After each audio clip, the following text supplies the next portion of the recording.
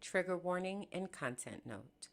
This episode discusses gun violence, racial terrorism, and incidents of radicalized violence, including details surrounding the deaths of Black individuals and the rhetoric of white supremacy.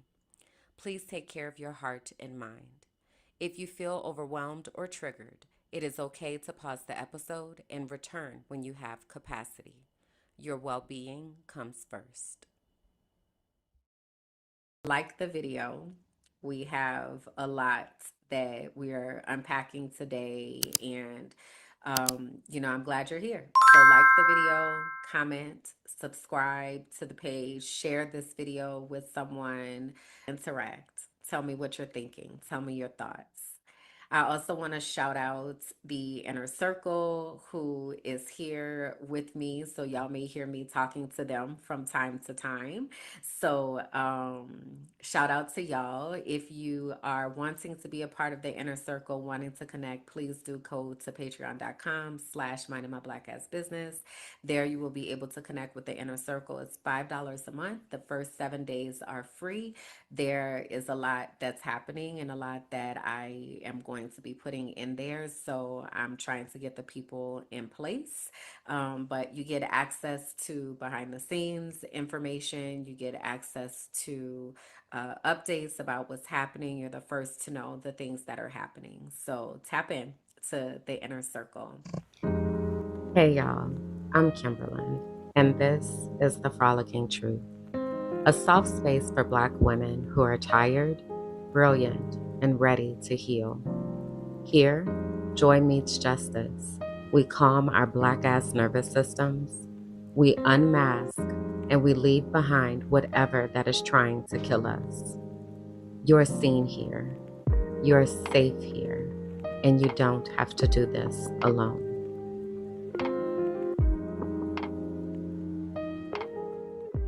All right, so hey, what's up? Welcome to episode 20 of the Frolicking Truth podcast for Black women who are tired, brilliant, and ready to heal, where joy meets justice and our nervous systems get free. Also, fun fact, I said all of that from memory. I always tease Kalanda, my cousin, because she memorizes the things for so you don't put syrup on your grilled cheese. And I'm like, why do you have that in your brain? Because I do not. But I did have the intro to the Frolicking Truth in my brain. But I also do this every week as opposed to every other week.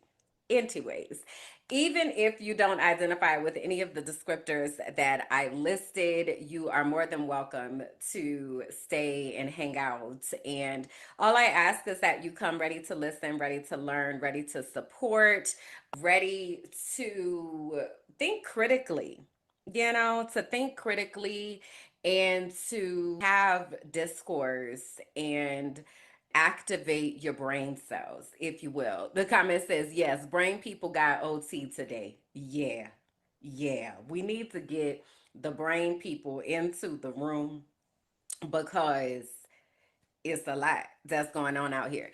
So before I get into the things, the first thing that I want to say is like the video, like the video, like the video, subscribe to the page, make a comment, share the video. I need y'all to do the things. I need y'all to push the buttons. I need y'all to do the things. Okay. Because yeah, it's a lot that needs to be said, and it's a lot of people that needs to know about it, and I need your help in spreading that. So before I get into all the things, I just want you to go ahead on and stop and do that right now. Now let me try to get my framing together, girl, because I'm just okay. That feels I'm a little bit more centered there. Okay, I be trying to show my little painting in the back, back there because I had painted that. Which I need to figure out a new painting. My cousin bought me, she bought me like a portable painting set. So it's like a portable frame, and then it also has like a canvas in it. And I want to paint something, but I have not yet figured out what I'm going to paint. But I feel like I need to paint something for this current state of life. So actually, you know what's so interesting is this painting that's behind me. Let me shift my camera again so y'all can see it a little bit. Hold on. And I know the blur is on, but you're going to have to deal with it. Just look through it. Look through the blur. But this painting that's back here, I made that last October. So it's October of 2024 and it's a mood painting. So I had tracked my mood for the month of October, and then I had like a key, and I used that key to, like, let's say pink was happy and blue was productive and green was melancholy. I don't know. I don't remember what the key is right now. But nonetheless, I had a key, and that's how the painting came about. That's how the colors were chosen. I feel like maybe I want to do a new one because it's damn near October, y'all. Where? So hold on. I have a comment that I need to get to. Let me readjust myself before I get back to October. The comment says, paint your view. This is the thing. I don't know how to paint things. That's not my forte in life. I'm very much an abstract girly. Okay. Well, so we have to figure out what that looks like abstractly. Okay, because me trying to paint these trees and these mountains, girl, child, that would be something. But yeah, so I'm an abstract artist, so I just have to figure out what that looks like. But my life now in October of 2025 is very different than what my life was looking like in October of 2024. And I really want to capture that as a timestamp to just kind of process, because a lot of things are really happening right now. So that will give me the ability to artistically capture all of that. So that was a full on unplanned side note, but also very much relevant in my auntie check-in, because that's what I'm trying to figure out what I'm doing right now. I'm really getting into my creative bag, and I feel really, really good about that, because that means that my brain is in a space where I am able to access my upstairs brain, which is where creativity lives. So, we've talked about brain research a lot. Matter of fact, do I need to go ahead on and pull up the graphic? Because y'all know a teacher gonna teach. Okay, hold on, because I wasn't planning to do this, but I can. Wait just a moment and let me help get us together. So that's something else that I've been leaning into while I'm pulling up this graphic, is the scientificness of my life, and really honoring that I am a scientist, and like being in that space and living in that space and being okay with being in that space. I actually this morning had made some face wash. Wait, hold on. Y'all know I can't do two things at one time. Wait a second. What am I looking for now? Oh, yeah, I remember. Here we go. Let me get this up first. It's too many tangents. So this is what's happening in my brain right now, is that my brain people are not necessarily bouncing all over the place, but there is a lot of energy that is happening right now. I will say that energy is probably very much excitement, which is phenomenal, but also I need us to take turns, because that's what happens, is we don't be doing good with taking turns. And then I be trying to get everybody together because y'all doing the most. So that's what's happening right now, is everybody's just bouncing around. Also, um, so I ran across this video. I got ADHD. I don't know if y'all knew that about me. Welcome. I ran across this video that was talking about what it's like to have ADHD, and my God, today, the number of overlapping voices that be going on in an ADHD brain, it is a wild, yo. Throw that ass in a circle. What time is Ellipses. it? What the hell, Why did I come in? I really need to clean the kitchen. Oh no, are they still having their candles? Because I think I fell asleep last night before I checked my card out. Why did I come in here? Where'd that banana come from? I really think I might have dementia. I need to Google it. I swear I didn't go to the store yet. Wait, what time is it? What the hell, Leonte? Do you have any kids? Yes, I have 10 minutes to get ready. Wait, did I take my medicine? Mike Jones, who? Wait, what day is it? Did I take my medicine last night? I can't remember. If you don't mind me asking. Well, I don't know about last night, but I need to take today. I need to Google signs of dementia right now. Wait, where's my water? Ellipses. Where did that banana come from? I'm starting to get concerned. Wait, what was I looking for? I still need to organize those I've been bags. talking about that for like a year. There's probably like a whole family of tarantulas in there or something. I really hope I ordered those candles last night. Oh my gosh, my water. Bitch, you doing a good job. Bitch, you doing a good job. Oh my gosh, why do I forget everything? Ellipses. Guess I'll have to fill my water up. Stupid lid. Do you have any kids? Wait, where are tarantulas even from? Did I order those candles last night? I can't remember if I checked out before I fell asleep. Wait, I still need to schedule an oil. I need to write that down somewhere before I forget. What's the weather going to be like today? Oh my god. Can I go a single day without making a mess? Crap. Monica. Gosh, my head hurts. I'm gonna keep on dancing. Seriously, I went to scream. Ellipses. I literally just dropped that water and forgot about it. I am over it. Why do I have to struggle so much? I wonder what it's like to not have to struggle. Sounds boring. Wait, what time is it? Oh my gosh, I have like 3 minutes left. Wait, why did I come over here? Did I make my lunch yet? I thought I made my lunch last night. No, I did not. What the hell? Why am I holding a towel? Oh yeah, right, from the I'm gonna put it in the laundry room. Oh my gosh, if I run into one more thing. Here we go. Laundry. Fuck. I just a baby. Look away. Look away. Look away. Go away. Wait. Did I start my laundry? Okay, good. Bitch, you doing a good job, bitch. You doing a good job. Oh my god. I forgot to make coffee? What the hell? This is her baby girl, and then she wanna scream. Why isn't it working? Yeah. I forgot freaking water. I forgot water. Genius. Golly. Yes, I have one daughter. How about you? If you are somebody who does not have that internal monologue, I actually think that you're weird.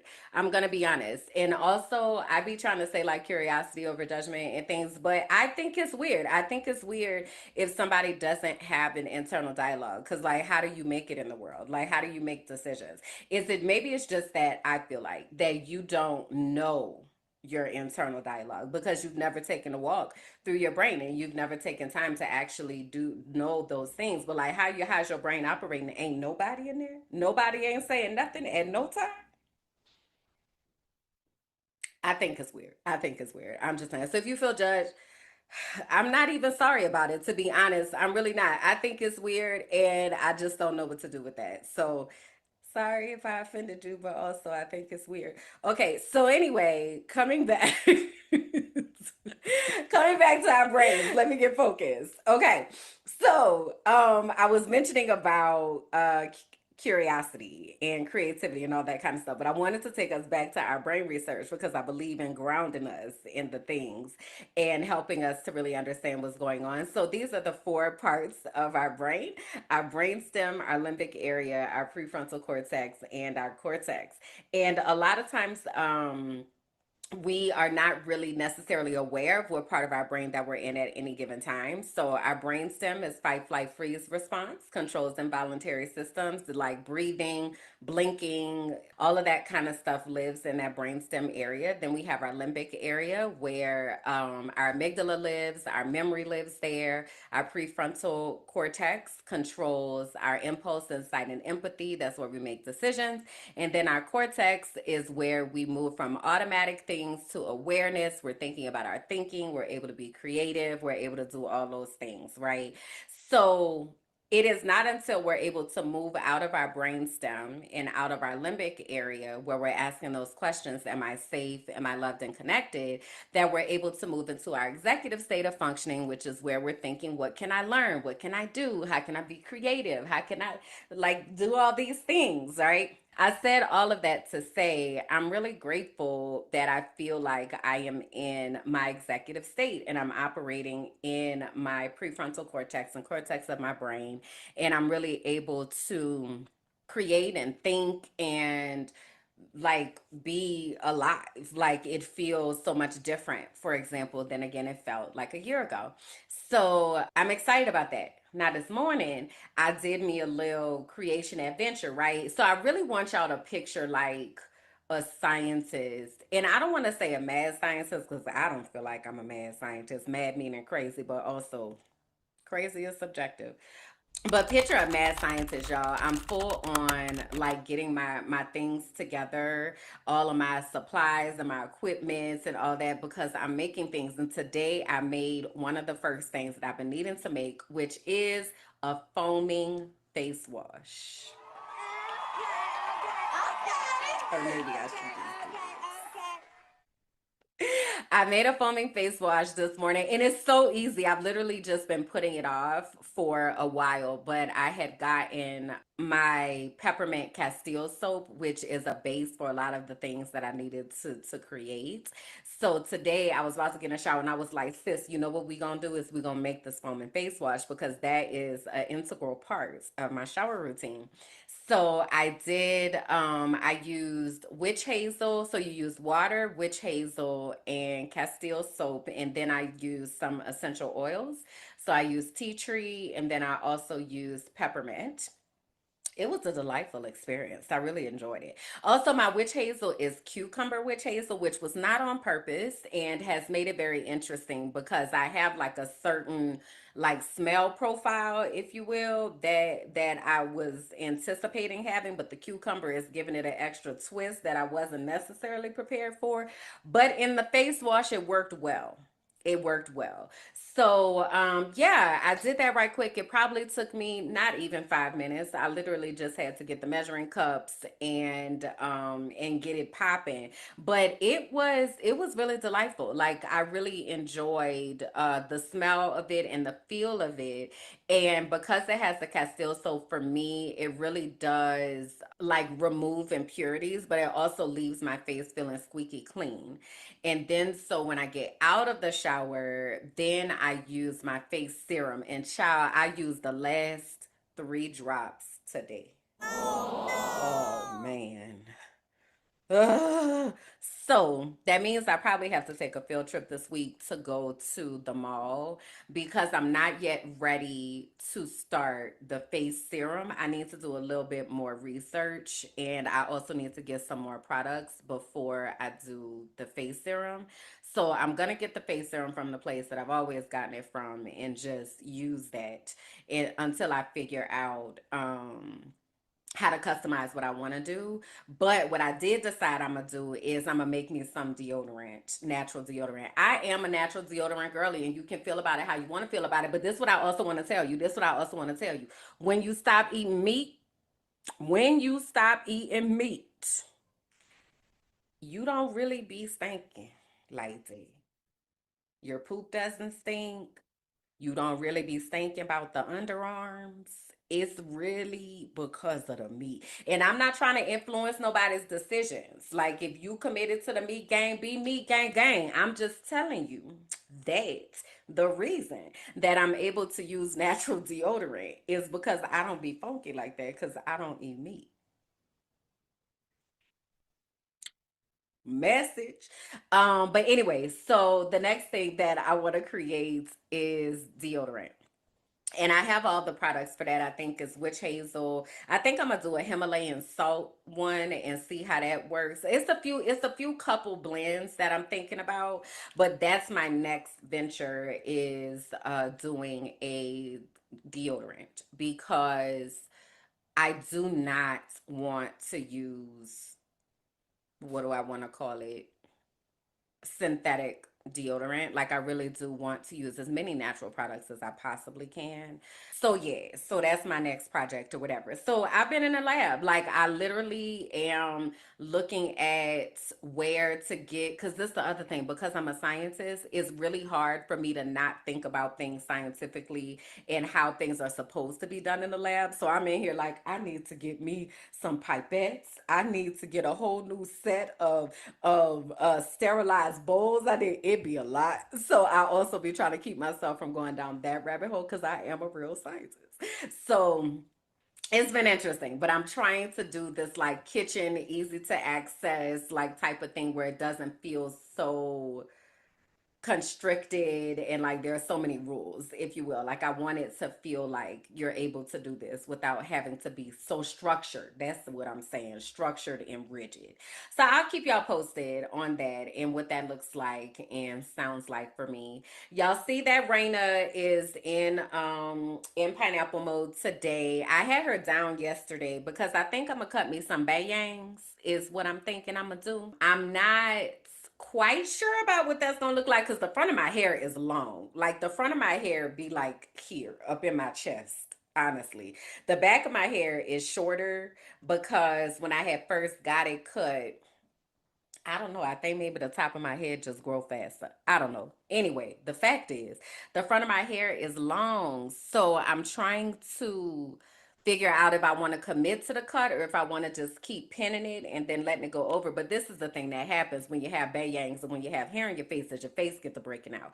And I don't want to have that happen, right? And also, I'm doing a new experiment with this face wash, so I need to limit my number of variables, right?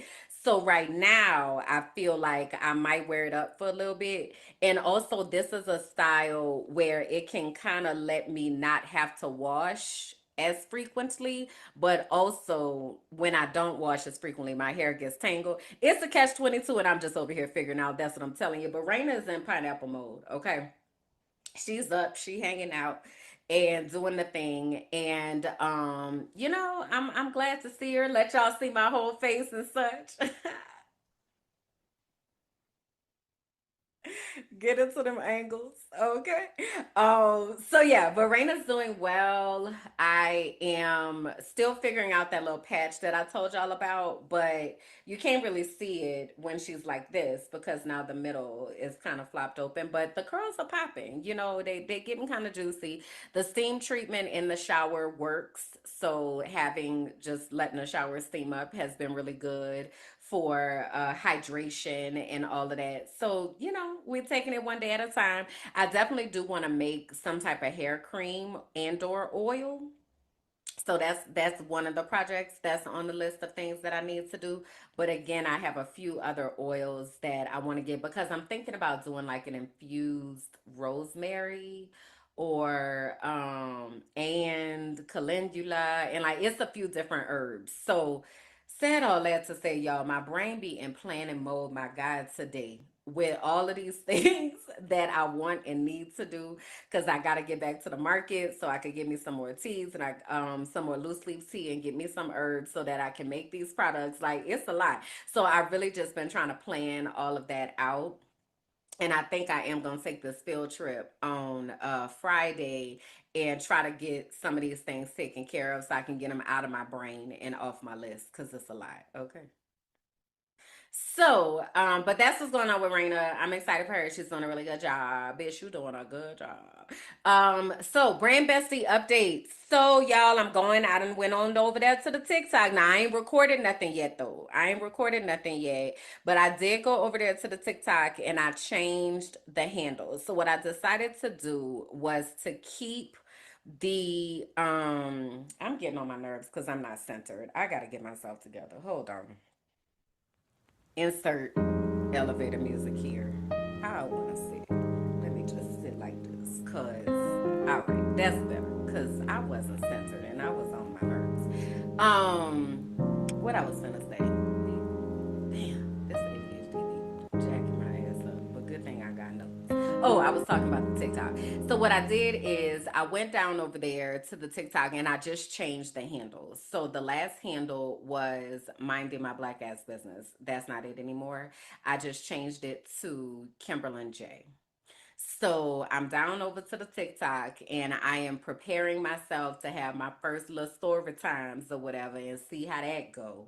But I also have to figure out like how the app works. I've never really created in the app, so that's like the next thing that I'm trying to figure out. But I'm excited about it because y'all know I be having me a story time, girl. Speaking of the tea for today is hibiscus and mint.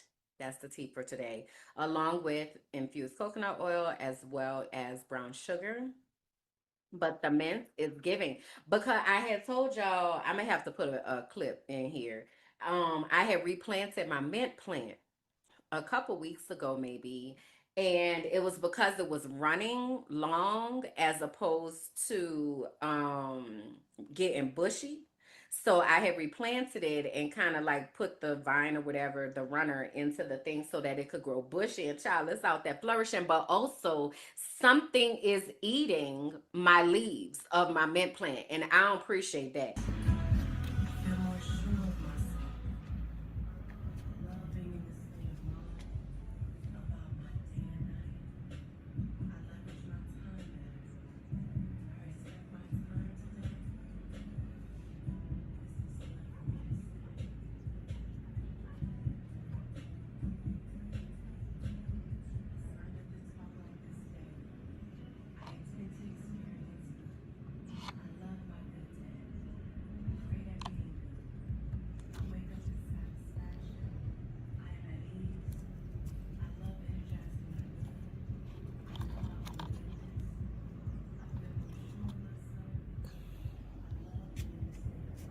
I don't know if it's the ants because at one day I had found ants in there and then I had put some cinnamon down.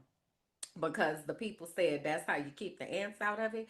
But also, it's rained a few times, so the cinnamon might have dripped out. So maybe that's why they back over here on my leaves. I don't know, but it could also, you know who it could be, is it could be Lucy, because Lucy likes to come on down here, and she usually be chomping at the onion plant, but she probably done found that cinnamon. I don't know. So anyway,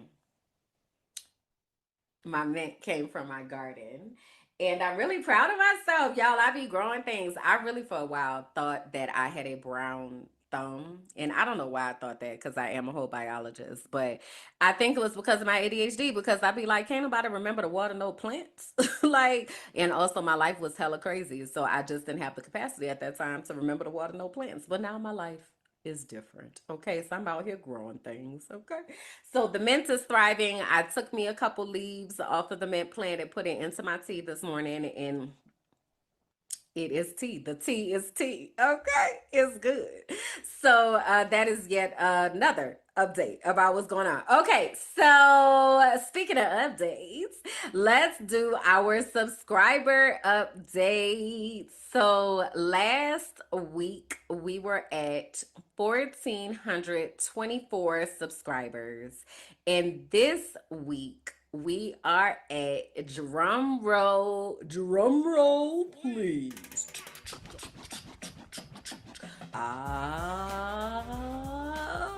That's the summertime intro. I don't know if y'all knew that. Anyway, we are at 1,433 subscribers this week. Body roll, body roll, body roll. Yes. So, welcome to all of the new subscribers. Introduce yourself in the comments. Say hey. Let me know where you're joining from. Let me know what brought you on down over here to the Frolicking Truth. Honey, hey, girl. Hey, sir. Hey, non binary person. Hey, y'all. Get on in here. I'm excited to have you here. Yes. I see in the chat my propagations are starting to sprout too. Yes. Propagations, water propagations is how I started my plant journey. Propagation, for anybody who doesn't know what that means, is when you take a piece of a plant, a piece of an already living, thriving plant, and then you take a clipping from that, and then you put that into water and you allow it to root. And then you can either sometimes grow the plant in water, that's called hydroponic, or you can transfer it into dirt once it has healthy and sustainable roots, and then it just kind of goes from there. So when I was talking about my mint, that's what I had did, is I had bought some mint from the grocery store. And then I said, I want to have my own mint. So I put it into water and I let it grow its roots. And then I transfer it. At the time, I transferred it into like a 16-ounce water bottle. And it kind of started growing from there. And so now it's in the size of like a 5 gallon, not gallons. What would that be called? 5 liters, a 5 liter bottle of water. So the container is from a 5 liter bottle of water. I hope I made that clear. But anyway, so now it's grown and grown and grown. So it's pretty cool. Water propagations are a really easy way to help yourself learn how to grow things. So I would recommend starting with like an onion, like a green onion, is really good. And sometimes they already have the roots attached, but if the roots aren't attached, it usually doesn't take that long for the roots to come from the bulb. So you can see really quick growth with that. And then you kind of build your confidence. You be like, I'm out here growing things. I'm out here growing things. Okay. So you can do that. Like you can do that just with stuff in your kitchen. I'm really big on reusing like jars and all that kind of stuff too. So let's say you had a jar of salsa, for instance. Once you finish with that, keep that jar, wash that out. Now you have a container for a plant. Okay. Like reduce, reuse, recycle. All right. So yeah. Oh, real quick. So the healing circle we had this past Saturday. So Vanessa and I from the Well Educator collaborated for the healing circle. It was such a good time. We had representation from various places in the US, South America, as well as Germany. And it was such an awesome time to be able to just have space held and to breathe and to just take a moment to just be, to learn more about women who are in various places, Black women, especially when you're thinking about what does it look like to be Black in the US versus Black in Europe versus Black in South America. It was a good time. It was a good time. So, I want to remind you all that we do the Healing Circle every second Saturday of the month. So our next healing circle is on Saturday, October 11th. And you can go ahead and register. You go to tinyurl.com/Black Women Healing Circle, and you can go ahead and register now for the next several that we have coming up so that you can get those times onto your calendar and that time reserved and held. Because, Charlotte, if your life is anything like mine, girl, if it ain't on the calendar, girl, did it even happen? Because I definitely wasn't there. Okay. So we want to make sure that we reserve that time and stuff. But if you go to tinyurl.com/Black Women Healing Circle, you can register for the Healing Circle and get connected. Again, it is a Black women only space. So I do ask you to have your camera on so that I'm able to see that you are indeed a Black woman. But if you are like, I don't feel like doing a whole yoga flow, I just want to sit here and breathe, you can do that too. You can listen if you feel like you need to receive more than you want to give. So there's definitely a lot of flexibility in that, but the flexibility is not in who is there. So it is a Black woman space. So if you are a Black woman, or if you know a Black woman who might benefit from yoga and breathing and somatic exercises and just having a community of women across the world, bring them on down to the healing circle. So again, tinyurl.com/Black Women Healing Circle. All right. And lastly, a reminder of our soul work. Right now, we are talking about the characteristics that we need to feel safe in sisterhood and community and relationship and partnership with other people. We are making us a list of what those things are, what they look like, what they sound like. We are being intentional about curating understanding for ourselves so that we are able to set appropriate boundaries for those who are in our lives and carve out our own safe spaces that we are able to be in so that we are not walking out here feeling like we are alone in this world. Okay. All right. Insert commercial here while I drink my tea. What if the thing you've always called too much was the exact thing God designed on purpose? This is for the ones who've always known they were different. Too sensitive, too loud, too knowing, too intuitive, too woo-woo. But what if your sensitivity is actually your superpower? What if your intuition was your inheritance? Discover Your Destiny is a 10-week sacred journey back to yourself. We explore the design of your soul, your spiritual gifts, and the unique way that God speaks to you. This isn't church. It's not a rule book. It's not a performance. It's the moment you stop chasing approval and start walking in divine alignment. You'll gain clarity, language, and confidence around who you are and what you are here on the earth to do. You'll learn the real voice of God. And if you feel called to go on to become a certified intuitive melanated life coach, this is where that path begins. There are 2 ways to enter this sacred container: the Destiny track, full investments and coaching experience, or the Divine Exchange track, where internship meets soul work. You'll support podcasting, content creation, or brand development behind the scenes while learning how your unique gifts benefit the collective. Your knowing isn't a flaw, it's the fingerprint of God. This is your invitation, and I hope that you'll answer.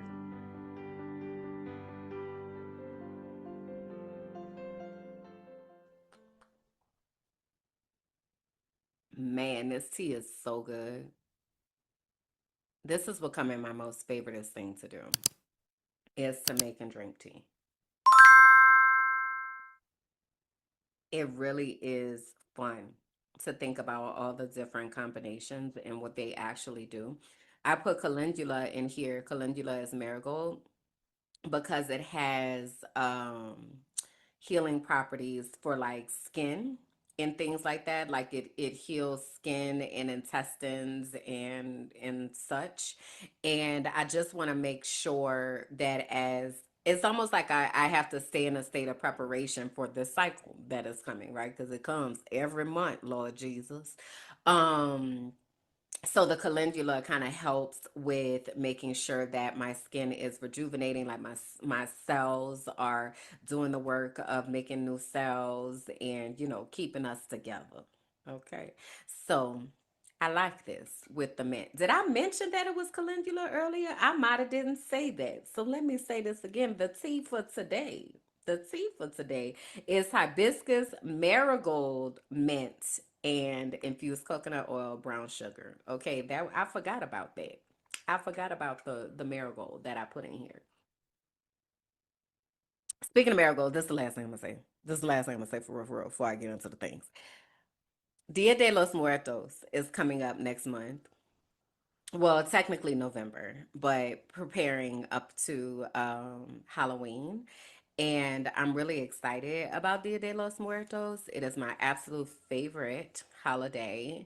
After living in Mexico and living in Mexico City and seeing how big of a deal Dia de los Muertos is, I can't wait to tell y'all about it and like celebrate, because I definitely want to do the ofrenda this year, and I have some new pictures of ancestors that I can put on the ofrenda. So I'm excited about that. So more information coming. Okay, okay. All right, moving on. Oh my God.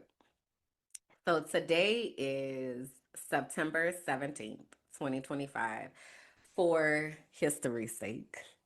And there has been a lot that has been happening in the US, a lot that has been happening in the world. And so I guess we will start with frolicking in the feed. And I will say, being in the feed ain't felt so frolicky these days. It has not felt so frolicky.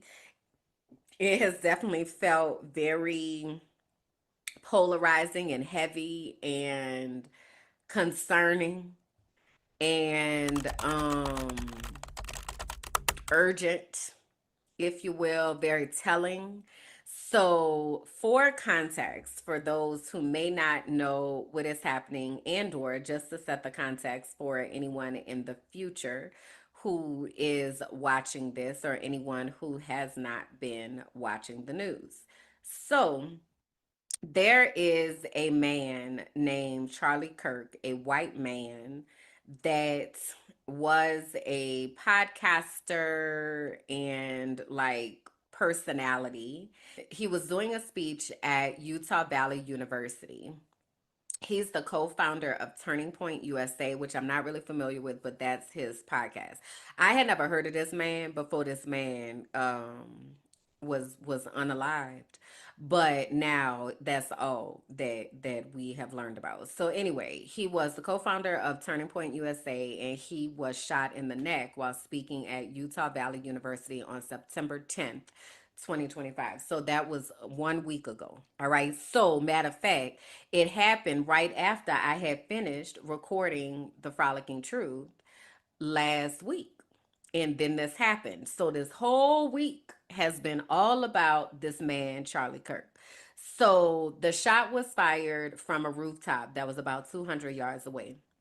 Well, come to find out, the suspect is named Tyler Robinson, who is a 22-year-old white man, white Mormon, MAGA loving, gun toting, Republican voting, white man who claimed that he did not like Charlie Kirk's rhetoric. So he is currently facing aggravated murder charges, obstruction of justice, witness tampering, and other charges. And the prosecutors are seeking the death penalty. Okay. As they were investigating, they found DNA evidence that linked him to the scene. They found a towel and they found a screwdriver as well as surveillance footage. They also found messages through Discord that he used to text a roommate, and that appeared to show premeditation and intent. And again, some of these messages allegedly included commentary about hating Charlie Kirk's political viewpoints or being fed up with his rhetoric. What I was going to say just a moment ago was the interesting thing is that Charlie Kirk was a spokesperson for white supremacy and evangelical Christian nationalism. None of which, by the way, is aligned with the teachings and belief of Jesus Christ. Okay, I just want to put that out there. All right, and I'll get back to that in a second. But Charlie Kirk was very much known for speaking hateful and harmful rhetoric against Black people, against LGBTQ population, against um, anybody who was othered from being white, male, evangelical. Even in that, he, by a lot of people, was not seen as far right enough. There were people who felt like Charlie Kirk was actually liberal, which is wild. So as they being the administration and mainstream media are trying to piece together a narrative about why this could have happened, they're doing everything in their power to try to make it the fault of somebody other than this white man from Utah who is a Mormon, who is MAGA loving, gun toting, Trump voting. And so, in the fallout of everything that happened with Charlie Kirk, which was a very white on white crime type of situation, there were up to 9 HBCUs that received bomb threats and had to go on lockdown, had to suspend classes, had to do all sorts of things because that white rage then turned against Black people. And that's wild because how we get in it. We minding our Black ass business. How we get in it when the white man done killed the other white man over whiteness, and why how we get in it. Because they are looking for any way to be able to make us the ones who are at fault. So there was an uptick in threats against Black people. I also want to pause here and give a full on trigger warning and say, if this feels triggering to you, baby, go ahead and click out and tend to what you need to do. Okay? Because it's a lot that's been going on. So after that happened, there were also reports of Black men who were found hanging from trees in Mississippi. So his name was Demartravion or Trey Reed. He was 21, found hanging from a tree on Delta State University campus. Delta State University is in Cleveland, Mississippi. And Trey was found hanging from a tree on campus. The body was found around 7:05 a.m. near the pickleball courts, which is a highly visible area in the center of the campus. His death occurred during Delta State's centennial celebrations, prompting the university to cancel classes and events for the day. What should have been a week of joy and commemoration for the institution quickly turned into mourning and uncertainty. Now, this is the thing, is that there has been a joint investigation launched by the Mississippi Bureau of Investigation, Bolivar County Sheriff's Department, Cleveland Police, and Delta State University Police. At this stage, officials stated that no evidence of foul play has been found. However, they stressed that the matter was under active review and an autopsy was pending. Now, this is the thing that we also heard about Trey, is that he had a broken arm and a broken leg. And I don't know if you know this, but it would be very difficult to hang yourself from a tree with two broken limbs. So it's interesting that no foul play has been found.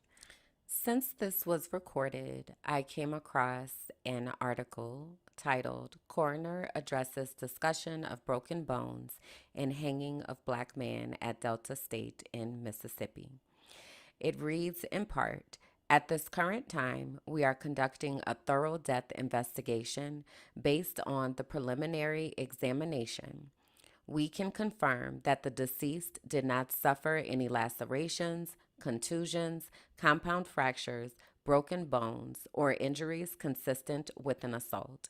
At this time, there is no evidence to suggest the individual was physically attacked before his death. And again, that is a statement that was put out by the Bolivar County Coroner's Office through Cleveland Police Department. It just reminds me of all the lists of people, like when we still fighting for justice for Breonna Taylor, who was in her home minding her black ass business, sleep, and lost her life. And there are so many names of people where no foul play was found.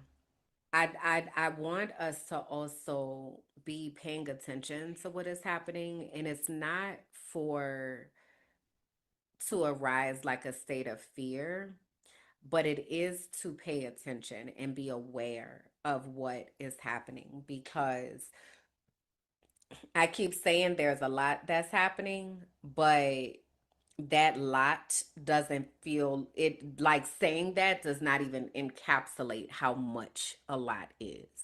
And again, it's a highly visible area. So how nobody ain't see nothing? How is there no foul play? But okay. So that happened. And then simultaneously, there have also been several mandates, executive orders, executive actions that have happened regarding people speaking out about Charlie Kirk. So I told you about Charlie Kirk's rhetoric, the harmful and hateful things that he would say. He also said that he doesn't believe in empathy. He said that he feels that gun violence or losing gun deaths is a natural thing, especially if we want to keep our Second Amendment rights. And the Second Amendment is the right to bear arms. You know, some people gonna have to die sometimes, is kind of the stance that he took. And then when he was asked about children, he would say things like, it is what it is. You know, it's just a natural consequence of being able to have the right to bear arms. So people naturally are like feeling ways as this man has died. Okay.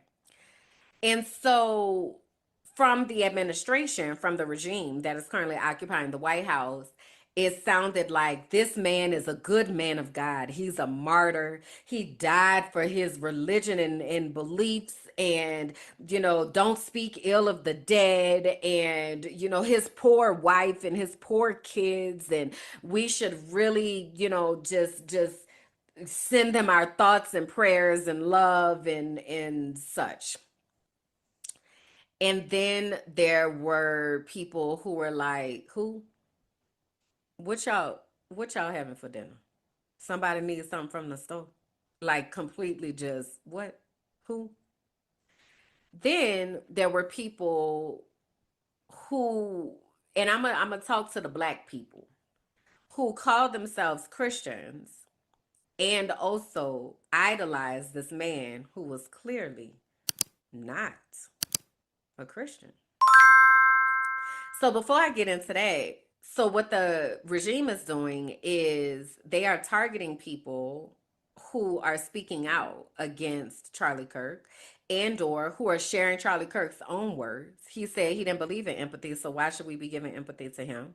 Or who are uplifting clips that he has shared from his podcast or his various speaking engagements where he spoke negatively about black people.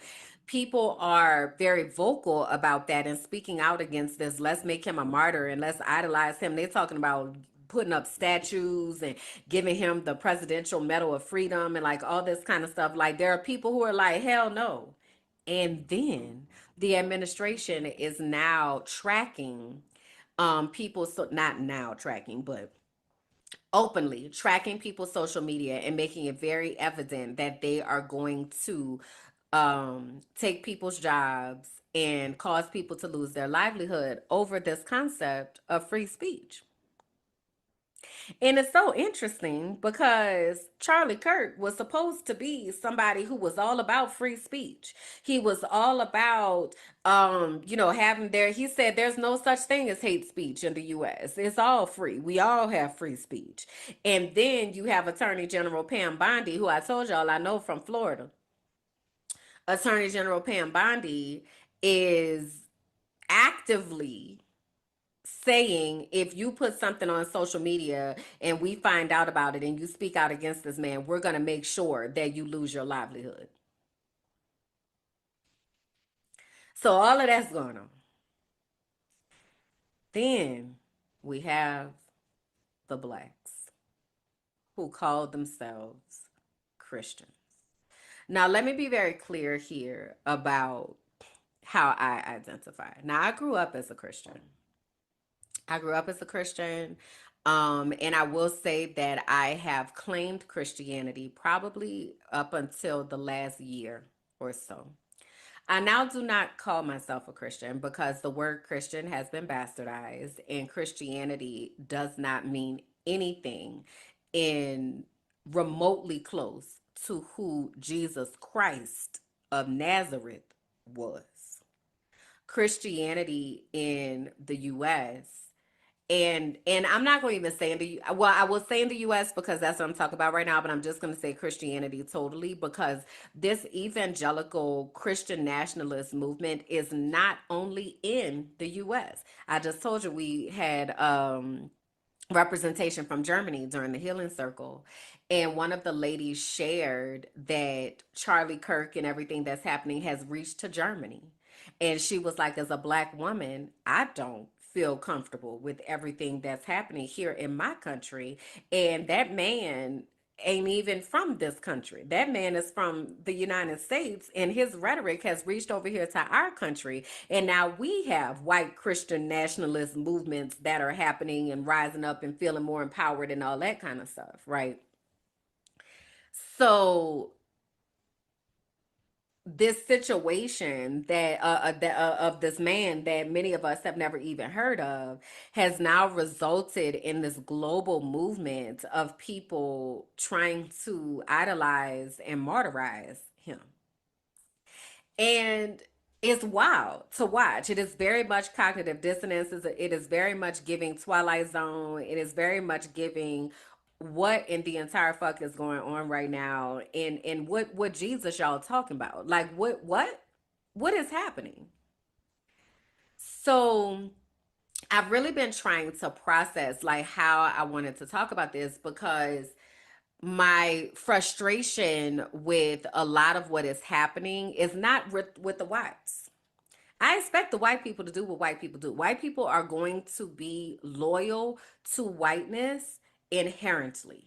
And it takes a lot for white people to decide to actively work against the construct of whiteness. And those people just so happen to be white. I'm not talking about those people.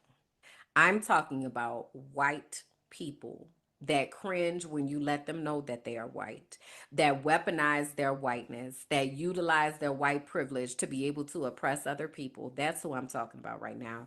And also, I'm not mad at them because white people gonna do what white people do. The frustration for me has come from black people who identify as Christians, who are calling for this empathy in regard to this man who spewed so much hatred throughout his life. And so when we talk about this concept of empathy, let's actually look it up. Let's actually get a definition of what empathy means. I know how I describe it when it comes to school, for instance. Um, but I want to see the actual dictionary, Oxford Dictionary definition. So, empathy is the ability to understand and share the feelings of others. Now, you know what's interesting is that I had just showed us the brain model. Jesus, I can't talk right now. I had just showed us the brain model, and I was talking about what happens in these particular areas of our brain, right? Now, I'm gonna let y'all make y'all own conclusions about this, but I'm just gonna bring this back up just for the sake of making sure that we have a scientific outlook on what is going on. So, empathy lives in the prefrontal cortex, the decision making center of the brain. Our prefrontal cortex is not fully developed until between the ages of 25 to 27. That's the first thing that we need to know. We also need to know that in order for us to be able to access our upstairs brain, right? So we have downstairs brain and upstairs brain. In order for us to be able to access our upstairs brain, we have to be outside of survival state, and we have to be in a state of feeling loved and connected. That is the only way that we are able to access empathy. So, hearing someone say that empathy does not exist says to me that they do not have the ability to operate in their upstairs brain. Do with that what you will, because empathy is definitely a thing. It is definitely something that, as when we're talking about our soul work, for instance, and talking about community and what are the qualities and characteristics that we want to have within these safe places, empathy got to be present. You've got to be able to understand somebody else's experience outside of your own. And people who are not able to do that are not people that do well in safe community. But anyway, having said that, though, we are not entitled to extend empathy to people who have done harm, continue to do harm, have made a living off of doing harm, have intentionally done harm. We are not obligated to extend empathy to those types of people. And what we fail to realize in the Black church is that the version of Christianity that was given to us in the Black church is steeped in white supremacy culture. Of course, they would tell us that we need to turn the other cheek. Of course, they would tell us that we need to, excuse and, what they say, love the sinner, hate the sin. Of course, they would give us all of these caveats of ways to be able to continue to make excuses and continue to make room for such hateful and harmful people, because slave masters don't want us to know that we too are human and we should also be receiving empathy. So the onus was placed on us as the non-humans to have to extend all this empathy towards whiteness and white inferiority complex and white supremacy culture. So while empathy is necessary for us to exist in safe community, I do not have to give my empathy to someone who is looking to cause me harm. I don't have to be compassionate towards those types of people. So I want to give us some examples of when Jesus, the Jesus that they claim to be following, when Jesus felt some type of way, if you will, about things that were happening in his name, in God's name, in the world when he was walking this earth. Okay. So we often hear about Jesus clearing the temple. So we can find this in John 2:13 through 17, or Matthew 21:12 through 13. Jesus entered the temple courts and drove out all who were buying and selling there. He overturned the tables of the money changers and the benches of those selling doves. Jesus had an issue with exploitation of the poor. Jesus had an issue with economic oppression and spiritual corruption. One of the things that Jesus did often was called out the religious elite. If we go to Matthew 23:13 through 33, Woe to you, teachers of the law and Pharisees, you hypocrites! You have neglected the more important matters of the law: justice, mercy, and faithfulness. Jesus often was going toe to toe with the Pharisees and the Sadducees all the time, because Jesus did not come to uphold this law that did not allow us to see people as people.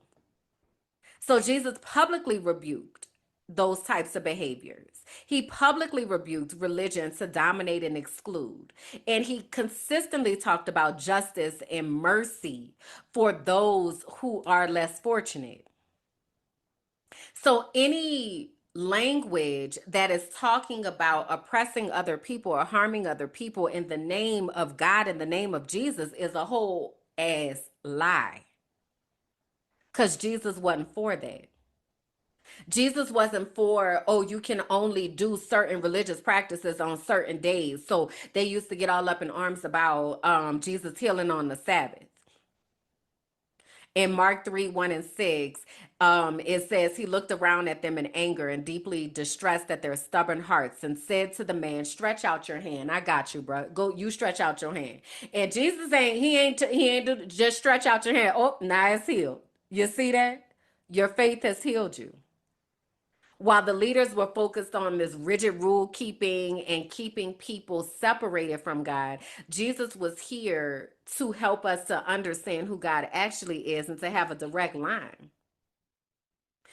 For those of us who claim to be Christians, we believe that Jesus died for our sins so that we were no longer stained in God's eyes. We were covered by the blood so that we were able to go to God. We don't have to go through a pastor. We don't have to go through the Holy of Holies. We don't have to go through altars and sacrifices and all that. We could just be like, yo, God, my boy, what's up? That is why Jesus came.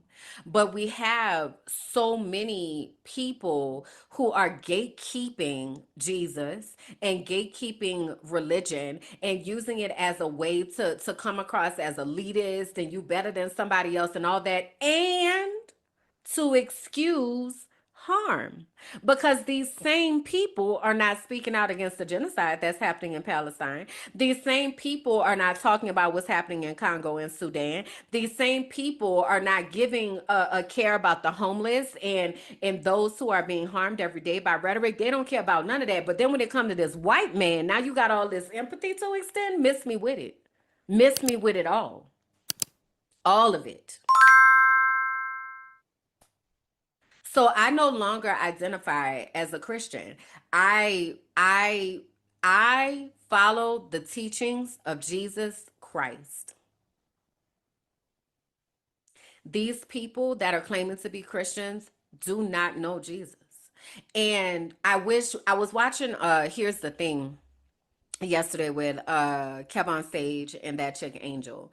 And they were talking about this, of course, and they were talking about like how there are so many like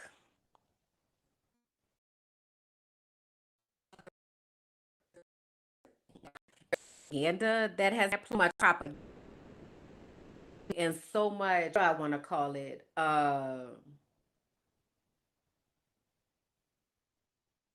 cult-like behavior. Honestly, if that kind of encapsulates it all, it's cult-like behavior, and it's not of God. It's not from God. So when we as Black Christians, when I'm saying we as Black Christians, when those who are Black who identify as Christians are making excuses for deep harm and trauma, that is not of God. And it shouldn't be confusing. Especially historically, the Black church has been a place where people have gone to find safety, where they've gone to find instructions on how to get to safety. So now, when the Black church is a part of the oppression, where do the people go to get instructions and to find safety? And this is why I am so heavy on people having a personal relationship with God, because we don't. Oh, this is what I was gonna say too. They had read. There's this situation that happened with this pastor, this black pastor, who fired a praise team member on, like, in the service publicly in front of everybody. She was just like, and because she said the lady hugged her funny. Well, come to find out, the lady hugged her, or allegedly hugged her funny, because the lady, the praise team lady, had just been told that she wasn't going to get paid for her services anymore. So then after that, I guess she was still expected to sing or whatever. But then the first lady pastor is like, I feel some type of way. She hugged me funny, so you could go ahead on and sit down. So then there was this uproar because it was put on the TikTok, right? So then so then after that, the husband, who's the pastor, he gets up there and he's like, I support my wife and she didn't do nothing wrong. And so upholding this stuff, right? Like, these types of behaviors are not of God. This is not of God. God don't be in them churches. So this church winds up having Yelp reviews. So they have like all 1-star reviews on their Yelp page because people are like, yeah, this is not a safe place for people to be. All churches should have Yelp reviews. All churches should have a way, a reference situation where you can go and really understand. And I wish, over my period of times that I had been in churches, that I put more respect on the gifts and things that I knew that I had, as opposed to following what somebody else said was what was supposed to be done. Because when I tell you God don't be in them churches, and I'm telling you what I know firsthand, God do not be in them churches. It is a whole bunch of charisma and emotional manipulation is what be happening in them churches. And especially, is the Bible says you will know the tree by the fruit that it bears. If you got black pastors who are upholding white supremacists, we done missed the plot. We done missed the plot. We done missed the plot. We done missed it. If you have black people who are upholding white supremacy, we done missed it, y'all. We done missed it. Because that is not what God has planned for us. That's not what God wants for us. And to allow ourselves to let white people make us think that this is what God wants for us, and that we have to overextend ourselves and have to show up to uphold a white supremacist culture, that is not of God. So I'm concerned. I'm very concerned. And I'm also very curious about what the pastor's preaching about in y'all's churches. There's been another pastor, he went viral for saying this. I don't remember his name right now. I'll find it and put it in post production. But he went viral for being like, no, we don't have to care that this man died. Charlie Kirk did not deserve to be assassinated. But I'm overwhelmed seeing the flags of the United States of America at half staff, calling this nation to honor and venerate a man who was an unapologetic racist, spent all of his life sowing seeds of division and hate into this land.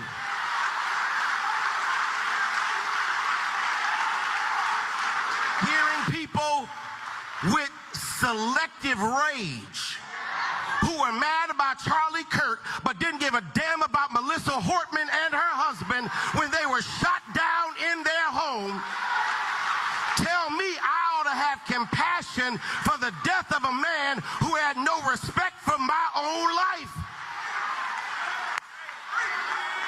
I am sorry, but there's nowhere in Bible where we are taught to honor evil. How you die does not redeem how you lived.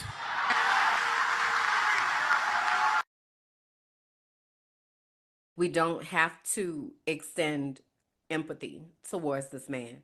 We don't have to feel anything. And that's what I feel about it, apathy. I don't. My life has not changed any way, one or another, whether Charlie Kirk is alive or not. But what I do know is that the fallout from him not being here anymore is something that we need to pay attention to, because this is a very pivotal moment in history. This is a pivotal moment in history. And this is going to shape a lot of the excuses that are going to be used about why things are being turned up another notch. So, knowing all of that, I take us back to our soul work. And our soul work is, what do we need to feel safe in community? Because as Black people, we have to be really, really, really intentional with who we have around us.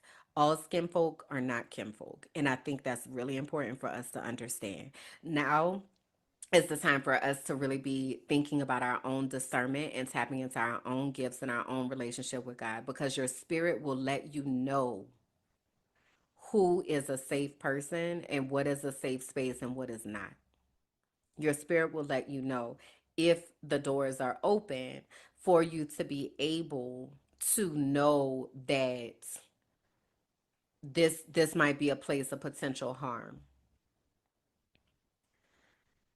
Something else Jesus said was about not causing harm. In Matthew 18:6, it says, "If anyone causes one of these little ones, those who believe in me, to stumble, it would be better for them to have a large millstone hung around their neck and to be drowned in the depths of the sea." Jesus is out here to protect the vulnerable, not to further exploit them. When we have anger that's rooted in love and justice, that is righteous anger. That is holy. And it protects the vulnerable and it confronts the system of harm. We are, if we are following the teachings of Jesus, called to be social justice activists. That is our call, because that's what Jesus did. So if we really, what would Jesus do? What would Jesus would stand up for those who are being hurt. Jesus would talk about the things that are causing harm and not shy away from talking about those things. Jesus would not cower and just excuse. So how are we showing up like Jesus? And how are we requiring those who are in community with us to show up with those same types of characteristics? For me, empathy is a non-negotiable. You got to be able to understand that there are other people on the face of this planet, and that those people have feelings and those people matter and those are human beings. I cannot be in any type of relationship with somebody who feels comfortable in dehumanizing other people. I can't do it. And I'm not going to try to do it, because that's not what Jesus would do. I can't be in relationship with people who say one thing and do something else. I can't operate around a hypocritical type of spirit. That's not of God. God is very clear on things. What would it say? You got to be hot or cold. Can't be lukewarm. They spew you out the mouth.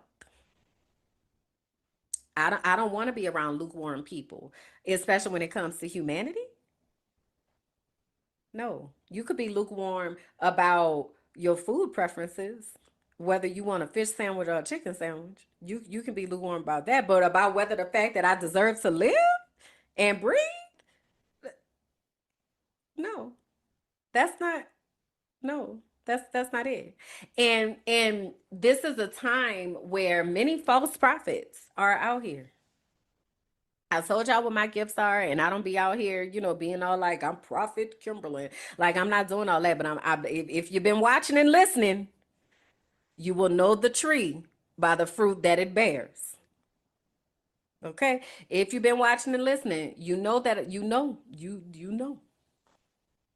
But there are also many false prophets that are out here that, again, in this world of charisma um and emotional manipulation, they are riling up people around the wrong things. So this is a time for us to check and to really, really tune into ourselves, because our responsibility is to protect ourselves and to protect each other. That's our responsibility to each other. So that means that I have to be connected and caring about people. in order to do that. So I don't know what else is gonna happen. I'm saying I don't know. I do actually know. I know some of the things that are gonna happen because we've been here before. I don't know if y'all knew that we've been here before. Everything that is happening, history is absolutely repeating itself. So we do, in many ways, have a blueprint for what is about to happen. My question is, how are we going to keep ourselves safe in community so that we are able to insulate ourselves as much as possible from the pending harm? I pray that we don't start seeing a whole bunch more strange fruit hanging from trees. However, this is America. So, what are we doing to make sure that we're safe? How are we cutting out these systems that are keeping us tied to a system that does not care about us? How are we bartering with each other to make sure that we are supporting each other instead of relying on a system that does not care about us? How are we educating our children so that we are not relying on a school system that is actively indoctrinating our children because they do not care about us? How are we showing up to do those things? So I want you to, in the comments this week, put down what your specialty is. What is the thing that you do, or the thing that you can contribute to community? Because we need each other, y'all. We need each other bad, really bad. So, giving yourself a chance to kind of do an inventory. This is where I live and all this. This is what this looks like. Somebody had recommended a book to me the other day. Let me see if I could find it. It's called We Refuse. I be wanting to call it We Resist. We Refuse. It is a book. The author is named Kelly Carter Jackson. And let me share my screen so you can see this, but I'm going to also put this in post production. So, We Refuse by A Forceful History of Black Resistance by Kelly Carter Jackson. And in this book, it talks about different ways that we can refuse. So, revolution, protection, force, flight, or joy. And my refusal is in the space of joy. My refusal is in supporting people and accessing their joy and understanding what their joy looks like and sounds like for them, and people being able to identify how they can actively resist being in survival mode and not being able to access creativity and all of the things that live in our upstairs brain. My work is in helping people to calm their nervous systems so that we are able to think rationally and we are able to connect to others and we are able to protect ourselves. That's my work. Because if we remain in survival mode, we are not able to do what we need to do to keep ourselves free. That's where I live. My question to you is, where do you live? What is your work? And or what part of that revolution do you feel called to? Everybody is not called to be on the front lines, on picket lines. And honestly, and I'm saying picket lines with protests, it's at this point, I don't think it's any Black person's job to be on the front lines of nothing, especially when it comes to putting our bodies on the line. I don't think that's our job right now. I think we have done that enough. I think that our jobs happen behind the scenes in this collective community building. But that's just my opinion. Some of you may be called to the front lines. And if that is where you're called to, what does that look like for you? How are you going to keep yourself safe in that? How are you going to protect yourself in that? How are you going to support yourself in that? How are you going to rejuvenate yourself in that if you choose to be somebody who's on the front lines of this fight? What does that look like and sound like for you? And if you're not on the front lines and you choose to be in the background, what support are you giving to those who may be on the front lines? So again, for me, as someone who is a healer, as someone who lives in this restorative place, once you get out the fight, you got to come and heal. We got to bandage you up. We got to get you together. That's where I live. And I know that, right? So the question is, what does that look like for you? So that is all for what I have for today. I know today wasn't like all bubbly and all of that and giggly and such. And I wish that I had some bubbly and giggly to give towards things holistically, but that's just not where we are right now. But having said that, I am creating bubbly and giggly in my own life. So once I get from off of here, I'm about to go blow me some bubbles. Okay. I'm about to have me some more tea. I'm about to listen to some music. I'm going to dance to move this stuck energy out of my body, right? Those are all things that we're able to do to be able to support ourselves. So I also challenge you to find some release because we can't hold it all in. We don't want to hold it in and stuff it down. We got to take it in, process it, and get rid of it. Take it in, process it, get rid of it. We cannot hold on to all this toxic energy that wasn't created for us either. All right.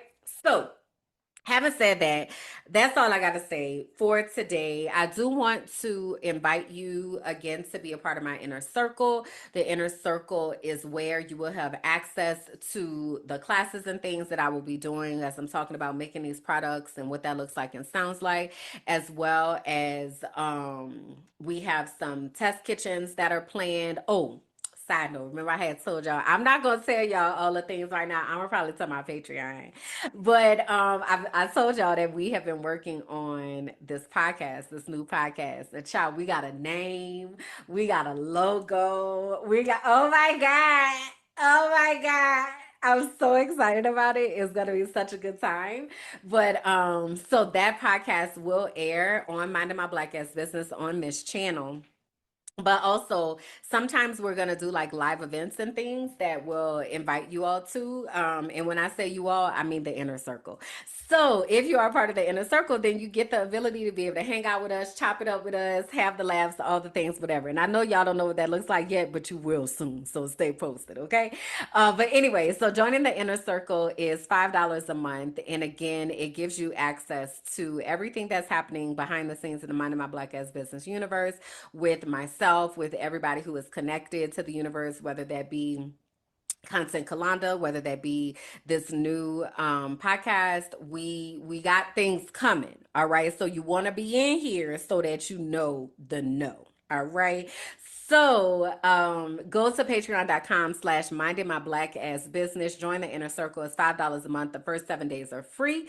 And you have the ability to be in the know about all of the things that are happening. And you get the satisfaction of knowing that you are supporting a movement that is actively working to free us. Okay? Actively working to free us. So I would love to have you. I would love to have you over there. So please do come say hi and hang out with us. Patreon.com/minding my black ass business, which is all we be trying to do. All right.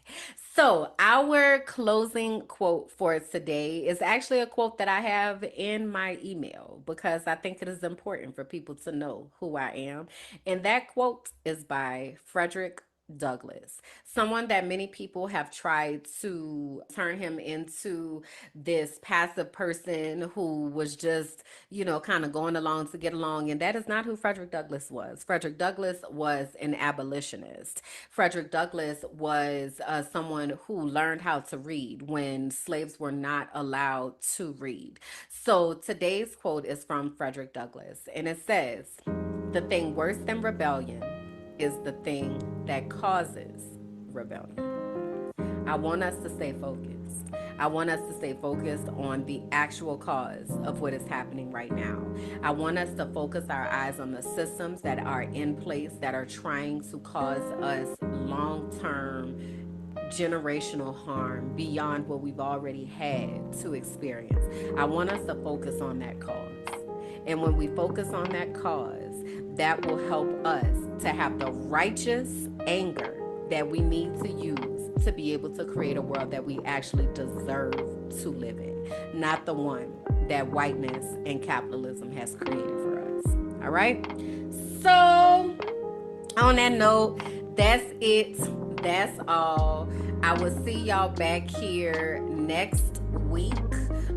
Actually, today we have an episode of Heal That Shit that will be premiering. So if you go to youtube.com/Heal That Shit, you will be able to see all of our episodes from Life Unfiltered Heal That Shit with myself and Bianca. So if you're looking for some additional content, go ahead on over there and check that out, because I'm sure we're going to continue talking about all this stuff and how we are dealing with that. So that's it. That's all, y'all. Go into the description, get all the links for all the things, like the video, comment, share, subscribe, talk to people in your circles so that you are able to understand where people are and really able to make sure that you have a community of people that are showing up for you in the ways that they need to show up, in the ways to keep you safe. All right? All right. That's it. That's all. Bye.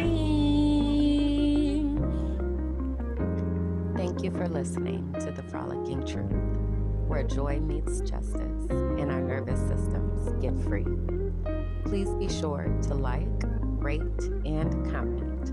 Subscribe to the YouTube page, Minding My Black Ass Business, and follow me on all social platforms. Until next time, bye. I'm going to try something new today. I have a new setup that I'm going to attempt. I had to do a training yesterday. Y'all, I had 140 people in a 1-hour training yesterday. It was so crazy.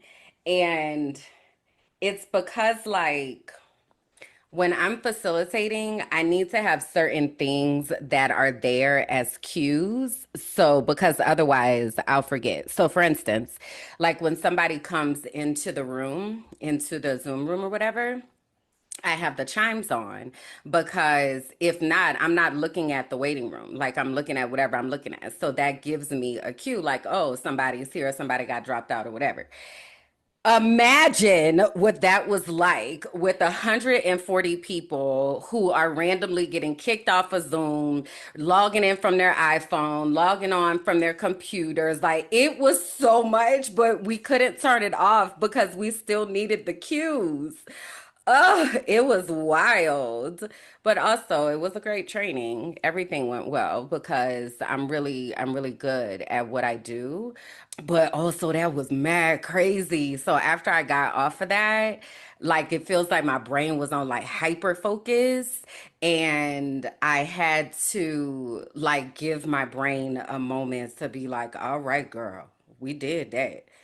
Whew. And also it was 1 hour, and usually our trainings are 2 hours. So it was like laser focused. I was exhausted. I think I went to sleep. I usually go to sleep around 1 a.m. And I think I went to sleep at I was in the bed at 11.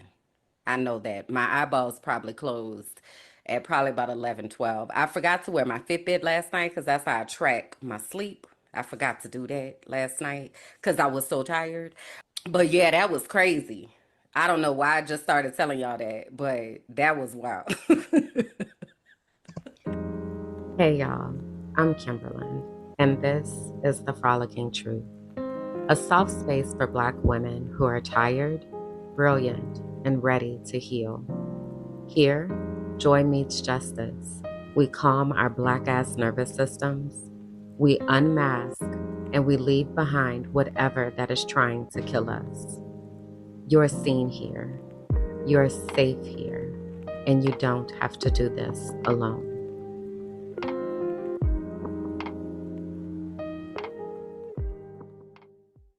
When y'all were kids, did you ever have to get the giggles out? Me and my cousins always had to get our giggles out. Like, it was like, okay, give me a second, let me get my giggles out. Because I was big giggle energy. Okay, take 5. Hey y'all, come on in, find a comfortable spot, and take a seat.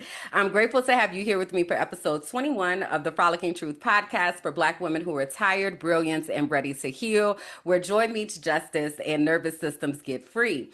It's okay if you don't identify with any of those descriptors, it's totally fine. It just means that when you come ready to listen, ready to learn, and ready to support. Now, it's been a lot that's been going on before we got to this point. So you might want to stay to the end because I'm gonna put the bloopers at the end. Always stay to the end, actually, too, because I'm liable to do a type of in credit clip type of situation. I'm liable to do that kind of stuff. So whenever you are watching something that I'm doing, stay to the end. That's also where the most pertinent information be sometimes. And that's where the bonus questions are gonna live. And I know y'all don't know what that means yet, but you will one day.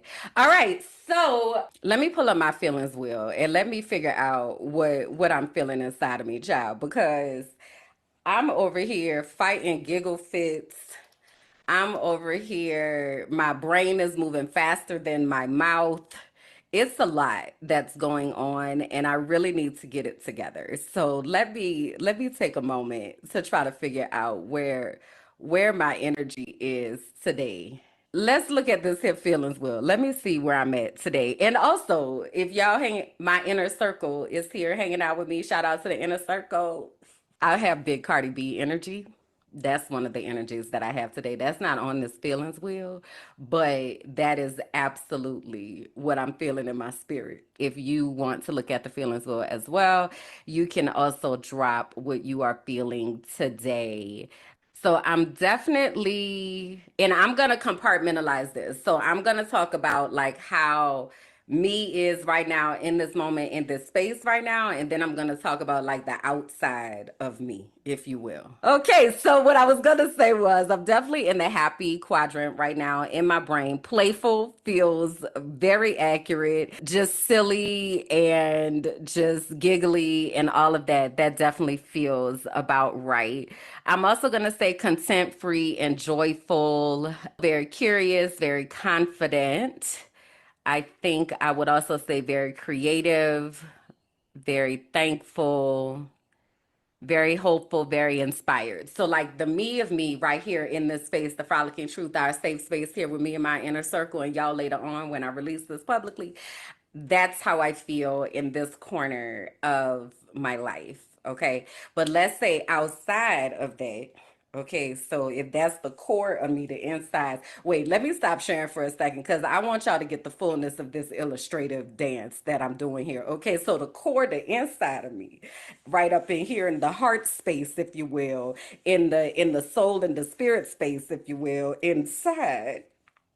I'm feeling all of those things. I feel very just silly and bubbly, and that's the kind of energy that I'm bringing to the space. All right. Now, on the outside of me, let's just imagine there's a force field, if you will. Okay. So there's a force field that's on the outside, and right outside of that force field, ooh, child, where we at? Let's see. Oh, boy. I hate to even have to put words on this because this is big, like, don't give it energy type of thing. But I also think it's important to like acknowledge and recognize. Okay, so I was going back and forth between angry and fearful, is kind of where I was landing. In fearful, I said exposed and nervous. And then I also said worried and overwhelmed, I think would be fair. And angry, I feel infuriated for sure. Probably, I think there's a feeling of like violated, possibly. Appalled feels amazing. Not amazing in that way, but that feels like a great way to describe it. And then there's also, I don't see it here, but I'm gonna add to this cocktail concerned. I'm gonna say that concerned is a good word to put. But then even in that, there is still confidence, I guess knowledgeable, like knowledgeability, if you will. Okay. So I'm putting all that out there. All right. That's the energy that I kind of have sitting inside of me. So again, at the core of me is all like, yes, girl. Oh, grr. And then outside is a lot that's going on out there, but it also very much feels like I have the superpowers to be able to deal with that. Lord Jesus, why is these words so small on this screen, Father God? Y'all pray for Auntie's eyes, okay? Cause listen, my eyeballs, they done got me a long way. You know, I don't know at what point I probably came out the womb not being able to see, to be honest with you. But I wound up getting glasses in third grade. And it's because I was sitting at, so I was always like in the front of the class, top of the class, teacher's pet, all that. That was me. Okay. That was my academic life story. Apply that to every single circumstance there might be. That's who I was at school. So I'm achieving. Okay. I'm doing the things. I'm also an auditory learner. So I don't have to be looking at you in order to retain what is being said. If I'm listening, I can recall the conversation. I know what happened, right? So I'm in third grade in Miss Kester's class, and I'm sitting at the front row because I need to be able to hear. And now I know that if I can't hear, then I need to be able to see. And if I can't see and hear, count me out. I'm not even here. Okay. So anyway, I'm sitting in class and I'm looking at the board like this. So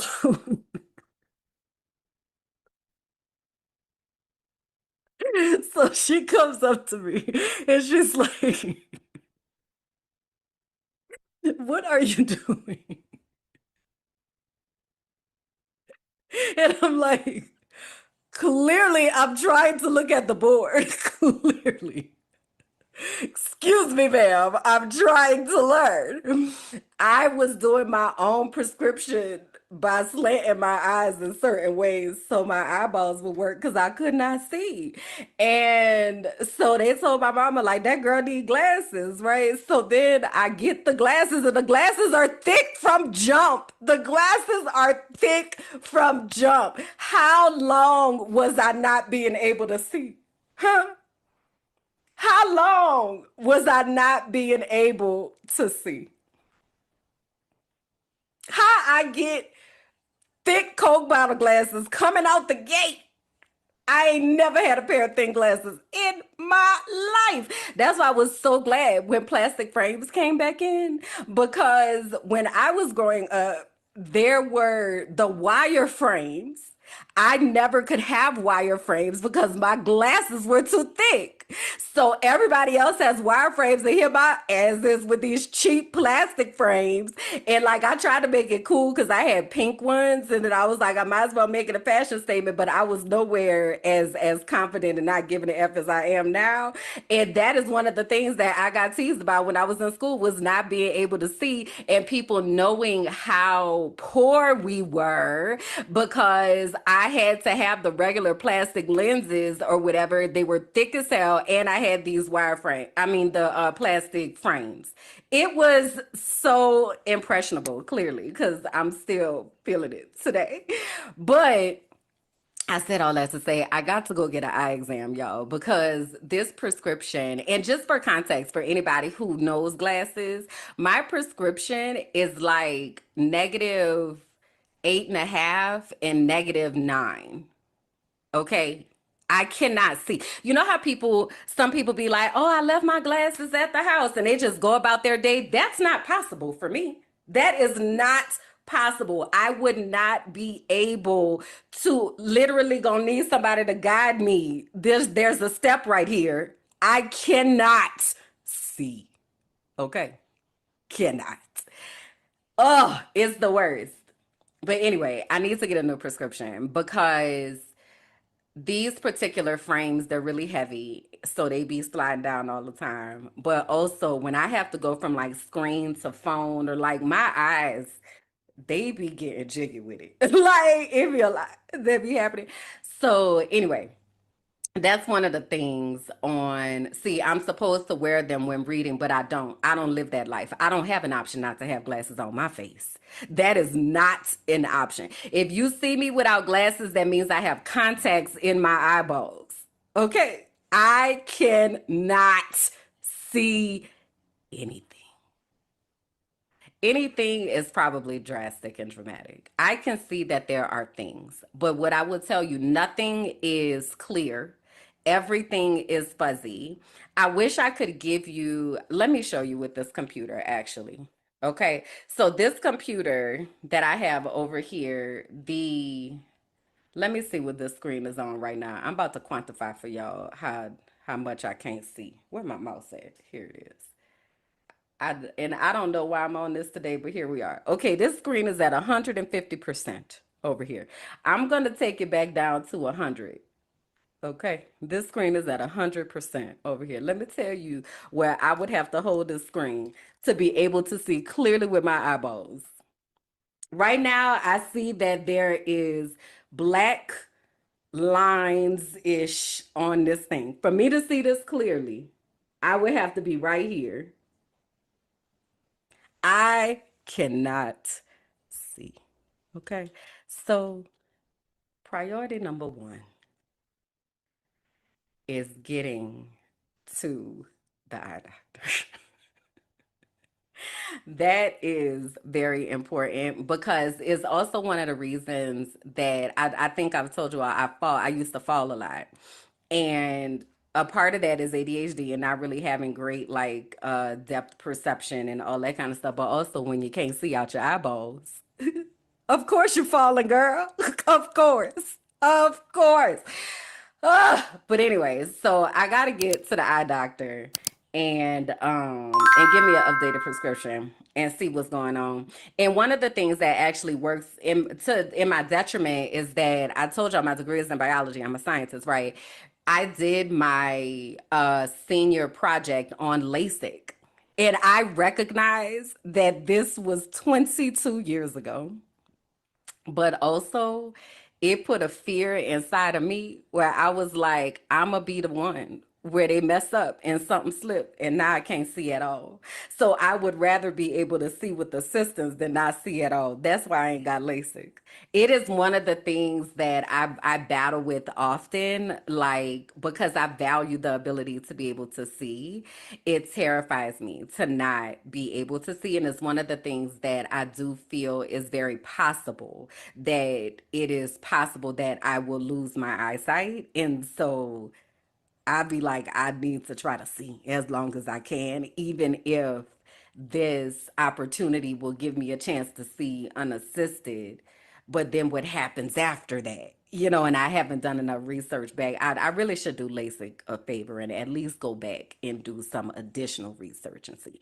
But anyway, all right, enough of that. Okay, that is like the confession of the century. Also, I actually have a podcast episode called Sometimes I Pretend I'm Blind, because I do. Because I feel like it is a very real possibility that I won't be able to see. Right. I see you. Yeah, it scares me too. Uh-huh. Yeah. So anyway, those of y'all that have the gift of sight, I want you to know that that is a privilege. And not having great eyesight for people who wear glasses is not often considered a disability per se. Like people don't really be trying to give you accommodations for real for your eyesight. Like it really is something like you go make your own accommodations and get out my face type of thing.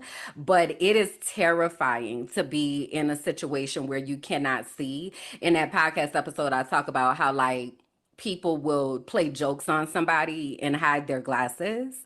That shit ain't funny. That is not funny. It's not funny at all. Not even a little bit. Not even a little bit. It's not funny. Not even a little bit. It is so like so insensitive. It makes me want to cry every time I think about it because that is like a lifeline. That's like telling somebody, I know you need oxygen to breathe, but I'm gonna disconnect you from this tank because I think it's funny. Like, don't do that. Okay. I don't know who needed that. Don't do that. All right.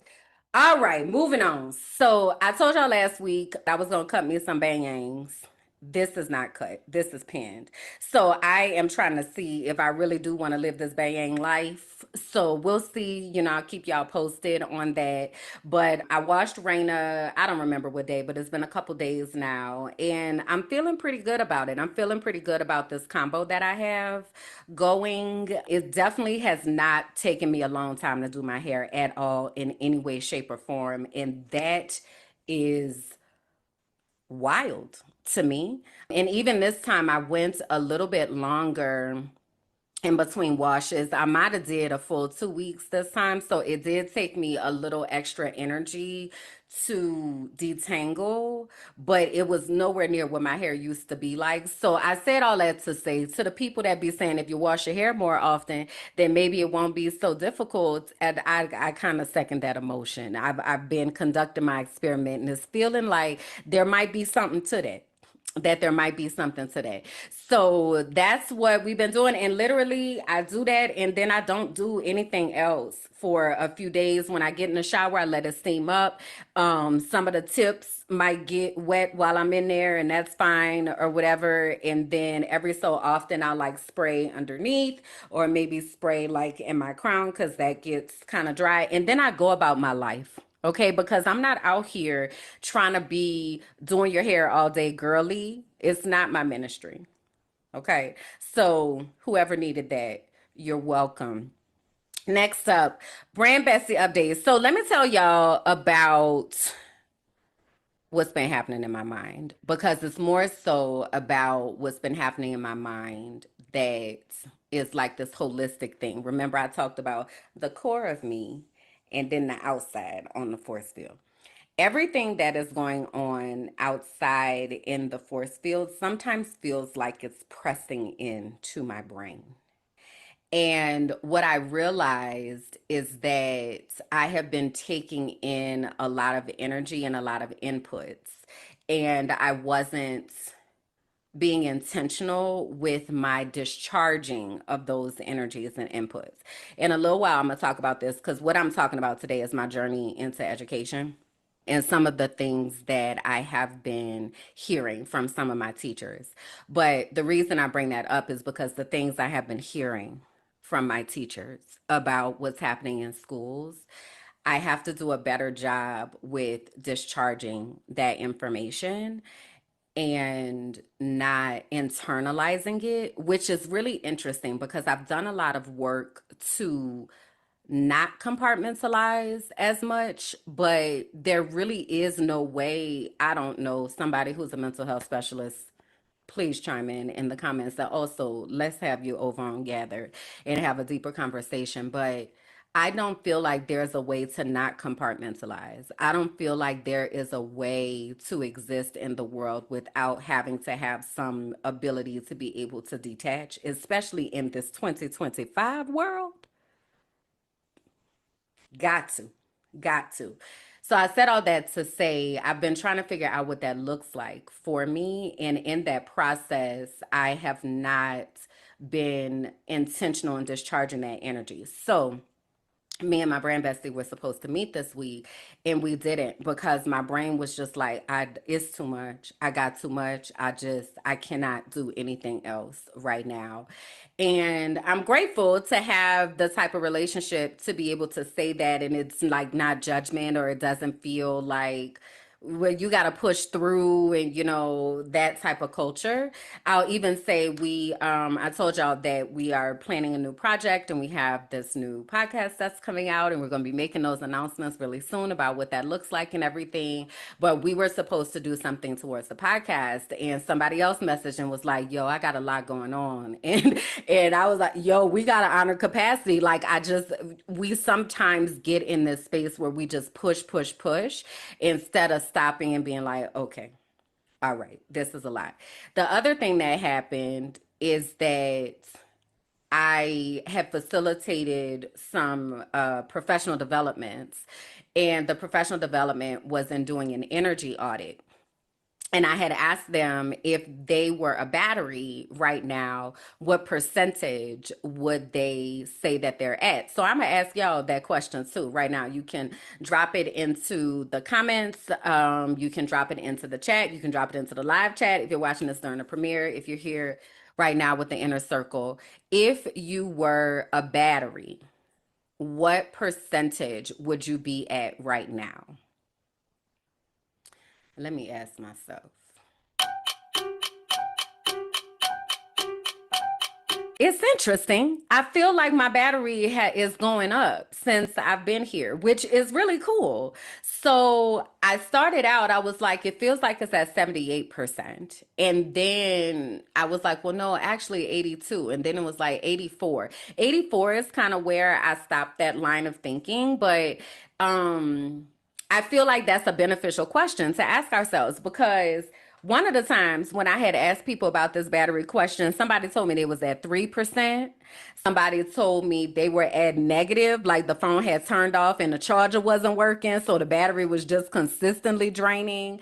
Here in the comments, we have 80%. Like it's really, I think, a question that for me, it feels accessible to be able to think about it in those terms for some reason.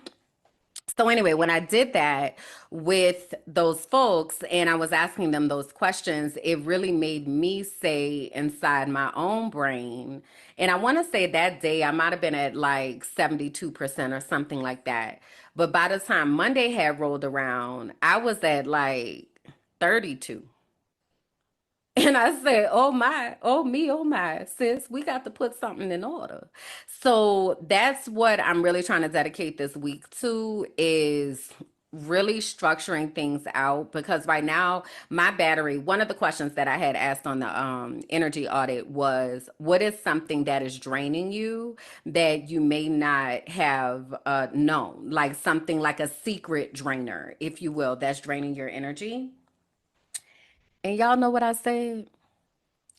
Having to figure out what the hell I'm gonna eat every day, bro. I'm so tired of this.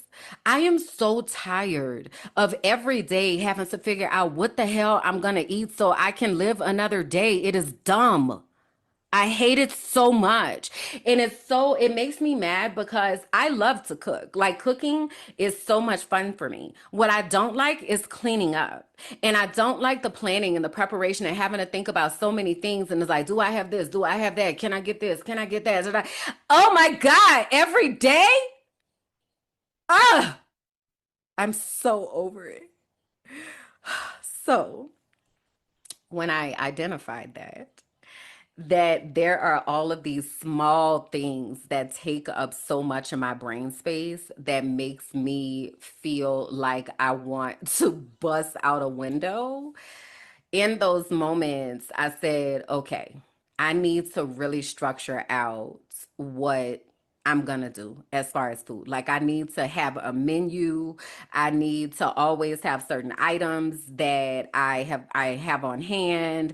I need to have things in the freezer to be able to defrost. So like I had made some chili the other day, which is a catch 22 because I really like it and also it gives me gas so bad.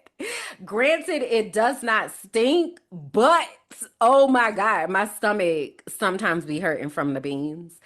So that's kind of like I'm not used to that anymore. My stomach hurting after I eat. That's not something that I usually experience. So that makes me feel some type of way. But it also could be because I had put Greek yogurt in it because and replaced for like sour cream. But I think it might be time to sunset Greek yogurt as well. This is what happens. This is how I wind up stop eating stuff because I just can't take the discomfort anymore. Anyway, another tangent. So, chili, for example, when it doesn't hurt my stomach, is something that I can make in a big batch. I can freeze it. I can have it, I don't have to think. And I get tired of eating things, but I will eat the same thing every day for at least a few days. Um, or I have like certain meals on rotation that are easy for me. So I got to structure that out. And that is something that has been draining my creative energy away, and is something that I really have to like focus on. So that is another thing that is on my list. Okay. All right. Now, what else we have over here? Oh, we got to do our subscriber update. I need somebody, man, I need to figure out how to make some songs. I got to get in that AI app because Bianca be over there. That girl putting the whole record out from AI music. I need to do that because I need to make me a subscriber update song, you know? So last week we had 1,433 subscribers. And this week we are at 1,443 subscribers. So we gained 10 new subscribers in just one short week. Ow, ow, ow. Ow, ow. Okay. Welcome to our new subscribers. Please do say hey, y'all. I'm nice. I promise I am. Say hey in the comments, introduce yourself. Let me know where you are joining from. Learn the people in the community. You know, be up in here. We in here hanging out, learning and such and so. But so excited to have you. I'm very curious about what made you subscribe. So if that's a question that you're willing to answer, I would love for you to tell me that in the comments. Also, the healing circles. So the next healing circle that we have is on Saturday, October 11th. Remember, the Healing Circle is a space for Black women who are looking for a space to be able to rest, to be able to breathe, to connect to your breath, to connect to your spirit. So I partnered with the Well Educator, and we host these healing circles every month. Last month, we had representation from various places in the U.S., South America, as well as Germany. So we are excited that the word is spreading and people are coming and really getting healing. So again, this is a space for Black women. You do have to turn on your camera so that we see that you are indeed a Black woman. Other than that, it's a space for you to just kind of come and breathe. So we have a yoga flow. We also do some breath work, and then we do some reflections at the end of it in order to transition back into the world. So Saturday, October 11th, we're going to have the Healing Circle immediately after the Frolicking Truth. So the Frolicking Truth premieres at 11 a.m. Colombian Standard Time every Saturday. Immediately following the Frolicking Truth on October 11th, we're going to have the Healing Circle, and that's from 12:30 to 2 p.m. Central Standard Time, Colombian Standard Time. You go to tinyurl.com/Black Women Healing Circle. Again, tinyurl.com/Black Women Healing Circle. You can register for our next session, which is October 11th. And we also have the following sessions after that. So you can register for as many as you would like so that that time is held on your calendar. All right. And then before I get into the things, the last thing is a reminder of our soul work, remembering that we are asking ourselves what characteristics that we need to have present in order to feel safe in a community, in a sisterhood, in a partnership. What if the thing you've always called too much was the exact thing God designed on purpose? This is for the ones who've always known they were different. Too sensitive, too loud, too knowing, too intuitive, too woo-woo. But what if your sensitivity is actually your superpower? What if your intuition was your inheritance? Discover Your Destiny is a 10-week sacred journey back to yourself. We explore the design of your soul, your spiritual gifts, and the unique way that God speaks to you. This isn't church. It's not a rule book. It's not a performance. It's the moment you stop chasing approval and start walking in divine alignment. You'll gain clarity, language, and confidence around who you are and what you are here on the earth to do. You'll learn the real voice of God. And if you feel called to go on to become a certified intuitive melanated life coach, this is where that path begins. There are 2 ways to enter this sacred container: the Destiny track, full investments and coaching experience, or the Divine Exchange track, where internship meets soul work. You'll support podcasting, content creation, or brand development behind the scenes while learning how your unique gifts benefit the collective. Your knowing isn't a flaw, it's the fingerprints of God. This is your invitation, and I hope that you'll answer.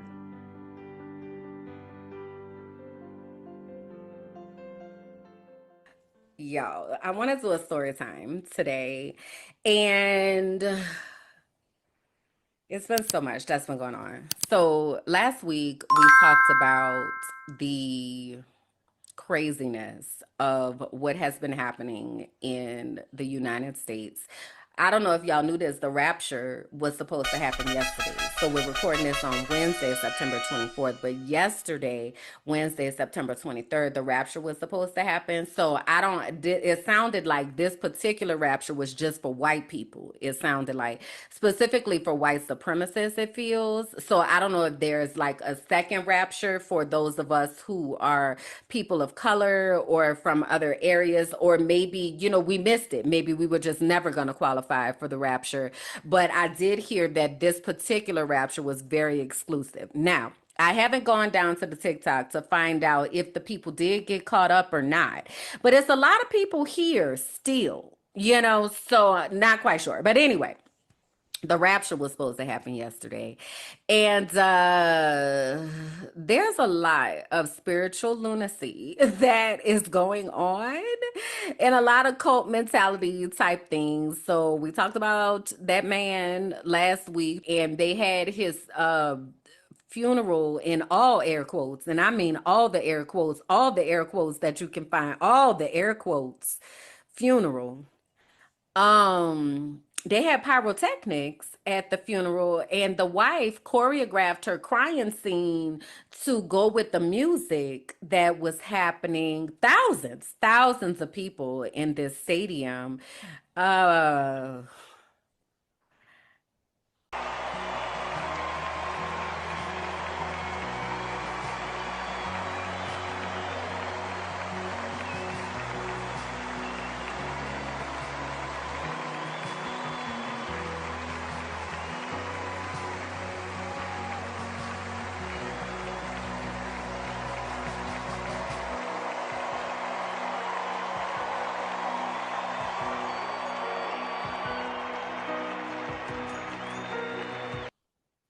oh, is you all right? Like, what is happening?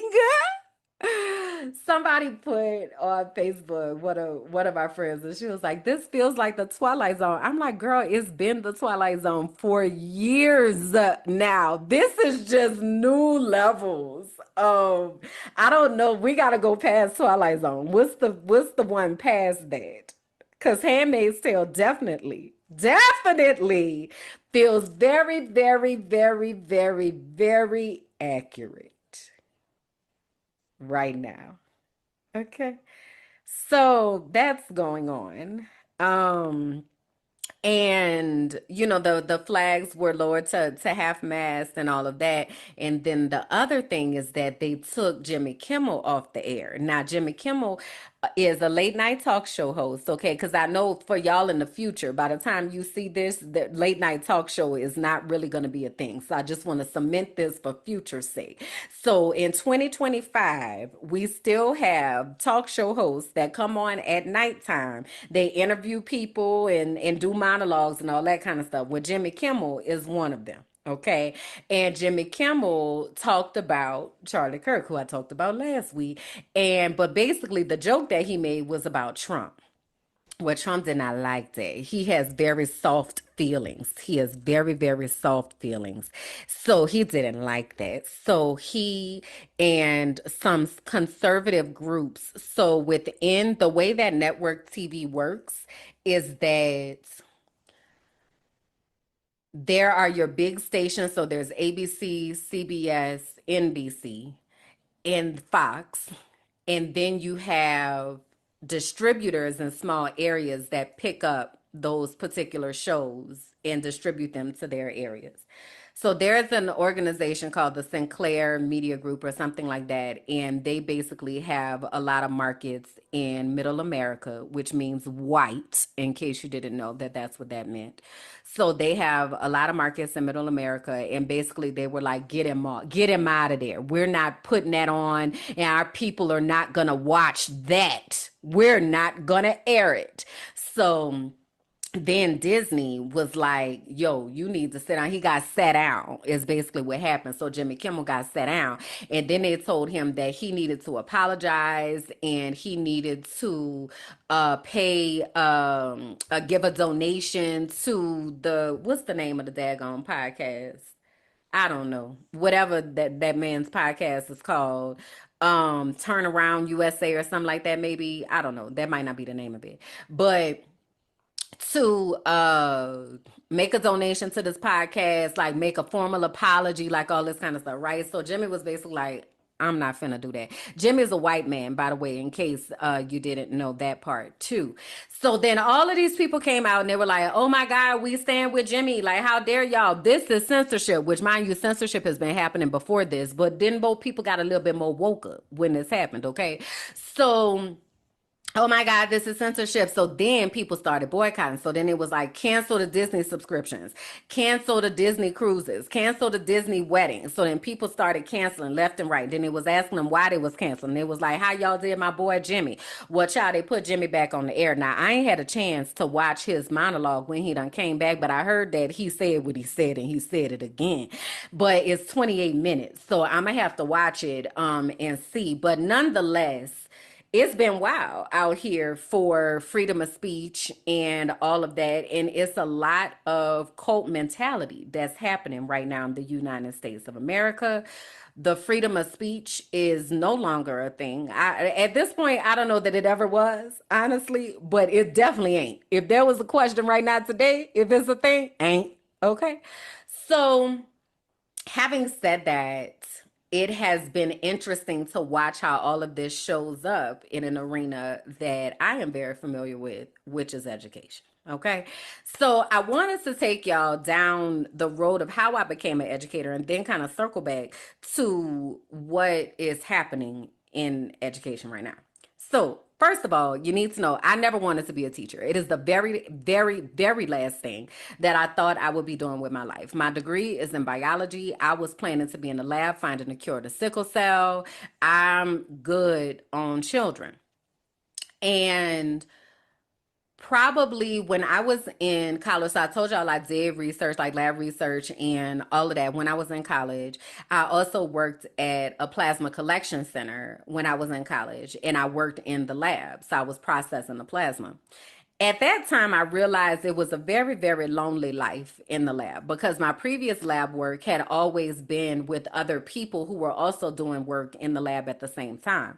But most times when you're doing scientific research, it just be you in there a lot of times, especially if because you're on your own timing with your own experiment. If you're growing something or whatever, like you're on your own timing for how you need to come back and check in, and that might not align with somebody else's. So when I was in the plasma collection center, I was like, I don't know that I really want to be in the lab. Maybe I don't, right? So I kind of started being unsure about that. So I graduated from college. I was about to say barely. I didn't barely graduate, but I did. I lost my scholarship. I don't know. I don't know if I told that story, but fast forward if I did. I lost my scholarship. I wound up getting another scholarship from, well, not another scholarship. I had a Gates scholarship that they increased through UNCF to cover my senior year because I lost my scholarship through Fisk. And it was because I couldn't pass organic chemistry. So in all of that time, my brain had also become really, really tired after I had to do so much to graduate because my senior year, I was taking like 20 hours and all of my classes were science classes. The only relief that I had was an art class. So I really was kind of off of that. I was like, I really don't want to do nothing that got to do with science no more, never mind, right? So I wound up going to be a drugstore manager. So I worked at Walgreens when I first got out of college. I wound up being a manager at Walgreens, and I did that for like 3 years. And it was a very monotonous job. Like jobs like that, you basically do the same thing almost every day. Like the same people usually come in there. It's the neighborhood store. Like it's very, very monotonous and routine. And I also realized I didn't like that. And I was tired of white people cussing me out behind big roll of toilet paper and canned salmon. Like, ma'am, we don't have it. You want this rain check or no? Like, I'm not doing this with you. So in December of 2005, it was another holiday season. Now, we were already required to work 44 hours per week during a regular week. During the holidays, we were working like 60 to 70 hours. And I was at a 24/7 store. And we would have to work overnight. We would like, it was a lot. It was a lot. So I said to myself, if I got to go through another Christmas season at this place, I can't do that. I go to sleep. I mean, I go home one night in December and I see this commercial and they were like, we need teachers. We have critical needs areas, math and science. We need teachers. Please come and teach. And I was like, "Puh, who finna teach kids? Not me." So I go to sleep that night and I could not sleep. I could not sleep. I was tossing and turning all night long. And it was like, what would I teach? Who would I teach? Where would I teach? And I woke up the next morning. And so by this time, after having lost my scholarship and all that, me and God, we had a thing going on. So by this time, I knew when God was telling me to do something and that God would talk to me in my dreams. So I woke up and I said, okay, I guess I'm supposed to go be a teacher. So I go to work that day. I talk to my supervisor. His name is Paul Zagami. And I said, PZ, I'm supposed to go be a teacher. So I said, I'm not leaving today, but this summer I want to transition into education. So he said, well, what you got to do, KJ? And I said, I don't know. He said, well, let's figure it out. So we get on the internet and we research what I need to do to go be a teacher. And he supported me the entire way.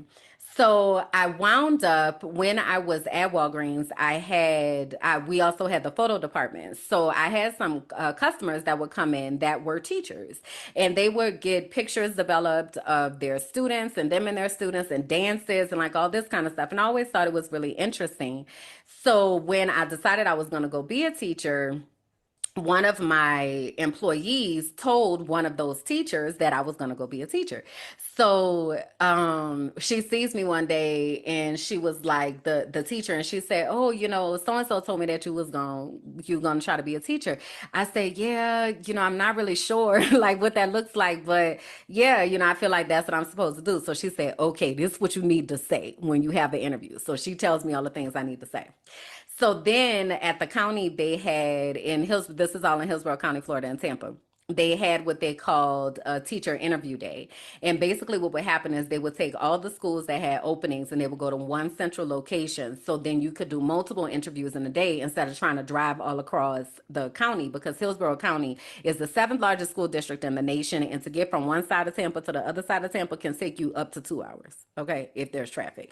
So I go to teacher interview day and I don't really know where to teach, right? So I'm like, I go to this particular school that was around the corner from us. Like there was another school that had a science position. I'm like, I don't know. So I put them down on the thing. So I go to the first interview and the teacher, who is my customer, walks out and she says, what you doing here? And I said, I'm here to interview. So she's like, what? So I'm walking in and I see my now one of my really good friends was sitting there. She was an assistant principal. So the teacher, her name is Michelle. So Michelle is behind me and she looks at Candace and she like, this the girl from Walgreens.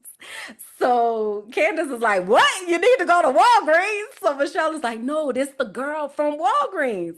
So I do the interview and it went well. And then Michelle walks me out. She said, keep your phone on because sometimes they might call you back. So keep your phone on. So, okay, I do that. And then I go to my next interview. So the next interview is with another school. And y'all, I thought I did so bad on this interview because that lady was like, how you going to decorate your classroom? And I was like, with posters about science. I don't know, ma'am.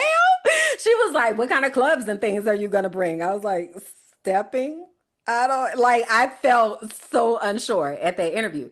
So I leave the second interview. I check my phone, my voicemail. So my voicemail is like, we want you to come back for a second interview at the first school. So I go back for the second interview, and this time is with the principal and another assistant principal. They offer me the job, sixth grade science. So they're like, congratulations. So now I go to get processed. All of this was able to happen at one site, which is really cool. So I go to get processed, which means fill out my paperwork, all that kind of stuff. And the principal who just hired me comes back and he says, I had to hurry up and grab you before my wife did. And I was like, your wife? He said, yeah, the other interview you did, she was like, I'm going to get Kimberland. And I was like, oh, we just talked to her. And so I hurried up and called you back so I could get you before she got you. So that's how I started teaching. So I started teaching sixth grade science, and I taught sixth grade science for 4 years. Within my first year teaching, I took over the team. So I took over as the team lead. And while I was teaching sixth grade, I wound up doing this program called Leadership in Middle School Science, and was basically about inquiry-based learning. So I learned all about how to help people learn how to think and critical thinking skills and all that kind of stuff. So I taught sixth grade for 4 years, and then I moved up to eighth grade. And I taught eighth grade for 2 years, and I took over the science department. This is when I got my first introduction into school improvement, because there was this lady, two white ladies actually. One was at my school, was supposed to be a science coach, and one was supposed to be a support for the school. And when I tell you, them women lied, and did everything they could to undermine the children. Oh my God, it was crazy. And I remember going like toe to toe for my kids and being like, no, like y'all not, and for my department, like, what is happening here? Like, it was a lot. It was a lot. I don't even remember everything that happened when I was there because it was so crazy. So I got interested in school improvement at that time because I'm like, there's some systemic issues up in here. Like your bias and your prejudice, like, and your racism, like this is a problem. So after that, I moved into mentoring, and I basically, what would happen by this time is God was making things very uncomfortable for me. And I had realized that when God was doing that meant it was time for me to go. So that's what was happening at the school. And this is when I started asking God for emails. So I was like, God, I don't know what's happening. You know, I'm turning this department around. When I tell you our scores increased, I was really talking about bias. I made them watch the Blue Eye, Brown Eye Project by Jane Elliott. I don't know if you all have heard of that, but it's basically an experiment that was done in the 70s where she tried to help white people to understand what racism felt like. And she separated them into two groups, blue-eyed people and brown-eyed people. And these were kids at this time. This is a special week. Does anybody know what it is? National Brotherhood. National Brotherhood Week. What's brotherhood? Treat everyone as though he was your brother. And is there anyone in this United States that we do not treat as our brothers? Yes. Who? Yeah. The black people. Who else? Indians. Absolutely, the Indians. Many places in the United States. How are black people treated? How are Indians treated? How are people who are of a different color than we are treated? They don't get anything in this world. Why is that? Because they're different color. You think you know how that would feel to be judged by the color of your skin? I don't. Do you think you do? No, I don't think you'd know how that felt unless you had been through it, would you? It might be interesting to judge people today by the color of their eyes. Would you like to try this? Yeah! Sounds like fun, doesn't it? Since I'm the teacher and I have blue eyes, I think maybe the blue-eyed people should be on top the first day. I mean, the blue-eyed people are the better people in this room. Oh, yes, they are. Yeah. Blue-eyed people are smarter than brown-eyed people. This is a fact. The brown-eyed people do not get to use the drinking fountain. You'll have to use the paper cups. You brown-eyed people are not to play with the blue-eyed people on the playground. Well, the brown-eyed people in this room today are going to wear collars so that we can tell from a distance what color your eyes are. You ready, Laurie? Brown-eyed. She's a brown-eyed. You'll begin to notice today that we spend a great deal of time waiting for brown-eyed people. I don't see the yardstick, do you? It's probably over there. Hey, Miss Lady, you better keep that on your desk. Look, the brown-eyed people get out of hand. Oh, you think if the brown-eyed people get out of hand, that would be the thing to use. Who goes first to lunch? Blue-eyed. The blue-eyed people. Blue-eyed people may go back for seconds. Brown-eyed people do not. Brown-eyed. Don't you know? Oh, they're not smart.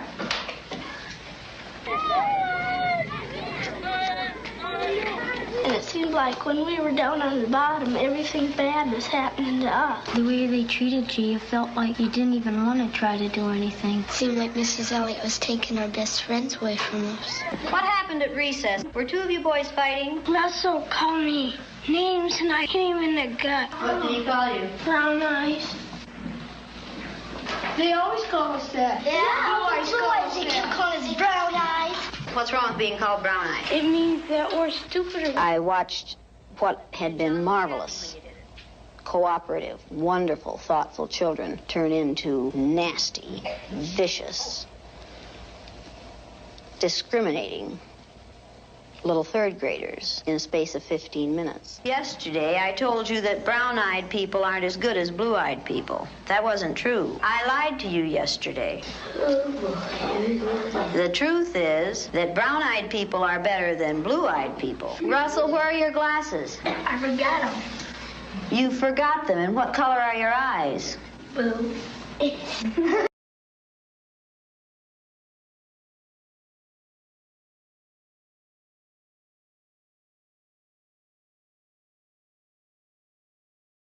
Susan Ginder has brown eyes. She didn't forget her glasses. Russell Ring has blue eyes, and what about his glasses? He forgot them. He forgot them. Yesterday we were visiting, and Greg said, "Boy, I like to hit my little sister as hard as I can. That's fun." What does that tell you about blue-eyed people? They're naughty. The brown-eyed people may take off their collars, and each of you may put your collar on a blue-eyed person. The brown-eyed people get 5 extra minutes of recess. You blue-eyed people are not allowed to be on the playground equipment. You blue-eyed people are not to play with the brown-eyed people. Brown-eyed people are better than blue-eyed people. They're smarter than blue-eyed people. And if you don't believe it, look at Brian. I use Orton Gillingham Phonics. We used the card pack. The brown-eyed children were in the low class the first day, and it took them 5.5 minutes to get through the card pack. The second day, it took them 2.5 minutes. The only thing that had changed was the fact that now they were superior people. You went faster than I've ever had anyone go through the card pack. Why couldn't you get them yesterday? We had those collars on. You think the collars kept you? We just keep thinking about those collars. Oh, and you couldn't think as well with the collars on. 4 minutes and 18 seconds. How long did it take you yesterday? 3 minutes. 3 minutes. How long did it take you today? 4 minutes and 18 seconds. What happened? One down. What were you thinking of? This. I hate today. How do you do? I hate too. Because I'm blue-eyed. See, I am too. There's nothing, it's not funny, it's not fun, it's not pleasant.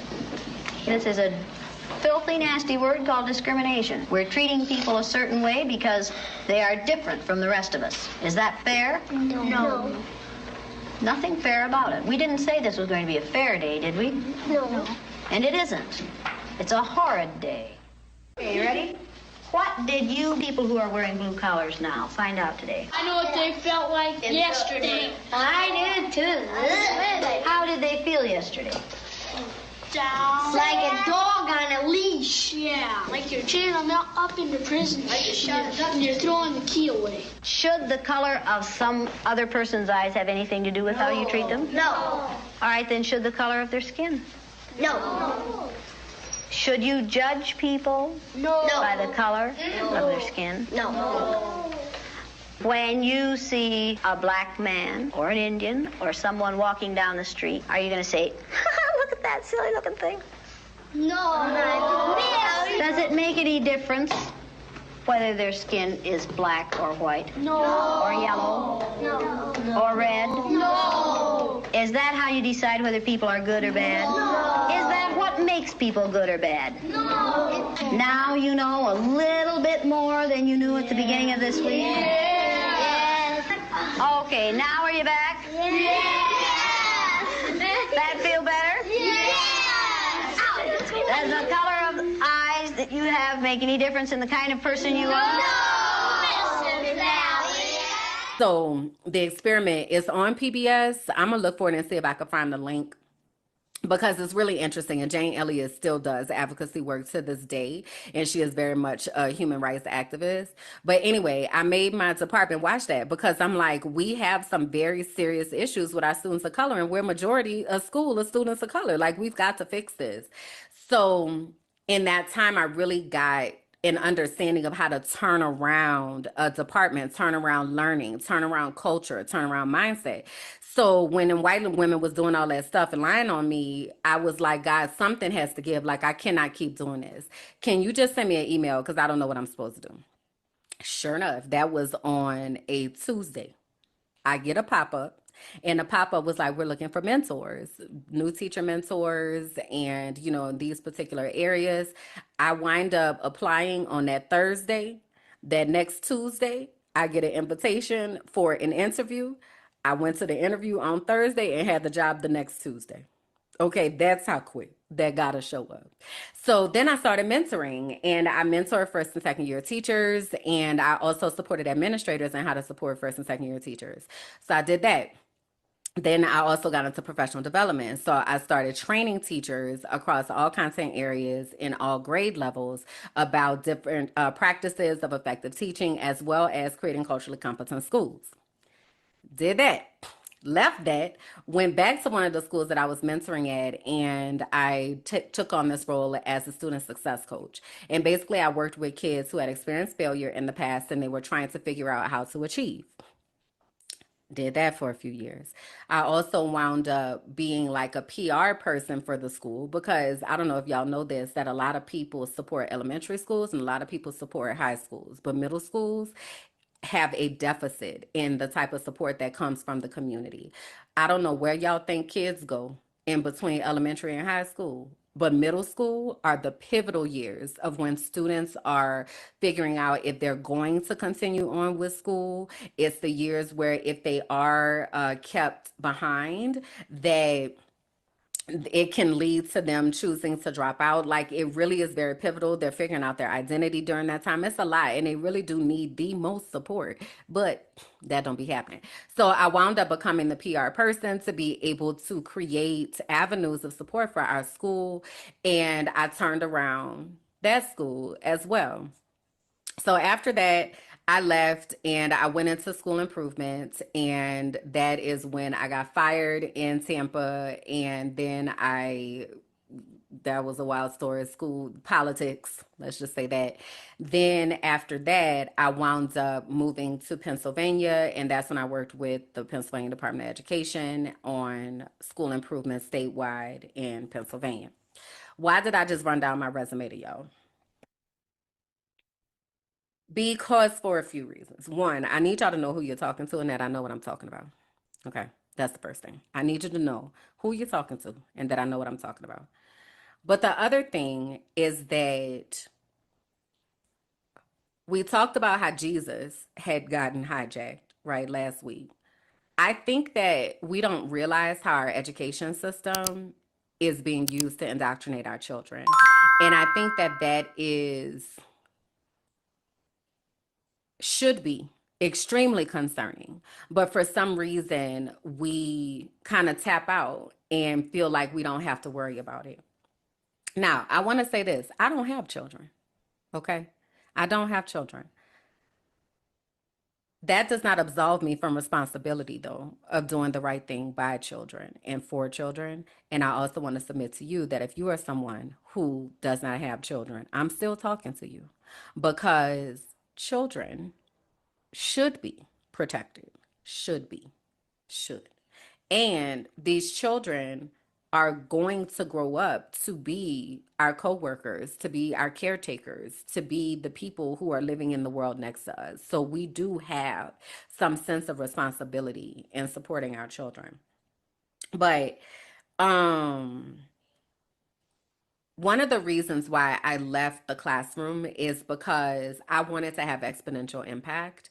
And I realized that only being in my classroom, in my four walls with my 120 kids, I could be helping the teachers. I could be helping 120 teachers, and then those 120 teachers each have 100 students. Like that's what I need to be doing, or I need to be helping administrators, because that administrator is responsible for 100 teachers, and each of those 100 teachers has 100 students, right? So if I got 100 administrators who each have 100 teachers,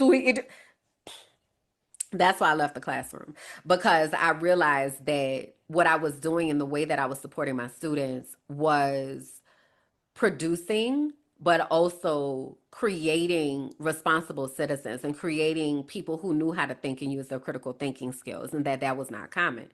So I left for exponential impact. And one of the things and one of the ways that I see that coming back full circle right now is, I told y'all just a minute ago, there is no more freedom of speech in the United States of America. There are teachers across the US who are losing their jobs because they have said, I am not going to provide a moment of silence for a white supremacist in my classroom. I'm not doing that. Educators across the country are filing lawsuits alleging they were unlawfully fired for their comments about Charlie Kirk's assassination. In the complaints obtained by ABC News, plaintiffs claim their First Amendment rights were violated because the comments were made on personal social media accounts. One teacher in Iowa says she was fired for comparing Kirk to a Nazi. The district confirmed the firing, saying the situation was, quote, handled in accordance with applicable federal and state law and board policy. The president of the American Federation of Teachers condemned the firing, saying, quote, no one should celebrate another person's murder, but using this tragedy to encourage doxing, censorship, and firing of people for their opinions, including educators' private opinions shared during their personal time, is wrong. That is such an incredible stance to take. And it is so necessary, and it's one that I would be willing to take for my students. And there are many teachers who are, and there are many teachers who are not. I remember so I started teaching in 2006. Hurricane Katrina happened in August of 2005.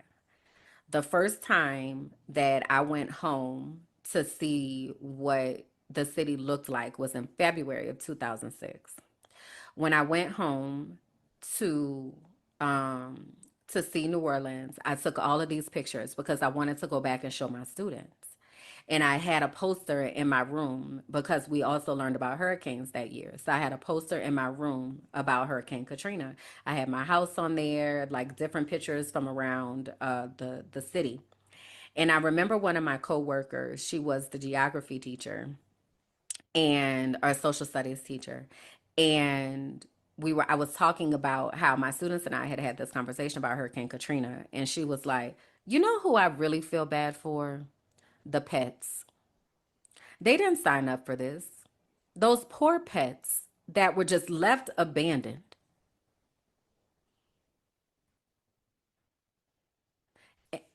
And I remember being like,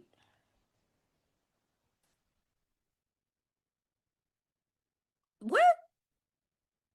Like, I'm literally sitting here talking about the impact of people losing their homes, of me being from there, and you feel bad for the pets?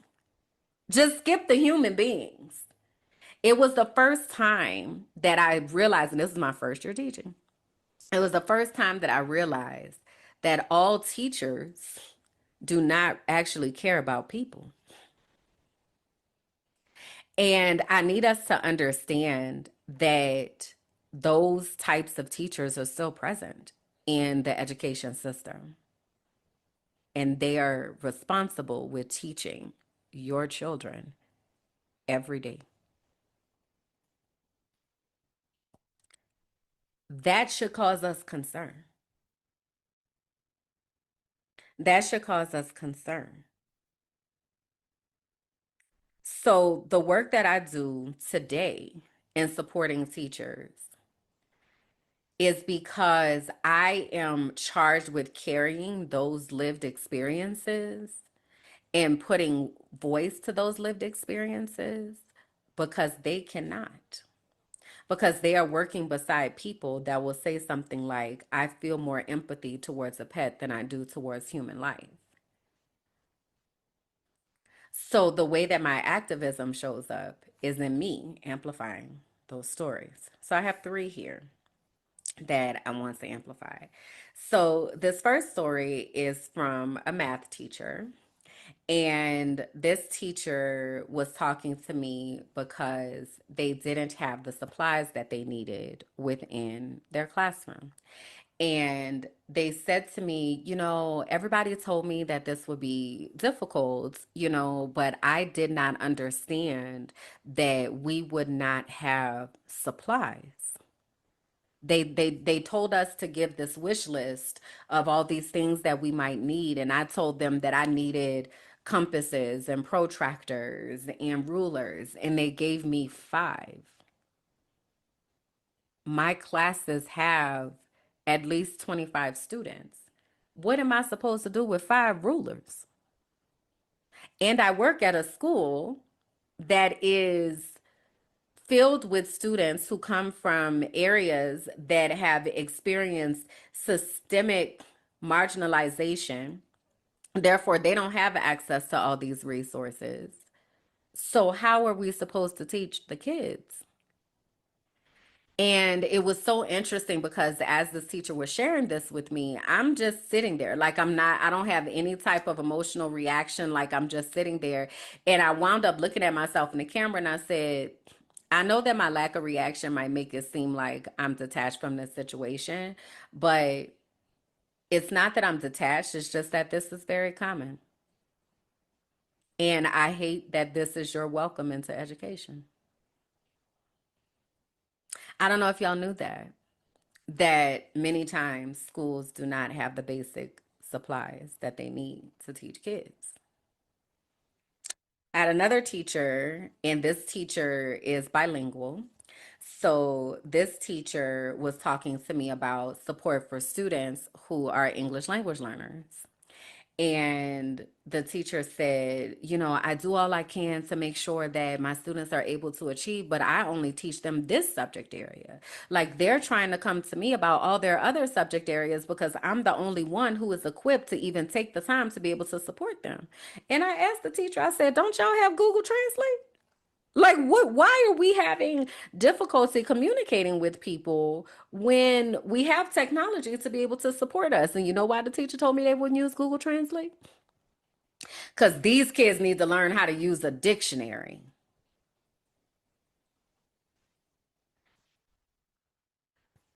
Two things.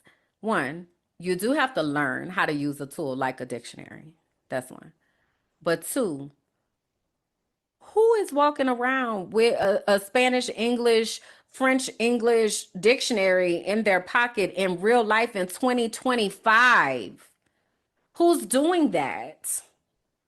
No one. So now you're making a decision to not educate children because you have this irrational stand for wanting them to use an outdated tool this would be akin to, I don't know if y'all remember the Dewey Decimal System.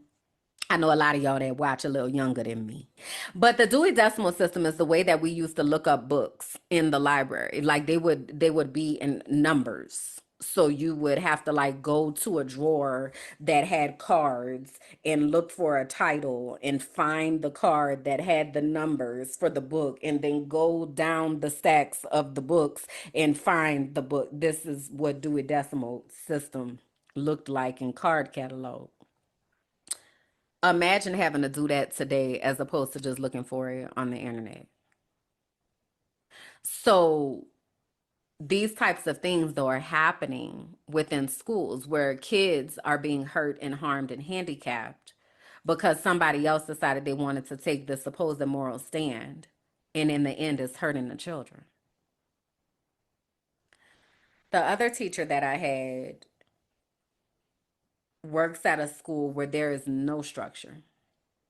The administration is new.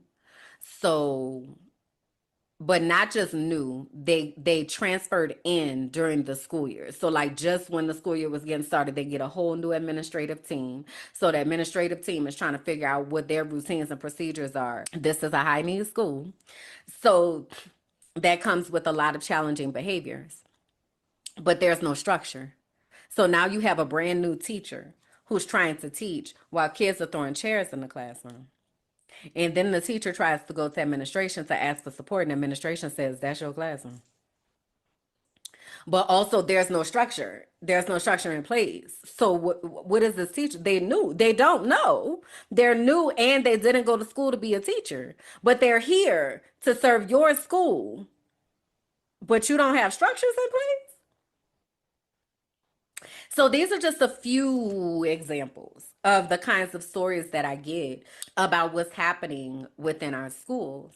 And so when I was naming all of those feelings earlier of like disgusted and frustrated and those angry feelings, it really comes from this space because so many of us are detached from what's actually happening in the first place that we send our kids to start to learn how to interact as people. And as parents and caregivers and aunties and uncles and grandmas and grandpas and papas and mamas and mimis and gigis, and we cannot just not care. We've got to ask our kids what's happening in schools. We've got to ask them the types of things that are being said to them. Some of your kids, you may find, had a moment of silence for Charlie Kirk. Now, they might not necessarily know what's going on per se if they're younger, but I do want you to know that kids are extremely perceptive, extremely perceptive. So, though they may not have the words to say, this feels weird, but they are experiencing that. And they are experiencing treatment that mirrors the way that this person that is being upheld within the school system, because that was his thing, is he would go to colleges and talk to young people. That's what they do, y'all, is they target the young people that's coming up behind us. They programming them now so that they can continue this type of behavior. So it's not even just the teachers, it's also your kids' class.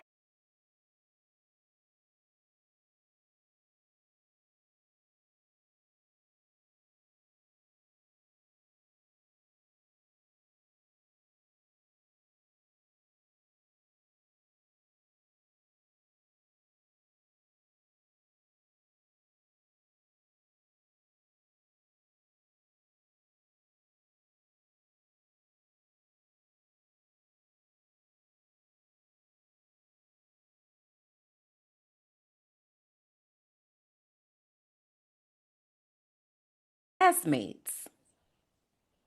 What conversations or what things are being said within these schools?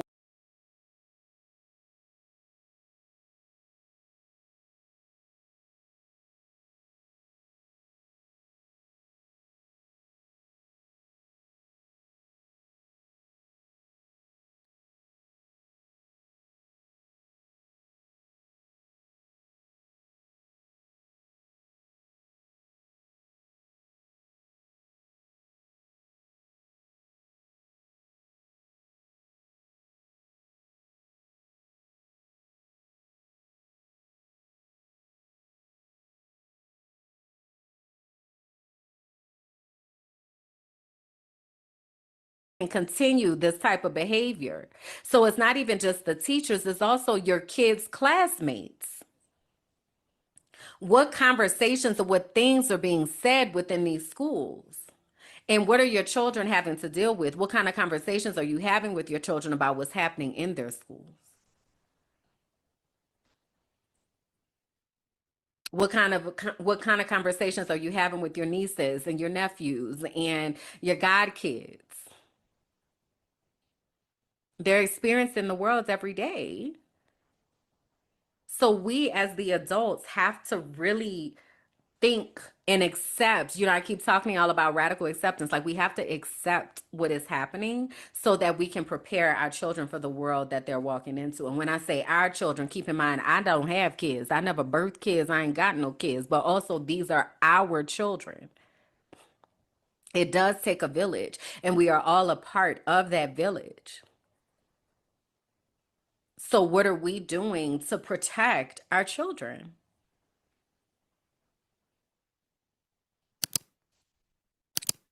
So somebody had asked me if I would recommend education right now.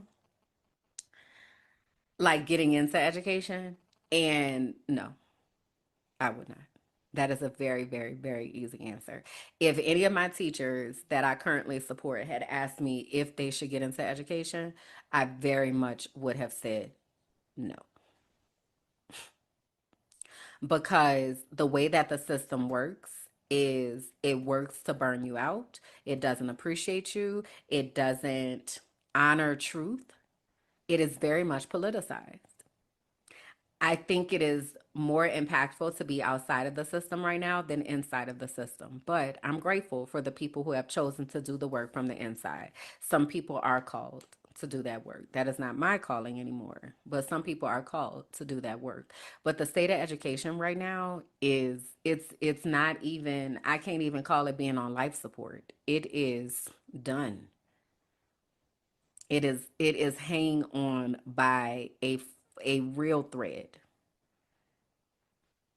And that's going to impact all of us. So that's the first thing is that I said the first thing. That's the main thing is that all of the things that are happening so drastically, and the people that are experiencing them cannot talk about them. Enter me. So I carry these stories because they can't, because they have been silenced. I carry these stories for all of the children that didn't sign up to be used as political tools and to be fed by a propaganda machine. I carry these stories for people who prioritize impact and really want to understand how they can be more impactful. One of the realizations that I had to have in all of this is what my role is, because I want to, like, if I could go start a school and just have a school and be safe for this collection of children, I would totally do that. But that's not my role. And it's been really tough for me to process, because I want to be able to make so much difference, but I'm only one person. So I have to make difference at the level that's going to make the most amount of difference, which is at a level where I'm able to talk to those who are in schools, as well as those of you who have children that are going to schools, as well as those of us who have the responsibilities to supporting the children in the schools. That is the most impactful place that I can be. And it really is how I have understood my gifting to be. It was also important for me to process that I am meant to support the systems and establish the systems, but I'm not meant to stay to work in the system. Because being an apostle who is a dream awakener, in biblical days, apostles were charged with setting up new churches. So they go into a place, they establish, they get it up and running, then they move to the next place. They get the church established, they get it running, they move to the next place. Knowing that about myself allows me to be able to give myself grace when I realize I'm not supposed to stay to do the work. I'm supposed to equip and empower the people, get them ready to do the work, release them to do the work, get them up and running, and then I move to the next place. And I remember asking myself, like, what is wrong with me? Like, why I can't stay in a place for a while or in a role for a while? And it's because that's not my role. When I talked about being a team leader, my role was to get the team up and going, got some SOPs, cool. Now go take over this department. Took over the department, got the department up and going, got the scores up. Okay, now go and support these new teachers, got them up and going. Okay, now go into professional development, got that up and going. Okay, now go back into that school, get them together, get them turned around, got that up. Like, that is my role. And I have to know that, and we have to know that, so that we don't wind up beating ourselves up because we think we're supposed to be staying and doing the work. That just might not be your role. Okay? We got a lot of work to do. We have a lot of work to do to be able to protect our children. I do not think that traditional school right now is the way to go as far as educating your children. If you choose to put your children into the schools, you have to be intentional about pushing in to that school and knowing what is happening in the schools. You cannot just send your kid into the school and think that the school is going to do right. That's not what's going to happen. Okay? So we really have to be intentional with doing everything we can to support our kids. All right. So I thank y'all for hanging out with me. I want to re uplift the inner circle and a place to be able to connect more deeply and also to be able to co create the episodes with me. If you are looking for a community, looking for deeper connection, looking to be the first one to know about the things, there's a lot of information that's about to have to be coming out in short amount of time, and that's where it's going to be at, is in the Patreon. So if that is something that you're like, yes, I need to know that, it is $5 a month for you to be a part of the inner circle. If you go to patreon.com/minding my black ass business, you will be able to join. There's a 7-day free trial so that you can come in and look at the different things that are already there, the resources that are already there, the videos that have already been created for you to be able to ensure that you know what to do as things continue to hit the fan. All right. So patreon.com/minding my black ass business. I did not say this at the beginning of the video, but let me say it now. Like the video, please. Like the video. Please go ahead and share this with someone that you think could benefit, and that will be anybody who has any type of responsibility or connection to the United States. Please go ahead and share this video. Please leave a comment. That comment can simply be sunflowers. If you would like today, y'all might want to leave some crayons, baby, because I'm coloring in these lines. Okay.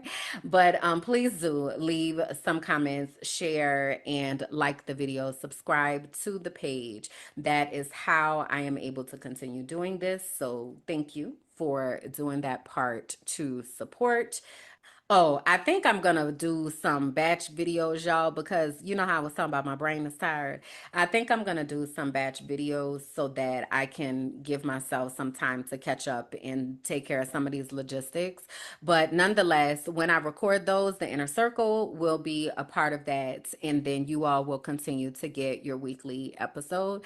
I thank you all again for making space for my voice, for my thoughts. It really does mean a lot. I see the views going up, I see the shares going up, so I really do appreciate that. I also realize that sometimes you're not able to freely make a comment, and that is also okay. But I see that you are watching, so I greatly appreciate that.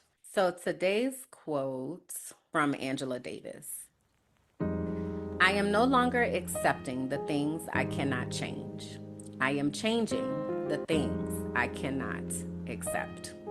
There's a lot that's going on right now that we have the ability to be able to make changes for ourselves and for our communities so that we are able to protect ourselves. We do not have to accept what is happening. We can make different choices, and those choices can protect us. So I urge you all to stay connected, to get connected. Remember our soul work. What are the characteristics and qualities that you need to feel safe in community, whether that is sisterhood, partnership, relationship? What are the things that you need to feel safe? All right. On that note, I'm going to go ahead and get out of here. Stay for the bloopers. Bye. All right, cool. All right. Hold on, close this, close that. Run a show doc is up, and check the camera. My glasses are falling down my face. Push them up one more time. And action. I can't never be serious on the other side of action. Okay, all right, take 2, action. Hey, y'all. Welcome to episode 21 of the Frolicking Truth podcast. And actually, that's not even how the intro goes. See, I was trying to read it from the paper and I just totally messed it up. Take 3. Take 3.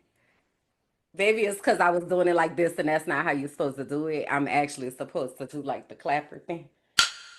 Okay. Take 4. Okay.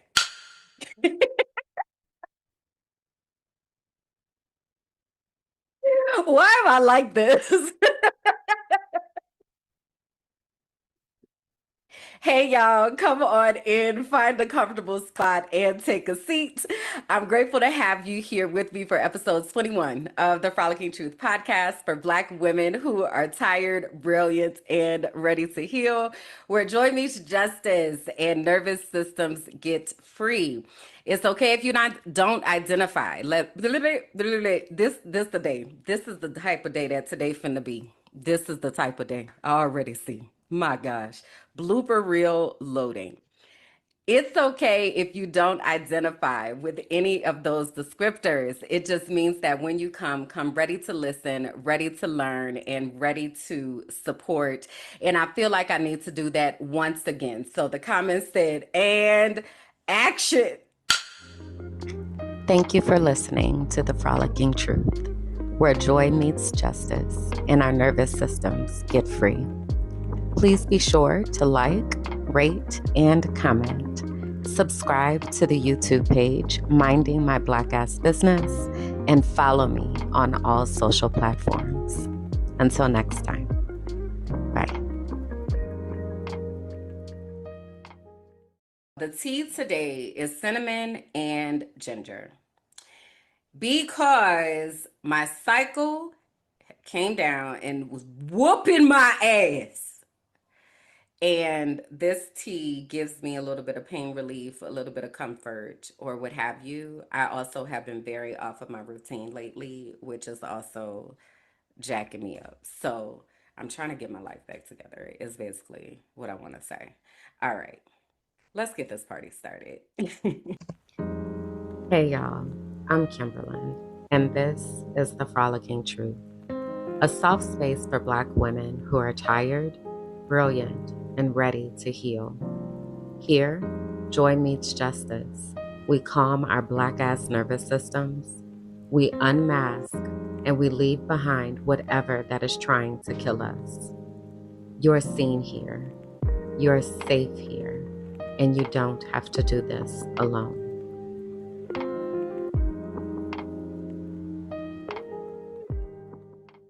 All right, welcome. Welcome to the party. Yeah. All right. Hey, y'all. What up? Welcome to episode 22 of the Frolicking Truth podcast. And I jacked up the doggone opening again. Get it together, Kimberland.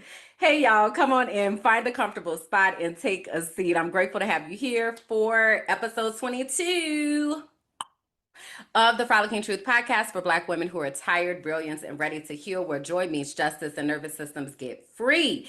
It is okay if you don't identify with any of those descriptors. You are still welcome here. Just make sure when you come up in this piece that you come ready to listen, ready to learn, and ready to support. All right, don't be coming in here with all that foolishness because I'm not having it. That's what I want you to know. I'm telling you that all the time.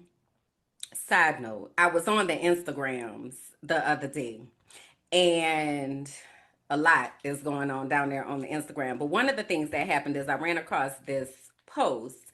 I'm gonna actually play it. Let me pull it up so y'all can see what the post said. Hold on. Let me get my spectacles together, y'all, so I can see, because you know my eyeballs. And I was doing my hair before this. Me and the inner circle, we're having a chat. It's a lot going on behind the scenes. Oh my God, I have so much I have to tell you all. Okay. Get focused. Get focused. Get focused. All right, here we go. So let me find this post, y'all. So I be on Instagram, but I don't really be on Instagram like that. So you probably got a couple, maybe about 5 or 6 swipes out of me before I be like, all right, I'ma head out. Because it's just a lot that's going on. How do I open this? How do I get?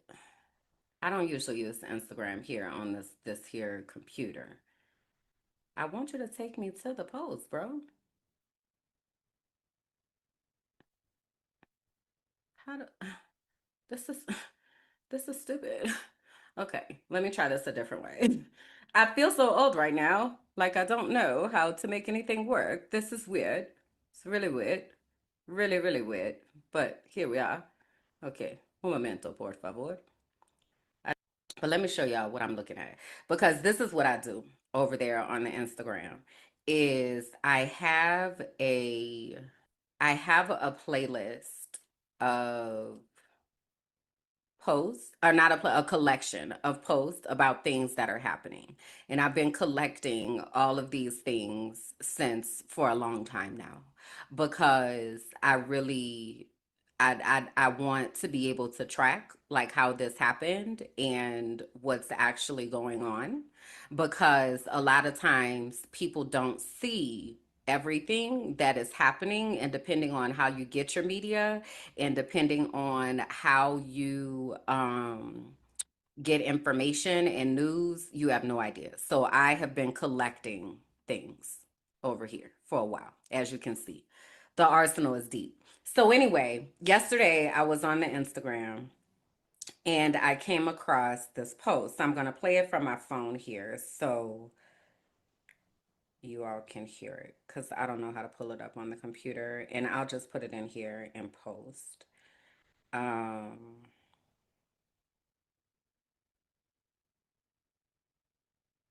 Do I need to okay. flee the country? All right, hold on.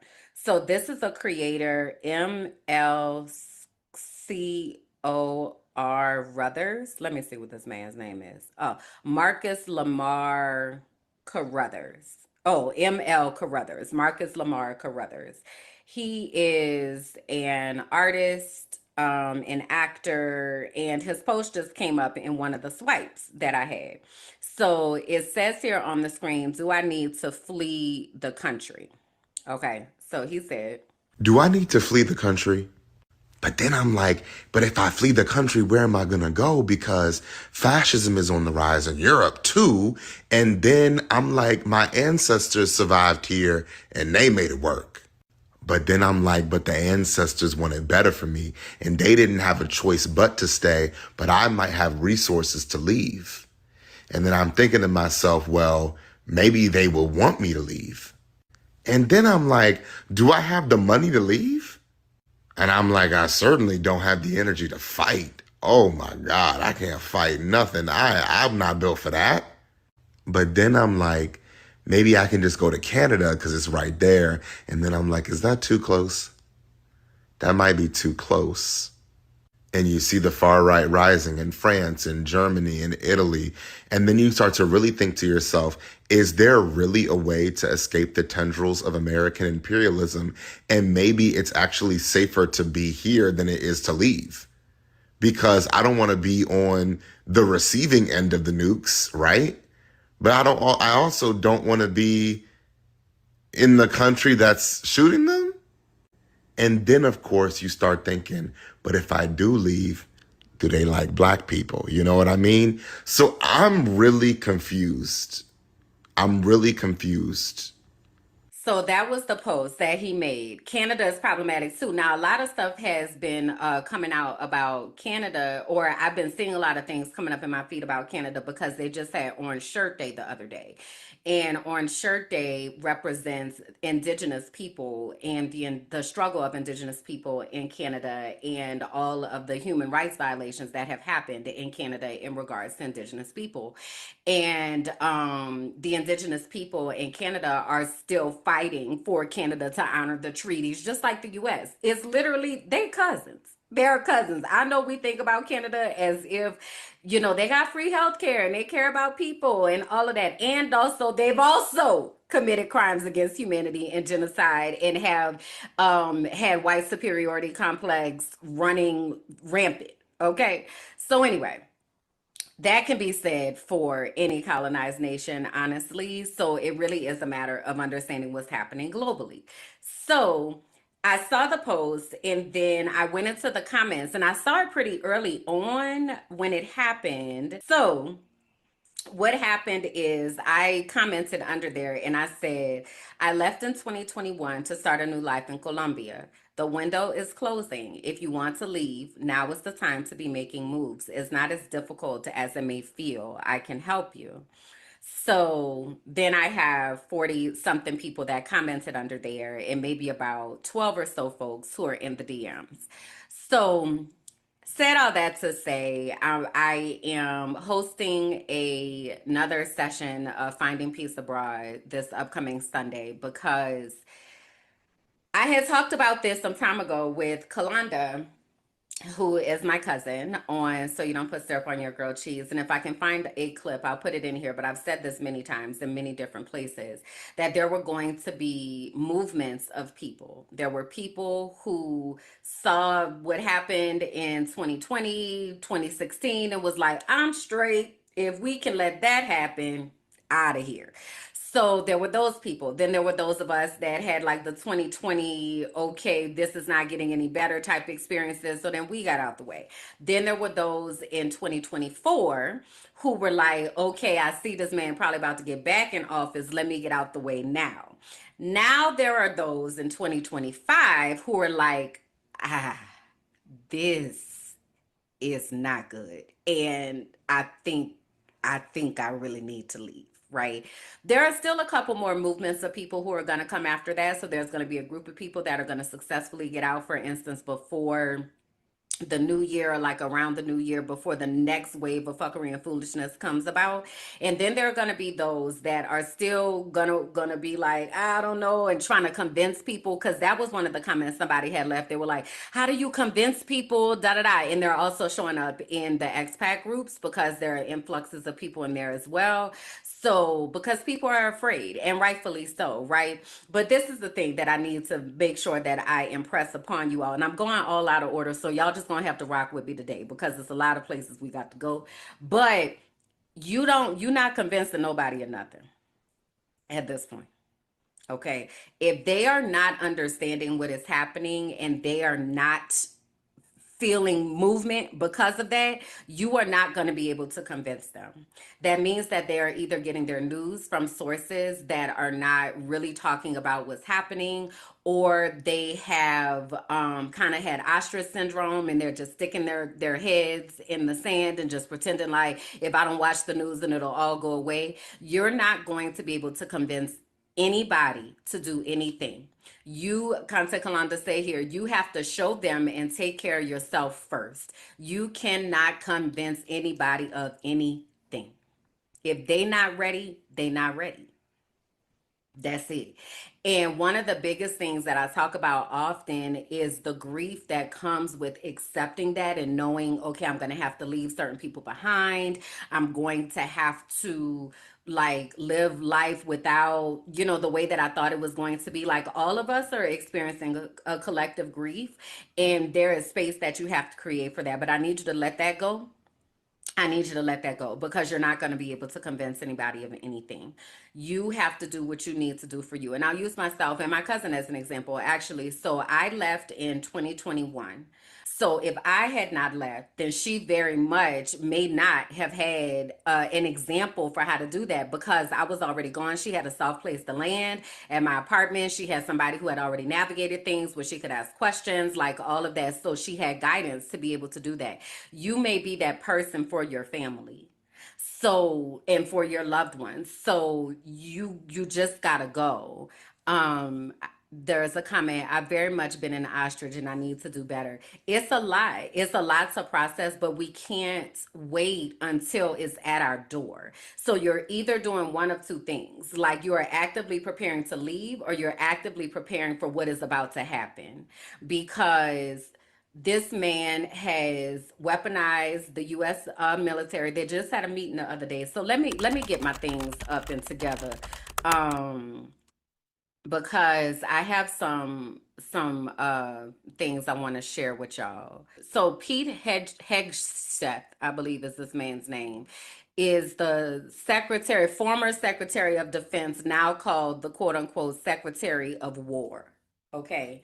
And he has said, they just had a meeting the other day where they called all of the people who are generals and who hold positions in the U.S. and called them to this meeting.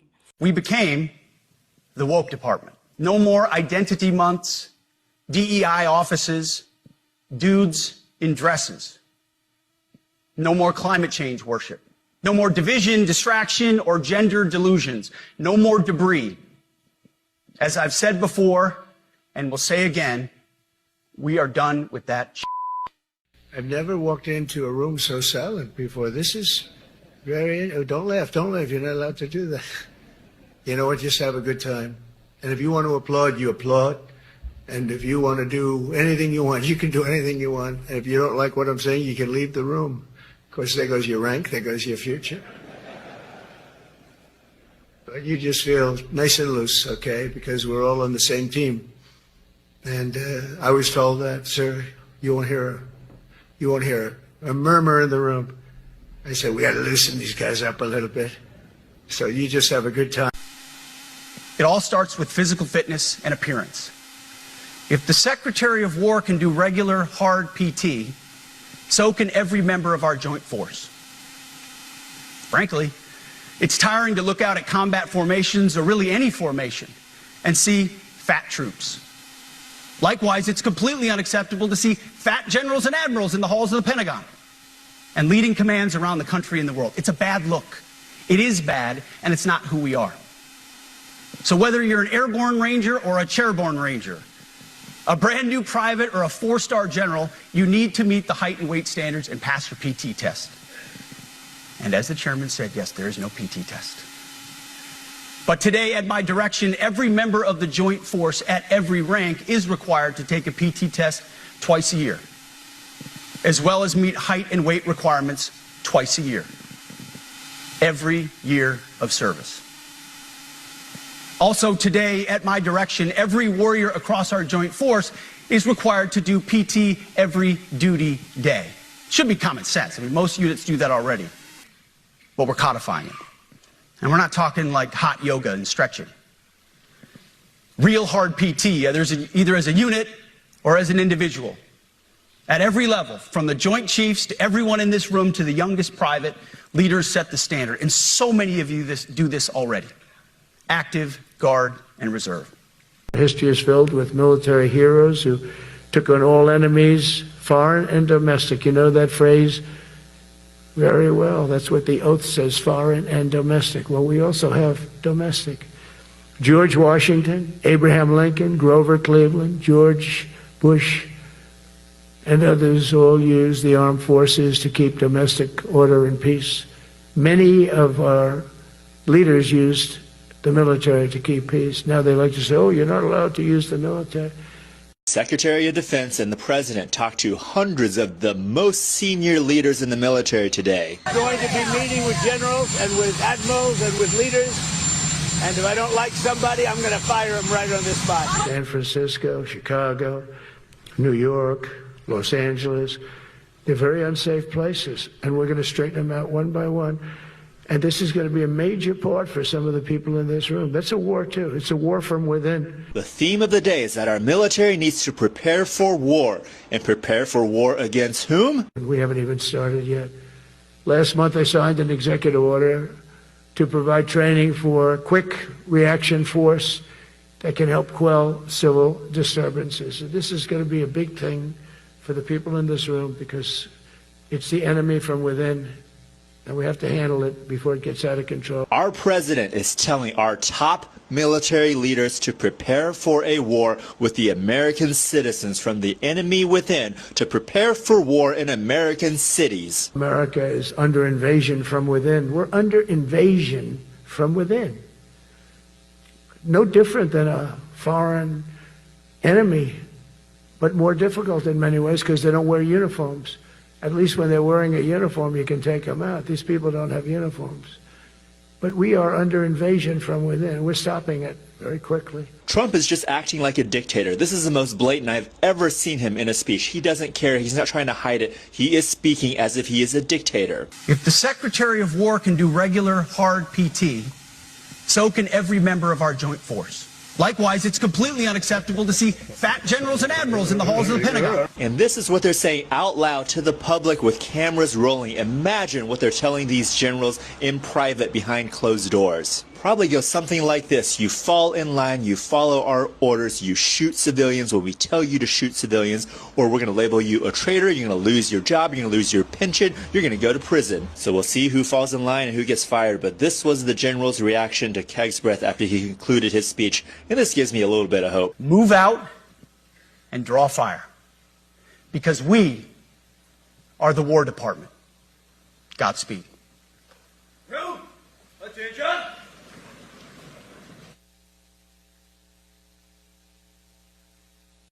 So these are just a few examples. There are many, many more clips that are out there of the types of things that they said to the military.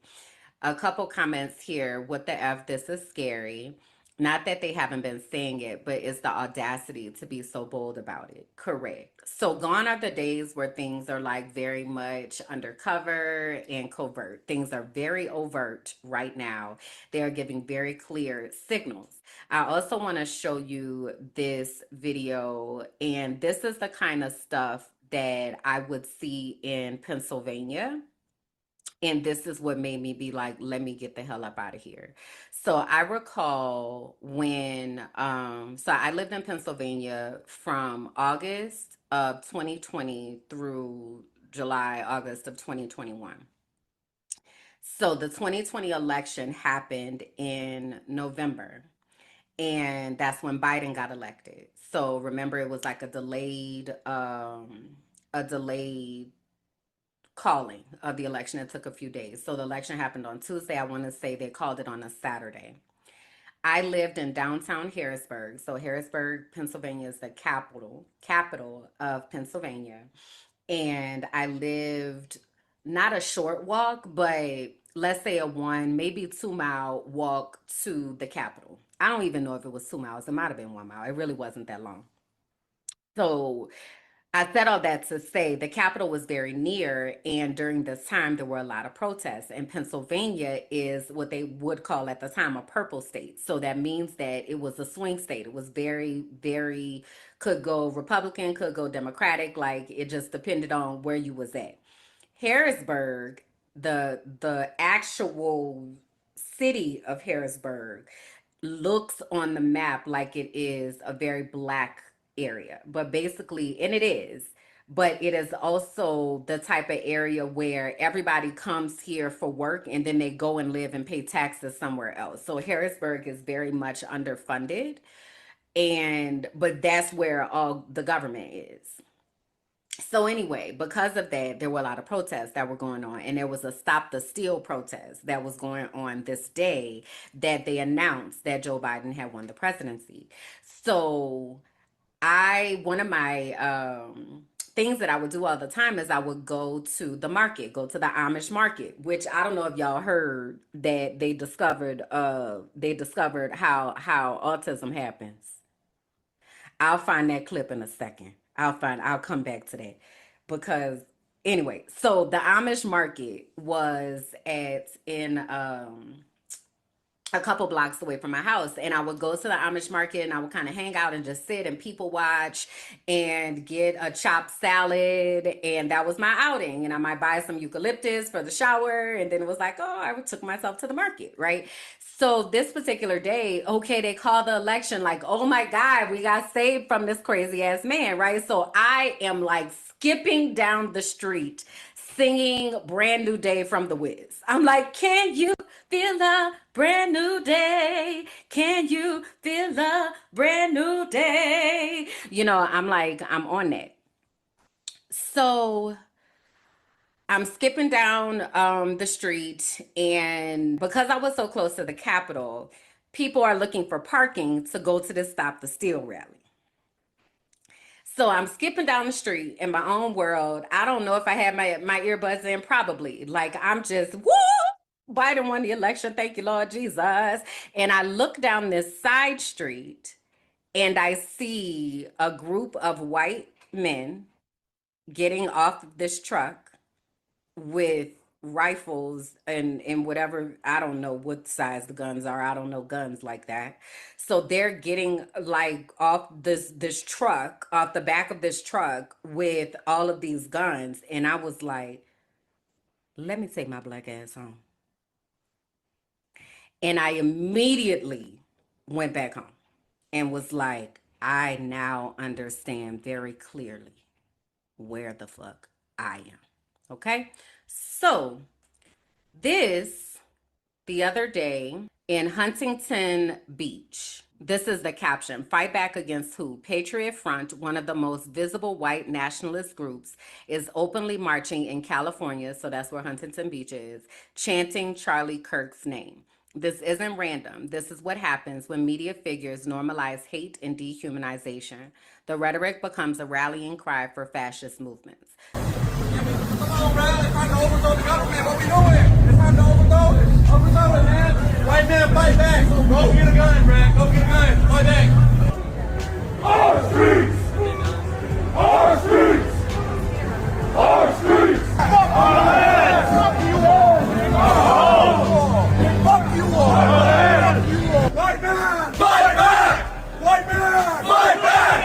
White man! Fight back! Fight back! Keep back our homes! Take back our lands!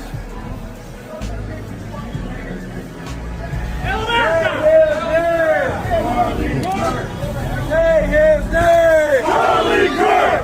Say his name! Charlie Kirk! Say his name! Charlie Kirk! Say his name! Charlie Kirk!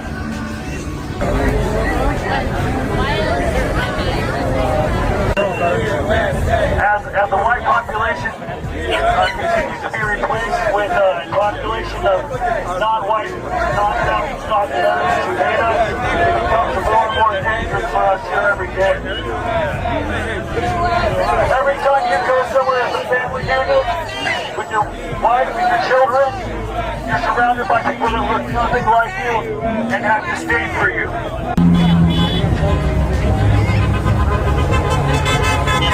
So that happened. There was also an incident at a church.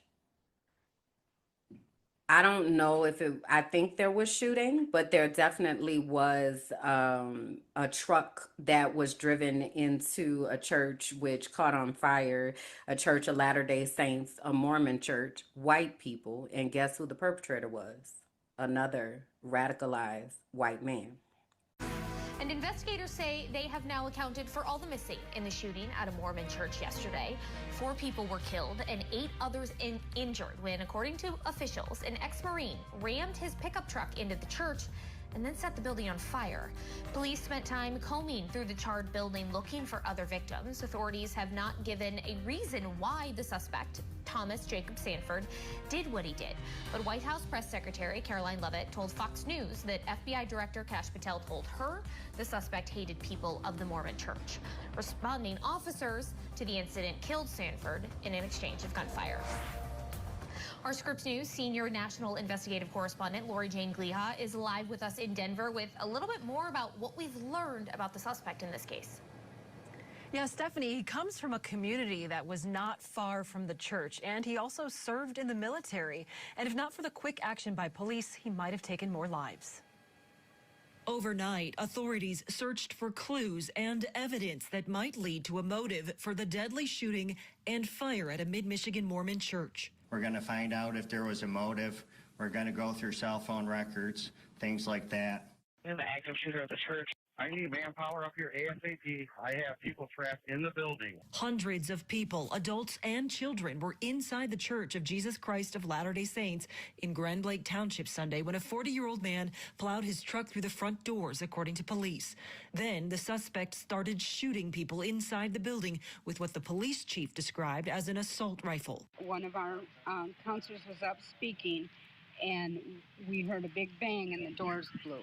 And then everybody rushed out. Authorities say they believe the suspect, identified as Thomas Jacob Sanford, possibly used gasoline to light the building on fire before law enforcement officers arrived and killed him. We were on scene within 30 seconds from that original 911 call. Within 8 minutes, That suspect was neutralized in the back parking lot of the church. Scripps News is learning more about the suspected shooter as the U.S. Marine Corps confirmed he served for 4 years between 2004 and 2008 with a deployment to Iraq as part of Operation Iraqi Freedom. He achieved the rank of sergeant and received a handful of awards, including a Marine Corps Good Conduct Medal, a National Defense Service Medal, and an Iraq Campaign Medal. Close to 2 decades later, he's accused of taking several lives in a community that pledges to stick together as they wait for answers. Let me say we are heartbroken. This kind of violence doesn't happen in our community. And there are various federal agencies involved in this investigation, including the ATF and the FBI. The ATF said they found evidence of what they believed to be some suspected explosive devices. The state police also said they searched and cleared multiple churches for bomb threats after receiving several 911 calls. Stephanie. Laura Jane, you mentioned a number of agencies involved. It seemed like there was a very swift and robust response. So how are all of these different agencies working together? Yes, well, we know there were a lot of agencies involved: Michigan State Police, Grand Blanc Township Police, even someone who was a conservation officer involved in this. That person credited for helping take down the suspect. We have also learned more information from information sharing that the suspect was also involved in incidents in 2010 involving law enforcement and 2011 related to entering someone's house and also intoxicated driving. Stephanie. Scripps News senior national investigative correspondent Laura Jane Gliha, who I'm sure will continue to stay on top of this story for us. Thank you very much. So it's a lot that's going on out here, and I had a episode of some weeks back, maybe a couple months now by this time, where I had mentioned to you all that they are organizing consistently. They are this plan that is happening. There was a video that I watched with Deontay Kyle and Amanda Seales. So Deontay Kyle is the host of Grits and Eggs podcast, fast rising, and he has been really skyrocketed to the top. But anyway, in this conversation, he was talking about, with Amanda Seales, he was talking about a conversation he had with his people. And he was like, we planning day to day and month to month. They're planning decade to decade. The things that are happening right now have been in the works since Ronald Reagan was in office. I was born in 1981. Since 40 years ago, this has been in the making. And we have not had access to the information to be able to do the same types of planning. And those of us who have been ringing the alarm for all this time have very much been seen as outcasts and dramatic, and you just always got a problem and you just making something be more than it is, when we are watching these things happening consistently. If y'all go back and watch the videos where I have been talking about the things that have been happening for 5 years now, and they are happening because I know what I saw, and I know, like I saw what I saw. So one of the things that is most important for us is, one, not to panic. So I'm not showing y'all all of this for you to like feel very much scared and, oh my God, what are we going to do?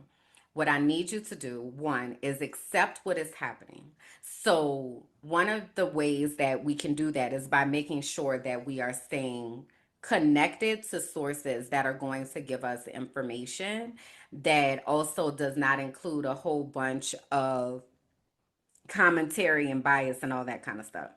So I want to drop a couple of pages in here that you may want to follow that can help to process some of the things that are happening right now and maybe help you to put words to what you are seeing. One creator that I follow, her name is Ashley the Baroness. and she breaks down situations that are happening or explains particular things that we may have learned in school, such as manifest destiny. So let me share this video so you can kind of just get an idea of her vibe. Manifest destiny, yeah. Okay. It was in your history books. But how much did they really tell you? Did they tell you it wasn't about destiny? It was about theft, dressed up as prophecy. In the 1800s, politicians and preachers swore that America had a divine right to expand westward. They called it manifest destiny. But let's call it what it really was. A PR campaign for genocide and land grabs. Because under that slogan, the U.S. stole half of Mexico's territory. Texas, California, Arizona, New Mexico. None of that was destiny. It was war, treaties signed at gunpoint, and white men drawing borders that ignored everybody that already lived there. And the biggest lie is that they said it was about freedom. But what did freedom look like? For Native people, it meant slaughter, like the Trail of Tears, like Sand Creek, like Wounded Knee. For Black people, it meant slavery expanding right along with the frontier. Manifest Destiny was never about spreading democracy. It was about spreading chains. Even the gold rush, the railroads, the so-called taming of the West, all of it was Manifest Destiny in action. And every time, the profits went to the white colonizers, all while Native nations were erased. Chinese immigrants were exploited and lynched, and Black people were pushed into new systems of labor and segregation. This isn't just history either, right? That mindset that America has the God-given right to take whatever it wants, you still see it in foreign policy, in Iraq and Afghanistan, in the way U.S. corporations strip land in Africa and South America. Manifest Destiny never died.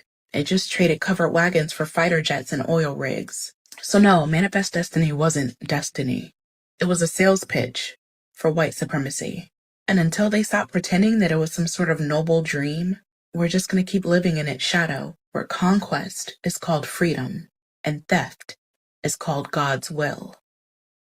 So she is someone that I feel like she breaks down a lot of information really well. So I think she might be really beneficial to follow so that you can really have an understanding of what's happening. She also made a video talking about Donald Trump talking to the generals. So I think that she would be good. Again, her name is Ashley the Baroness. Then there is a page called So Informed that I follow, and I'll share it on the screen here too. And So Informed really does a good job at highlighting the headline of what is happening and then also just giving the details of what's happening. So sometimes they'll have reels as well where they'll show what's happening. So anyway, So Informed is another page that may be helpful for you. And then there's one more that I wanted to share, and that is Amanda Seals. People have really, really strong feelings about Amanda Seals and her approach and the way that she operates within the world. And, you can feel how you want to feel about Amanda Seals. But one thing I know is that she's a truth teller. And I watch her show because she does a good job at helping you to understand what's happening globally and all the other things that are happening globally. So I had mentioned when I was talking to the inner circle earlier that the UN, they had the meeting of the UN, and the UN is the United Nations. That means when the heads of the countries from across the world come together and talk about how they are going to exist, how we supposedly are going to exist as people on this earth. And there were quite a few countries during the UN assembly that declared Palestine a state and declared, and let me say it this way, declared Palestine a country and declared them a country and also demanded an end to this genocide that Israel and the US have been enacting. And several country leaders got up and spoke very, very critically of the United States of America. They had a walkout when Netanyahu, who is the prime minister of Israel, who got up there and started talking. There was a walkout that was led by the vice president of Colombia.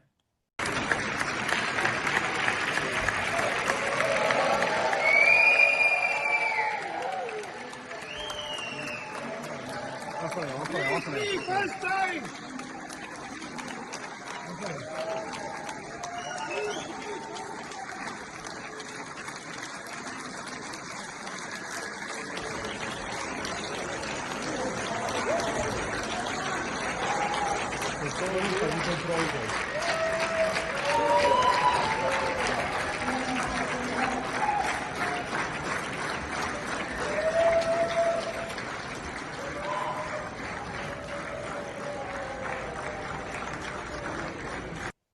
So nations are taking a very firm stand. So one of the reasons that I appreciate Amanda Seals is because she breaks all of that down and also brings people on to speak firsthand about what is happening, and people that are very much connected to what's actually happening on the ground and not connected to politics.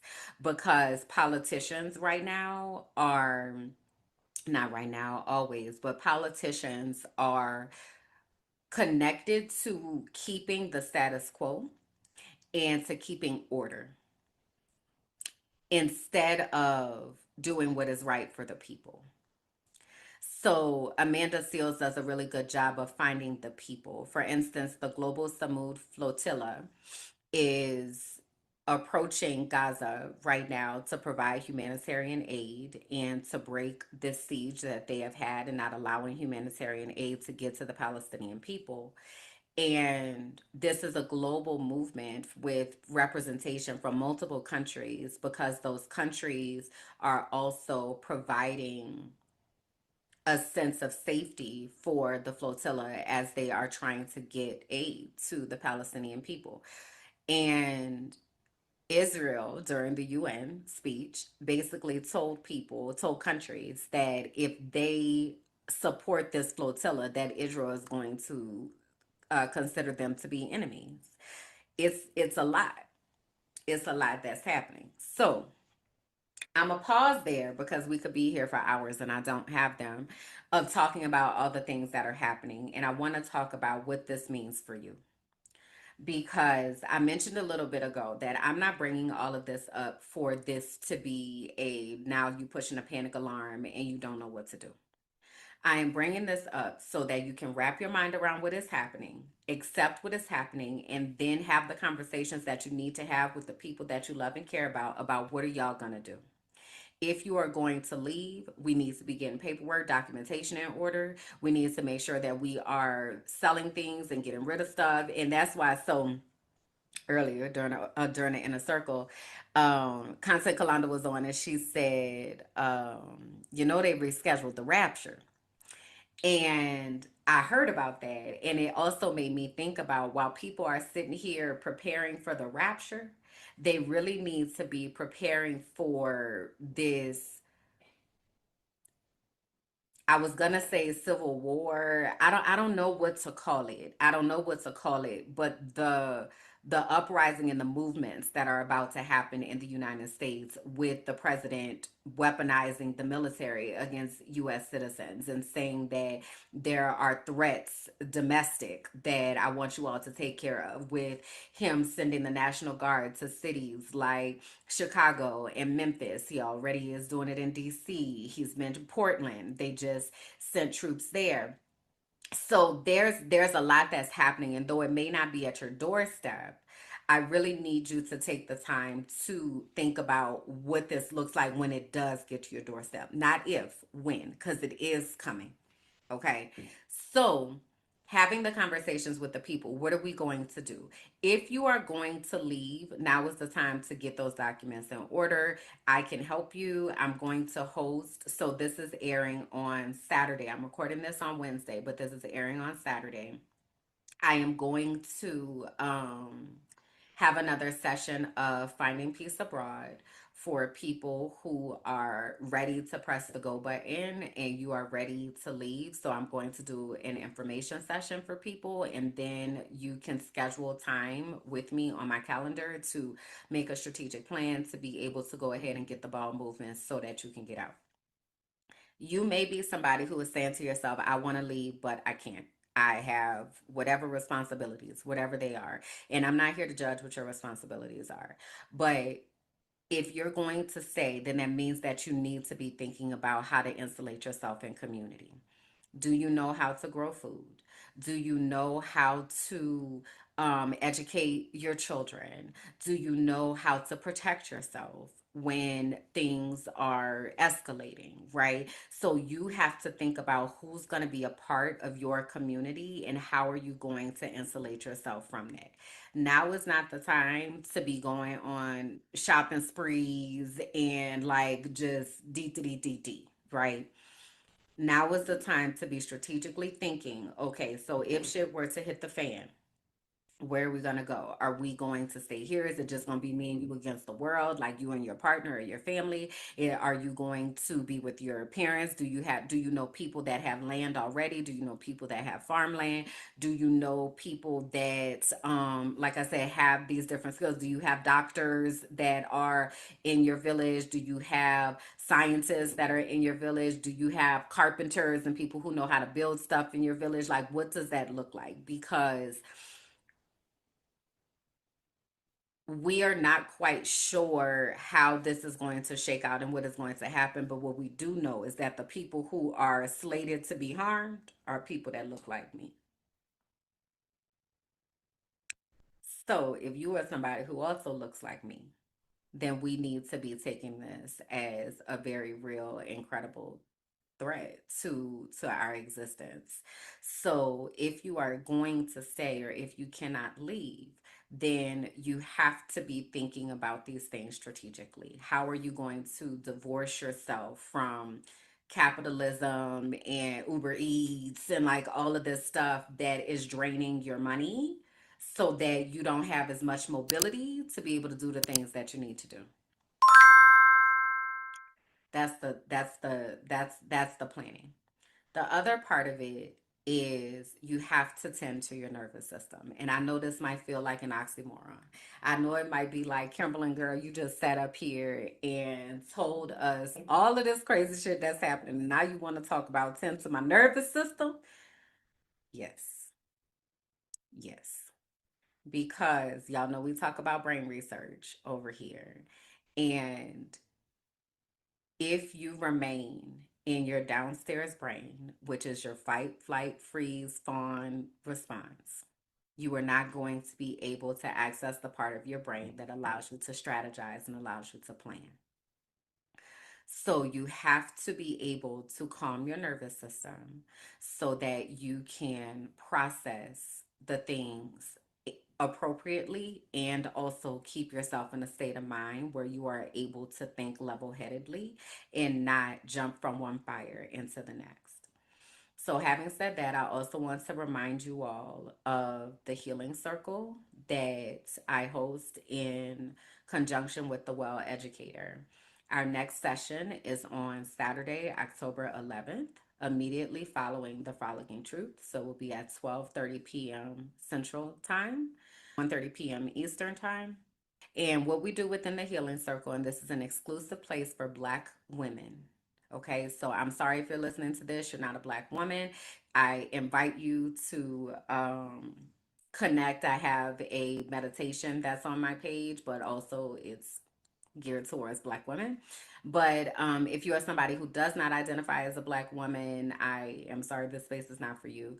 But if you do, this is a space for us to be able to come to be seen, to be able to connect back to our breath, to be able to connect back to our bodies, so that we are able to keep ourselves in a stabilized and grounded place so that we can do the strategizing that we need to do. It's a 90-minute session where we do breath work, we do yoga, we also have a time for reflection and affirmations. So if you're saying to yourself, I feel like my nerves is bad, I feel like I'm not breathing, I'm holding a lot of tension, I would like to extend the invitation for you to come to the healing circle. It is a very powerful space, I must say. So the way that you would register for that is to go to tinyurl.com/Black Women Healing Circle. And that is how you can register for the Healing Circle and see the dates that we have coming up. It's the second Saturday of each month. Okay, so you can already go ahead and put that into your wellness routine. Speaking of routines, what are we doing for our routines? I must admit, I didn't do an official auntie check-in today, but I've been all over the place with my routines. I just haven't been doing a good job, and I'm trying to get myself back on track with that because our routines are a part of the things that ground us and help us to stay stabilized. So that is a place for you to do an audit and ask yourself, like, what does this look like and sound like for me? Am I drinking my tea every morning? Am I meditating? Am I actually breathing? Am I getting outside to sit in the sun for a moment? Like, what are the things that help you to remain grounded? Do it. Blowing bubbles. Now is the time that we have to be so intentional about those routines because so much stuff is happening so quickly that it's throwing us all over the way, every which way but the okay. So what do those routines look like for you? How do you support yourself with those routines, right? The other thing I was gonna say is, y'all know I usually, give updates and all that kind of stuff. And one of the updates that I wanted to give today is what I'm doing with my Patreon because I am completely the Patreon, just say the Patreon. The Patreon is shifting. The Patreon is shifting and it is there's a lot of behind the scenes work that's going into it, but I want to try to conceptualize for you what it's going to look like. So basically, here in this space, the Frolicking Truth, I have referenced the Patreon as the inner circle, and the inner circle will remain. The inner circle is going to be the place where you will be able to come to get information about me, Kimberland, and the things that are happening behind the scenes, the things that are coming from my mouth as the founder of Minding My Black Ass Business. But I'm shifting the Patreon to really be a collection of people who are not necessarily just here for me. I mentioned to you all a couple times we're working on a new project and a new podcast that will be premiering soon, and you'll meet the hosts and all of that. And that is giving us an opportunity to use Minding My Black Ass Business as a pipeline to be able to give people a platform to have their voices heard because we already have a following here, and the people that are here for a particular reason, and you're looking for particular types of content and particular types of people. So this new podcast that we have, for example, is an opportunity for you to be able to increase your understanding and your framework and network of different creators that are also out here doing other things. So you will see that pretty soon. But basically, what will happen is the name of the Patreon is the whole Patreon is changing. I'm not going to announce it this week. I'll actually talk about it next week. But the whole name of the Patreon is changing. We're going to have an emoji for Minding My Black Ass Business, the universe. And then each of the spaces, for instance, so you don't put syrup on your grilled cheese, the Frolicking Truth, our new podcast, those spaces will have their individual emojis and individual ways that they show up. And then Minding My Black Ass Business as a collective will show up in a particular way. So when you pay your $5, you are going to get access to all of that. So you are able to get into the Patreon and get different pathways and collections of information. So for instance, there's going to be a pathway where we're in collection where we're talking about activism and what that looks like and how can you use your platform to be able to support yourself in understanding and decolonizing and thinking about the different shifts that you can be making to support yourself and the people that you love and care about. There's also going to be a healing path, for instance, where we're going to be talking about herbalism. That's where some of our classes are going to live. When I tell you that I'm making different products or I'm doing teas and sharing recipes, so we're going to have that pathway. There's also going to be a pathway of these are where the different voices live that live here. So these are the different podcasts that you're able to hear from. And educate yourself and or get some laughs, because this is the thing too. I don't want you to think it's all about serious, because I can be a very unserious person, right? And a part of our resistance is also to have joy and to give ourselves the opportunity to be able to experience joy, because we are human beings. So it's not just all serious, though this space and minding my black ass business is very much about activism. It's also about shenanigans and carrying on and things. So there's also going to be opportunities to laugh and behind the scenes stuff and girls nights and come and paint with us and come and do hair with us and like all of that kind of stuff. So that'll also live in there. The point is, it's only $5 to get up in the room. It's only $5 to get up in the room, okay? Because as I don't know, I didn't mention this earlier, but we also got word, we being people that are connected to things, we also got word that all of the mainstream media outlets, and we already know that all of the social media outlets are now owned by billionaires. So that means that we cannot rely on those outlets to be here for however long here is, right? Because once they decide to silence certain things, there's a new TikTok sale that has happened. That algorithm is going to be completely different. It's going to operate completely different. The government is going to be in complete control over what you see and what gets seen. So that is not going to be a place to really be able to talk freely, right? So Patreon is a place where that can happen. And again, it's only $5 a month. The other thing is that they're going to be, I have some new merch that I'm going to be releasing. So you'll get discounts on that. You'll also get discounts to services. So for instance, like coaching services or opportunities to be able to enroll and discover your destiny, or into the melanated life coaching. Like, because you are in here for this $5 a month, you get access to all of this. So I'm building out the new structure and restructuring everything now so that when you get in there, it makes sense. If you're already in here, I appreciate you. When I tell you I appreciate you, my God, today, I appreciate you because you've grown with me through all of these transitions and really trying to think about the best way to be able to structure things so that we are able to keep ourselves safe.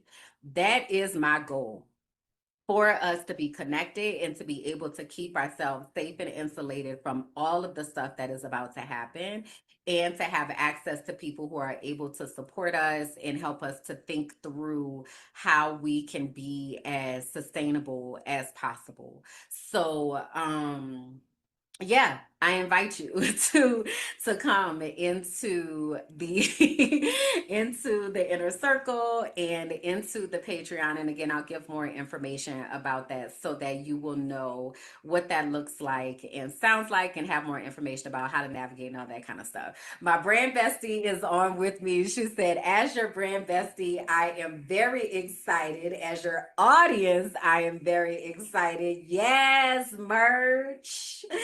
So yeah, it's a lot, that's going on, and it's a lot that we have been thinking about.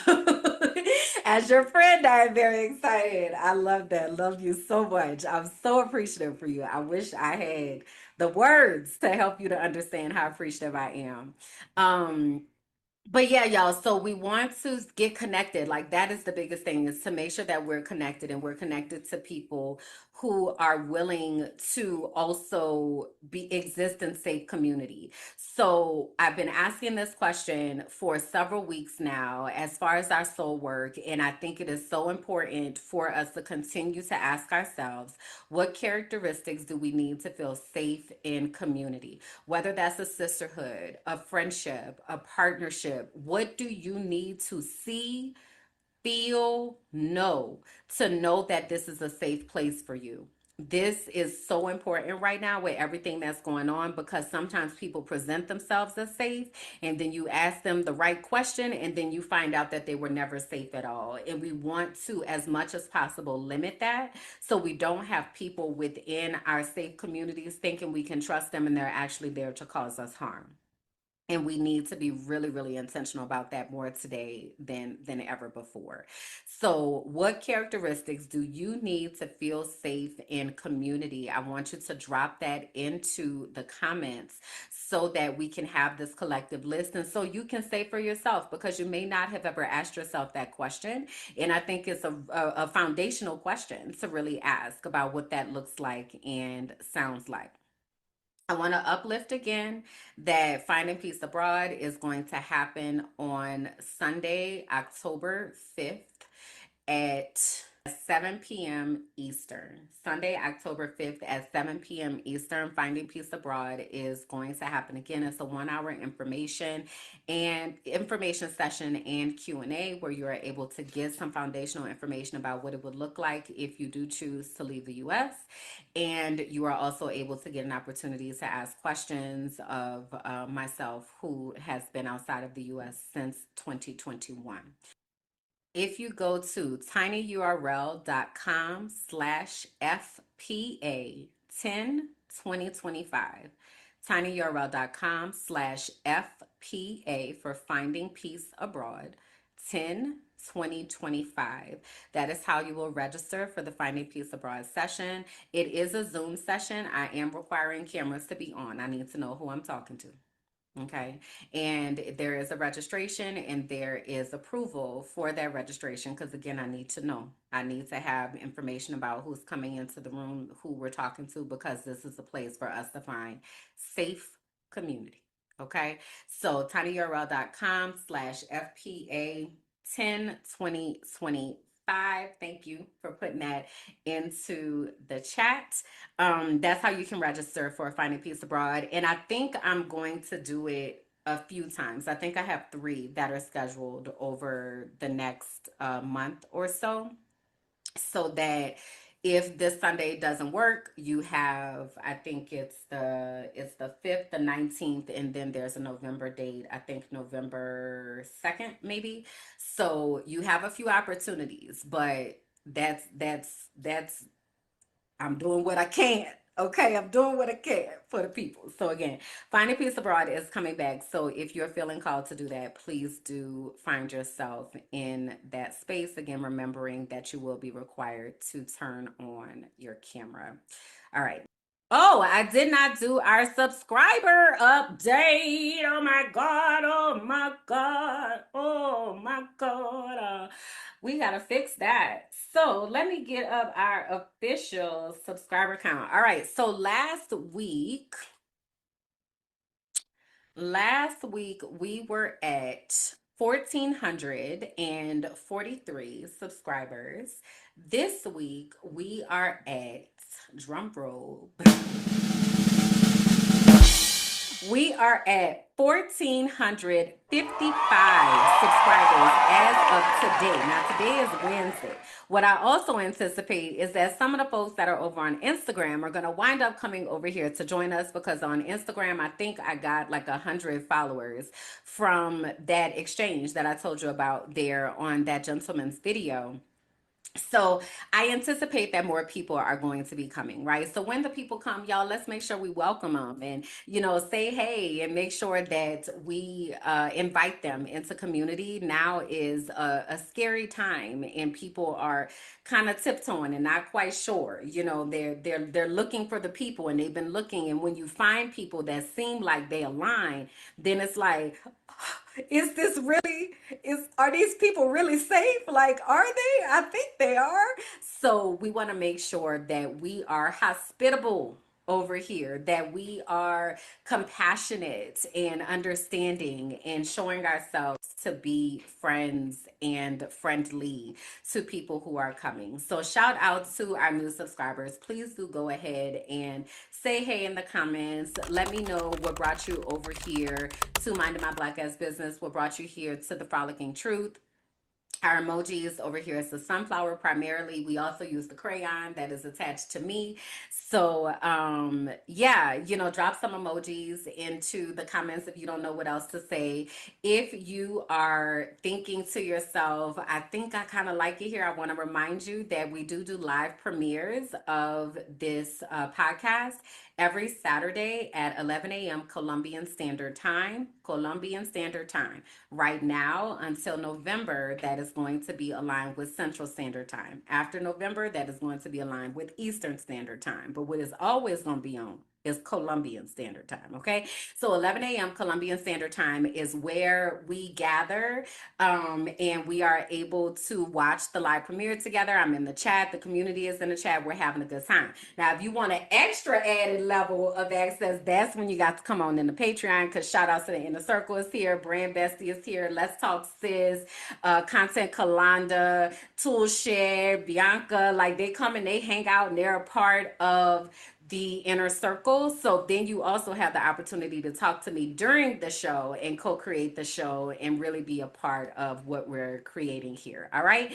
So if you are wanting to do that, go to patreon.com/mindingmybblackassbusiness. And that is how you can get into the Patreon gates. And then I promise I'm getting things set up so that you're able to get directed to all of the things that I mentioned a moment ago. I think that's it, y'all. But guess what? I don't have a quote for today. So let me find us a quote to get us on out of here. Saying this again because I don't know if you've seen it. Thank you. Thank you for being bold, telling the truth, sharing your experiences, your platform, and your spirit. Thank you. That means a lot. I do all I can to try to support the people. I really do. And I try to do as much as I can to do it for free. I never want access to information to be so gatekept that someone is stuck because they didn't have money.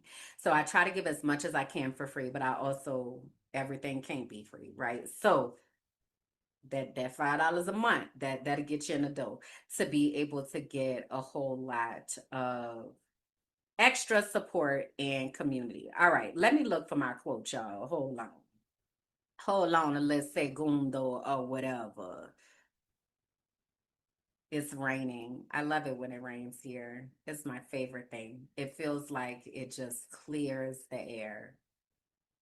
Oh, this is the one I'm gonna use. And also I want to say rest in peace to Asada Shakur, who passed away last Thursday, September 25th.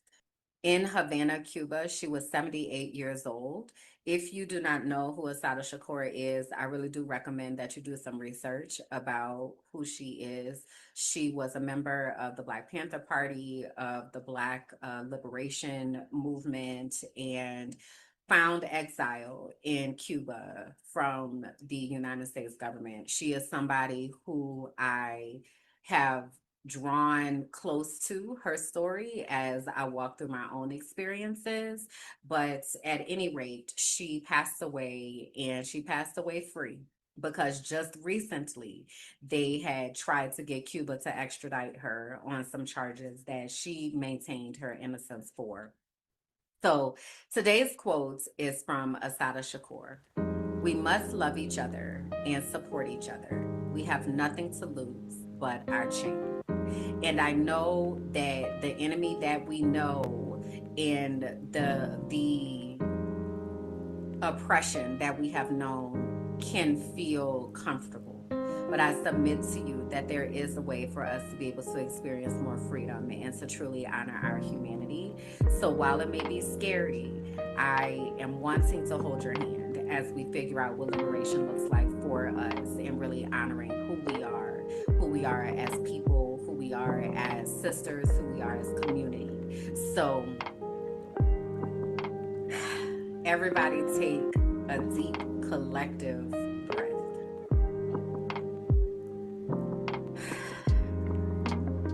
We have enough collective wisdom to be able to support ourselves. It is only necessary for us to align. Okay? So hopefully in light of everything that we have talked about here today, that you feel more educated, but also that you feel more supported. please leave in the comments anything that resonated with you. If you have any questions, anything like that, please do that. If you don't have anything to say, but you just want to leave support, feel free to throw some sunflowers into the comments. That also supports me. Okay, it lets me know that you're here and that you are listening. All right. Until next time, I will see y'all. Hopefully, I'll see you at the Healing Circle, or I'll see you at Finding Peace Abroad as well. All right, y'all. Bye. Thank you for listening to the Frolicking Truth, where joy meets justice and our nervous systems get free. Please be sure to like, rate, and comment. Subscribe to the YouTube page, Minding My Black Ass Business, and follow me on all social platforms. Until next time, bye. It's a few things I want to say before I even do the intro or whatever, but I wanted to go ahead on and get the recording and do the official thing and all that kind of stuff. So this is the first thing I was finna say, is that my nails, hold on, you could see it there. My nails are long. This is long for me. And I do not like when my nails are long. And I looked down at my fingers last night and I said, why are my nails so long? And why, what has been happening?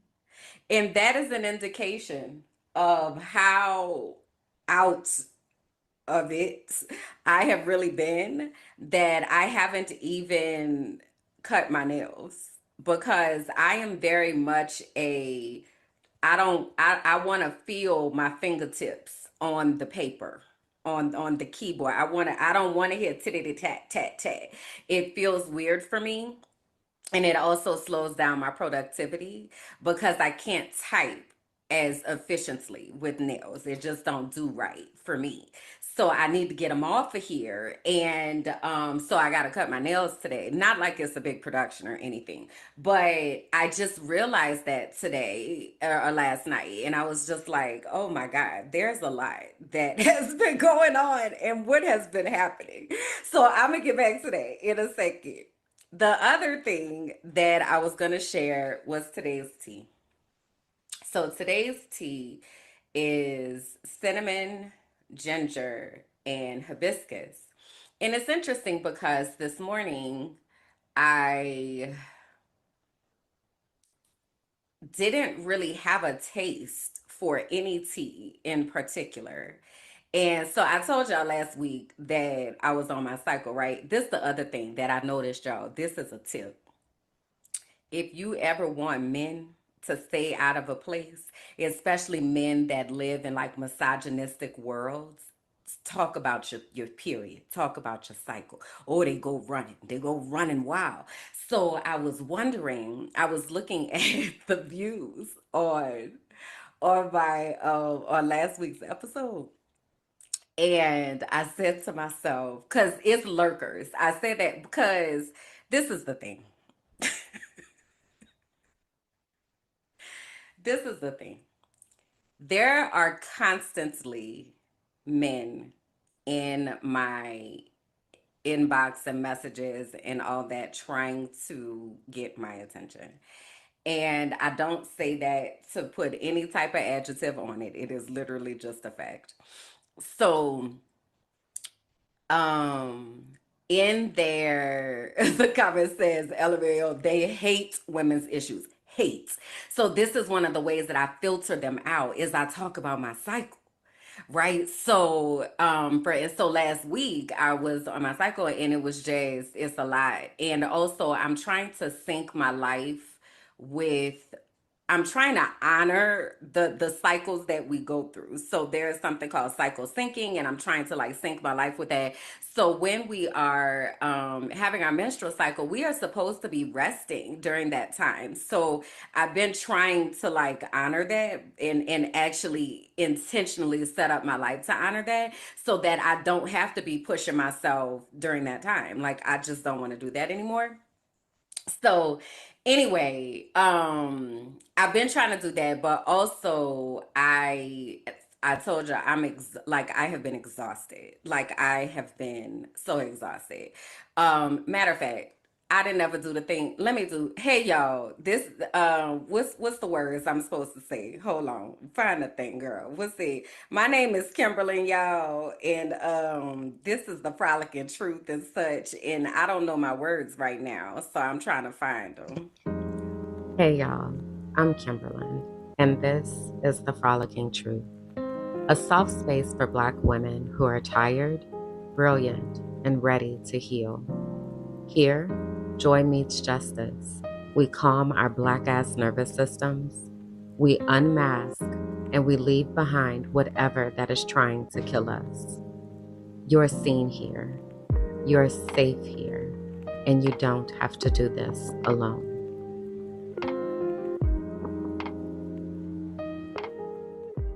Hey y'all, come on in, find a comfortable spot, take a seat. I'm grateful to have you here. This is episode 23 of the Frolicking Truth podcast for Black women who are tired, brilliant, and ready to heal, where joy meets justice and nervous systems get free.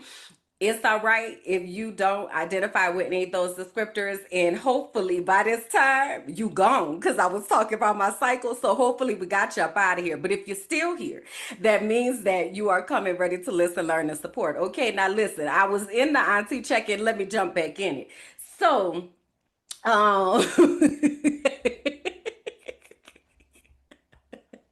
the comments said, "Woo, suffering." So anyway, I have been trying to honor my cycle, and also I've been really, really exhausted. So yesterday was Tuesday. So I record this live on Wednesday. Me and the inner circle. What up, inner circle? Shout out to the inner circle. So we do this on Wednesday. So yesterday was Tuesday. So on Tuesdays, I do not work, and I call it No Talk Tuesdays, even though sometimes I do choose to communicate about certain things, but I don't accept phone calls, I don't accept meetings, and I don't respond to everybody on Tuesday if they do reach out. I do what I want to do on Tuesday. And I've been exhausted. So I said, "Hey girl, come Tuesday, sis, you're not doing anything. You're not doing anything. You are going to honor what you need to do." So basically, I started my day at like 6 p.m. yesterday. I was like, all right, guess it's time to go ahead on and get started. So I started my day at 6 p.m. And what happens on days like that is that my world kind of flips.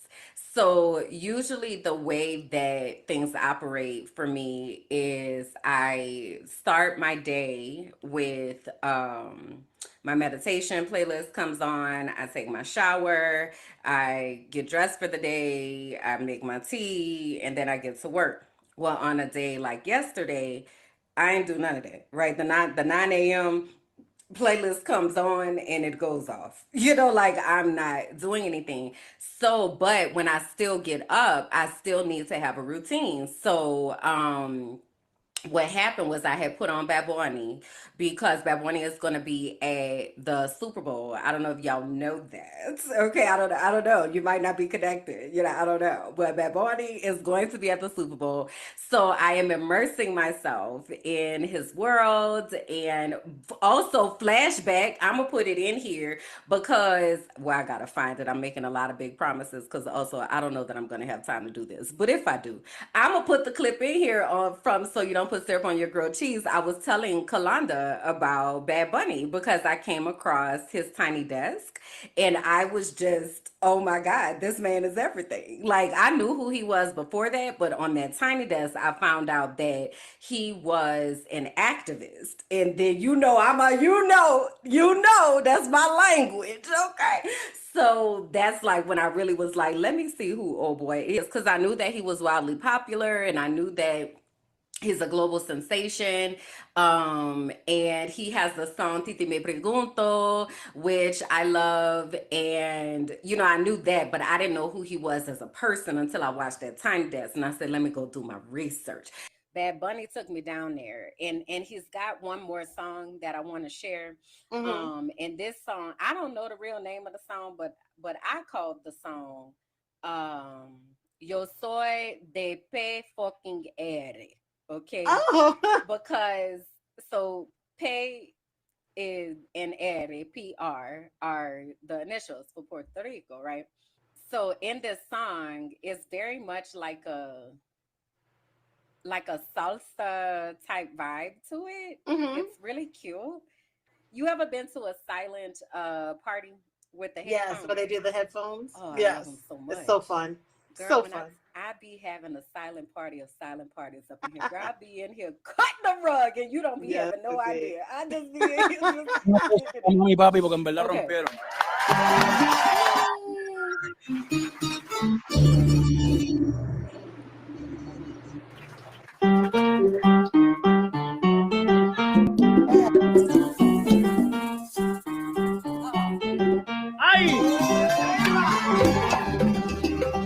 And just side note, one of the reasons I love Tiny Desk is because they be having stuff pared down.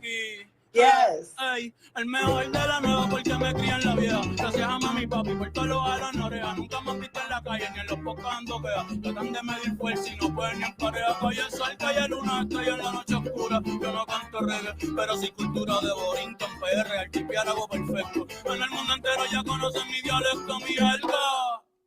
A mí me importa un bicho lo que a ti te vale verga. Aquí mataron gente por sacar la bandera. Por eso es que ahora yo la llevo donde quiera. ¿Qué pasó, cabrón?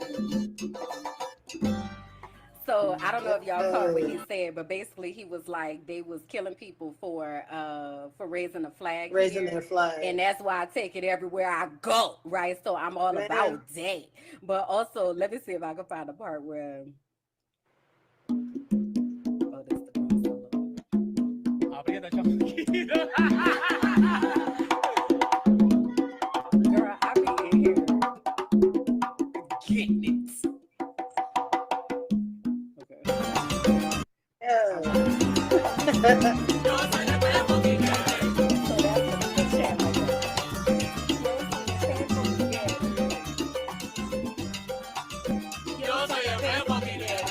Girl, I be in here jamming. You hear me? But anyway, I am just like so here for the revolution. Like I am just like, yes, it's happening. Stand up. Say the things, girl. I'm in here talking about I'm from PR. I ain't never even been to Puerto Rico, but also yes, do that shit. What they say. What they say. So anyway, when I started my day yesterday, I put on Bad Bunny and then I was taking my shower. And so the shower hits different in the evening versus in the morning. And so I was in there, I had a whole salsa session. And it's like, oh, I was getting it in. I had so much fun in the shower last night, listening to Bad Bunny. So I did that, and then I cooked dinner, and then I watched a movie. I watched Tropic Thunder last night. I don't know if y'all ever seen Tropic Thunder. Previous to last night, I can say I had laid my eyes upon it, but I had never really watched it for real. But last night I watched it for real. That movie is some wild. That movie is some wild. But I watched that and then just kind of like, let my brain do a little field trip or whatever. So having said that, this morning when I got up, because I had just took a shower last night. So I usually only take one shower a day. I know some people take more than one shower a day, and God bless you if that is your ministry. But also I work at home. So I literally be going from the bed to the desk to the bench. It's like I don't be going nowhere. So I usually just take a shower. Now, if I go somewhere, then yes, I'm going to take multiple showers. But usually I just take one shower a day. So usually I take my shower in the morning. So because I had taken my shower last night, then I was like, I'm not taking another shower this morning, which also impacted Raina. Because me in the shower, that's when Raina gets her steam treatment. So instead, she got it last night. But then this morning, when I woke up, she wasn't as dry. I mean, she was more dry, because I didn't take a shower this morning. So anyway, while I was standing there, I said all of this to say. While I was standing there, trying to get Raina together, I had lifted my arm and I said, What is happening? So I don't know how I slept. And I do be sleeping on my side sometimes. But I tweak my little shoulder a little bit. And see, this is what happens when you get to be for they say some people say 30 and up, but I say 40. You get these strange aches and pains that come out of nowhere. So now I got to figure out, what I'm doing with my shoulder, because yeah, it's a lot going on. So anyway, so I did all that this morning. Then I said, okay, I need to try to get back to my routine. So insert tea. I'm gonna bring you back full circle. So today's tea is hibiscus, cinnamon, and ginger. And I still kind of feel like I need this, like, it's autumn now. And I'm not really a pumpkin spice girly per se. But I do love a good, like, warm undertone. So that's why I did the cinnamon with the hibiscus, because usually coming out of my cycle, I wind up just going to hibiscus. But I'm trying to see what this little blend is hitting like. And you know why I say autumn? Because fall means so many things right now. Because the world is literally falling apart. Literally. Like, for real. Literally. So that's why I say autumn, because I want to be specific. And also, I like words. Remember, like, our soul work that I've been telling y'all to like consistently work on is like, what do you need to feel safe in community with people? And one of the things I need to know is that you value words. I need to know that words mean things to you. I need to know that. Otherwise, I cannot trust anything that comes out of your mouth. There are some people that hate words and they try to use as little as possible. You're not my people. Don't talk to me if you don't have words. Side note, also, men be in my inbox. Two more men on there talking about I like your boobs. How old are you? Boobs? If you don't get your ass from out of my damn what? Boobs? What? It's wild out here. It's wild out here. Also, there were a lot of people that knew I was autistic before I knew I was autistic, because they would point out to me that when my brain would glitch, I would just start blinking. And they were like, you know what Miss Jackson gonna do? Instead of cussing you out, she just gonna stand there and blink. And they would say that because I literally in my mind would be like going through all the different scenarios of things that could be said and done. And then I would try to like decide where, like, what is the best option, but I would literally just be standing there blinking. And so that's also how my students used to know that I was finna click out. Because I know y'all heard me say sit down and hush. I am certain. I used to, when I was in the classroom, I used to, also today is about story time too, so relax and buckle up. But I was in the class when I was in the classroom. So I taught sixth grade for 4 years, and then I taught eighth grade for 2 years. And some of my eighth graders I had when they were sixth graders. So I had them twice. And then I had this research class where I taught seventh graders. By the way, I don't like seventh graders. And you should know that if you're a parent and this is your first child going into middle school and they in seventh grade, buckle up, sis, because they lose their minds in seventh grade. Lose it completely, fully wild. Okay, but they come back. They come back. But anyway, I'm not, first of all, I didn't go to school to be a teacher. I believe I told y'all that. I don't know if that was last week or the week before. So I was fresh off the street. You feel me? Like, and also, what I'm not finna be doing in here is screaming and hollering and crying. That's what's not finna happen. Because I'm gonna tell you who's gonna go home crying is gonna be you. I need you to understand that. Okay. And so I just never, I had really good and still have really good relationships with my students, but we not doing that. So I used to be like, if I got to jump off this table and drop kick you in your throat, sit down. all right, Miss Jackson, all right. And what I would do is if they would like be going crazy or, doing stuff, I had said something because I don't like to repeat myself. Now I'm going to repeat myself with intention. I usually say what I said 3 times. Okay. So one time for the people that was listening, one time for the people that just realized I was talking, and the third time for the people that I'm probably finna have to call home today. So after that, you're going to have to use your resources to figure out what's happening. Don't come asking me, don't, right? So anyway, if it was a situation where they wasn't getting their life together, I used to turn around to the board and I would talk to the board and I would just be writing on the board and I would be like, now I know they heard me say that we are on conversation level 0 right now because we are doing our bell. I know that that's what they heard me say because I know if I got to turn around and address something again, that it's going to be a real life problem. I know that because I was the type of teacher, I'm coming to your house. Oh, I'm coming to your house. I watched Lean On Me the other day. Also, that's really like what my school was like, though it was middle school, but it was very much, it was so wild my first year teaching. It was so crazy.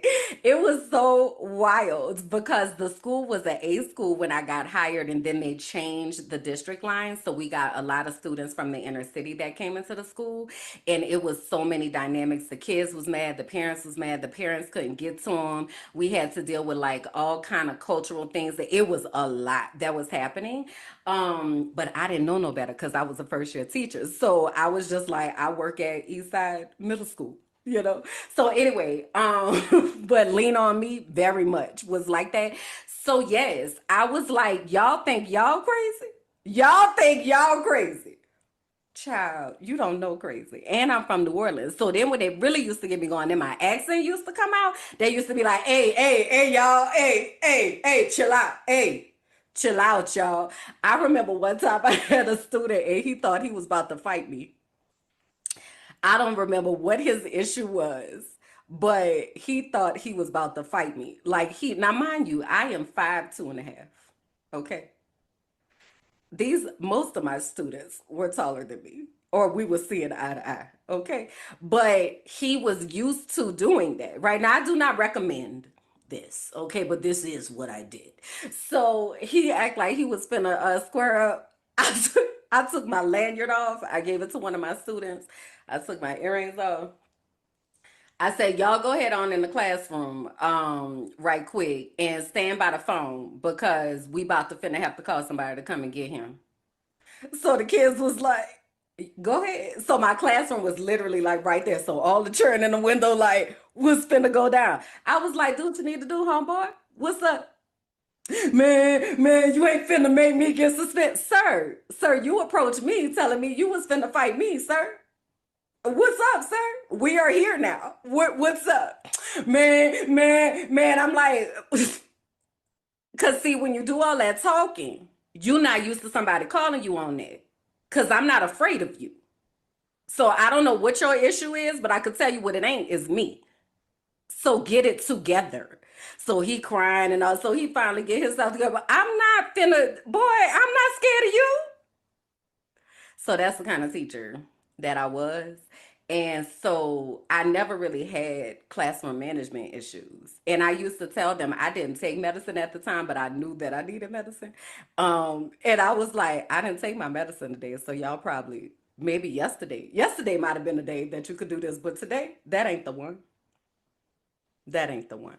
So anyway, those were really good times that when I was in the classroom. I miss those days. But now I am supporting teachers, right? And it's been really interesting because they are brand new, walking in, and it's very different being in the system as a student and then in the system as an adult, and then in the system as an adult who had your student experience and now you're understanding the why behind why a lot of things happened. So they are going through it right now. They are really going through it. It's a lot that's happening in education. right now.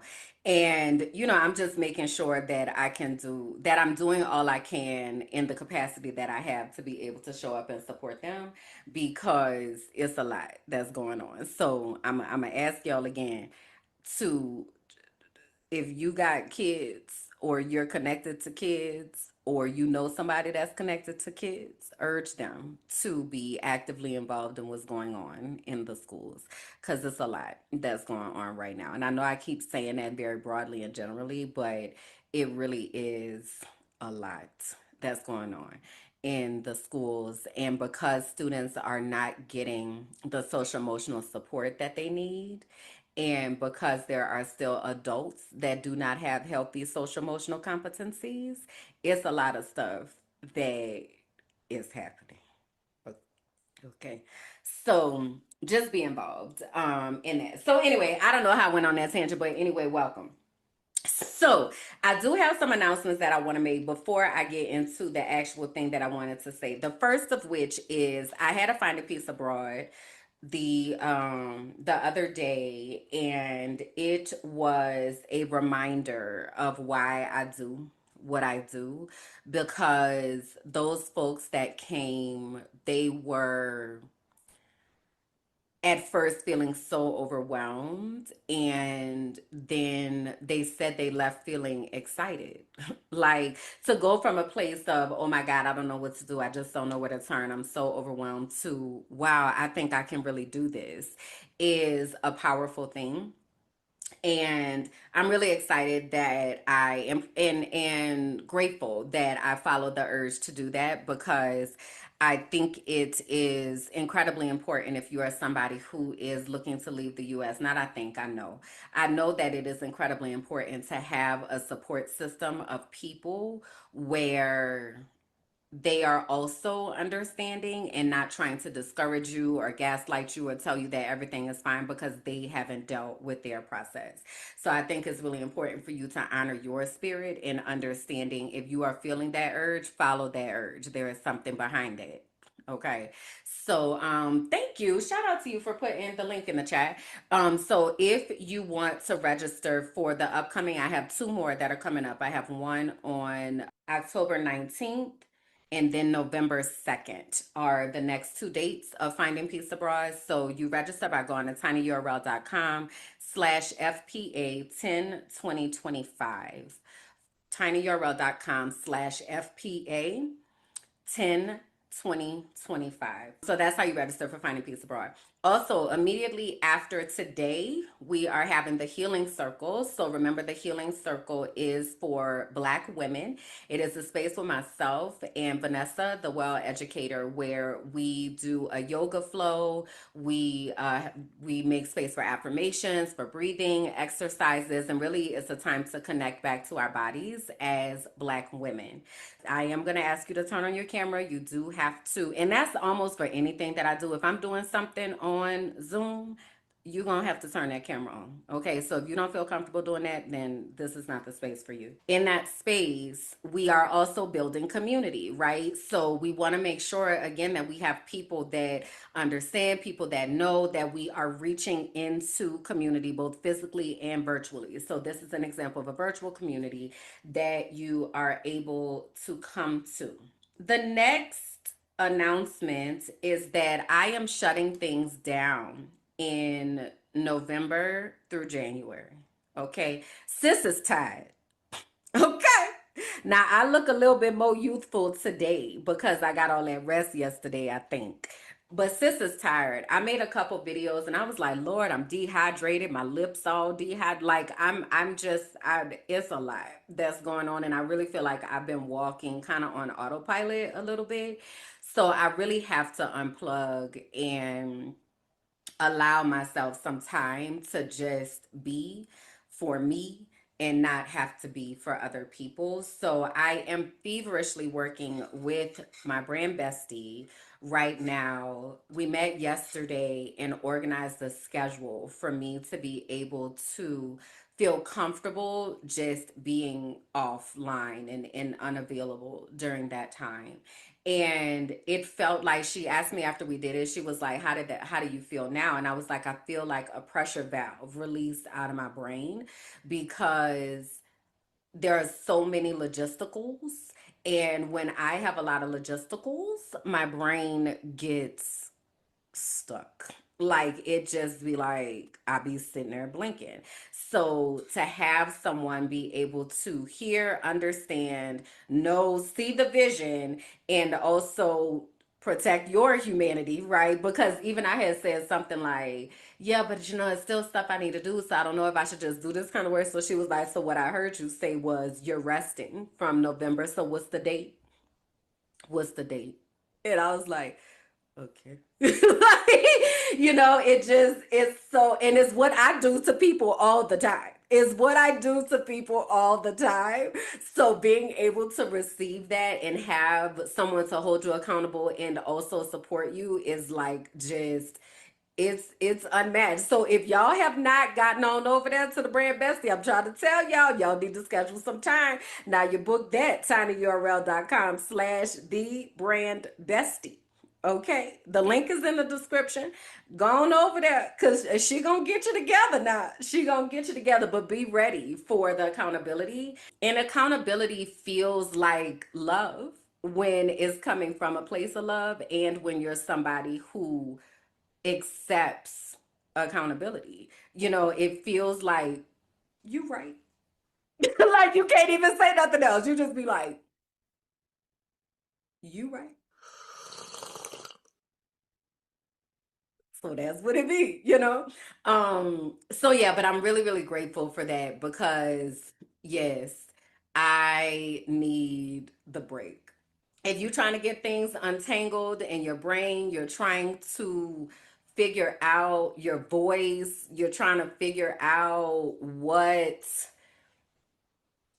book a she do free consultation calls and things. Book it, child. Book it. Let me do the subscriber update, then I'm gonna come back to accountability, y'all, because I was so loud and wrong. So loud and wrong this week. And I need to tell y'all about it. All right, so subscriber update. So last week we were at 1,455 subscribers. This week we are at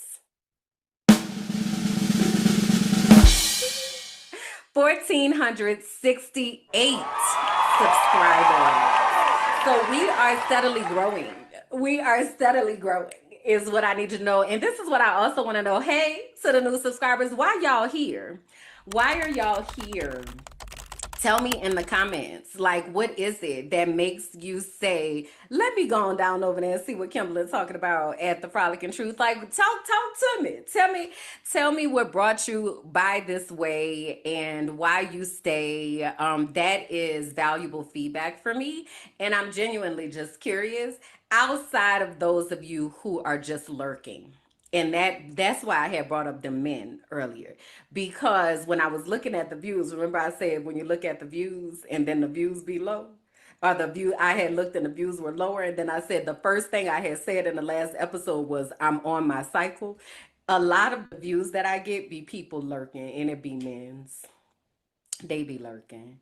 And it's all right. I know y'all here, but also since you are here, just go ahead and like the video. And I know you don't really want me to know that you're here, but just like the video.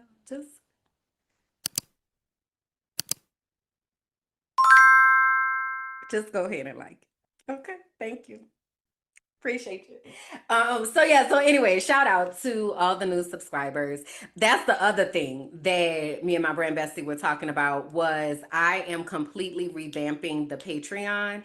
I said I was going to talk about that this week, but that was actually not the truth. I am actually going to talk about something else this week, so I'm going to talk about that next week. Because I'm also getting everything together and everything, but completely like revamping the Patreon and how it works and all that. I did give a little insight last week, so if you're wondering, you can go watch that. But The Patreon is where y'all are going to be able to have a direct line to me. Outside the Patreon, it's going to be like in this, so we'll have virtual interactions and all that. And I do my very best to be able to provide some type of free access so that you are able to get at least a direction of where you need to go. But in the Patreon is where it's actually like, hey girl, you actually in here. And damn. So I've been sharing a few things in there, like stuff I've been watching or different podcast video songs, like thoughts that are there, blog posts. So I really am becoming more systematized in how I'm communicating with the Patreon. So if you are looking for a place to connect, more deeply, and to have a place where you are able to like ask questions and also contribute what your thoughts are and like be a part of this universe, please do go to patreon.com/minding my black ass business. Join the inner circle. It is $5 a month. And when I tell you, you about to have access to so many things like for $5 a month, because just the classes that I'm going to be offering, like with plant-based medicine and all of that, like those classes, one of those classes could be $20.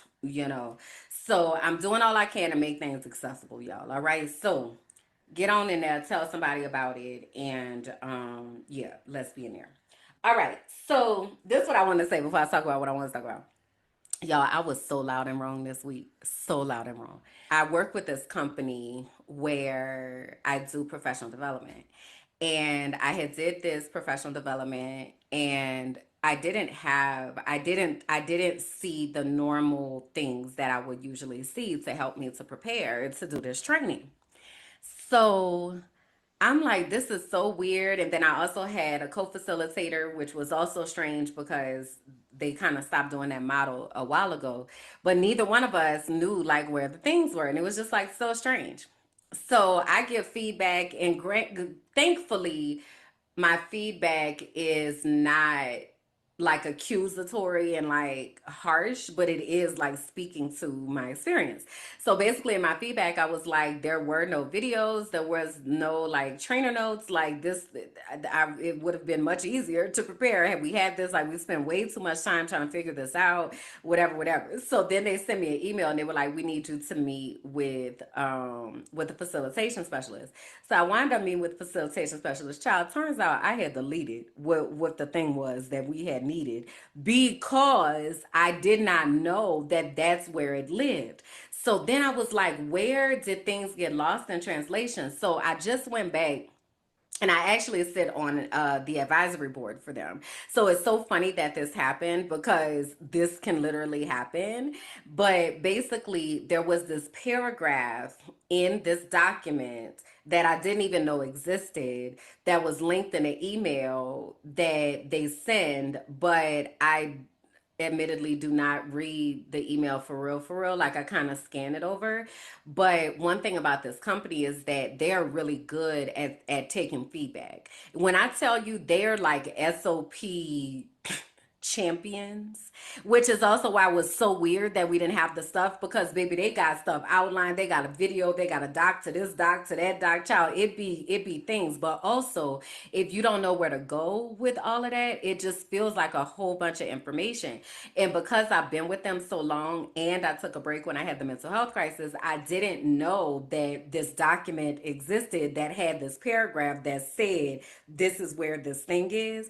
So it really is like a matter of being intentional with communication and ensuring that we're catching the people that fall through the cracks. And I think for myself, because I had been there so long, there really should have been like some type of reorientation or re-entry process or whatever. But anyway, child, I done found a whole, like they have it so scripted out. I just didn't know that the document existed. So what does that look like when you're talking about accountability? So I responded, and first I was like, thank you for giving me the opportunity to be able to meet with a facilitation specialist. Like I appreciated that. And I learned, these particular things. So now I know where the things are. But then also, I was like, can I adjust my feedback? Because my feedback was based on my understanding at the time. And I want to make sure that my feedback is actually fair because actually the materials were provided to be more than successful. I just didn't know where the link was. So it really, like, for a moment, I felt bad and I was like, oh my God, like, what a wild mistake to make. But also, we're human and we make mistakes. So being able to sit on the advisory board is also like, this can happen to somebody. So how do we close this gap so that that doesn't happen to somebody else is kind of how they approach things. And I'm just so grateful that I have the opportunity to work with people who take accountability and really they take accountability, they help us to take accountability, they have measures in place to be able to support you if you do have questions. And I think things like that are really important when we are thinking about how the world works and how work should work. For example, my intern has just started working and they work with a major firm. And I've been really following the onboarding process. And so far, like, I'm really impressed with how they are working and the way that my intern has been acclimated into the company. But that is not always the case. And often is usually not the case that there is such a systematized way of bringing people into the fold. So I said all that to say that two things. One, the when I talk about my time in Pennsylvania, and so for anybody who's just here for the first time, I'm gonna give you a real quick recap, but there's a whole playlist for you to go back and pick up the details of this information. So in when I was talking about being a teacher, I worked in Tampa until 2019. In 2019, I got fired. Well, I left. I left the school district. Then I had a job. Then I got fired from the job because there was a school board member who had beef with me. She was black, by the way, about accountability because I was holding her accountable to what she was supposed to do as an elected official, and she felt some type of way. So she got the company that I was working with to fire me. So then 2020 happened, insert COVID, and then I moved to Pennsylvania. When I was in Pennsylvania, I worked on behalf of the Department of Education with an organization called Chester County Intermediate Unit. And I was living in Harrisburg, Pennsylvania. The system that I was in was called CSI. It stood for Comprehensive School Improvement. And I was in that system for 2 weeks. And I was like, this not gonna go good. 2 weeks. And it was because they did not have those systems in place. When I would ask questions, nobody could answer the question. They're giving me impartial answers, or they're telling me something that I know that's not how that goes because I do know what I'm actually doing. So within 2 weeks, I realized these people don't know what the hell they're doing. And they are managing millions of dollars saying that they're improving schools, and they don't even know how to improve schools. This is wild. So it got worse and worse and worse and worse. And in April of 2021, so after during that time, I was diagnosed with depression, anxiety. I had 3 mental health specialists. I was placed on medication, and was really just trying to figure out what did I just see and witness. And like, this is so wild. The things that they were doing to me, the ways they were trying to suppress me, the ways that they were lying outright on me. It was just an incredibly toxic environment. So in April of 2021, we had spring break. My ex fiance was like, I feel like you need to leave. Like, you need to go away because I was in Harrisburg. I didn't really go anywhere. I would just go down to the Amish market. I would walk on the river, but I really didn't go anywhere for real, for real. I worked at home. So like there's not really anything much to do in Harrisburg, Pennsylvania. So he was like, I think you need to like get out of the city and like go somewhere. So why don't you go to Medellin? Now, Medellin was the place that he would come when he needed to feel restored um and just kind of get himself back in balance. So he was like, "Why don't you go to Medellin? I know people there. So if you need something, then, I can get somebody to you, but, I think you should go." So he kind of guided me what neighborhood to stay in, like all that. So I come to Medellin. I had just turned 40.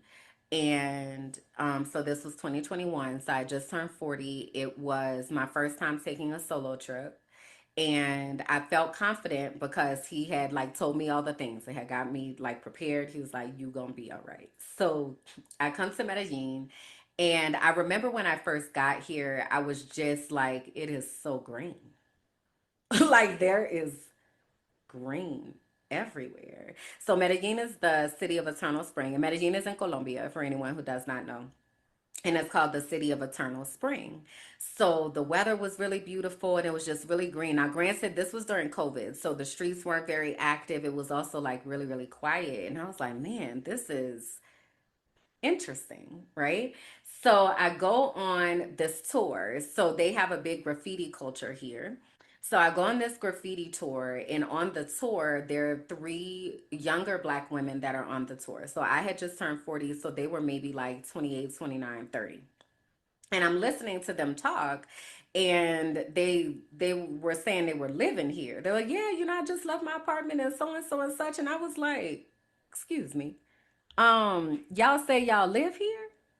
And they were like, "Yeah, yeah, yeah, we live here, yeah." And I was like, How?"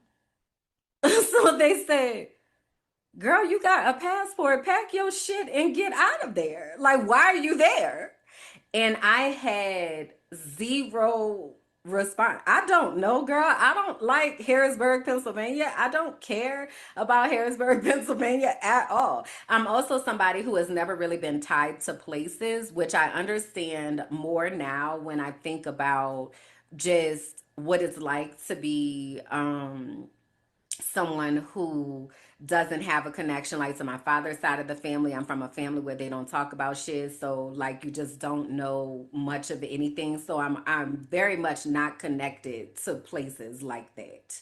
Even staying in Tampa, the reason I stayed in Tampa so long is because I knew that I was making an impact in education. It was not because I was passionate about Tampa, you know. So when they asked me that, I was like, I don't know why I'm there. And that planted a seed for me on that trip, because I asked myself the rest of that trip, and I was here for maybe about a week, and I asked myself, why am I in the US? Why? I don't have a reason. So I made the decision by the end of that trip that I was going to leave and I was going to start a new life in Medellin. So I get back to Pennsylvania and I talked to one of my mental health specialists, and I was like, "I'm leaving." And she said, "Okay, I guess the trip went well." And I'm like, "And did. And also, I'm leaving." And so I talked to my ex fiance and I tell him, so he gets me prepared to leave. And, he like walks through every single step with me. So it's like, how are you gonna, get rid of your things? What type of things are you taking with you? Where are you gonna go? What does this look like? What does this sound like? Like all of that. And like walked me through everything and got me prepared. And on October 9th, 2021, I left the United States and started a new life. It is my 4-year anniversary tomorrow of leaving the US. And it is absolutely one of the best decisions that I have ever made for myself. I definitely, it's not easy per se, but it's also not as hard as you think it is. It's also not as hard as you think it is. And because it was something that I knew that I needed to do for myself and for my sanity. And I think I realized at that time that I was realizing a few things. It's like you kind of, I hate to say it like this, but if you know, you know, like you kind of start seeing the matrix break, and then it's like, wait, the things that they told me aren't true. And like, I don't, do I even want to do this? I don't, what? A lot of times we call it a midlife crisis, but it really is a midlife awakening. Like you start asking questions about things and you start questioning what you were told and who you are and do you like who you are and if you could do things differently, would you? So you start kind of asking yourself those questions. And I had started asking myself that, especially because I feel like a lot of my identity was wrapped in this educator that I was. And outside of that, I really didn't have a for real grasp on what I wanted my life to look like outside of that. And that same mental health specialist that I mentioned, one of the things that she told me she wanted me to pay attention to is what about the environment? She was like, I want you to pay attention to your environmental wellness. Like, what do you need in your environment to feel safe, connected, and grounded? And when I got here and I saw how green it was, I was like, I need that. I need to feel and see life constantly being created. I need to see the earth doing what it is supposed to naturally do and being able to appreciate that. Like I need that to feel connected to my spirit. And now I know that that is because I have indigenous blood in me, that and indigenous people are keepers of the land. So I know that now, but I just felt that pull and I felt that draw. So when I say like listen to your spirit and the things that are deposited in your spirit, that is God guiding you, right? So, yeah, so October 9th, 2021, I left the US and I talked to his name is Lewis. So I talked to Lewis yesterday and I was like, you know, it's about to be my 4-year anniversary. And he was the one that took me to the airport and like, you know, prepared, sent me off, you buttoned up my coat, you know, sent me. And I was like, what were you thinking like during that time? Because I remember I was like, I wasn't scared. Let's pull up the feelings wheel. Let's pull up the feelings wheel because I want to remember what I was feeling like on that day. I definitely know I was feeling proud because the day before, I literally sold my car the day before. Um, so on October 8th, I sold my car in New York and I took a Uber back to the apartment and was like, man, like I'm really about to get out of here. So I remember being really proud. I felt very courageous and thankful. I was also curious because I had no idea what my life was about to be like. Then I also felt probably vulnerable, I would say. I definitely had a sense of grief that was present because I realized I had literally gotten rid of almost everything. And it's so interesting. I thank God for Lewis so much because if I had not met him and intended to get married, I would not have left Tampa. And I would have still been like fighting a good fight and trying to do what's right for the kids and, you know, all of that. He showed me a different way to look at the world. Like one of the first conversations that we had was about tiny houses. And mind you, my old life, I used to want a bedroom to be a closet. I used to want a movie theater in the house. I wanted, you know, a pool and a huge yard. Like I wanted things. And during that time, I had really started asking myself like what I really wanted just before I had met him. I was like, what do I really want? Which, mind you, I don't know if y'all have heard me say this before, is something that my therapist used to ask me back then. She always used to be like, what do you want? And I always used to be like, girl, I don't know. Stop asking me that. But by this time, I had started asking myself like what I wanted, and things were just not really at the top of the list. And what was at the top of the list was peace. I want peace. So then I started asking myself, like, what things bring me peace? So that's when I started thinking more like, it's not these things. Like, I don't care about this. I don't. By this time, I had had my house for 10 years, and I was like, I don't even care about this house. Like, I'm over this. Like, I don't want to do this anymore. I'm over it. This is not bringing me peace. So Lewis actually had challenged me. He was like, well, then you need to start purging some stuff. So he was like, have you heard of Marie Kondo? And I had not. So Marie Kondo is this Japanese lady who specializes in purging and helping people to create a life that brings them joy. So her anchor question that she would tell you to do when you are purging, love Marie. Yes. So I love Marie Kondo. But anyway, so the anchor thing that she tells you to do is ask yourself, does this thing bring you joy? So let's say you are sitting at your desk and you look at the things. I don't know if y'all remember, for instance, y'all remember me talking about my Bluetooth for a long time. And I was like, this Bluetooth is sending me, it doesn't stay in my ear. It's like I just hate it so much. And I said that I was getting a new Bluetooth. This new Bluetooth very much brings me joy. Very much brings me joy. I don't even know where that other Bluetooth is at. I don't even know where it's at. I get it out of here.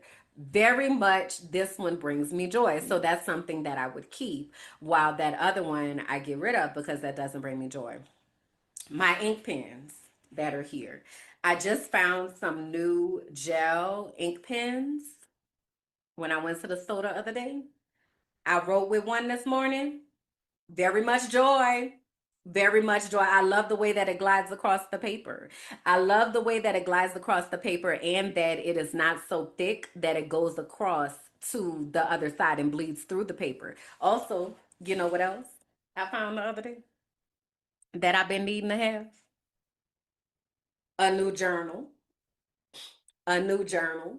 And it's like book size, and the pages are thicker than the last. Oh, y'all can't see that because the blur is on. The pages are thicker than the last one. Very much bringing me joy. Very much bringing me joy, right? So the anchor question that you ask yourself is this thing, this person, this experience, this food, is this bringing me joy? And if it is not, it's got to go. You thank it for its service and you send it on to wherever it needs to go to, whether that be donation, whether that be trash, what have you, gifting it to somebody else that might appreciate it, but it has served its purpose in your life. So one of the comments said, crazy that a man can make us see things differently. Only certain type of men. Well, that's not true. That's not true. They all can help us see things differently, but a certain type of man is going to help you to see things in a way that improves your life, right? And those are the type of men that I try to surround myself with. Because again, I never even had that growing up. So I look for men who are going to add value and help to stretch my mind and like think about things in different ways. So he definitely is that. So anyway, so he introduced me to Marie Kondo. The first thing I do is I purge my closet, because around this time I had also accepted, I was working on accepting my body. So I wasn't, at this time, I was probably maybe, I was definitely over 200 pounds. I probably, the heaviest that I had gotten to was 225 before I left. And so at this time, I might have been, let's say 205, 215, something like that. And I had clothes from so many ranges. And I was just like, I'm beating myself up trying to get back in these other clothes. And also, those clothes were from, I'm not even that person anymore. Like, I just had so many things that were taking up space and energy. And I remember going in my closet, I got some trash bags, and even like I had skates, and I love to skate and I've wanted to skate, and I want to know how to skate like Usher skate.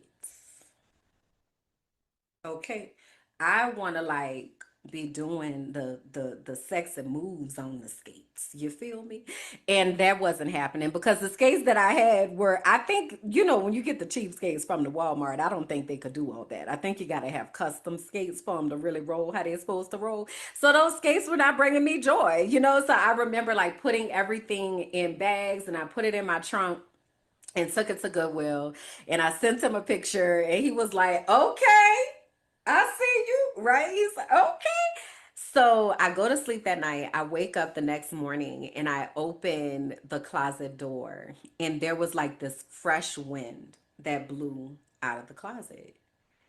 And it just stuck with me because it was an indicator for me in my spirit that I I need to release some things and embrace a different way to look at the world. And that moment was the catalyst for me, deciding I was going to sell the house. And so I had gotten rid of my house a year before I wound up leaving Florida because I was supposed to get married. So I was like, all right, we sell my house. So the first day was on the market. I had 4 offers the first day. So the house sold like that. Then it was like, okay, it's time to go. Da, da, da. So I wound up moving into this loft that was across the street from the school that I worked in. So I had to really downsize and get rid of a lot of things. So then once I left Tampa, I had to downsize some more. So then when it was time to leave the country, I had to downsize to a level of 3 suitcases and a backpack. And that was just such an interesting process of getting down to these are the most important things to me that I want to have with me on this journey. Like, it's a process, but it's also so freeing because you really get to release all of these things that you just been dragging along with you from place to place for what? I had lived in my house for 10 years. There were boxes that were in my garage that I had never even opened up in those 10 years. Like, never even opened it. Like, we just be having stuff. So it really kind of got me started on this journey of thinking about minimalism. And all of this is because of this man. Okay. So, anyways, so he drops me off at the airport, and I asked him how he was feeling, and he said, I was just so proud of you because I knew that you were doing something for you and that you was going to be all right. And I was like, that's interesting because I don't I don't know that I knew I was going to be all right. I think I knew that I was going to be all right, as in I was going to do this thing, but there was so much unknown. Like, it was just so much unknown, and I had no idea. So I remember just being like, what is going to happen when I get here? Now, I was supposed to start my journey in Medellin.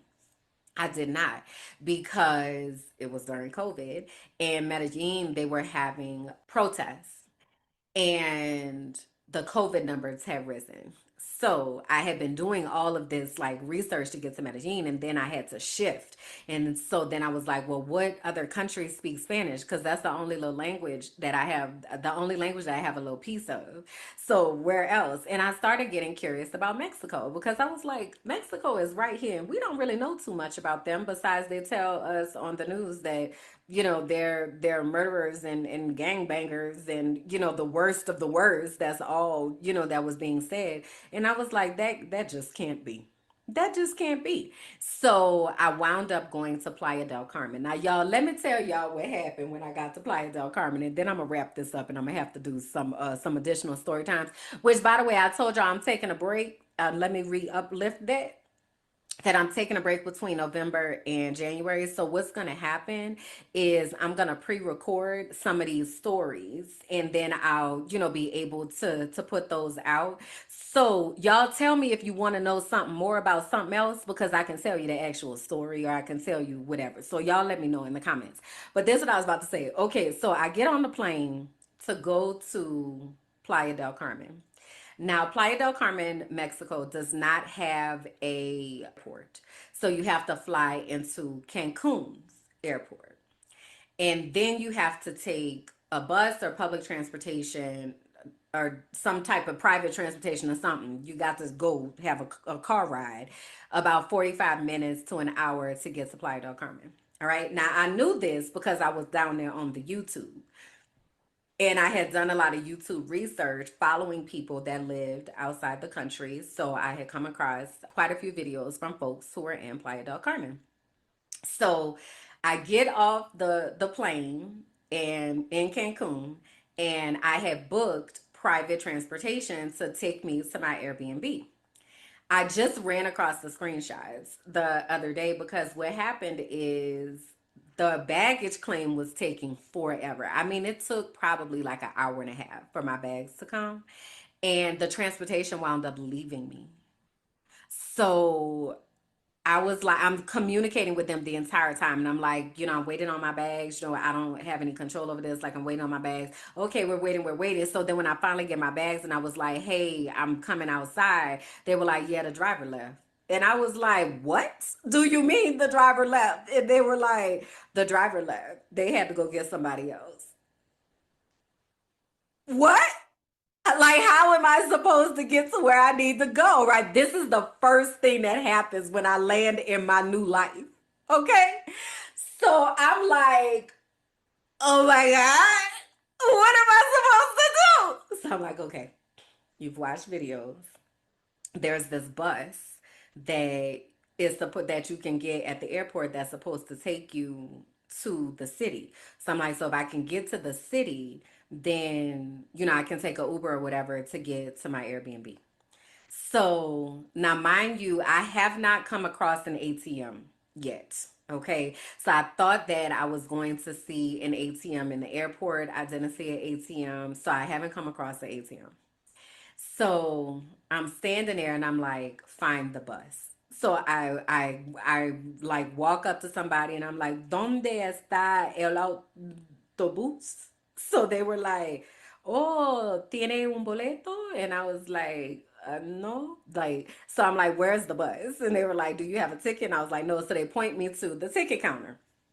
So I go over to the ticket counter and I'm like, hola, yo necesito un boleto de Playa del Carmen. So they were like, okay. So so I buy my ticket to get on the bus, right? The ticket is $8, y'all. Now, mind you, I had paid like $60 for this private transportation. This bus ticket was $8. Okay, all right. So I get the ticket or whatever, and I'm like, where donde está? Like, where do I go? So they're like, you go out and you go a la derecha, and there's a bus stop out there. Okay, so I'm like, okay, so I get out there, and the whole time I'm walking, I'm just praying I'm going the right way because I really don't know. So I stop and I ask somebody, and I was like, yo tengo boleto, ¿dónde está? So they're like, right here. So I wind up getting to the bus. Very smooth process, very comfortable bus. Okay. But when I get to Playa del Carmen, they drop me off in the middle of the city. Like, so in Playa del Carmen, there's like Fifth Avenue and 10th Avenue or something like that. That's like their downtown, the tourist action, like all the kind of stuff. The bus station is literally in the middle of all of that. So I get off the bus, still don't see no ATM with my 3 suitcases in a backpack, and I'm just standing there like.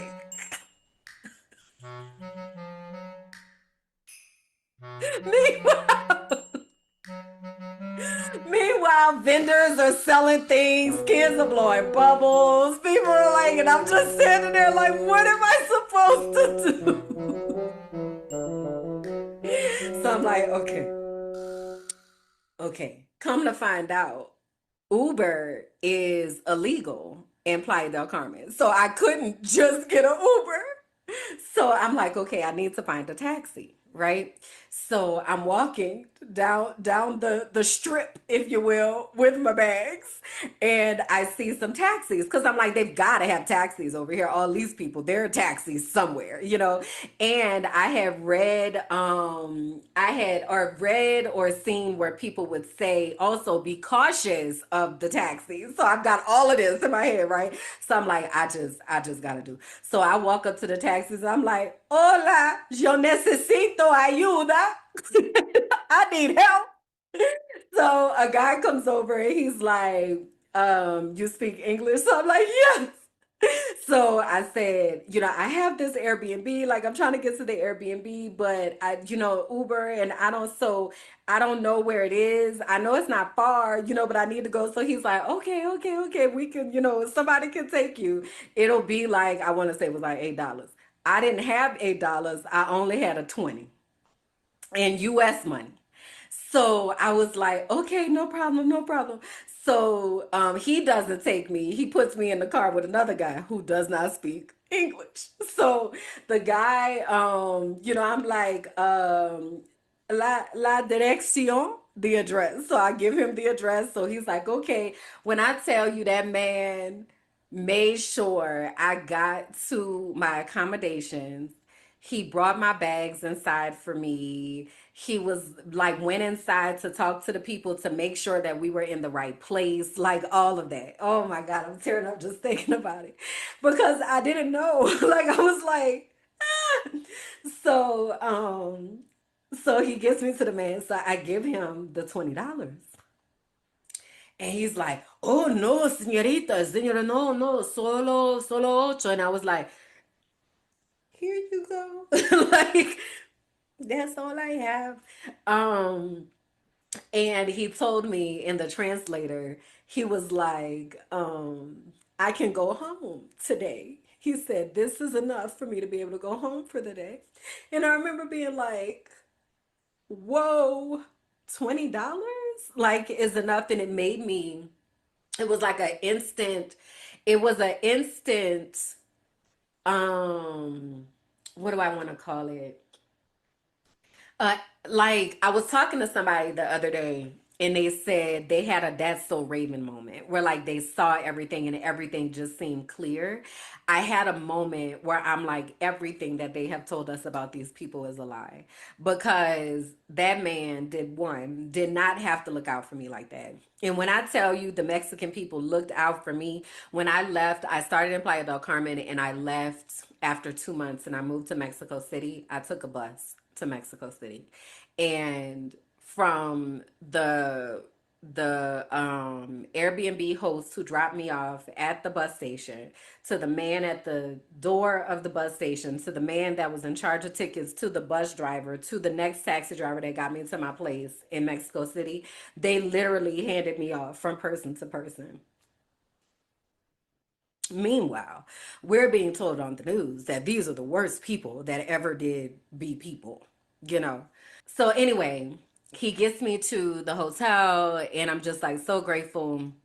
And it wasn't a hotel, it was an Airbnb, but I'm just so grateful. I check in and the door guy helps me get everything upstairs. And I remember getting into the apartment and closing the door and being like, girl, you did that. Girl, you did that. Like, you really left. And I remember laying across the bed and just being like, wow, I really did that. And that was 4 years ago. That was 4 years ago. And I am still having first, experiences. I was in Mexico and then I left Mexico to move here to Medellin. And it has been such an adventure.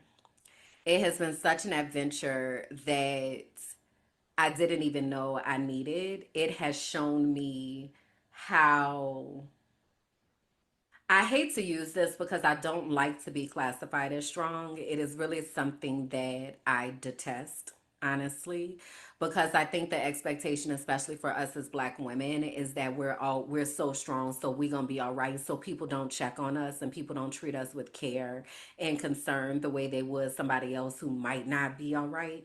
And I constantly tell people like, I need you to check on me. And I need you to check on people that are in your life, especially if they're Black women, because we carry that invisible weight all the time, or people just don't feel like they need to check.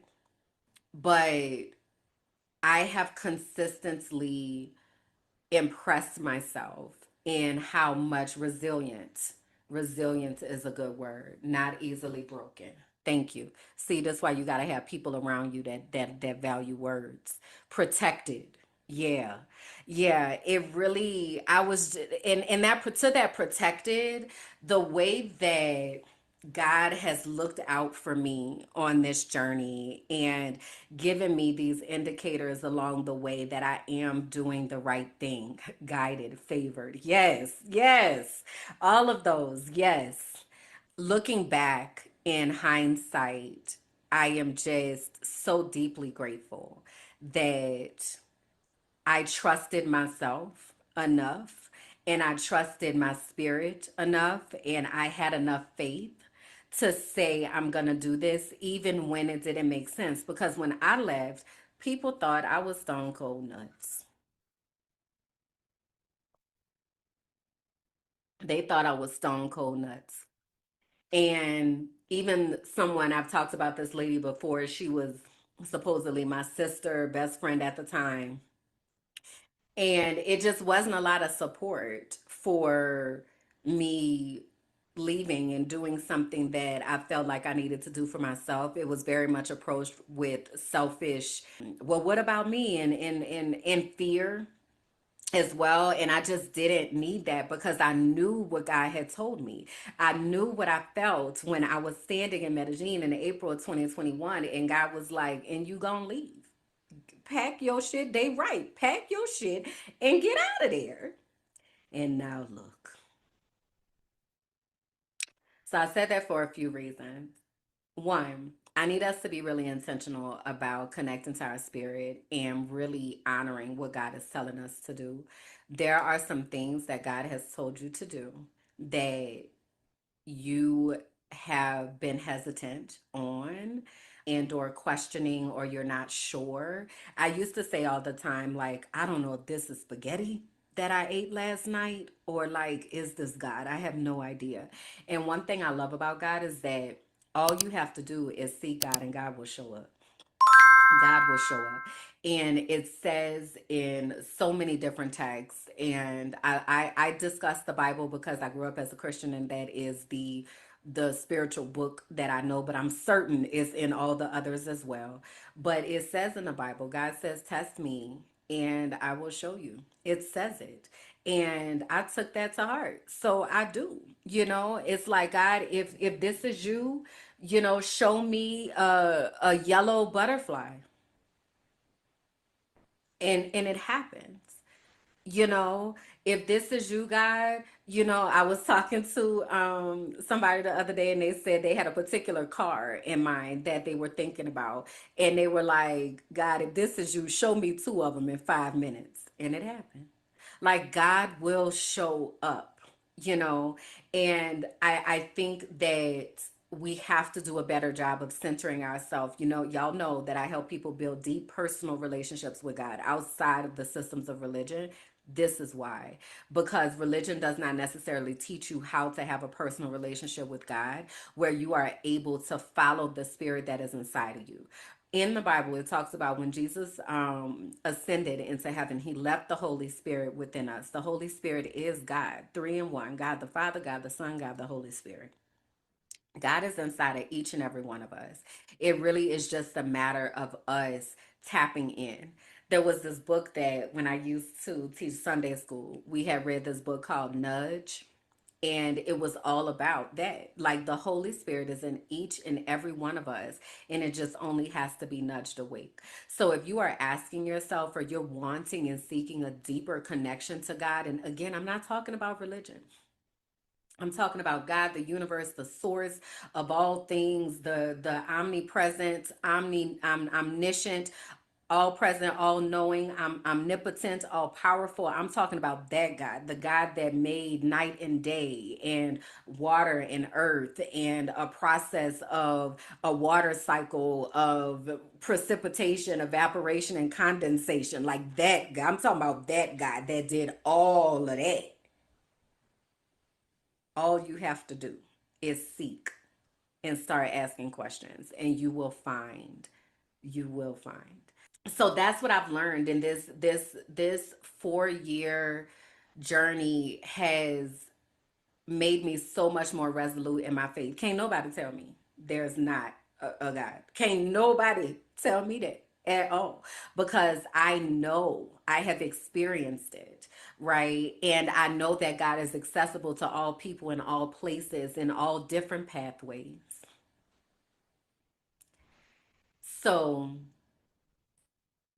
I'm much more grounded in my faith, and I'm just really, really proud of myself. And even keep in mind, I had a whole mental health crisis abroad, and even the work that I've done in that to get myself back to a place of being able to turn the microphone back on and to be able to sit here with you all and share my experiences in hopes that it will inspire someone else and guide somebody else. So happy 4th anniversary to me. Happy 4th anniversary to me. So, these are the questions that I want to ask of you this week. What do you need to do to save yourself? What do you need to accept? And what does your dream life look like? Those are the questions that I would like for you to think about this week. And if you feel comfortable, I would love for you to share those questions or those responses into the comments. Thank you all for hanging out with me for story time. I'll remind you again that we are having the healing circle immediately after this. So again, if you go to tinyurl.com/Black Women Healing Circle, you are able to register for that and get the link. So I'll be looking, once this finishes premiering, I'll be looking to make sure I get anybody in there who would like to be. So again, tinyurl.com/Black Women Healing Circle. Again, if you want to hang out with me, shout out to my inner circle. I love y'all so much. Shout out to my inner circle. And if you would like to be a part of that, please go to patreon.com/minding my black ass business. That is how you will get connected to the inner circle. This is my closing thought. You deserve to have a life that brings you joy at a soul level. And my challenge to you is to start making the small changes that will bring you closer to that life. And that means that you have to understand the things that bring you joy. So my invitation is for you to connect to your spirit, connect to your body, and pay attention to the things that bring joy and peace and calmness and stillness. And I know that it might feel uncomfortable because it might not be familiar. But I promise you, if you would visit that place more often, that it will become a lifestyle that really does allow you to have the type of life that will bring you joy. Okay? So I think that's it. I think that's it for today. So hopefully I'll see y'all in the healing circle. Otherwise, I'll catch you out here. Again, please make sure you like the video, that you leave a comment. Even if you don't have words to say, you can always just leave some sunflowers. And let me know, why are you here? You know, why are you here? What brings you here? What are you getting out of this space? Let's do some collective sharing. All right. All right. That's it. That's all, y'all. Bye. Thank you for listening to The Frolicking Truth, where joy meets justice and our nervous systems get free. Please be sure to like, rate, and comment. Subscribe to the YouTube page, Minding My Black Ass Business, and follow me on all social platforms. Until next time. Bye.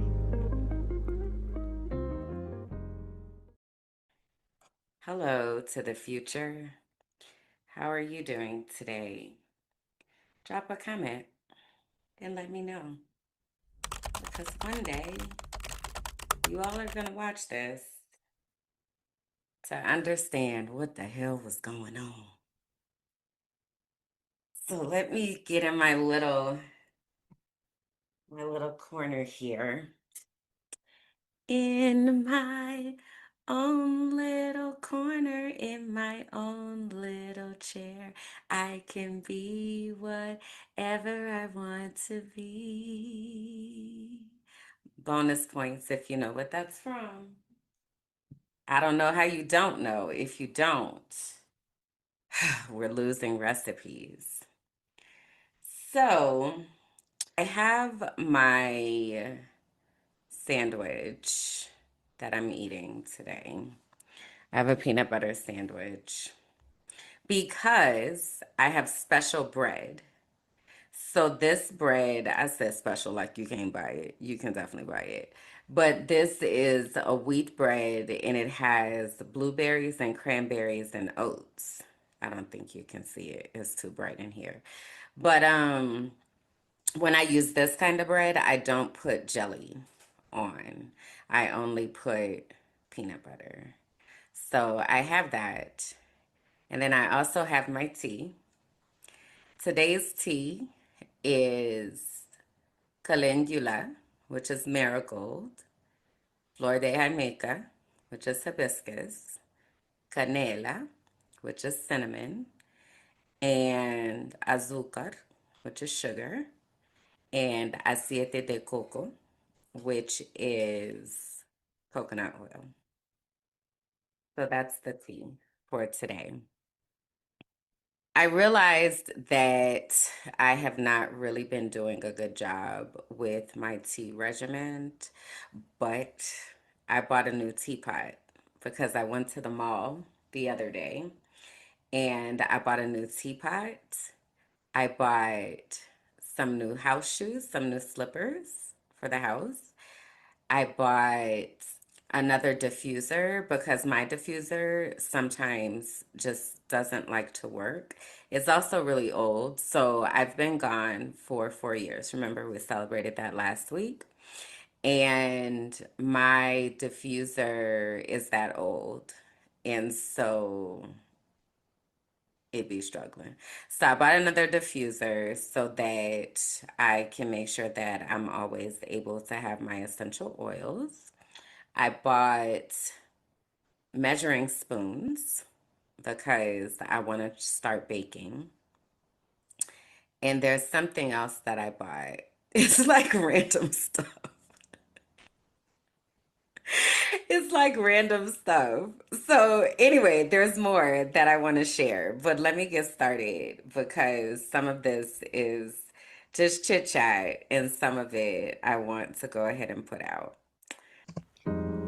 Hey, y'all, I'm Kimberland, and this is the Frolicking Truth, a soft space for Black women who are tired, brilliant, and ready to heal.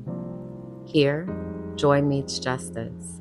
We calm our Black ass nervous systems, we unmask, and we leave behind whatever that is trying to kill us. You're seen here, you're safe here, and you don't have to do this alone.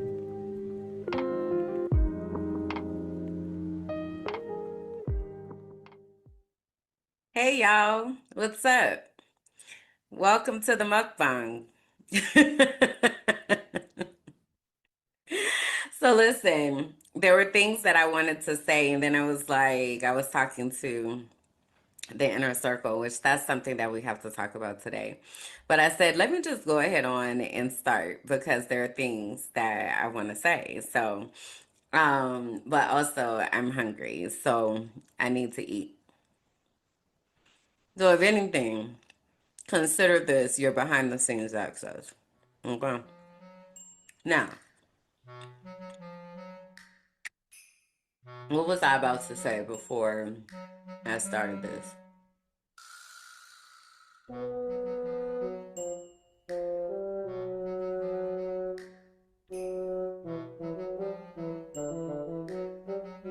remember. It's gone. It's gone. What was I gonna say? I don't know. But anyway, hey y'all. Welcome to episode 24 of the Frolicking Truth podcast for Black women who are tired, brilliant, and ready to heal, where joy meets justice and our nervous systems get free. Come on in. Take a seat, find a comfortable spot, get cozy. I did that from memory, by the way, and it was out of order. And I realized it, and that's why I always have my lines. But nonetheless, you get it. You get the gist. So, one thing I do want to say is that if you don't identify with any of those descriptors, as far as being a Black woman who is tired, brilliant, and ready to heal, that's all right. You can still stay and hang around. I just ask that you come in a spirit of wanting to listen and learn and support. This is not the space for foolishness. I will block you. I have zero problems with it. Okay? So, this is a space for people who love to learn, love to hear different perspectives. Oh, I know what I was talking about. I remember. First off, let's give a shout out to Christian. Christian is my memory brain person. And he does a really good job of finding the things and getting me back on track. But also, the office doesn't really open until like 1. So I wasn't like trying to put too much pressure on him for him to go and find it. But my boy be on it. So shout out to Christian. So what I was talking about was I had went to the mall the other day. The main thing that I needed to do while I was at the mall was get an eye exam. Did that in Espanol.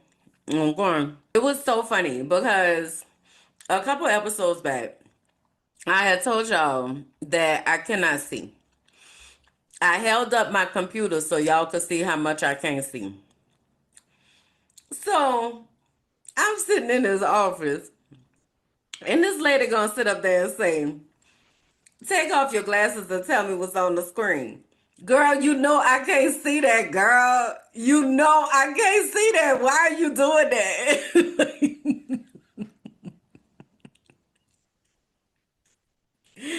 Then she was like, hold up this card that had different paragraphs written on it in different sizes. And she gonna say, look at the one that's on the bottom. I said, what you want me to do with it?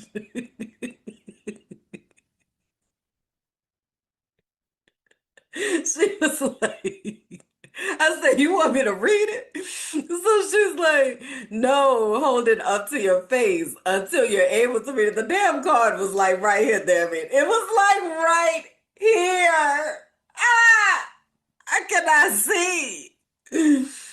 So anyway, the good news is that I'm gonna try not to say because every time I damn it say it, I gotta cut it out.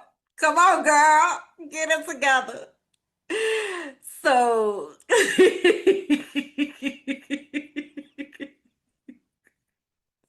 I just really got the giggles because I was not giving her a hard time. Let's be clear. I was very much cooperating, but I was also in my head like, nah, girl, you see how high this prescription is, girl.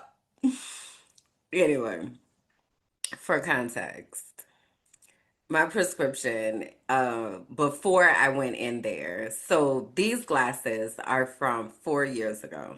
So that's about time, to get some new glasses. I believe you're supposed to update your glasses maybe every 2 years, maybe. So all of the glasses that I've had with me, these, my yellow glasses, the clear glasses, I have a pair of black glasses, are all that prescription from 2021. So even in all this time, my prescription only increased by 0.25 more. But baby, that 0.25 make a difference. You hear me? because y'all been hearing me talk about my eyeballs and the things that have been happening, and you steady see me pushing the glasses up on my face the whole time. Ooh, child. So the good news is that my eyes did not degenerate a lot over the past 4 years. It's normal wear and tear, if you will. That's the good news. The good news is also that I do not need bifocals. Somebody put into the comments. Let me go find the comment. Who was the comment? I think that was Erica. You see down here, ERF 5332. You had bifocals?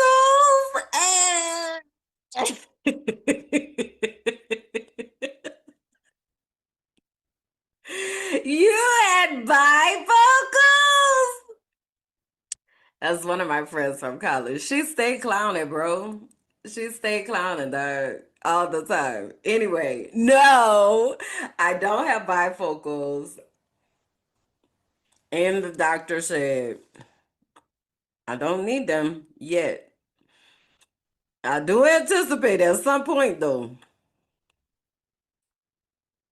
they gonna come into play. Because sis cannot see. Okay. But I went to the eye doctor, and that was cool. I didn't know the words. Damn, I done forgot the word already. Because I asked her what the word was for blurry. Borroso. Borroso. So, because I was trying to tell her, like, for instance, one of the times she told me to take my glasses off and look at the screen, it was a K on the screen. She had blew it up to like 7,000. So then I was like, I can see that there looks like there's a K, pero borroso. It is blurry. Yo necesito claro. So I need it. How would I say? Yo lo necesito claro. I need it clear. So she was getting it together though. She was like, hold this. So, all right, what's this? All right, let's do this and that. And it was a whole production. So we'll see. I'm going to have me some new eyesight soon. I think I'm just going to order the glasses from Zenni Optical though, because I actually have a code with them. So I'll find it and put it into the description. But they don't never have cute lenses. I mean, cute frames in the in the um in the eye doctor. They don't ever have cute frames in there. So they were not cute. So I'm going to do that most likely. But yeah, I'll be able to see soon. So that was a good adventure. So while I was at the mall, I did that. I did the eye exam. And then I also had some things on my list that I needed to check off. And one of those things was getting me some new house shoes. And like I said, the measuring spoons. And I bought a jump rope. I bought a jump rope because I want to really start working on endurance. Cause I be winded, baby, going up these mountains. So I have to start doing that more frequently, as far as like the hiking part of it, kind of. Cause to take the trash out, I got to go down the mountain. Then I got to come back up the mountain. And the coming back up the mountain, it's a steep mountain, okay? So, but it's a really good workout. It doesn't take that long. It really doesn't. It maybe takes like 15 minutes total. But my God, today, I be tired, okay? So I want to start working on my endurance and stuff. And I feel like a jump rope is something that's portable enough that I can use it and I don't have to like make space for it in my suitcase. It can fit. So I bought that and I don't know, maybe a couple other things. But I had a really specific list of things that I needed to do at the mall. So I did that the other day. And I felt like an adult. A few moments later. What I was about to say before I started eating my sandwich is that one of my friends from college had come into town and he reached out and he was like, hey, I'm going to be there. It would be great to see you. So I'm like, okay, so I carve out some time to go into the thick of it. So it's not downtown, but it's like the tourist area. The area is called El Poblado. And it's where like all the tourists are. It's like the main event. If you think about, for instance, I'm from New Orleans, it's like Bourbon Street, where like that's where everybody goes and all the craziness and debauchery and the things happen down there. So, but he wanted to go to this particular restaurant that he had heard really good reviews about. So I was like, sure, I'll go to the restaurant. I know exactly where that is. So we get down there, and there is a park that is across the street. And during the daytime, the park is a park, just the seating area. One thing I will say for Colombia is that their parks don't have anything on Mexico City parks. Mexico City's parks are so gorgeous. They are so gorgeous and just well put together. And I think here, specifically in Medellin, so let me not speak for all of the whole country, but here in Medellin, the city is so green, so I don't think they put as much time, attention, effort into curating the park. It's just kind of like, here's the park. So having said that, the parks are not really anything to write home about. It's just kind of like a park with some benches or whatever. And I love to people watch, so I usually do find my way to a park so that I can kind of have a seat and just watch people and make up stories in my mind about what's going on or ask myself questions or whatever. So I'm sitting in the park before he gets there and just kind of appreciating the sunlight and all of that. There are always a bunch of taxi drivers, and they're always, trying to talk and all that. And I'm just, footloose and fancy free. So we go to the restaurant, and I haven't seen him in probably since we graduated, and I graduated in 2003, so in 22 years. And we're friends on Facebook, but haven't seen each other like at all in that time. So, um, had like just an amazing like early dinner, late lunch situation, a dinner, if you will. The restaurant was really nice. They had a really, really good drink, a juice. It was like they had a really extensive menu. So it was maybe, which granted, the majority of it was drinks. They're in the middle of Poblado. So it's Calle Diaz is the area that I was in. So you're in the middle of people wanting to have drinks for sure. So their drink menu was really extensive, but they also had vegan options and vegetarian options. It was a pretty good place, and I didn't feel like it was very expensive at all. Yeah, their menu is 39 pages. Oh, they had kombucha. Oh my God, I totally would have got some kombucha if I knew that they had that.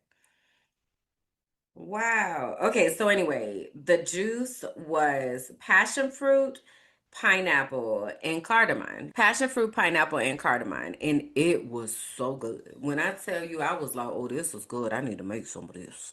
It was so good. So anyway, I had a really good time. And then after we had dinner, we went back across the street to the park, and we're kind of just talking for a while about mental health and men's mental health and how to create support networks for people who are watching the world crash in front of them, basically, is what our conversation was about.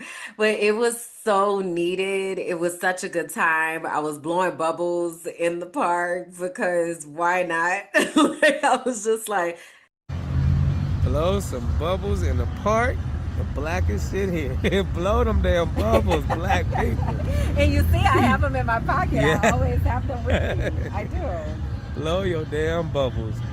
When I tell you, when you can, black joy is when you are blowing some damn bubbles. Being black, intentional about it. Get you some. Get you some. Look, it was $1 and about 75 cents. But it's a little piece of joy. Go on and get you some. Thank thank you for this. Because I told him, I'm like, I really don't be feeling like people be checking for me. Well, first, what I said was, I don't feel like people be worrying about me. He was like, I never worry. I never worry. And I was like, okay, that's fair. And then I said, but yeah, I don't be feeling like people be checking for me. And he was like, no, I follow and I, think about you often. So know that. So that was nice. And I felt like it was definitely like a God pull up. Like I was like, go check on her right quick and let her know that it's people out here that care. So I appreciated that and I received that. So shout out to Dantes. And thank you for coming and seeing about me and pulling up on me and spending some time with your girl. It was very much refreshing. So I was out in them streets, y'all. I was out in them streets. I bought some sunflowers while I was out there. So that was nice. So I have sunflowers sitting over on the table. And yeah, so that was me frolicking. I am the professional frolicker and I haven't really frolicked in a while. I do feel that frolicking season is coming back in full effect. So I'm excited about that.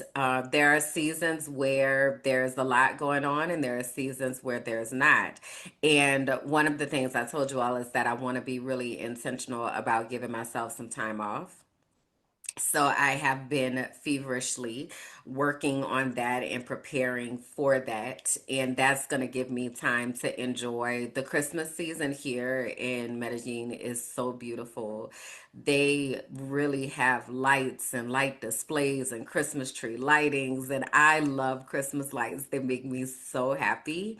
So I'm excited that I'll have a chance to be able to enjoy another Christmas here and just kind of be out and appreciating the parks. One of the parks that I love, they do a huge Christmas display and there's like a light display over the river. It's really beautiful. So I'm looking forward to all of that. So I've been feverishly working on that with my brand bestie. The other day we had a work session and it was so dope because I had all these things on the list and I had gotten to some of them, but not all of them. So she was like, okay, well, let's do it now. What can I help with? All right, so I'll do this, you do that. Checking in, like it just felt like a productive co-working supportive environment and I need that. Like I am the type of person that I got the ADHD child and I'll be down a rabbit hole, girl, in a minute. So knowing that, okay, for this chunk of time you are focusing on this and somebody's about to ask you how far you got because the goal is to check everything off the list. Phenomenal. It is very project manager ish, and I be sometimes be needing to get that. So so it felt really good to get the things checked off my list that are setting me up to be able to take this time off.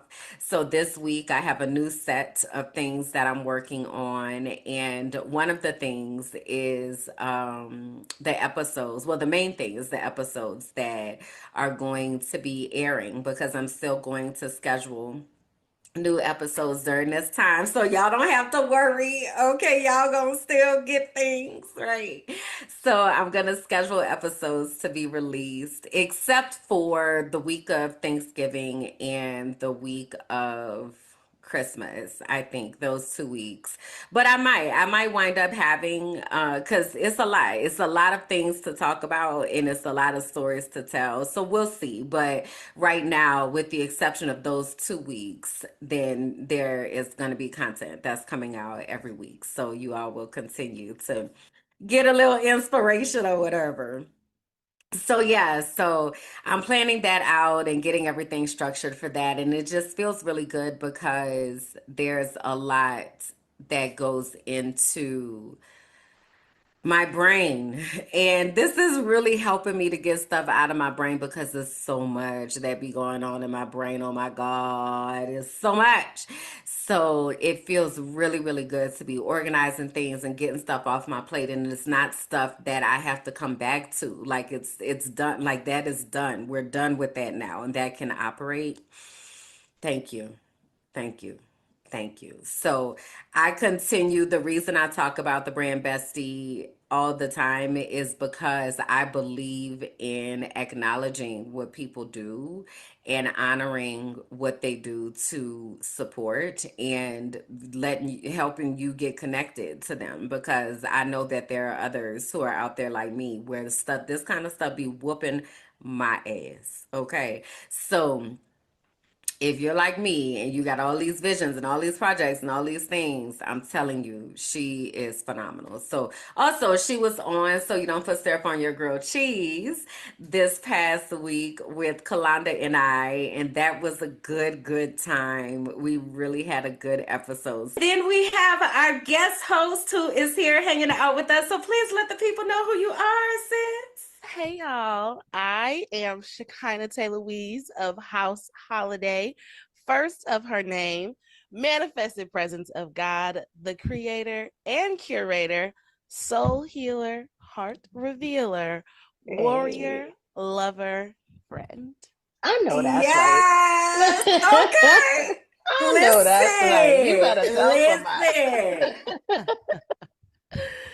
Yeah, that's me. Hey y'all, thanks for having me. This is my first time guest hosting anywhere. I just be talking on my stuff. So please do check that out. I'm also going to have it be one of your options after this video, but it was a really good time. So you can get to know a little bit more about Shekinah, the brand bestie, through those avenues. And you can go to tinyurl.com/the brand bestie to schedule some time with her. She does free consultations, and that's amazing. So wanted to put that out there. Also, let me give a quick Raina update. So I didn't tell y'all this the last time. It's been a couple times now that I had supposed to mention it, but Raina got washed yesterday. And one, I changed the side that my part is on, because I felt like, you remember I keep talking about this little area of my hair up here. So I'm trying to like expose different parts of my hair so I can just see what's happening and what's working best. So that's the first thing, is I'm getting used to the new part side, or the new side part. So, but the other thing is, well, first of all, yesterday I washed my hair. I had to wash it in cold water, child, because the gas ran out for the shower. So girl, I was in there freezing. But it was interesting to wash my hair in cold water. It definitely felt different. So that was a different experience. But this is the main thing that I did, is I used olive oil to moisturize Raina. And I'm really liking it. Now, just regular olive oil, I have extra virgin. This is just that what I had in the kitchen. And then I was like, I'm gonna now use this for my hair. So now it's my hair olive oil. Which, granted, there are a lot of beauty products that have olive oil as the base. And when I get to making my hair creams and stuff, I am going to, I'm sure, include olive oil in it. But I really like the way that my hair feels moisturized. So I washed my hair yesterday afternoon. So I took a shower last night. I did not take a shower this morning. So this is Raina without the steam treatment in the morning. And I'm kind of feeling it still. It feels moisturized. She feels not so drawn up, if you will. So I'm liking that. Now, this area again up here, I feel like I may have to do some additional moisture, because it feels like it's a lot drier than, for instance, the back of my hair. So I'm going to be kind of paying special attention to this part to try to see what I need to do up here, because that's consistently a thing. I don't want to, I had a suggestion the other day to like just do a twist out and then just untwist it. I don't really want to have to do that. But right now, I'm just trying to see what happens and how the curls are naturally coming. Do they naturally come, or like what is happening there? Because maybe there's some sort of damage or something. I don't know. I don't know. Or it's just a different texture. So that's where me and Raina is at. But sis is cute now. Sis is cute, and sis has movement, which I love, because that wasn't really the case before. So I'm really liking, like I said, the moisturization, which allows her to also kind of be footloose and fancy free, if you will. So That's been a really, really good time with Raina. So we need to do our subscriber update, y'all. Yo, when I tell you, I am so excited about the fact that people are finding me, finding us, finding Minding My Black Ass Business. Oh, shoot. Okay, I'll do it after this because there is something that I need to also tell you all. I'm so glad that you all are here, is what I'm saying. I have been preparing for you and thinking about what this looks like and sounds like and how to create a space where we're able to learn together and grow together and all of that. So, first, I want to give a subscriber update. Last week, we were at 1,468 subscribers. This week, we are at 1,484 subscribers. Yes, welcome to our new subscribers. So excited to have you here. Please leave a comment. Let me know, let us know what brought you here, what made you click that button and say, let me check out what they're talking about over there, the Mind of My Black Ass Business. Please do share, introduce yourself, let us know where you are joining the community from, all of the things, okay? I also, let me do these quick updates and then I'm going to go back because there is something important that I need to do. So, we just had the Healing Circle this past week. It was a really, really good time. We had a brand new group of women that came, and during the Healing Circle, we do breath work, we do a yoga flow, we also do affirmations and a debrief, and really just take some time to connect with each other as sisters. And it was so beautiful. So, you all know I partner with the Well Educator, Vanessa, and we have created this space to hold for us, for Black women. So, Saturday, November 8th is the next time that we will have the Healing Circle, and it will take place at 12:30 p.m. Colombian Standard Time, which is also Eastern Standard Time. So, it's a 90-minute session. It's a really good time. You register by going to tinyurl.com/Black Women Healing Circle. tinyurl.com/Black Women Healing Circle. So, I want to remind us of our soul work. Our soul work is what we are consistently thinking about when we come together, the work that we are doing within our spirits to be able to show up for ourselves. So, this week's soul work, and it's been consistent over the past few weeks, the past several, honestly, at this point. What are the characteristics that you need to feel safe in a community? And that can be a partnership, that can be a sisterhood, that can be a relationship, that can be a business ship. What do you need to see and feel in order to feel safe in community? That is our soul work. All right.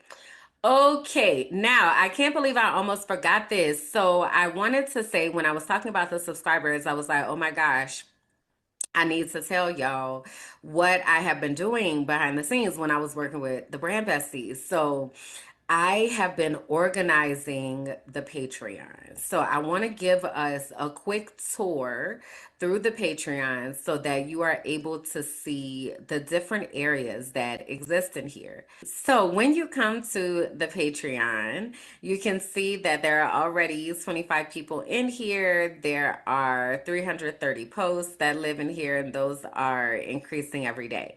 But the first thing that I wanted to share with you all is that I changed the name. I changed the name of the Patreon to the Archive because I am so aware that every day they are trying to erase history. And I think it is incredibly important for us to have a space where we are keeping those memories. So the Patreon is now called The Archive, and we have the emoji of the fist, power to the people, okay?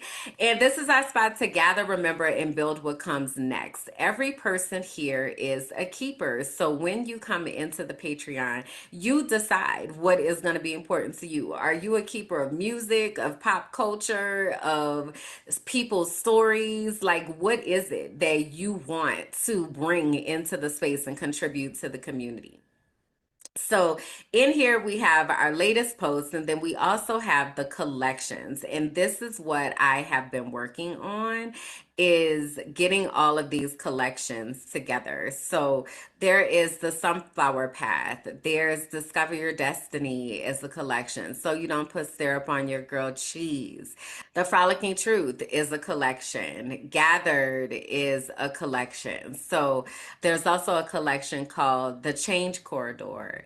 So there are all these collections in here where you are able to go in, and we're going to have content in there. You all are also able to chat about it. So there are chats for each of those. There are recent posts that are in here. So basically, we've been working on creating a space that allows us to be able to connect and to have pathways that we can go down to understand what is happening, as well as how we can support ourselves in that. So the Patreon is $5 a month. You can access everything for $5 a month. If you are somebody who is saying, I would love to do more than $5 a month, I have the ability, I am deeply appreciative, and you are able to do that. But the base level of $5 a month gets you access to everything.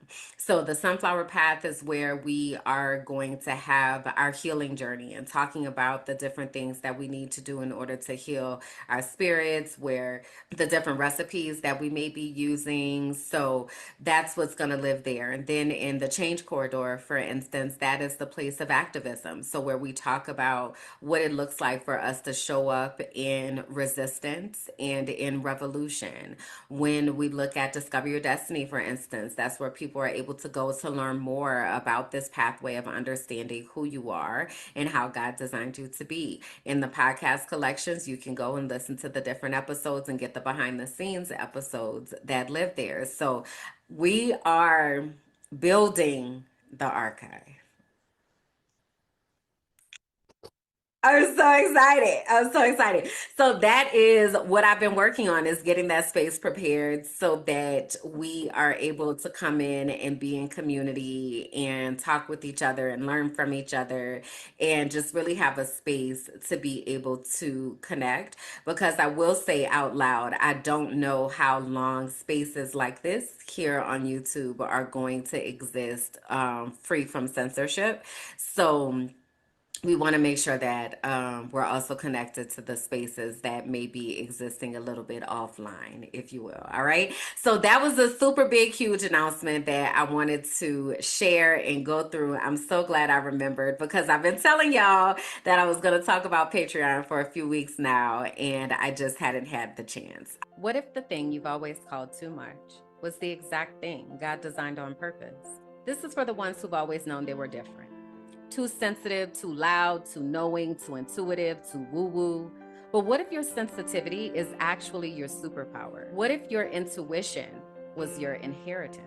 Discover Your Destiny is a 10-week sacred journey back to yourself. We explore the design of your soul, your spiritual gifts, and the unique way that God speaks to you. This isn't church. It's not a rule book. It's not a performance. It's the moment you stop chasing approval and start walking in divine alignment. You'll gain clarity, language, and confidence around who you are and what you are here on the earth to do. You'll learn the real voice of God. And if you feel called to go on to become a certified intuitive melanated life coach, this is where that path begins.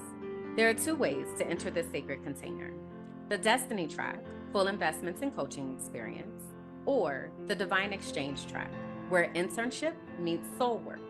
You'll support podcasting, content creation, or brand development behind the scenes while learning how your unique gifts benefit the collective. Your knowing isn't a flaw, it's the fingerprint of God. This is your invitation, and I hope that you'll answer.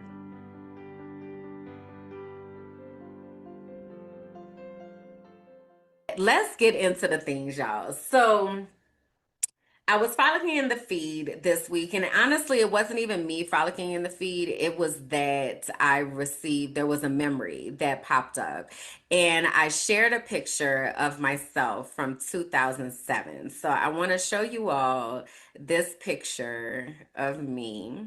So this is from 2007. The caption says, sometimes the way out doesn't look like escape. It looks like surrender to the pain, to the truth, to the version of you that still believes in light. The first picture, I didn't know yet how lost I was.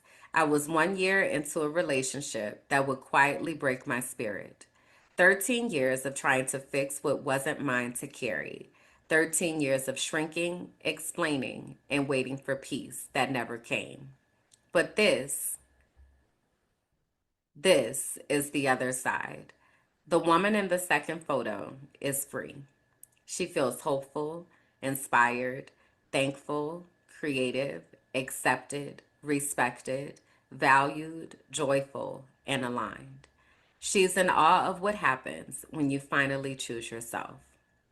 And now the universe keeps whispering, I'm sending you more reasons to feel joyful. To anyone standing in the dark, wondering if there is a way out, there is. It's not easy, it's not pretty, but joy at a soul level really does live on the other side. And the song that I have tagged in this is Able by PJ Morton and Daryl Walls. If you all know anything about me, you know that PJ Morton is my absolute favorite music artist ever. And he's just so much more than a music artist. He's a producer, he's a composer, he is a musical genius, and can't nobody tell me nothing different. Okay. So if you have not gotten into PJ Morton, get into it. But that picture is from 2007. And I do want to give a trigger warning here and say that October is Domestic Violence Awareness Month.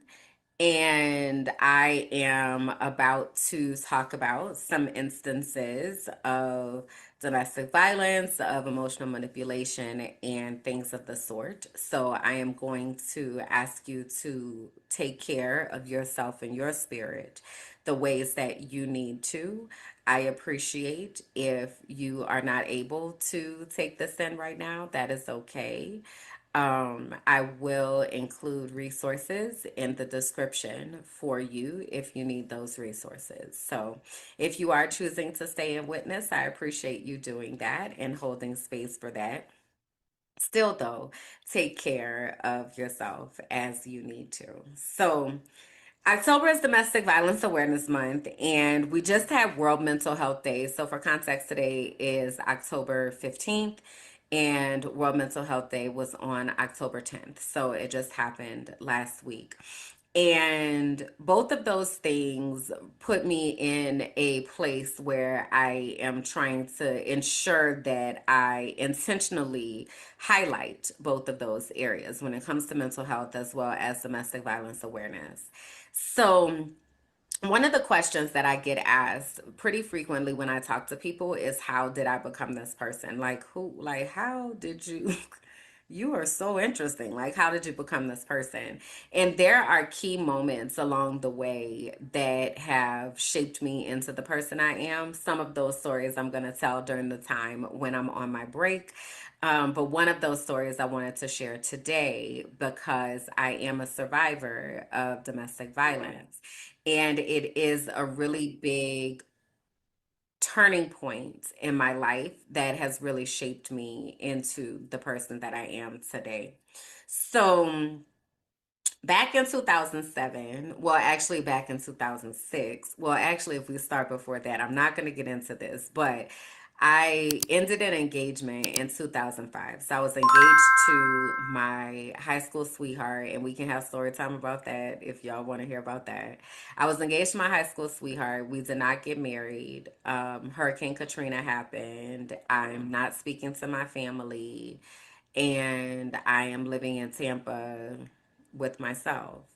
And 2006 comes along. This is around the inventions of spaces like Facebook, but this was pre-Facebook. This was in MySpace days, okay?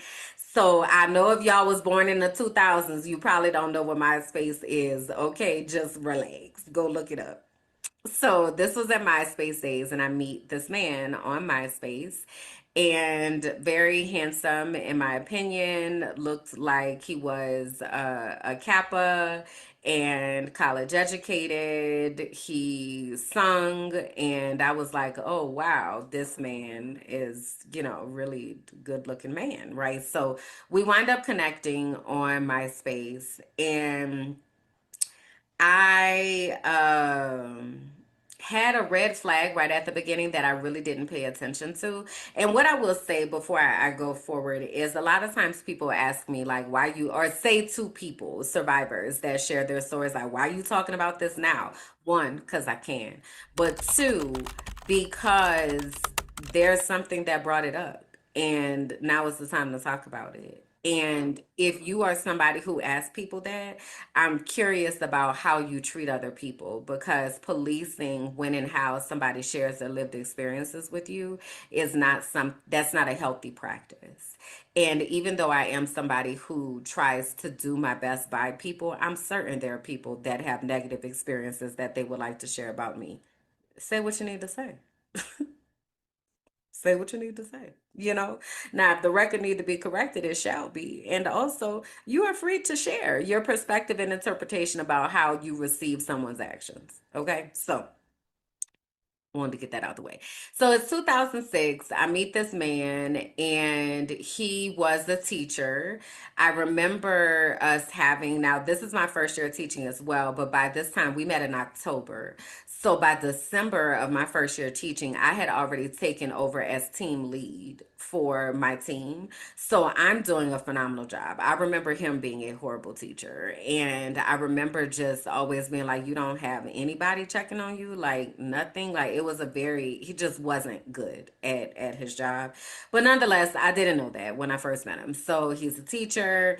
And the first red flag that I had that I did not pay attention to is when we met up, he was like, first of all, he was late. That was first thing. But things happen, right? So I give grace. Okay. That was a half of a red flag. The first thing that he said to me was, you're cute or something. And he was like, don't worry, I like big girls. Now, at the time, I was approximately 170 pounds. And right now, today, I do not know how much I weigh. I know I weigh a little bit less than that. But nonetheless, this was 3 years after I had graduated from college. And when I was in college, I was a dancer. So I danced on we didn't have a football team. We had basketball, but we danced at the basketball halftime. Like, so I was on the dance team. So I was, pretty much in shape when I was in college. And then when you get out of college, life just changed drastically. I had just finished working, being a manager at Walgreens. So my schedule was all over the place. When do I eat? When do I don't? Like, it was a lot that was going on. So I said all that to say my self-esteem was not the highest, but I do remember being like, big girls, like, what the hell who is he talking to?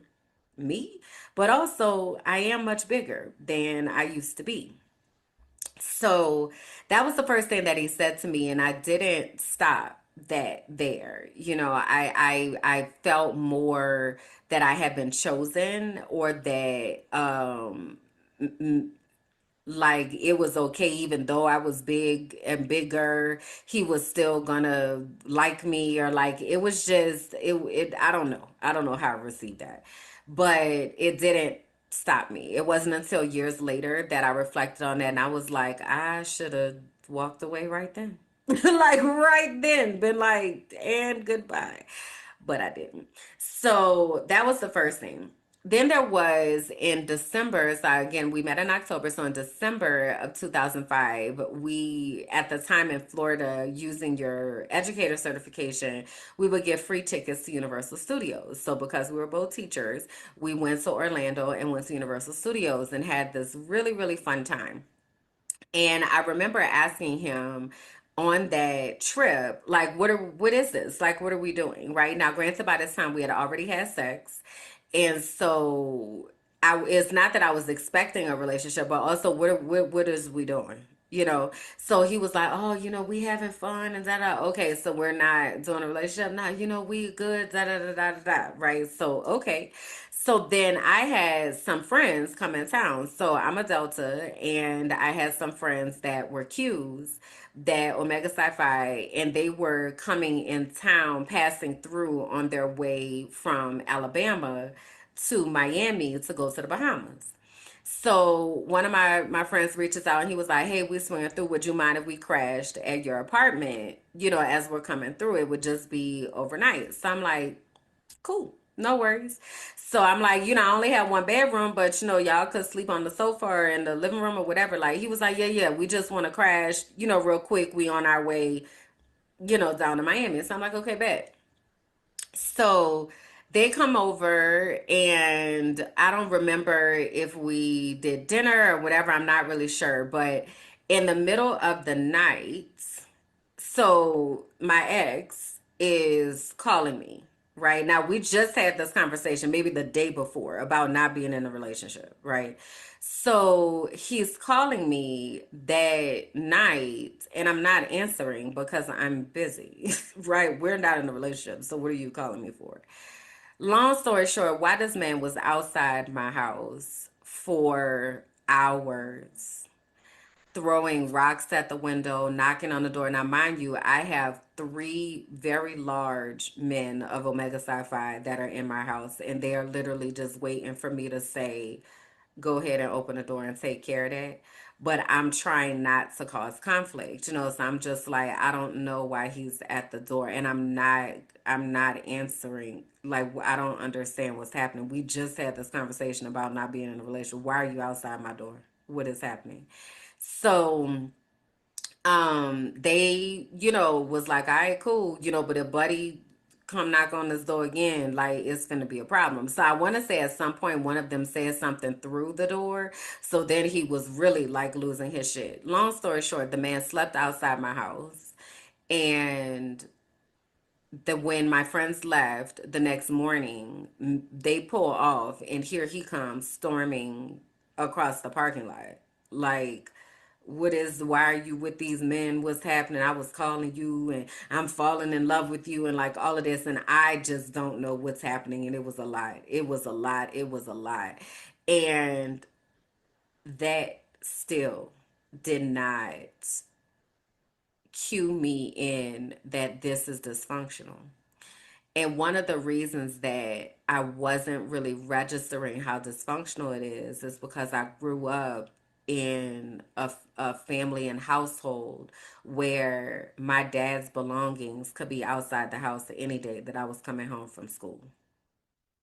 Like, so I was used to the chaos, and I was used to these quote unquote displays of love that are actually displays of control and manipulation. And I didn't know that that is what was happening. And I wish that I would have had the understanding of what was happening, because every day that I interact with men. So on this side of life right now today, I date sometimes and sometimes don't. And a lot of the dating that I do becomes more of a social experiment than anything, because I am curious about the communications and programmings that men are getting. Now, let me pause here and say that these types of behaviors are not only present in men. These behaviors, however, are very much tied to patriarchal thought that can manifest itself in women, right? So again, I grew up in a household where my mother was the abuser. So, but the abuse was steeped in the idea of patriarchy, and it was a lot. It's too much to unpack. But anyway, so I do want to say though that I am speaking about my experience as a heterosexual woman who is attracted to men, but that does not mean that only men exhibit these types of behaviors. It can also be present in those who identify as women, those who are non-binary. Okay, this is not a gendered thing as far as the behaviors are considered. But I've become increasingly concerned because I know how naive I was in my 20s. And I am grateful, even in having been stuck in this relationship for 13 years, that one, I made it out with my life, and also that it wasn't worse, because it definitely could have been. Because come to find out, that man had been stalking me the entire relationship and I didn't know. And I really didn't find out until the very end. Like, things had started to escalate in 2018, 2019. And the last time that I had any experience with him or dealing with him was like February 28th or something like that of 2019. So this went on for a really long time, because I just told you I met him in 2006. So I know what I experienced, and the more men that I encounter, whether that be through dating apps or just out here in the real world, I am so hyper aware of how much toxic masculinity exists and how much people are at risk because of the ways that men are conditioned to believe that they have authority and dominion over women. And I feel like it is my responsibility to talk about these things so that we can talk about and develop our list of what we need to feel safe with someone, because that's important to know. One of the reasons that I do the soul work that I do, and one of the reasons why I'm the type of life coach that I am, is because the key to me finding freedom was the journey of discover your destiny. Like, that is literally how I found my way to freedom. I was at a church, and the pastor said, because we were engaged by this time, so the pastor was like, y'all should do individual counseling. I was like, I probably need to talk to somebody. I've been needing to talk to somebody my whole life. I had no idea how deep it ran. But I got to a therapist, and she challenged me to take a spiritual gifts test. And that's when I got really, really curious about who I am and like who God created me to be versus who people were telling me that I was. That was my road to freedom. That's how I started to understand what I had been experiencing and why I had been experiencing those things. And I feel like it is my responsibility to warn and support others as they may also be in those situations. So I want to tell y'all a quick situation that happened just last night. So I was talking to this man who is a chef and a psychologist, which is a very interesting combination to me. And we were having a conversation, deep conversations about all sorts of different things, and from your favorite color all the way to racism, like just this whole conversation. And he had made some type of joke that I didn't get, and I still don't get. And I don't know if it's because it doesn't translate well in Spanish. Like, things literally get lost in translation. But he had said something about, how are you handling the cold or something? And I was like, well, thankfully I have a heater, so I'm very cozy. And he was like, oh, that you're conceited. And I was like, I don't understand what's happening. And he's like, no, that was a joke and something, and maybe I was supposed to say something. I don't know. I don't understand. I don't get the joke. But the fact of the matter is, why are you calling me conceited? I am so confused. So I was like, maybe this is getting lost in translation, but noted. So then again, we're having all this conversation and everything, and then he says, matter of fact, I'm a play what he said for y'all. Now, mind you, this is the first time that we're having a conversation, and this is what it said. Okay. We would look cute trying to say nice things to each other and express love. So I said, it sounds like your brain is trying to take a field trip to this hypothetical future. So he says, well, if you don't have an idea of what you can project onto the other, it won't happen or be achieved. I also think that being in tune with the idea of what we want is important for it to happen. And I said, I understand being intentional with your energy. So then he says, I tell you for the first time, you're beautiful for being my girlfriend. I'll tell you for the first time, you're beautiful for being my girlfriend. So I said, you are practicing for this future that you are writing in your brain. So he says, Maybe. What do you think about my uh, attitude? so he said, maybe, what do you think about my attitude? So I said, I think that you are allowed to direct your attention in the direction of what you want. If you are wondering if I am moved by your words, no, I'm not.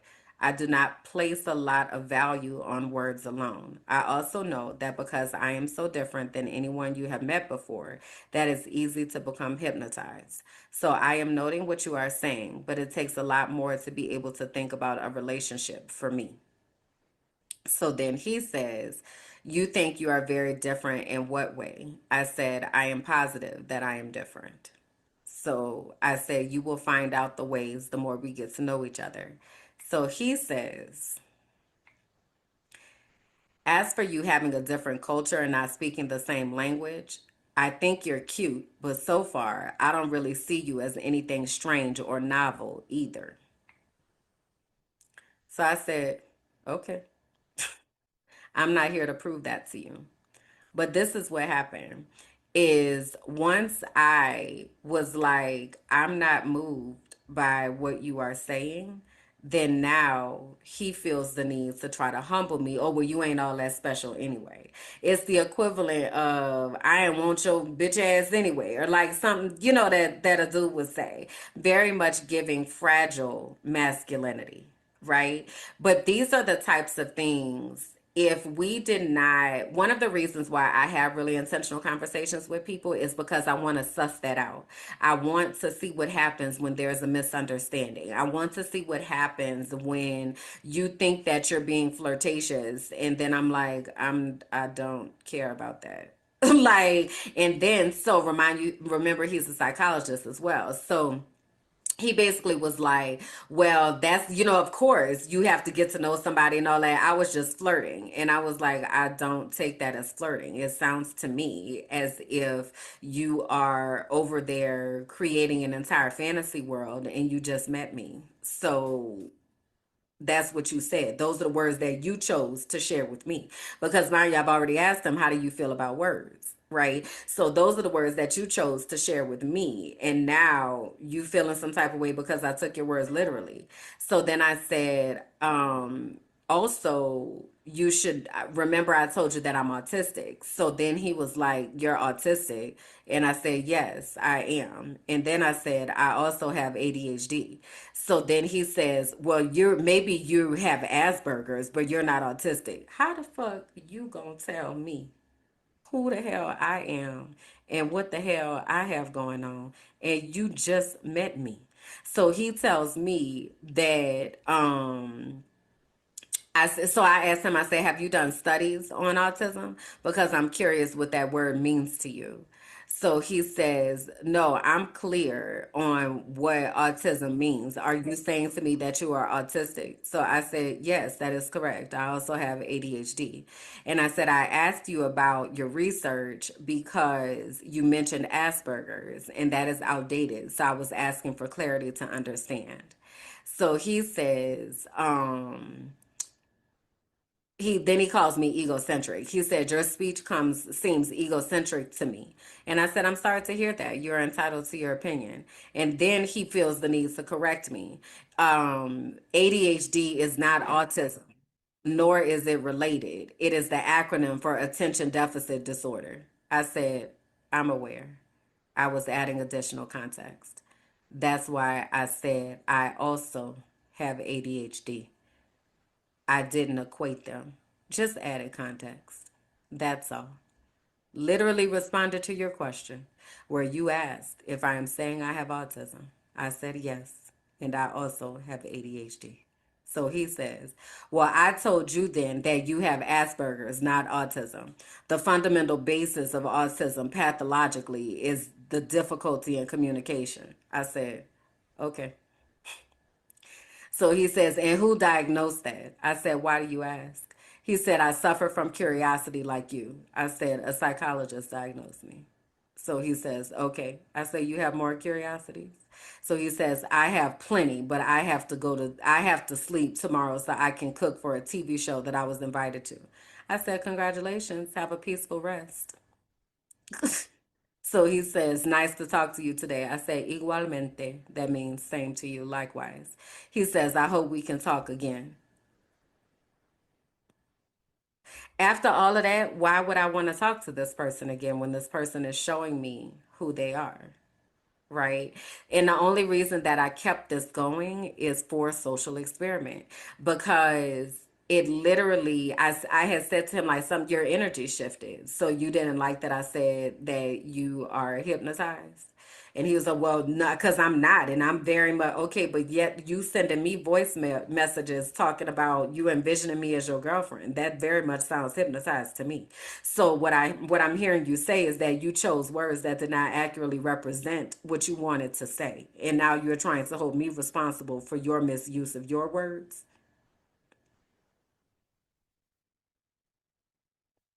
So I bring all this up because this is a subtle sign of someone who on the surface should very much have emotional intelligence, should very much have the ability to be able to hold themselves accountable, right? But just because somebody has chosen a particular profession does not mean that they are practicing those things within their actual life, right?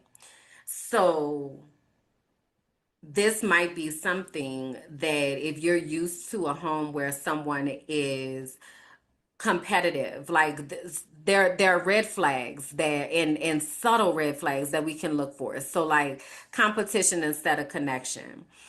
This man is very much interested in being the knowledge in the room and being the one who knows all the things. He's got this PhD, so he's used to being smart and all that. He knows nothing about my academic background. He knows nothing about my scientific studies. He don't even know that I'm a scientist. And I haven't felt the need to explain any of that. I don't feel the need to let him know that I specialize in neuroscience and brain research and trauma. I don't need to share any of that because I see how you act when you think that I don't have those qualifications, and that's all I need to know. Right. So is this person making you feel like there's a constant competition, right?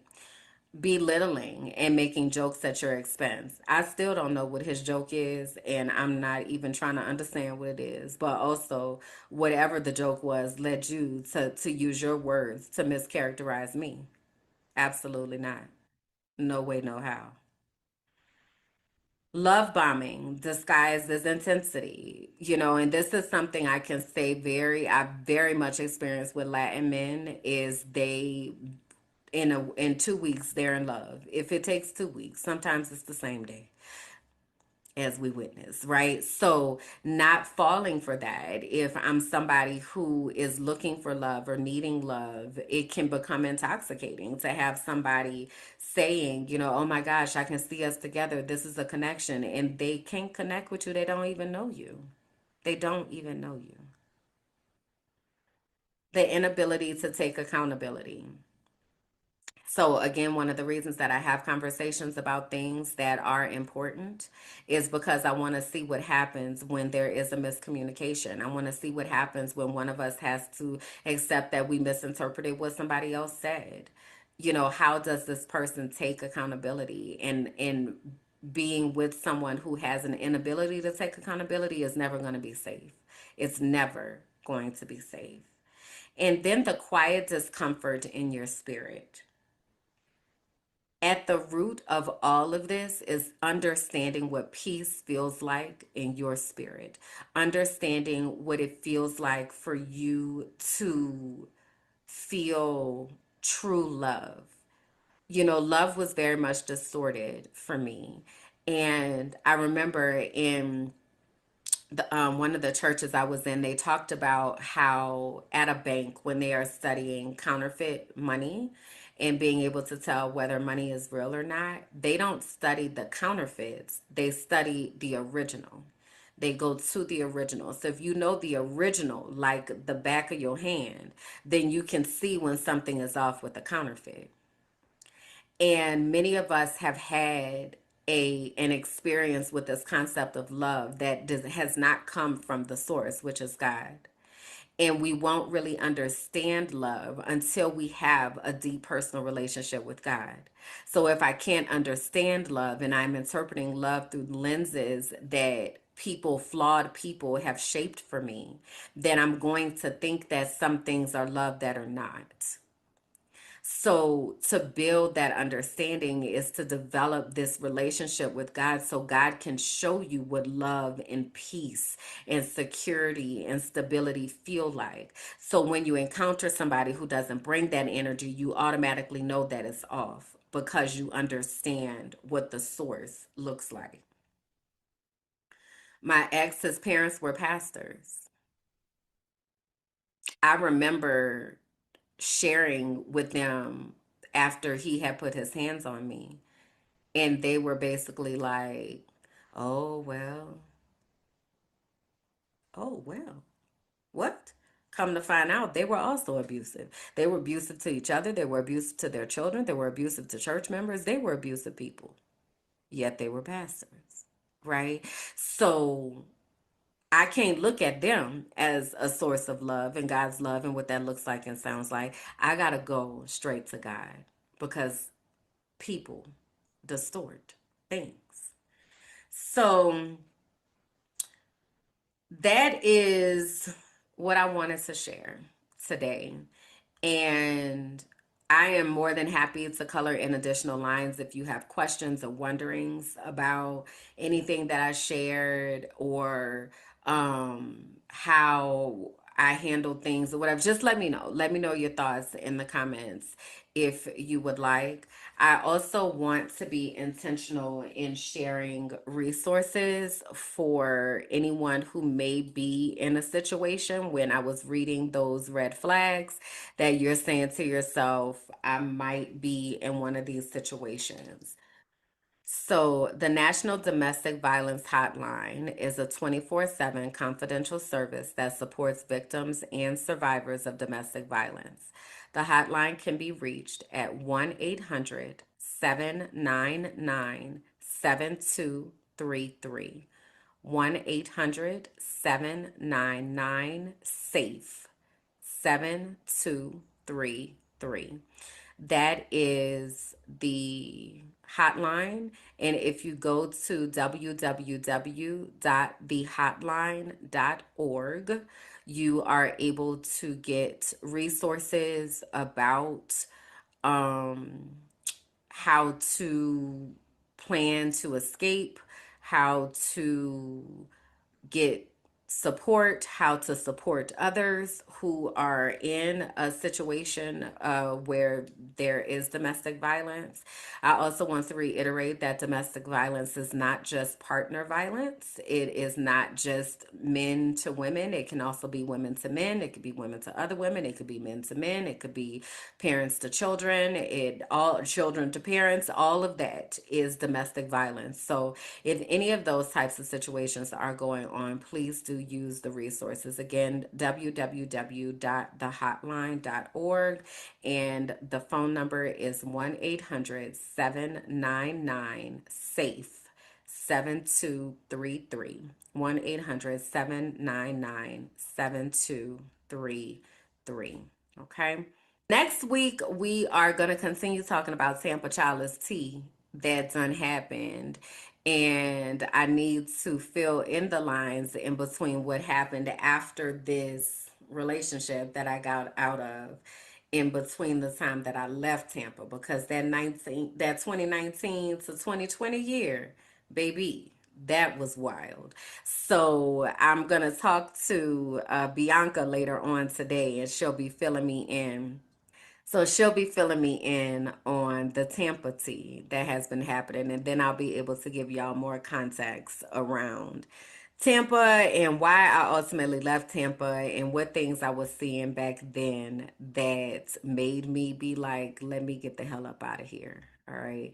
So that will be next week. A reminder that our soul work is: what characteristics do you need to see to feel safe in community and sisterhood and partnership and relationship? All right. Continue asking yourself that. Please do share in the comments. Whoo, child. All right. Let me find my quote for today. Oh, one more. I have an additional announcement that I meant to say at the top of the episode today.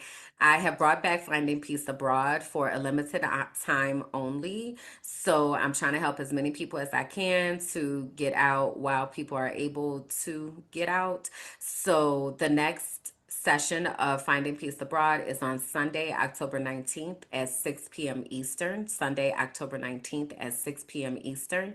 And you can register for Finding Peace Abroad at tinyurl.com/FPA 10/2025.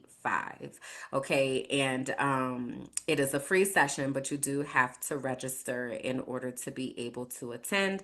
Also, again, want to remind you to join the archive, which is the Patreon. I don't know if I mentioned this earlier, but the Inner Circle is still within the archive. So that is the collection where you're able to find out everything about me as the founder and continue to follow my journey there. So that is my personal channel, the Inner Circle within the archive.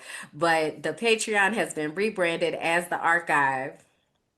All right, so come on in there and hang out with us in the Patreon. If you go to patreon.com/minding my black ass business, it is $5 a month. You have access to everything that is inside and all of the content and resources that will be available, as well as discounts, chats, and community. So today's closing quote comes from Ntozake Shange.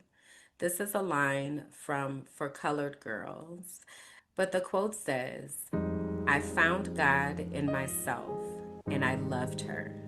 I loved her fiercely." I want to remind us that God is within us. Our spirit is there. We just have to reconnect. We have to reconnect to our peace and the goodness that lives inside of us without needing anyone's permission. So I invite you to start that journey, whether that be through finding out more about Discover Your Destiny or just taking some time to be able to journal and meditate and just really understand who God has created you to be. So thank y'all for hanging out with me. I will see you all next week. Bye. Thank you for listening to The Frolicking Truth, where joy meets justice and our nervous systems get free. Please be sure to like, rate, and comment. Subscribe to the YouTube page, Minding My Black Ass Business, and follow me on all social platforms. Until next time, bye. If you were watching last week's episode, then you know that everything over in the Patreon has been completely revamped to create space and make space for you. So I want to invite you to the archive and to become one of the keepers within the archive. Y'all, they're deleting history every day. Okay, they are erasing things left and right. So this is our opportunity to keep those memories, to keep our recipes, to keep the music, to keep the stories, and really talk about the things that are important to us. So please come over to the archive. It's only $5 a month, and you can join by going to patreon.com/minding my black ass business. business. When you join, you will get an orientation video that will allow you to understand how to roam about our different collections that we have. So those collections will be there for you to peruse through, to add to take from. We also have chats that are there. So said all that to say, come hang out in the archive. And if you want to know where the things are that talk about me, that's in the inner circle. So when you go into the inner circle collection, you'll have an opportunity to be able to learn about the things that are important to me and to come and share and have conversation and all of that. Go to patreon.com/minding my black ass business to join the archive and to join me in the inner circle collection. Hey y'all, I'm Kimberland, and this is the Frolicking Truth, a soft space for black women who are tired, brilliant, and ready to heal. Here, joy meets justice.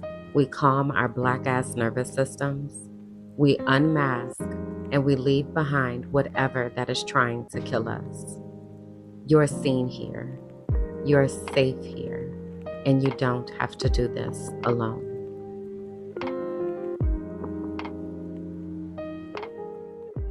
Yes, honey. Hello there. So we are smack dab in the middle of a conversation. I'm here with the inner circle, which is my little area of the archive, the Patreon. And we were just talking about crying. And so I just want to kick this off with a soft poll. Okay, for those of you who are watching. And if you are watching during the premiere, you can join us in the live chat and you can respond in the live chat. If you are watching afterwards, you're watching the replay, what have you, leave a comment and let me know how often you be crying. How often do you be crying? All grammatical things intended. Okay, that's the question. How often do you be crying? Tell me that in the comments and or in the chat. Thank you so very much. All right. So let's get started. Come on in here, y'all. Find a comfortable spot. Take a seat. I'm grateful to have you here with me for episode 25 of The Frolicking Truth. I just want to pause there for a moment. It's been 25 episodes already. That means 25 weeks in a row that we have met here to talk about the things. And I think that that just deserves a pat, pat, pat, pat, pat. That's what somebody put in the chat. Yes. Okay. I think that that is something to celebrate, to clock, to applaud, to get excited about. It's been 25 episodes. And if you can't tell, I'm feeling myself about that. So welcome to episode 25 of the Frolicking Truth podcast for Black women who are tired, brilliant, and ready to heal, where joy meets justice and nervous systems get free. It is okay if you don't identify with any of those descriptors. You are still welcome here. It just means that when you come ready to listen, ready to learn, and ready to support. So hey y'all. Yes, I hardly ever had tears as a kid. So now I be crying. It feels like a release. Yes. See, what I don't remember what episode I said this on, but I called it emotional constipation. You know, because we were taught to be thugs. You know, I'm from the streets. I don't know where y'all from, you feel me? But I'm from the streets. And you know, you wasn't supposed to be out there crying, you know what I'm saying? You had to be hardcore, you feel me? You know what I mean? And then like when all them girls was trying to fight me when I was little, I really used to have to figure out like how to cuss them out real good. You can't be crying when people trying to fight you. Then you look like a bitch, you know? So anyway, we come from those days and times, and crying was not something that, you know, we really got a chance to exercise for a lot of us. And so now I do. I be crying. It don't take a lot. It does not take a lot for me to cry, which I also heard when I was a child, that that is also how I operated before they broke me out of that. Is they said I used to always have a tear ready to fall. And you know why? It's because I was looking at humanity and I was thinking to myself, my God, today, Y'all need some help. Hey, don't be questioning my street cred in this here chat. See, y'all remember that? Y'all remember I told y'all her name. I'm not gonna say it again, but y'all remember I told y'all about my friend I went to college with. She up in here. She be causing shenanigans all the time. I'm just letting y'all know what's happening. So, anyways, let's get to the things. Let's get to the things. All right. So first off, I usually start this off with my auntie check-in. And so Raina is the first thing that's up. And again, if you're new here, Raina is my hair. And this morning I wet Raina because I keep talking to y'all about this patch that's right here. It don't be doing right. And I don't know what's going on. So I wet it this morning to try to like help it to be better, but I also got it clipped back because there'd be a lot going on. But like I want the curls. You see how the curls look right now, right? Probably not because you can't really see in the camera, but they look curly. But then the frizz and stuff, it just be a lot. So I'm trying to figure out how I could help Raina in her multiple textures that she has going on. But I also keep asking myself, to what end am I going to continue allowing Raina to grow? Okay. Because at what point do we just say, all right, now that's enough? Now that's enough. Now granted, the whole like process has become so much easier, y'all. I wouldn't lie to you. When I tell you I used to dread doing my hair because it used to take so long. One of the reasons I didn't go natural for so long is because I was like, who finna comb all this hair? Like I have a lot of hair, right? But I wasn't washing my hair at all for a long time. And I don't mean like my hair didn't get washed. I mean, I went to the salon to get it washed. But what I was gonna say. But now that I've had to take over the washing of my hair and it has become so much easier, it sometimes almost feels enjoyable. Like, oh, let me go. Okay, girl, what we finna do today, sis? So we standing there. What you feel like doing, girl? You want a little kickback? We changed the side of the part and like all of that. But also, at what point are we gonna be like, all right, that's enough? And I don't know. So I feel like I want to see if Raina is gonna like get longer as well, because she's definitely getting bigger, right? But then longer. But then when do we say enough is enough? So that's the question that me and Raina have been discussing, and I'll keep y'all posted on that. But thank you for the compliments and things. I'm proud of them. I'm proud of it, and we had to repair our relationship. That was a really big part of it because if doing hair wasn't something that I was like, yay, let's go do hair. That was not it. I want to do anything else but hair. But now that we have this cadence, now it's feeling more like, girl, let's hang out today and let's see what you're talking about. And I like that. All right. So I don't know where you are in your hair journey, but definitely invite you to share what that's looking like and sounding like for you, because it is a journey, child, and it is very much a process of figuring out your hair and what's best for your hair and all that. But it really can be enjoyable. So shout out to Raina. Want to uplift again that I am going to be going on a break, honey. A very much needed, very much well deserved, if I must say so myself, break. All right. So my break is starting the week of November 16th through January 11th. So I'm going on a break. All right. I need to go sit down and rest my nerves. I need to just sit down. I just need to go sit down somewhere. I feel like I've been doing a lot, and I have had to really honor my brain, because in the past I would just push through. I honestly would. I would just push through, and I would be like, the week of Thanksgiving, like, you'll be off, and just do that then. But I was starting to feel like it wasn't like you just need a vacation. It was like you need to rest your brain. And that is really what I need. And also to the point, so Shed, a winter break is something. I work in education. Okay, I've been working in education for 19 years. I'm used to having built-in breaks. And there's a reason why teachers need built-in breaks. I don't know if y'all knew that. I don't know if y'all knew that, but y'all's kids is wild. Okay, y'all's kids is wild. And teachers be having up to 30 of y'all's kids in a room at one time. And y'all's kids be doing a lot, a lot, a lot.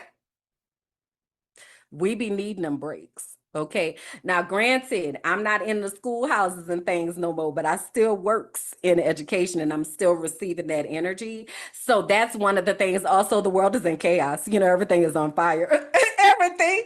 So I just really need a chance to really be able to ground myself and center myself. And also, I need to practice what I preach. You know, I need to practice what I preach. So I said all that to say shout out to the Brand Bestie. She's here in the chat. Because when I tell you, sis is like, we finna, girl, we checking this stuff off this list, girl. You is going on this break, ma'am. You is going, sit down, get focused, and do what you need to do. Ciao. We getting through our checklist though and getting the things checked off the list. And I just feel so accomplished. Like I really feel like wow, I'm setting myself up for success, you know, because I really, one of my favorite books is Cheaper by the Dozen. I don't know if y'all ever read the book. The book is nothing like the movie, also. So if you saw the movie, you don't just forget it. That's not what I'm talking about. But the book, the father in the book, he's an efficiency expert. So he will do like little efficiency experiments around the house all the time. So, for instance, I want to say in the opening chapter, he's like, he calculated the time to button his shirt from top to bottom versus bottom to top. The time it took for him to shave with his right hand was more than the time it took for him to shave with his left hand, but then he also had to plug all the places he cut himself, so it made it more efficient to just do it with his right hand. Like this is what the book was talking about, and when I tell y'all that book changed my life, that book changed my life, and that is literally the way that I think about the world. Like when I was driving and like living in the US and I would have to go run errands, like I would think about what is going to be on one side of the road versus the other side of the road and like making a loop, because I'm not doing all this running to and fro and back and forth. I'm not doing that, right? So having said that, that's what it's been feeling like in my mind, that I've been running to and fro and back and forth with all the different projects that I've had, and I haven't had like systems set up, and it's been really, really wild. So the Brand Bestie is helping me to think about the systems that work best for me and how I need things to operate so that I am able to allow things to like be automatic or like set myself up for success or like whatever. So child, I'm excited because I need this break. I am tired. I'm not exhausted anymore. If I had to say, let me do this. If I was a battery percentage right now, what do I feel like I'm at?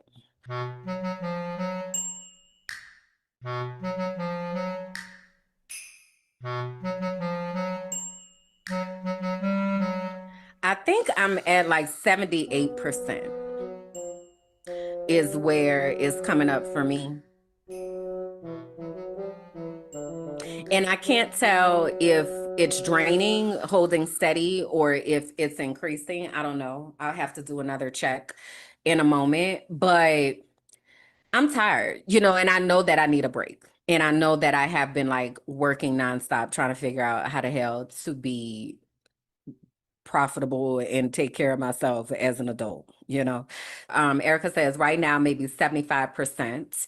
Let's talk, sis. I'm giving a good 75%. Dan said he stays at 50%. Interesting.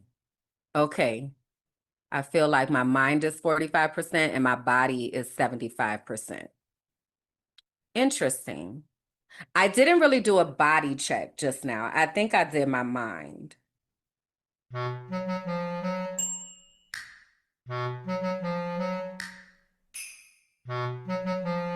I'm coming back with 64% for my body.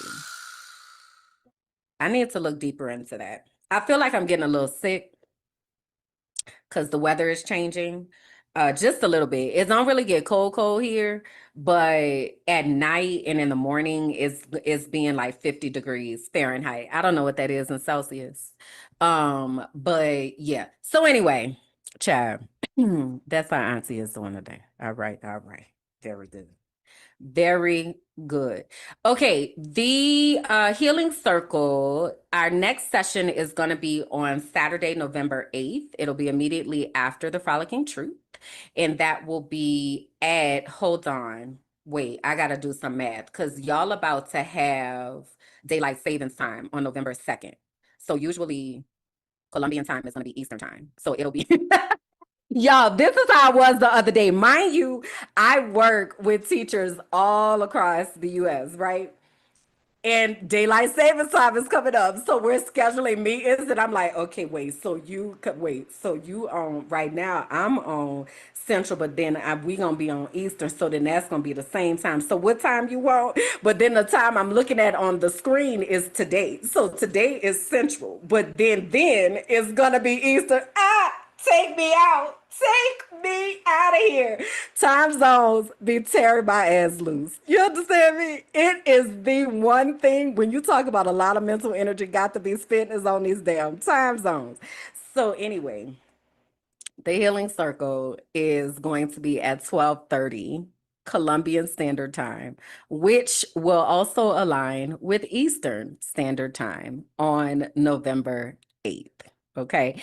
So if you are a Black woman and you are wanting to reconnect to your body, to your breath, to do some stretching, we have a yoga flow. So I partner with the Well Educator and she leads us in breath work and a yoga flow. And then after that, we do some affirmations and really kind of take some time to connect to our body and process what we just experienced. And then we go out and we have a beautiful Saturday. So if that sounds like something that you would like to do and you are indeed a Black woman, please do sign up at tinyurl.com/Black Women Healing Circle.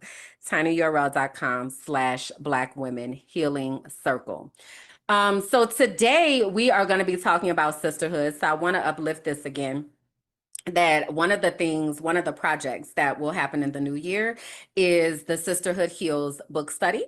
I talked about this some weeks ago. I introduced to some and reminded others of this book called Sisterhood Heals by Dr. Joy Harden Bradford.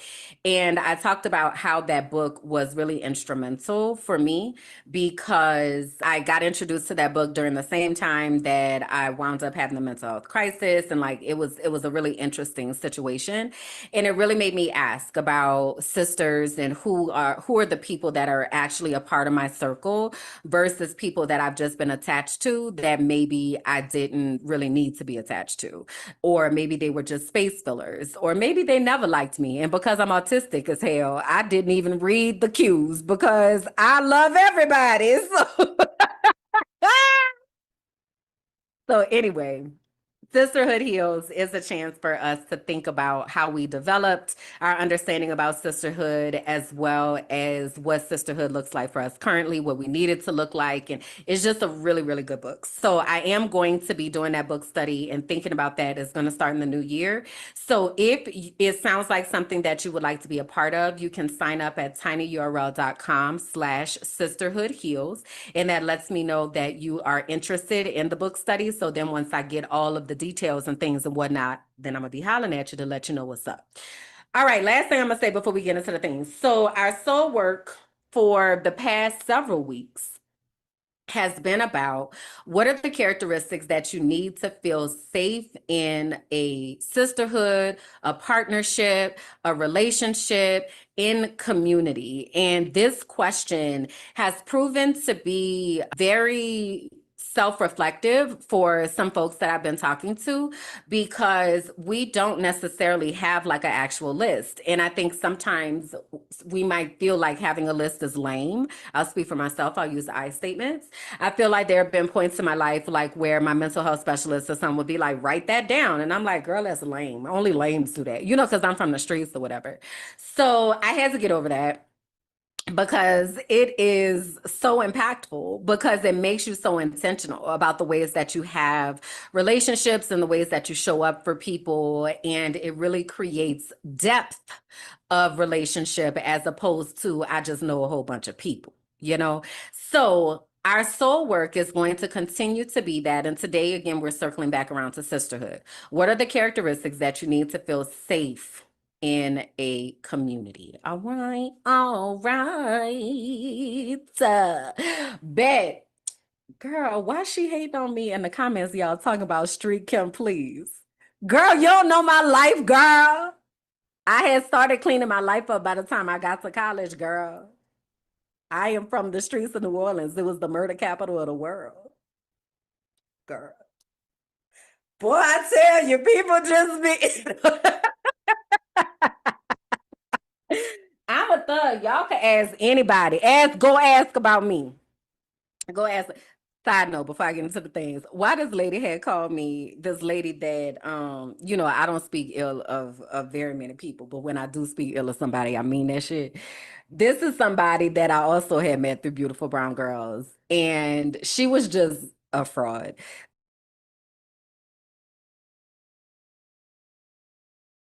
I don't want to be Street Kim. I gave her grace. And I said, okay, no problem. And I went on about my business. Now, what I would have did in my old life is I would have cussed her ass out from here to next week. And it would have been a whole situation. But see, I ain't even on that no more because I done changed my life around. All right? All right. There it is. In case y'all was wondering. All right, let me stop playing with y'all. So let's get into Frolicking in the Feed, y'all. So did y'all watch the Boy Is Mine tour? Do y'all even know who the Boy Is Mine is? Like, I would hope that my people would know, but let's find out. Let's find out in the comments. Do you all know who the Boy Is Mine? What that is? What that even is?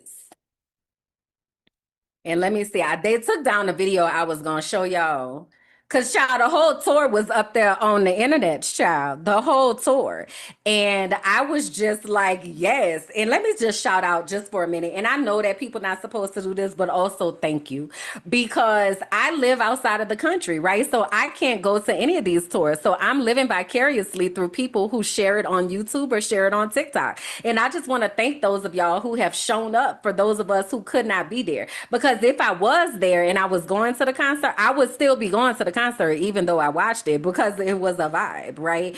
So I just want to shout those people out. Thank y'all. Y'all doing the good work. Y'all are doing the good work. All right. So, the Boy Is Mine tour is a tour with Brandy and Monica. This was like one of the songs I'm certain all of us were singing in our mirrors. Excuse me.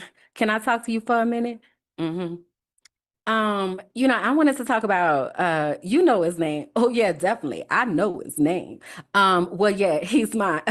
No, he's mine. You need to give it up. Had about enough. It's not hard to see the boy is mine. I'm sorry that you seem to be confused. He belongs to me. The boy is mine. Now, this is the question. Who were y'all? Were you Brandy or Monica, or did you sing both parts?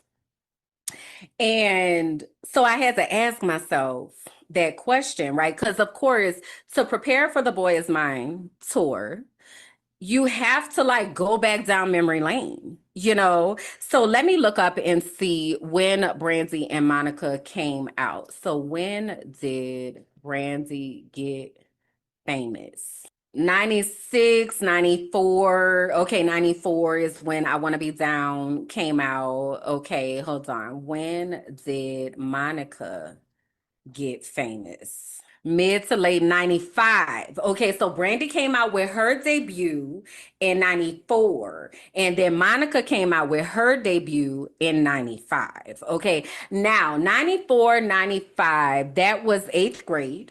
for me, okay? 95, 96, going into high school, all right? I very much feel like when they first came out, I identified with both of them. I love them both. So Brandy's first album, I was very much I wanna be down, down, right? I was very much Team Brandy, but then also Monica, just one of them days. Y'all, why at the concert, Monica had the sandals on the stage when she sang that song? Do y'all know the famous sandals I'm talking about? Don't take it personal. Wanna be all alone. Did you think I treat you wrong? Don't take it personal. Baby, baby, baby, baby, baby. These are the sandals, y'all. These are the sandals. Why did Monica have the sandals on the stage while she was singing the song? I about lost it. That was so funny. But yeah, so I used to be singing both of them down. Okay, I was very much Team Brandy, Team Monica. Let me look at the songs that's on Brandy's debut album. Because basically what I'm trying to get to is that Brandy, they lived very different lives. And there was like a split that happened where, Brandy was from Mississippi. She was raised in the church, and she was very much like, her image was very much like cleaned up and things of that nature. So Brandy, let me see. I'm looking at the song and say, oh my God, Broken Hearted with Brandy and Wanye Morris from Boys to Men. Lonely, broken hearted, life's not over. I can start again. Yo, I used to be in my room. I'm young, but I'm wise enough to know that I just thought, I don't know what my heart was broken about. I just don't even know. But it was like so deep in my spirit. I used to love that song. And then I say I want to be down. What else? Best friend. Oh, and then the Wait and Exhale soundtrack, child. Then the Never Say Never album. The Boy Is Mine. Full Moon. I feel like I tapped out at Brandy with Full Moon. I feel like that's when I was like, okay, I just wasn't, you know what else happened is I had found Jesus and I stopped listening to that secular music. That's what happened probably. No, but at some point I kind of like tapped out. Now with Monica, Street Kim and Singing Kim are very entertaining. I would sing my heart out to Lonely Broken Hearted. Man, when I tell you, I just knew that I had experienced the heartbreak of all heartbreaks. And I don't know what I was going through, but I definitely felt like I was feeling it. Now, Monica was from Atlanta, Georgia. Feel me? She also started singing in church, and her debut album was called Miss Thing. Brandy came to your high school. Oh my God, are you serious? Y'all, in the chat, Brandy came to our high school and she showed us the hand movement for I Want to Be Down.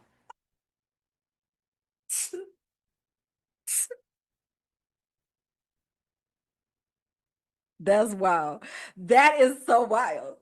Wow. So yeah. Okay, so Monica.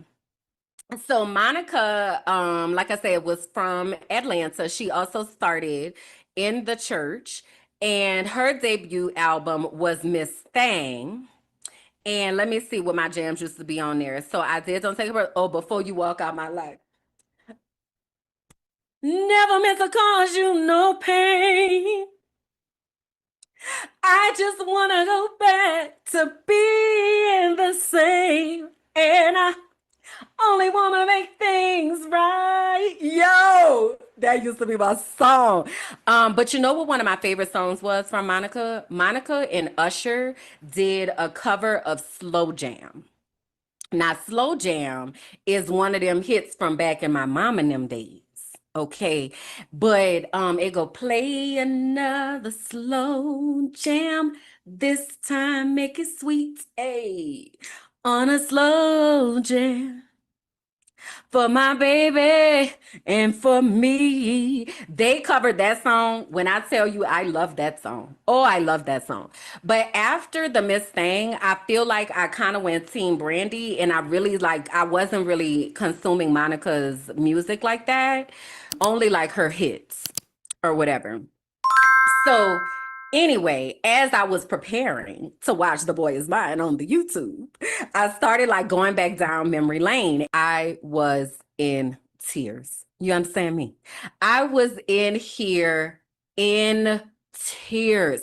One of the things that had me in tears was that they did a Whitney Houston tribute. Now, I love me some Whitney Houston. You understand me? I love Whitney Houston. Okay. And speaking of singing and how I be singing, I used to get put out the house because, baby, I was singing a Whitney Houston song down, honey. You understand me? I don't care how many of these notes I'm catching. I'm catching the ones that I'm catching. All right. The first time I got put out the house was for singing The Greatest Love of All. Okay. Get out of here, girl. I was performing. Okay. So they had a tribute to Whitney Houston, and what like just stuck so far in my soul is that Whitney mentored, because if y'all remember back then, the industry had manufactured, we didn't know it was manufactured at the time, but the industry had manufactured this beef between Brandy and Monica, especially after The Boy Is Mine came out. So they was really like pitting them against each other. And both Brandy and Monica have been like, we didn't even know each other like that, like at all. Like there was no beef. That was very much manufactured. And they speak to it in one of the videos in the tour. So we grew up thinking, that they was beefing. Whitney Houston was an integral mentor for both of them. So with Brandy, she had done Cinderella. Oh, y'all getting the singing Kim today. No, I sang that one last week. Last week I sang that one. This week I want to sing Impossible for a plain yellow pumpkin to become a golden carrot. Impossible for a something done in marriage. And some white horses. And some in diddly D of courses. Impossible for the world is full of zanies and fools who don't believe in sensible rules and don't believe what sensible people say. And as that I don't know the words for this part, so I just gonna go say impossible. Things are happening every day. Yeah. So anyway, Whitney and Brandy had done Cinderella together. But Whitney also was coaching and mentoring Monica. So they did this Whitney Houston tribute, and Brandy sang Have You Ever? And Monica sang For You I Will. Oh, it was so beautiful. And so it was really great, and after that they sang The Boy Is Mine, and then the show is over. So the show that I watched was from the opening night, which was in Cincinnati. Now, before I had watched the show, I had seen a live, and on the live, I got kind of a sense for like the way that they interact with each other and the energy that they bring into the space. Because at the end of the concert on that first night, Brandy, before they ran off stage, she said, like, we was scared as hell or something, but she was like, we was scared, y'all. In the live before the concert, Brandy was speaking to how she was like, when they come up in the elevator, so the first scene is they come up in this elevator, and so Brandy was like, girl, I be squeezing the shit out of your hand, like I'll be so nervous. And Monica very much seems like a grounding force for Brandy. And Monica even said in the live, she was like, I've been trying to get this girl on stage for a very long time. And Brandy, like, just, it feels like, I don't know what's going on in her personal life. I haven't looked it up and I haven't tried to know, but the energy that I'm seeing, there's something that is making her feel like she's not grounded. I'll just say it that way. So, so Monica was just like, yeah, we finna do this and we finna do that, and Brandy was just kind of like a little bit more high strung. Wait a minute. What you say, me? So I was saying, What be happening in the elevator? In the elevator, so when we come up the elevator, I'm in my 98, oh my God, dreaming. This is the Brandy and Monica moment. This is what I wanted from the very beginning. And I'm freaking the fuck out because she's standing right there. I'm like, this is Monica. So I'm just trying to hold my swag. Thank God I had on glasses. And what I be doing? Praying over us? You pray over us. I be giving a good Kojic prayer though while she over there. She gives a Kojic prayer, but the Kojic prayer is about 30 to 45 seconds. And then she's back. The one you can hear it. Then she's back to being Monica. Like what is Monica? Show me what Monica does. I'm so happy to hold her hand. I'm happy to hold you. As the elevator's open. What am I doing?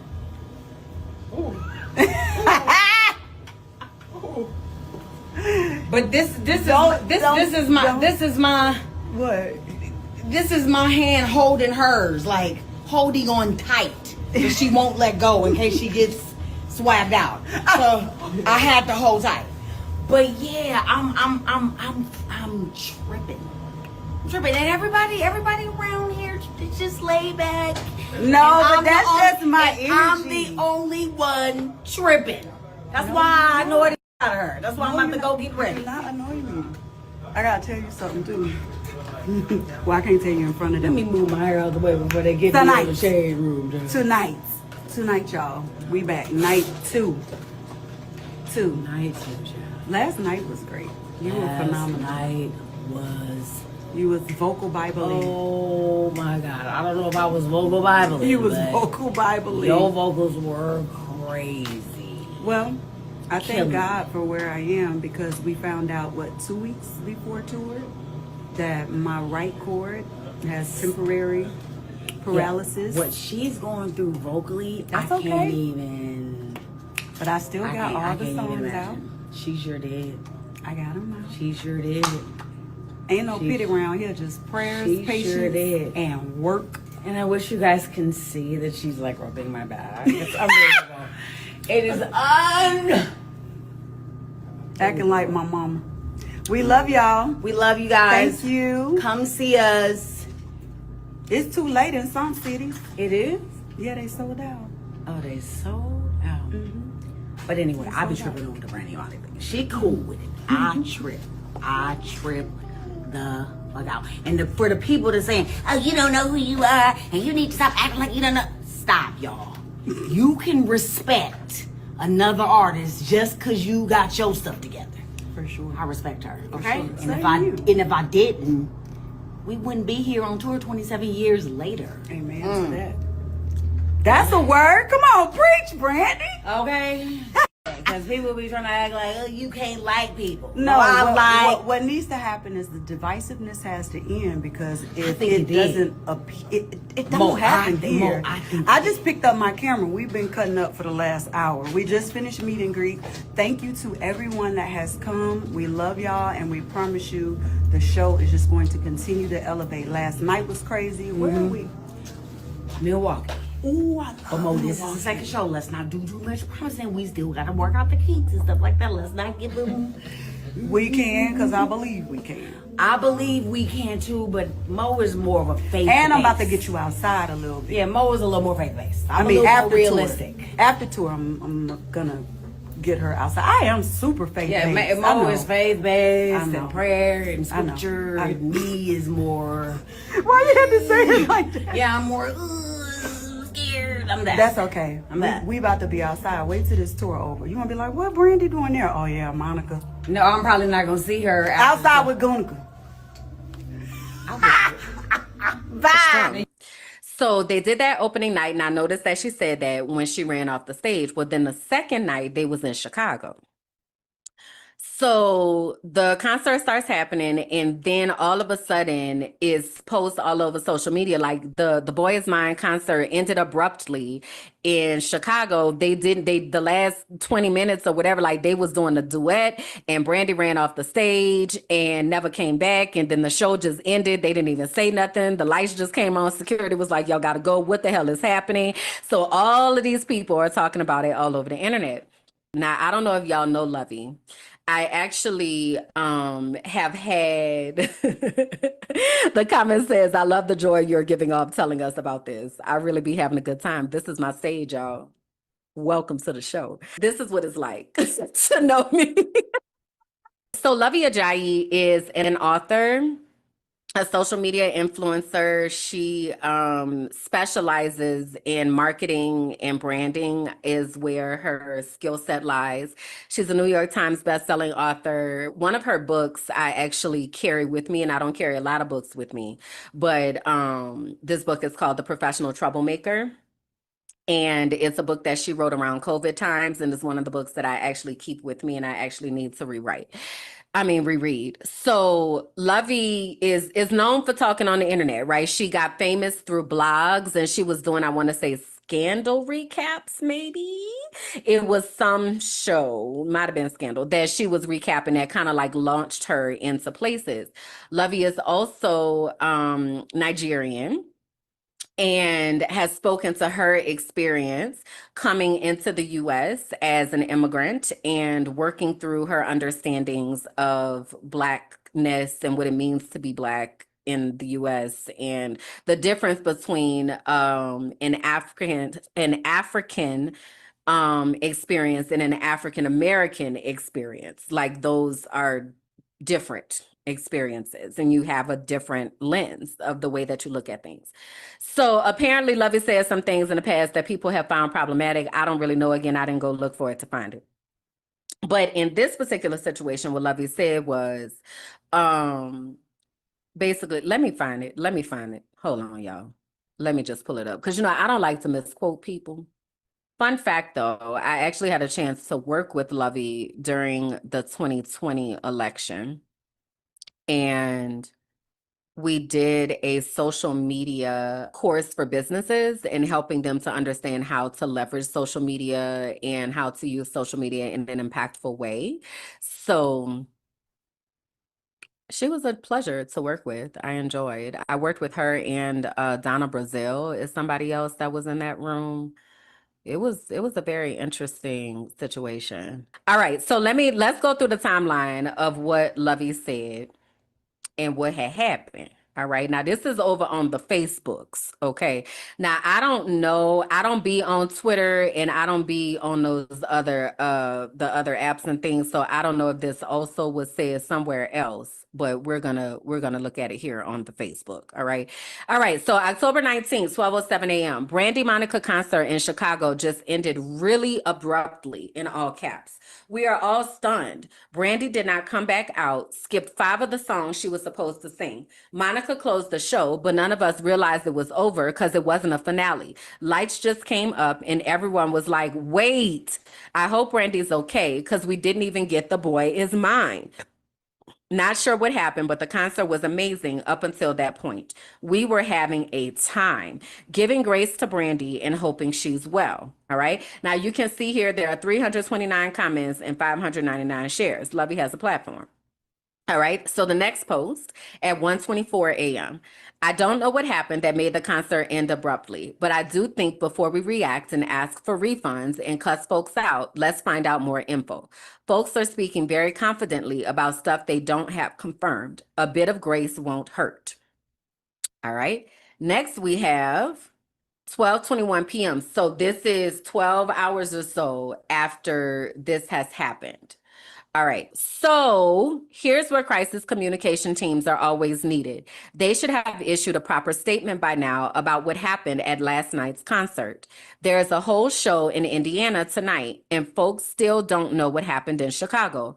Furthermore, the fact that no one came out last night to say the show ended, good night, is in itself a red alarm because what it says is something really bad has happened or we are negligent. Regardless, this is a crisis communications, in all caps, nightmare. And right now, they're fumbling it. 12 hours later, we should already have answers. Then there's an edit that came later on. It says, edit, I see the statement now. Took 14 hours and also was not a clear way to stop the fires. Her comms team fumbled this. So then the next post is Brandy's statement that came out. So I'll read the statement first.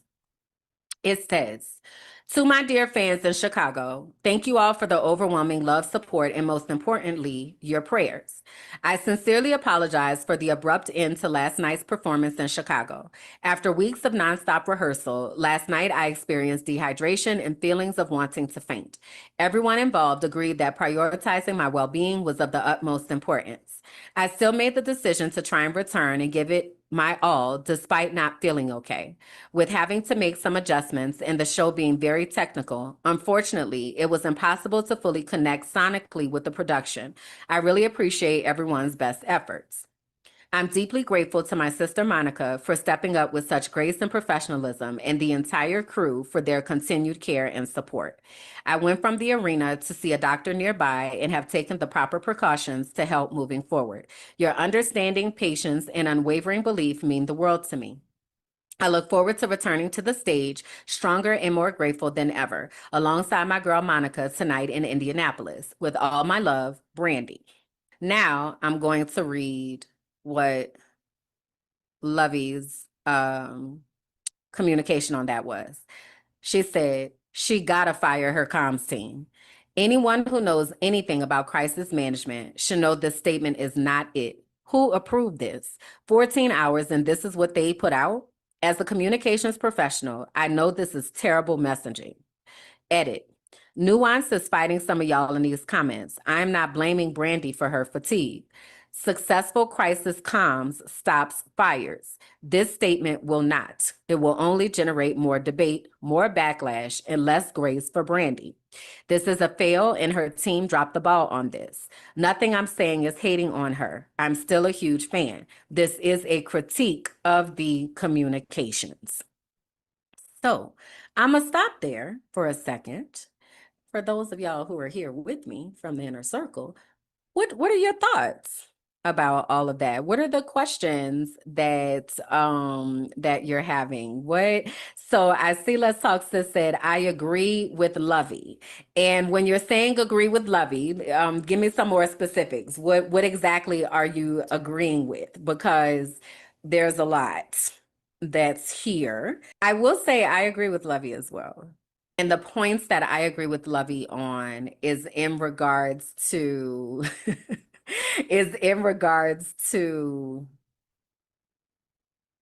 them not communicating with people who have spent their hard-earned money to explain like what is happening and if they will be compensated or whatever will be happening. And like just not saying anything in a situation where you have done an exchange of money for services is just not the answer. I also understand that it takes time, I guess, to figure out what you're going to say. I also don't know what kind of teams that they have behind them. This is also why people have teams, because you as the artist, as the talent, as the person, as the business owner, you cannot handle everything. So this would be a situation where your communications team would step in and say, hey, this is what's going on. This is how we want to communicate that. So I definitely think they definitely should have said something at the end of that concert. I also think that something should have been said, if not that night, like first thing that morning, that there should have been some type of statement, because again, there was another concert the next night. So I definitely, if I was a ticket holder, would be like, am I finna waste my time to go to this? And God forbid if I flew in, that's the other thing. Like, did people fly in to come and see this and then they didn't get the whole thing? Like, how are people being made whole? All of that I feel like should have been thought about and handled. I don't know what crisis management looks like. If they have somebody on staff for crisis management, I feel like when you are doing a tour or doing some type of like press release tour or an actual music tour or what have you, that you should have crisis management on standby, because something can happen. So you need to have a plan for that, right? So I definitely agree with Lovey on those parts. There's a comment here. Why didn't someone address the crowd and say Brandy is sick and won't be able to continue? I don't know. And that's what I mean. Like that should have, hey y'all, Brandy had an emergency, or it, even if they didn't want to put it on Brandy, but we have an emergency. Unfortunately, we are going to have to end the show to make sure that everything is okay, and we'll have more updates for you, whatever. Like somebody should have said something. And then again, if that didn't happen at night, definitely should have said something first thing in the morning. So to have waited so much time to put out a statement, that was a little interesting for me. And I think that should have gone differently. I agree with Lovey on those things. I also agree with people who feel like they should have a refund, they should be compensated, they should be made whole. I understand, right? I don't know how much the tickets cost, but however much it was in this economy, it cost some, right? So absolutely agree with that as well. I also, while I was watching the concert, saw how quote unquote technical the concert was there. And when I'm saying quote unquote technical, and mind you, I want to say this, but also don't put too much on this. But while this was happening, I was like, this would have never happened to Beyonce. Now, mind you, Brandy nor Monica are on Beyonce's level, nor do they have access to Beyonce money. Okay. So let's be clear on that, right? But what was happening was there were times, so they're like, it almost kind of operated in somewhat, it felt like a versus to me at times. Like Monica's singing, Brandy's sitting on stage, just kind of off to the side. Then Brandy's singing, Monica's kind of sitting there. It was like interesting for a while, even though like it's bopping and it's a jam, but that's kind of how it was set up. So I said all that to say only one mic is on at a time. But then there were times where they were singing together and somebody's mic wouldn't be on. So then it's like, this the kind of, why is that? Like, this should not be happening. So then who is the sound production? Like, and how are they making sure that these artists are not having to sing harder and show up stronger because you're not balancing the stuff in the mics or in the monitors or whatever, right?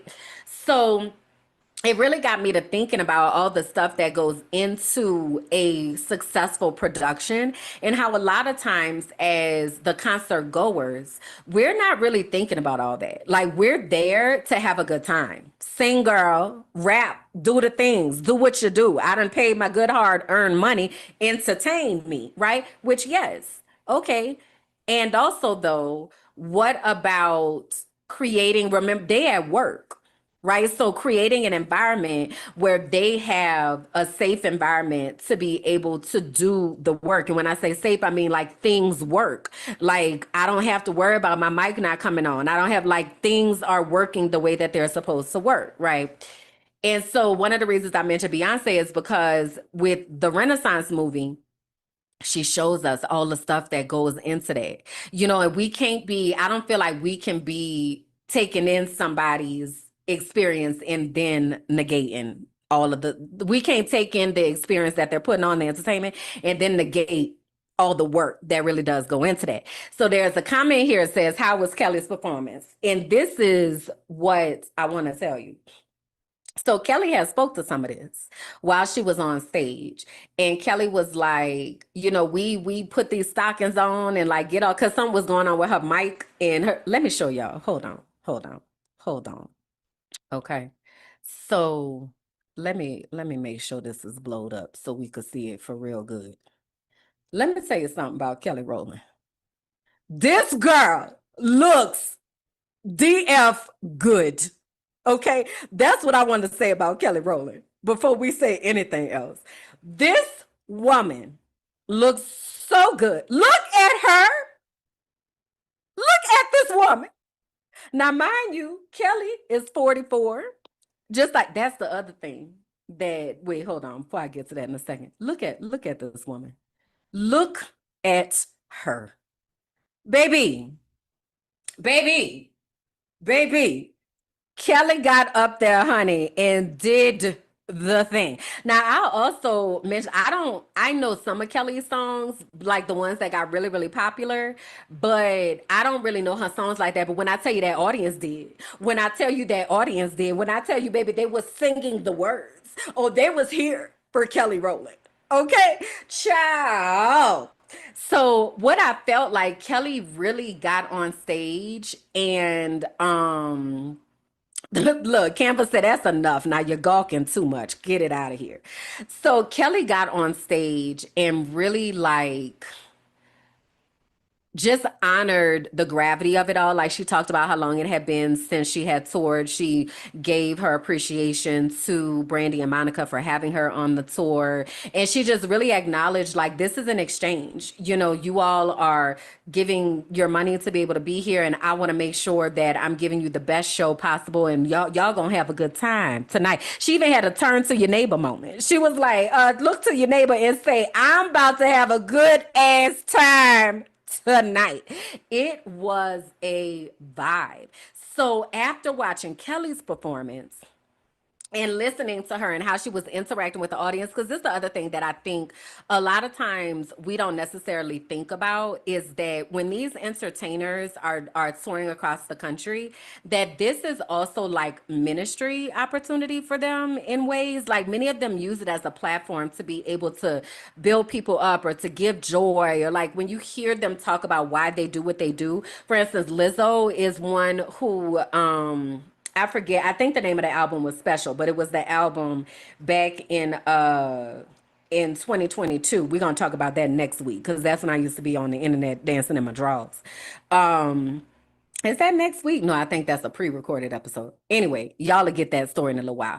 But when artists are traveling around the country, they realize that they have this platform and they're able to talk directly to the people that are there. And I felt like Kelly was doing a really good job of that and really just trying to connect and help people to be present with all the chaos and craziness that's going on out here. Let's be here with each other tonight, like in community. And it was just so dope.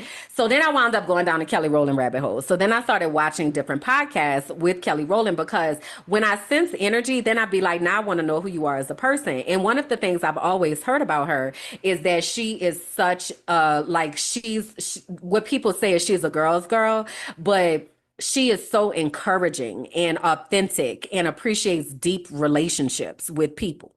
Hey, that's my kind of person. She's also an Aquarius. Burr, burr, burr, burr. Shout out to all the Aquarians. So I started watching these different podcasts and I was like, wow. So she had gone on what's that lady's name from Scandal?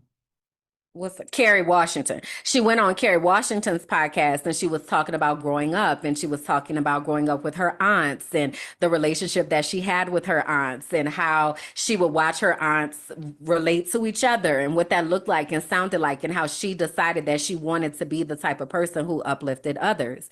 I got that same type of sense from Monica, that Monica and Brandy even spoke to her. She was like, Monica is very grounded in her faith and like she just seems very in touch with what is happening. And it made me so grateful for Brandy to be on this tour with people like Monica and Kelly Rowland. But whatever Brandy is going through and whatever is causing her anxiety or whatever is happening that is causing her to not feel as grounded, she has women around her that are grounded and can see her and can support her and can help her to feel confident and competent and whatever else that she might need. So it really, that's what started making me cry because I was like, the power of sisterhood and the power of having somebody where you're trying to figure it out and they're able to be a grounding force for you, or they're able to show up for you and to help you to think through things or to unravel what's happening in your mind or talk to the gifts that are inside of you or just give you a moment to be able to feel like that is so necessary for us to be able to have. And some of us don't have that. some of us don't have that. And I was just so grateful. Like, I know, like, for instance, Brandy and Ray J are not like seeing eye to eye. I relate. I haven't talked to my brother in I don't know how long. And the desire as a sister to want to like be there and do, but also realizing I can't keep being there and doing and you not taking it in, like you crashing and burning, and I can't, I have to save myself. Or Brandy and Monica had a conversation about love, and Brandy was like, I'm straight. I'm good on that. And Monica was just like, I hear you, but also it don't have to be that. Like, it doesn't. So let's just kind of, Brandy is an Aquarius. So let's just kind of like be in this space and like hold space for each other. So it's just so beautiful, and it just made me so grateful for the community that I'm building and the people that I have that are connected to me, that build a safe space to land. The folks that are here with me while I'm recording this, the inner circle, the people that are closest to me, you don't realize like your being there is why somebody might still be here. And that's not to put pressure on you, but it is to be intentional with how we're showing up in relationships that matter to us, right? Also realizing that, and this has been a big thing for me, just like with family, that word means so many different things to so many different people. But what does it mean to me? And then building and choosing my family around that, as opposed to building it around what was handed to me or this concept that was given to me. So this entire like experience, as I was watching the concert and like thinking about these women and just thinking about what it looks like to show up for ourselves and show up with each other, I was just like, man, I'm just so grateful that Brandy isn't there by herself, that she's in a situation where she has a sister like Monica to be like, go ahead on and do what you need to do. This is the last thing I'm gonna say before I go. And this is a pow pow to some of y'all, and you're gonna take it. I was talking to somebody about this the other day, and I'm not gonna out them. Now, if they choose to out themselves, that's on them. But I was talking to somebody the other day about this. And we were talking about how they were saying that Brandy was maybe about to pass out. And they said to me, I would have passed out on that stage. And I said, hey, no. No, that's what you not finna do, is pass out on this damn stage. You gonna go sit your ass down and try to get some help. But I know what it feels like to try to like push myself to a place and like just keep pushing and being like, I just finished talking about at the top of this. And I was saying that, I need this break, and I would just push through. I have been there with the pushing through. And let me tell you what happens when you push through too much. You burn yourself out and your brain breaks. That is what happens when you push yourself past where your body is telling you it is time for you to take a break. We got to stop doing it. Because when I tell you the amount of time and work that it takes to get your brain back online after you have had a situation where your brain says, I've been trying to tell you this all this time. We've been trying to tell you. We've been trying to tell you. We've been trying to tell you. You know what? Shut it down. They turned everything off. Cut it off. We're done. I know that Brandy tried to push herself. She said in the thing, I tried to push myself to come back out and be better. And then I was advised I probably shouldn't do that. I have tried to do that. I have done that. And it leads nowhere good at all, ever. So we have to honor what our body is telling us and give ourselves the space to take rest when we need rest. Pushing ourselves like that is treating ourselves like we're robots or machines. We are not. We are neither. We are not robots, machines, or AI. So we have to incorporate the awareness within our body to say, okay, all right, so I'm not going to be able to keep doing this. Excuse me, y'all. Church finger goes up. I'm about to pass out. you know. Let me grab some of these comments. Tusha said Brandy needed Gatorade. Let's Talk Sis says it was me, y'all. I said it. God took a lot to say. Just got offline with therapists and finding myself saying that I'm in some familiar burnout adjacent territory. I can relate. I just said the same thing to myself. That's why I'm having this break. Would have been on that stage, flat on my face, shaking my head. Pray for me. We got to do better. We got to do better. So I'm grateful for whoever was on her team that was like, what you finna do is sit your ass down. That's what's finna happen. Now, after that, they should have then walked out on the stage and been like, excuse me. Hello, everyone. We have had a medical emergency, so we are going to need to end the show right now. We are so sorry. We will get back with you in regards to how you will be made whole for this, but we're going to need to go ahead and end the show. Like, that's what should have happened after that, but I'm glad that somebody had sense enough to be like, girl, sit down. Sit it down. So, y'all, this the other thing that I wanted to say that I forgot to say. They are 44 years old. Okay, we are all the same age. So, Brandy, Monica, Kelly, Beyonce, we're all 44, 45 years old. Okay.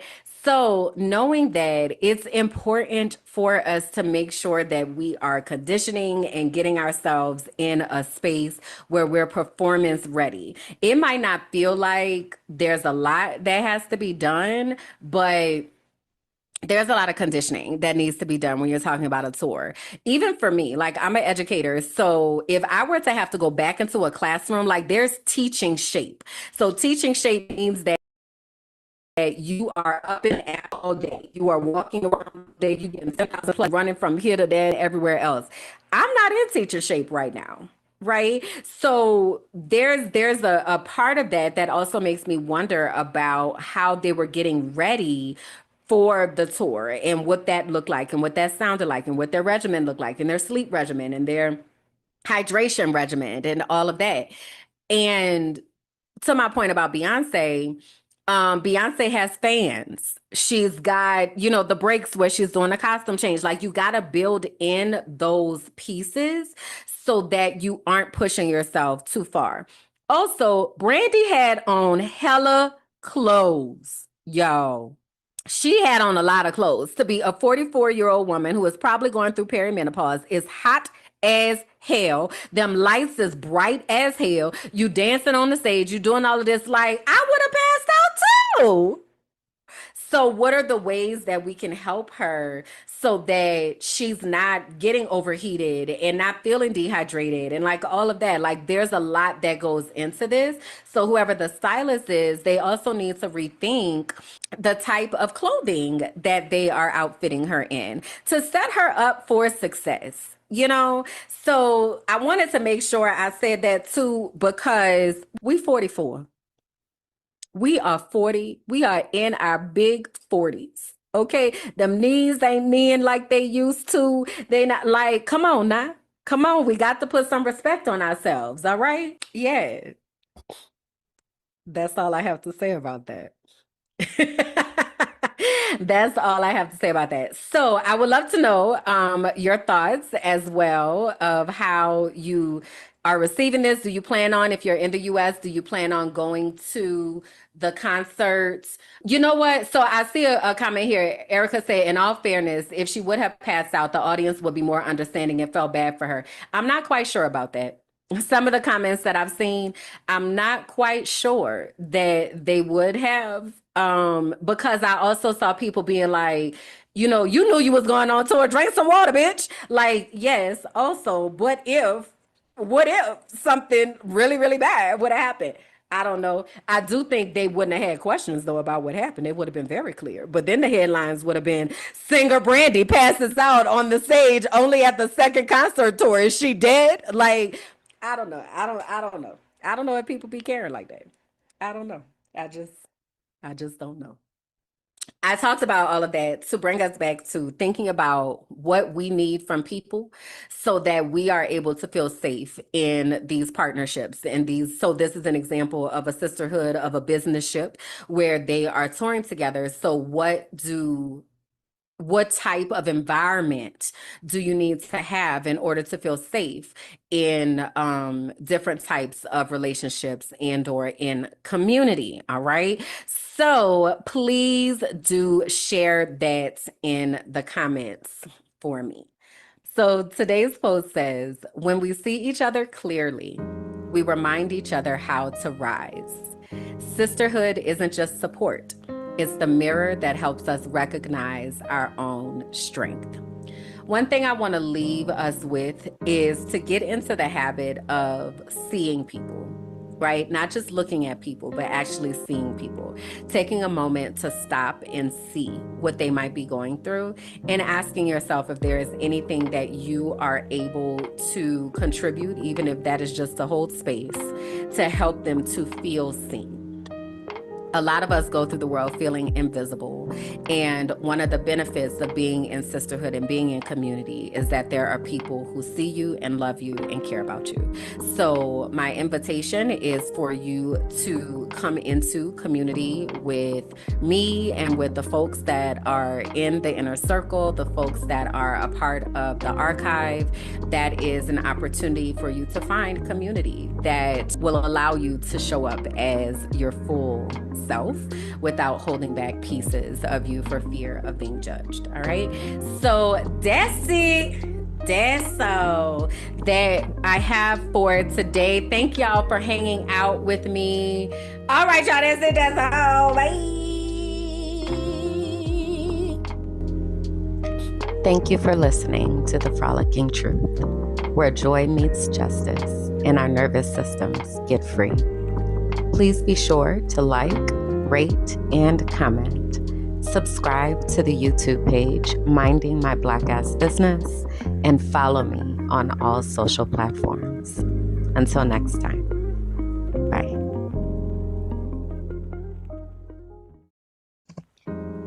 Hey y'all, I'm Kimberland, and this is The Frolicking Truth, a soft space for Black women who are tired, brilliant, and ready to heal.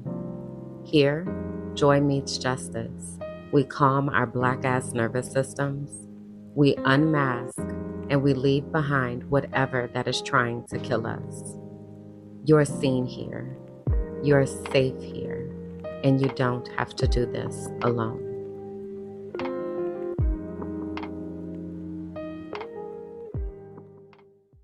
Man, when I tell you, I really do love that theme song. Like, I really, intro, I really, really like it. Like, I just really, really, really do. I really do. Hey, y'all, come on in, find a comfortable spot and take a seat. I'm grateful to have you here with me for episode 26 of the Frolicking Truth podcast for Black women who are tired, brilliant, and ready to heal, where joy meets justice and nervous systems get free. It is okay if you don't identify with any of those descriptors. It just means that when you come ready to listen, ready to learn, and ready to support. So before we got started, me and the inner circle were having an entire conversation, and I'm thinking about clipping some of it because I be having thoughts, okay, and possibly some unpopular opinions. But I just wanted to shout that out at the top of here because I'm really loving what I'm building, y'all. I'm sliding on into the IT check-in, honey. I'm just sliding on in there because I'm really loving what is being built. Minding My Black Ass Business was birthed out of me having a desire to do just that, to mind my Black ass business, and not understanding why they just don't let us do that. Why don't they just let us mind our Black ass business? They just can't, because they're fascinated with us. They're fascinated with our greatness and our magic and like all the things, right? So Minding My Black Ass Business was birthed out of that. It was birthed out of activism and exposing what was happening in the school improvement system in Pennsylvania and in the US. Now we see. But it was also this, like, I'm finna do what I want because I done tried to do it y'all way and y'all be lying. And this doesn't work. So I'm gonna do what I want. Okay, so I'm gonna go on over here. I'm gonna leave this country. I'm about to twerk on the internet. I'm about to twirl around in circles. I'm about to go to parks. I'm about to blow bubbles. I'm about to do what I want because I haven't gotten a chance to do that because y'all are liars. And since then, it has evolved into a movement, a revolution, a hub of black excellence. And when I say black excellence, I don't mean that in the bougie way. I mean that in the gifted way. That minding my black ass business is becoming a place to be able to launch and birth and support and care for people that are black and simply are saying, I just want to mind my black ass business and support other people to do the same, like literally. And so, like a lot of things that I do, it starts out like, oh, I'm gonna just make a t-shirt, and then it turns into an entire thing.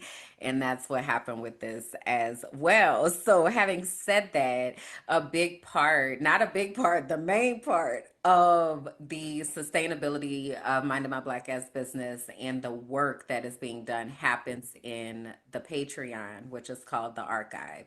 So over the past few weeks, I've been explaining to you all like how the archive is set up, and everybody who is in the archive is a keeper, and you decide what types of things that you're going to keep and what types of things that you are going to discuss and elevate. And there are different collections and areas that you can gather to have those conversations, and there are chats and like all of this. So I'm just so proud of what is being built. And I really do feel like right now it is a if you build it, they will come type of situation, because we are going to need those safe spaces quickly. Quickly. Um, and so I'm grateful that the infrastructure, if you will, was kind of already there, and the ideas. And I'm grateful for the Brand Bestie for being able to help me to make that make sense and to really develop that out and to be such an incredible thought partner as I am literally like creating this place for us to be able to gather and to support each other.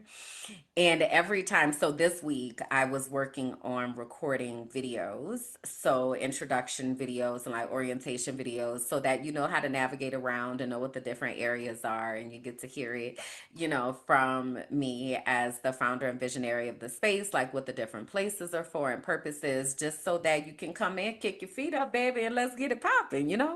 So anyway, I was recording the videos this week, and after every video that I recorded, I was just like, man, this is so dope. Like, I'm so proud of myself of what's being created. And it has just been really exciting. So I have been immersed in that over the past, little bit, because I told y'all I'm finna take this break. Okay. And this break is really, really necessary for me to be able to make it make sense, and to be able to restore, to go out and fight on another day, if you will. So this is a part of that, is getting everything kind of set up. And the Patreon, y'all, has been such a huge part of this, because that's the hub. So that's probably been the biggest lift in everything that I've had to do. And then I've also been recording the episodes that are going to come out while I'm on break. And that's been a good time as well, in talking about some of those things and sharing more about who I am and how I got here to this place in life, and to give y'all little tidbits, because there are so many places that you can go to find out more information about who I am. And I don't want the Frolicking Truth to like turn into my personal vlog, because I actually like do different vlogs and things.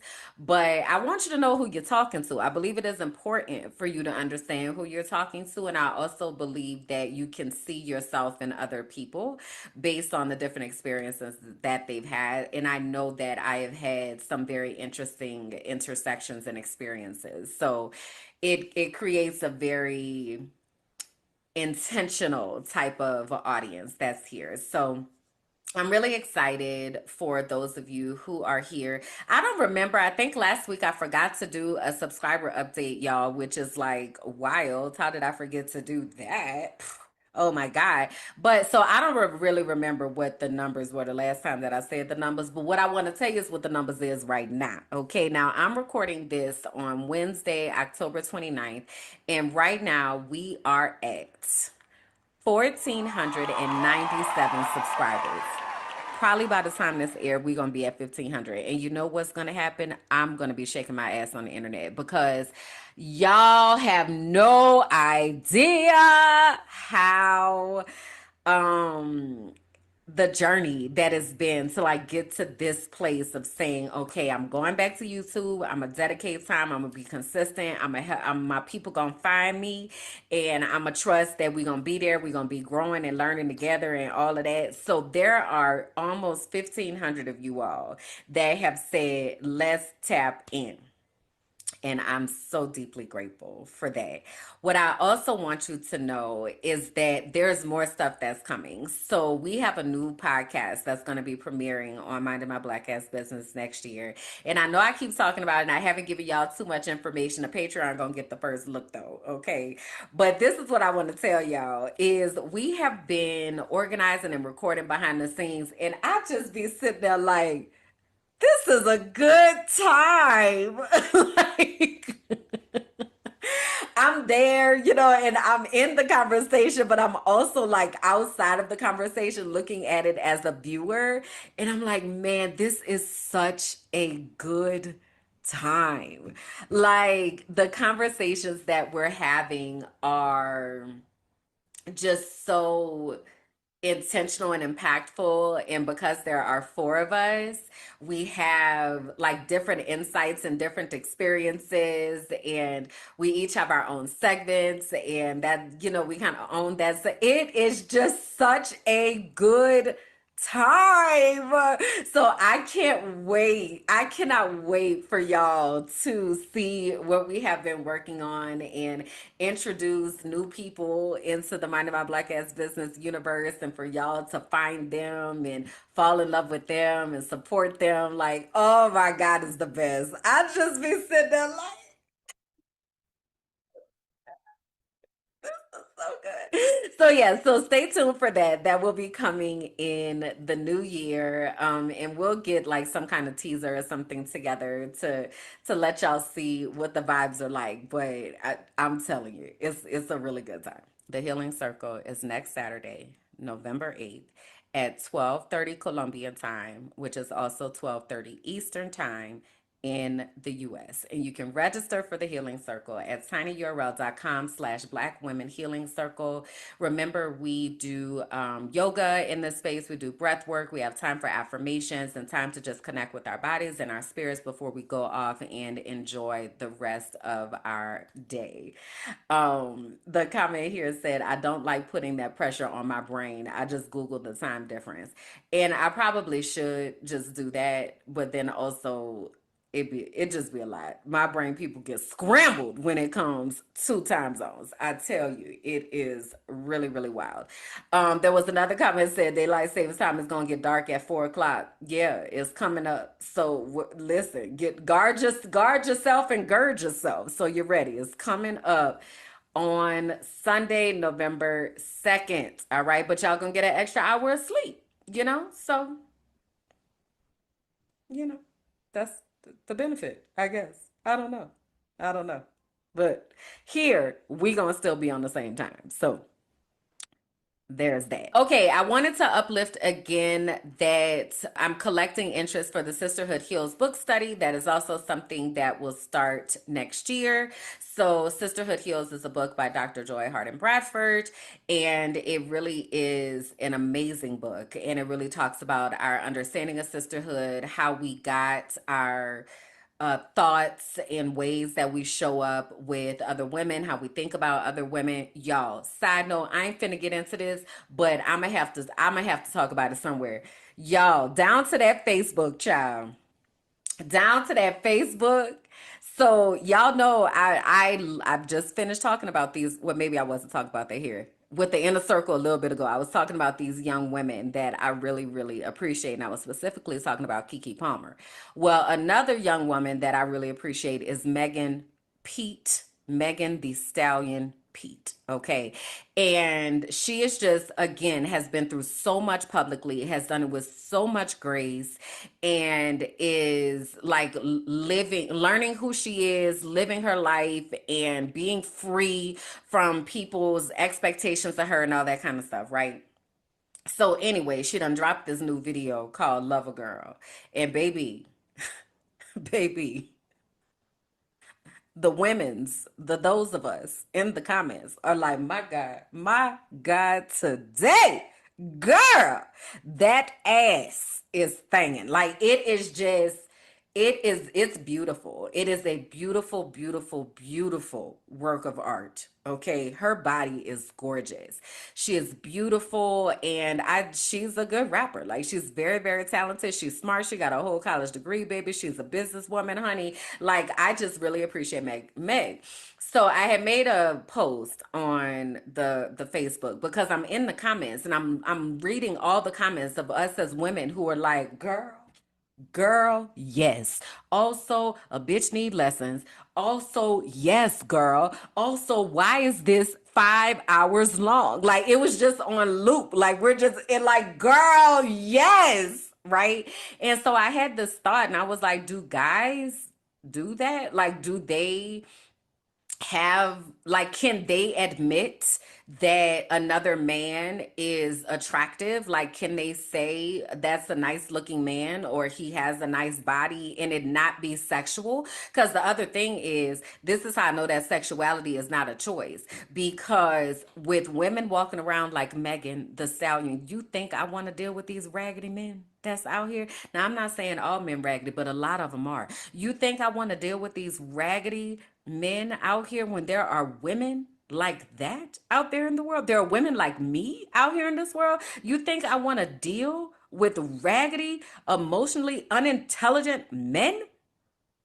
You think I'm choosing this? Not. Okay. So anyway, at the root of all of that, I asked this question and I'm like, gentlemen, are you all able to look at another man and say that he's attractive or whatever?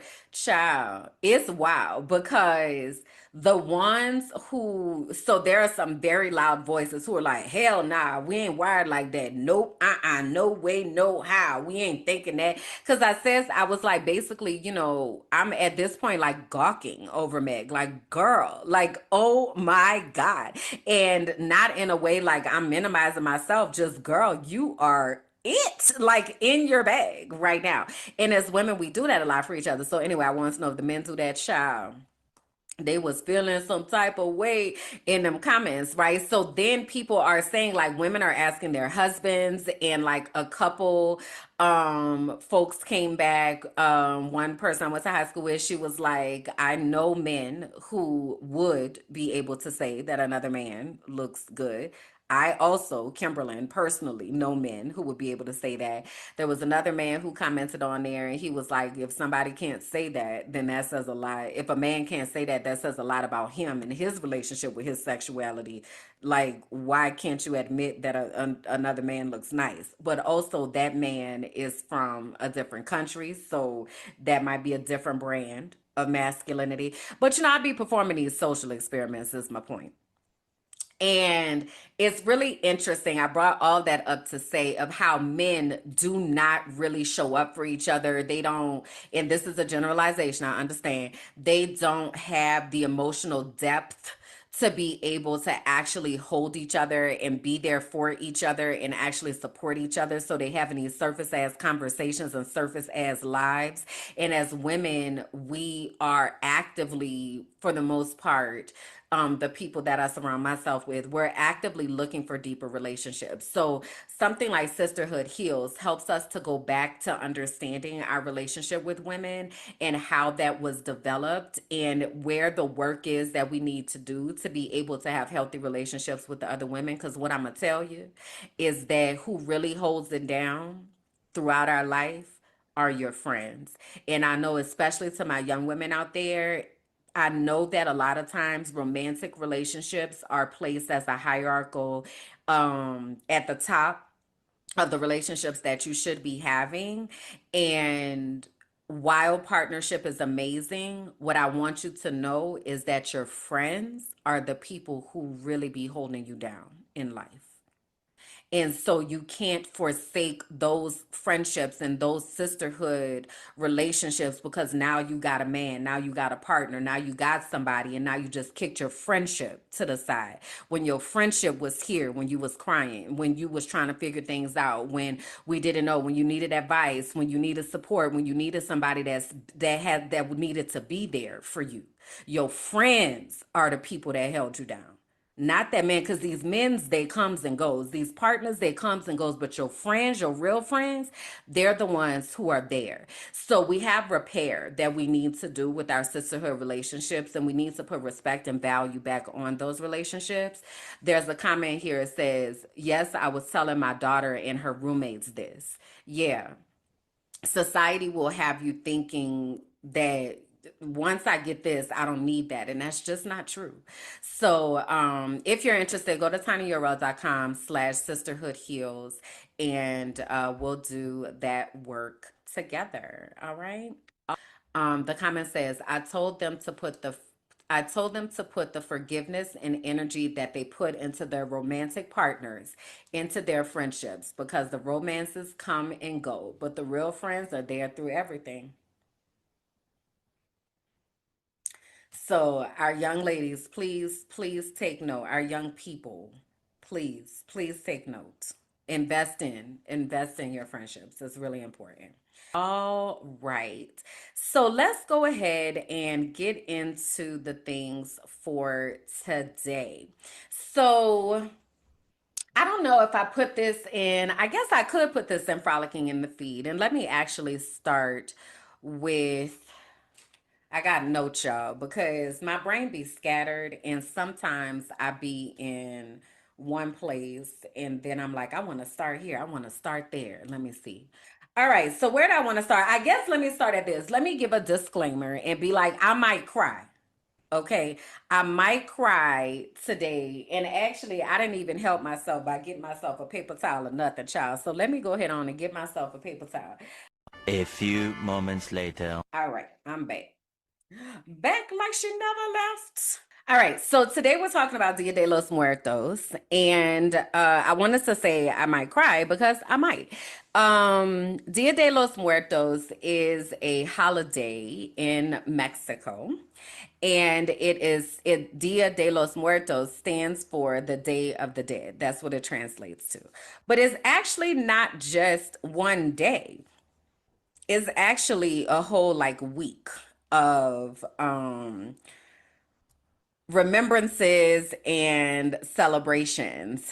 So what I want to do is first, let's introduce the different days for Dia de los Muertos, and then I'll give you a little bit of background about my experience with Dia de los Muertos. So again, this is the Day of the Dead. A lot of times you will see skeletons that are associated with the Day of the Dead. And what's interesting is I grew up thinking that Dia de los Muertos was demonic because in the flavor of Christianity that I grew up with, anytime there was a skull or something that was involved, devil, immediate devil. Okay. It actually has nothing to do with anything demonic at all. And it's actually a really, really beautiful holiday. So there is about a week of festivities, and basically Dia de los Muertos is a holiday. Again, it's a Mexican holiday that honors those who have gone on and transitioned to the other side. So it kicked off on October 27th for our four-legged family members and pets, and they always come and visit first. So the pets, when they transition to the other side, they're called alebrijes.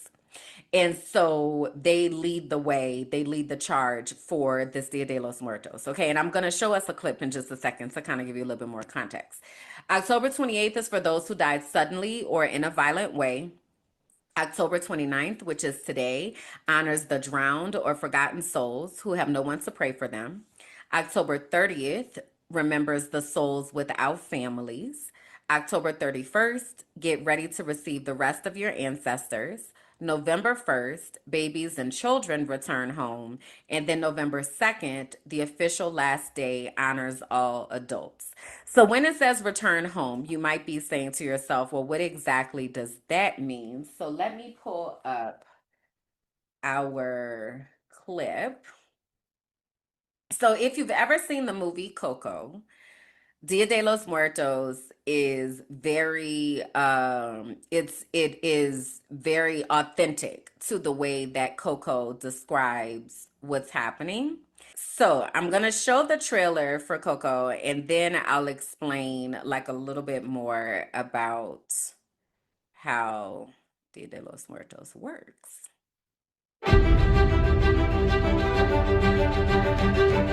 Once every year, our ancestors come back to our world Please have a safe journey. to see family and friends. But no living person has ever visited their world. Until now.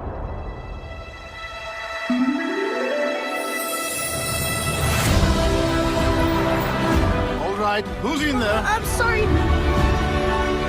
What's going on? Dante, wait up! You gotta stay with me, boy. We don't know where we are.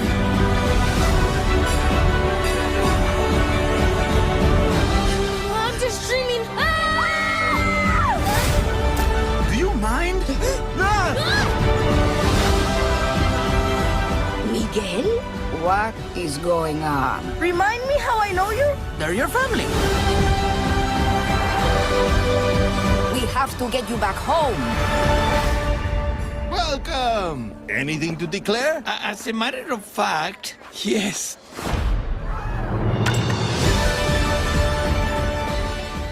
Basically, as they described, the whole point is for the ancestors to cross back over into the land of the living to commune with your family one time throughout the year, and that's during this Dia de los Muertos time. So in the clip, you may have seen that there were ofrendas or different it translates to altar, but it doesn't necessarily mean the same thing as far as like worshiping, because it's not about worshiping.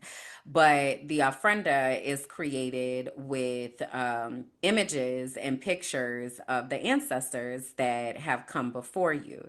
So the whole point of Dia de los Muertos is when your ancestors come back, you put their picture onto the ofrenda, and then you are able to invite their spirits back into communion with the family during that time, and you celebrate them and you tell stories about them, and you really just create intentional honoring of their presence. So you all may or may not know, I lived in Mexico City for quite a while. And one of the things that I was really, really intentional about doing while I was in Mexico City was seeing how they honored Dia de los Muertos in Mexico City, because I wanted to understand, like I wanted to understand what the holiday was about and what people like do during this time. So my orthodontist is someone that I grew to build a very deep relationship with when I was living there. And so I was telling her, I was like, I want to do Dia de los Muertos. I want to learn all the things. So she was like, okay, now this is what you got to do. Now, the first thing is that you have to have marigolds on the ofrenda. So marigolds in Mexican Spanish translate to cempasúchil or cempasúchiles. They are the flor de muerto is something else that they're called. So the flower of the dead. So I'm going to show you what marigolds look like. so that you know, but it's those orange flowers that we're showing in Coco. So what you're supposed to do with the marigolds is you take the marigolds and you place them around, and then you might use the petals or the flowers to have like a path towards where towards your home, because the marigolds give a fragrance, so they are supposed to lead your ancestors back towards your home, lead all of the ancestors back towards the land of the living, because everybody is putting them up. So you do that. Then you also place pictures again of each of the ancestors that you want to honor onto your ofrenda. And you can also place pictures of your pets. Again, pets are called alebrijes, and they are like spirit guides or spirit animals. So they are also placed on the ofrenda. You put candles on the ofrenda to light the path for the ancestors that are coming. You also put water on the ofrenda because it's been a long journey. So they want, to have some water to be able to quench their thirst. Then you put their favorite items, so their favorite foods or their favorite thing that reminds you of them. So for instance, in Coco, the family made shoes. So there were shoes on the ofrenda because that was something that was important to their family. So you do that. Like, so for me, when I did my first ofrenda, I had my dog, Jack, on there, and I put Brussels sprouts and carrots because Jack loved vegetables. So you just want to put like their favorite thing on there. You also put salt so that they can season their food. Ain't that the Mexican people say, baby, you got to have that seasoning. So then that's how you set up your ofrenda, to have everything ready for the ofrenda. And then again, during that time, you're going to tell stories about the ancestors, what have you, whatever. So when I was living in Mexico City, I got a chance to go to the Zocalo, and Zocalo is the city square. And it's like where the president's house is and like all of that, where their huge flag is. And there were like ofrendas just all around everywhere. It was so amazing. So then also you might see the Catrinas. I'm saying it wrong. Catrinas is what it is. Okay, so Catrinas.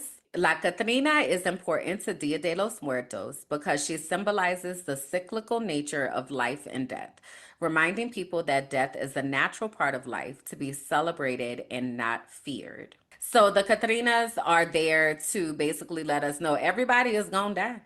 It is a part. It is a part of life, and maybe they come as in that form because it's more approachable, or what have you. But we don't have to be afraid of death. Is basically the point of the Catrinas. So you might see those around. You see the alebrijes. Again, the alebrijes are the pets, and so it was a whole big old thing. Like, it was just amazing. They have a huge parade. And I'm talking thousands and thousands and thousands of people. There's a fireworks show. There are all of these ofrendas. It is a really, really big deal. I'll find the videos and put them in here so that y'all can see them. So here, y'all, this is the city center in Mexico City. It's called the Zocalo. And here you can see the different Catrinas that are present. Now, mind you, this is from 2022. So each year they do a new display. But these Catrinas are gigantic. So you can see for scale, like people standing next to them, they're probably about 5, 6, 7 people high. They were placed all around the city center so that they are, again, kind of overlooking the space and guarding the space. I believe that students at the design school are the ones who do the Catrina displays every year.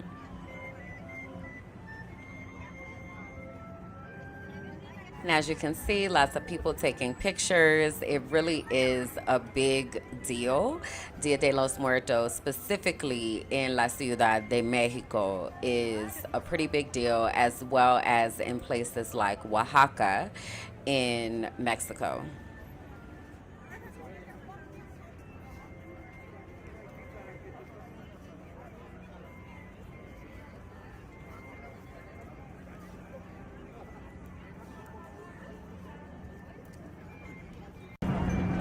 So here we have different ofrendas, and there'll be a few pictures of the different ofrendas from the various states around Mexico. So for instance, this one is from Quintana Roo. Quintana Roo is the area where Playa del Carmen and Merida are. You can see there are people, again, taking pictures and walking up to the ofrendas to really just appreciate what is on display for each state. So every ofrenda has the characteristic things, but then they also have particular displays and artifacts that are essential to their particular state. And because so many different people live in La Ciudad de Mexico, many of them are looking for their state of origin to go and take a picture of their ofrenda.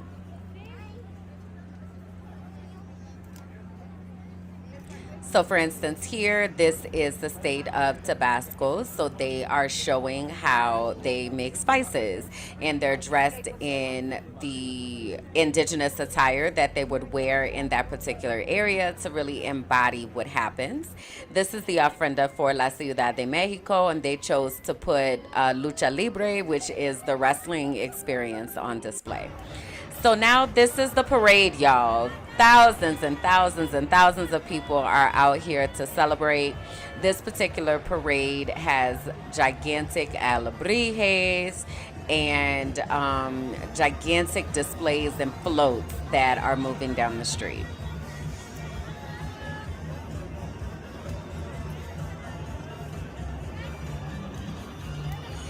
And you can see seas of people for miles.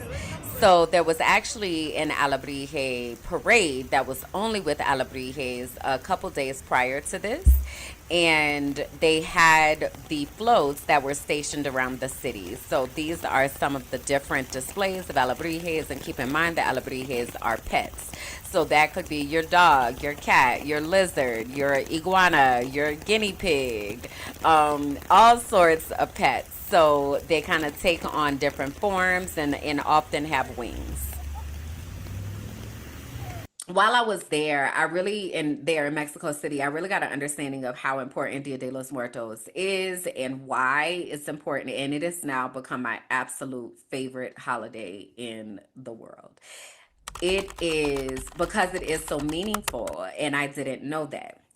So, Coco, that movie, I'm going to first say, if you have not watched it, have you some tissues with you when you watch it, because the whole concept in the movie is that there is someone who is trying not to be forgotten. And a confession that I have is I have a fear of being forgotten. And it comes up every time I talk about Dia de los Muertos because I always ask myself, whose ofrenda will I be on? Because I don't have any children. So who gonna be talking about me? And it is, I lightweight sometimes be obsessed with it, and I'm, trying to work myself through that. But it is a very interesting feeling to know that there's a real possibility that you may be forgotten. And if you do have children, this might not be something that you concern yourself with because clearly your kids are going to remember you. But if you don't, who's actually going to put me on the ofrenda? So I feel like that without knowing that has driven a lot of the way that I live my life because this concept of legacy is really, really important to me. But it also made me realize and understand how little connection that I do have to my ancestors and the way that our family, on both sides of my family, were just so completely disconnected that they're like it's hard. I don't know if this was Color Purple. Somewhere they said it's hard for a girl child out here to not know who she come from or something like that. And I might be like mixing up a whole bunch of different things, but life is much more difficult when you have no understanding of who you are, where you come from, who your people are, what was important. Like it's really, you have to figure everything out for yourself. And that's how a lot of my life has felt. So in the past like 5 years or so, I've become really intentional about trying to understand my family lineage and history and like family trees and things of that nature. And it's interesting because my cousins and I have gone about this differently in different ways. So my cousin Kalanda, that is on So You Don't Put Syrup on Your Grilled Cheese with me, she had did like this family gathering in 2019 where we had a chance to talk to my great aunt. And my great aunt is the last one living of those siblings. There were four of them. And my great aunt shared with us that our great great grandmother, wait, my great great grandmother was indigenous, and our great great grandfather was white. Now we don't know what flavor of white or where he came from, but we received that piece of information. So then that became very interesting, especially for somebody like me, where people have asked me what I'm mixed with my whole life, and I'll be like, I'm black and mixed with black and some more black. I'm just black, because people will look at my hair and they'd be like, what you mix with? Because that, I don't know. Or they will look at my nose or whatever. So it was an interesting piece of information to get. Of course, I know there has to be white somewhere. Like I'm not super, super dark skinned. So there had to be some whiteness. And then if you look at my cousin's child, we look like the rainbow. So I'm knowing good and well there was some whiteness up in there, you know? But that was interesting. And finding out the indigenous connection was also really interesting. So that's on my mother's side of the family. So what I wanted to do is I wanted to show y'all a few pictures of the folks and people that I will have on my ofrenda this year and tell you just a little bit about them. So I just shared about my great great grandparents, who I do not know their names, nor do I have any pictures of them. The comment says, so we was on point calling you Pikachu in college. Apparently y'all was on to something. Apparently. Okay, so these are my great grandparents. And so I got this picture just this year. I was talking to a cousin of mine, and he's from a different branch of the family. So not my grandmother, from my great aunt's branch of the family. And he sent me this picture. So this is my great grandmother and my great grandfather. And immediately when I looked at my great grandmother, I'm like, wow, I can definitely see the indigenous. She very much is what we would call red. And in New Orleans, a lot of people get called red. So she's definitely what we would call red. I did not know how I've never had a grandfather in my life, so I don't have concepts of what grandfathers look like or anything, but I didn't know what my great grandfather looked like. But that is who this is, and they are from Mississippi. And they left Mississippi and moved to New Orleans at some point, and that's how the family got to New Orleans. But they're actually from Mississippi. So this is my grandmother. And this picture was taken in 2017. This was shortly before she passed. And she developed dementia before she passed. And this was the last time that we had a gathering where all of her kids were there and most of her grandkids. So this is my grandmother.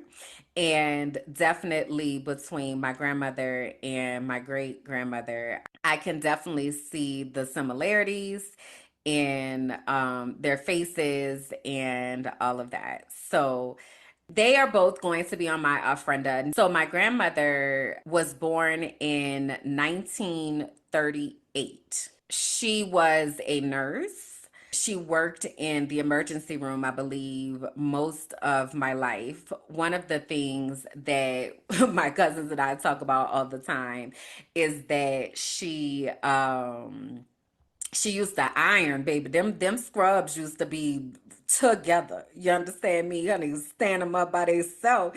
But she used to iron a lot. My grandmother also gardened. at one point moved back to Mississippi. But there was this summer when we were kids, and I'm talking like before kindergarten. And I talk about this before because she taught me how to read and to write in cursive. And this was all during that summer. When I talk about getting kicked out the house because I was singing The Greatest Love of All, this was that summer. Kalanda, who's the oldest, then me, then my cousin Casey, and then we had another cousin, Chantel, who was there with us.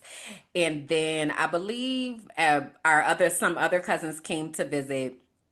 So anyway, but this summer was like we're sitting on the porch eating watermelon, spitting seeds off the porch. We're looking at constellations in the sky because we're in the middle of the country. We're running down the fields, and she was growing stuff. There were crab apples. We're driving down back country roads in the car, calling it a roller coaster. Like, this summer was a summer that we really remembered. And unfortunately, I didn't really have a close relationship with my grandmother. So that's a core memory for me.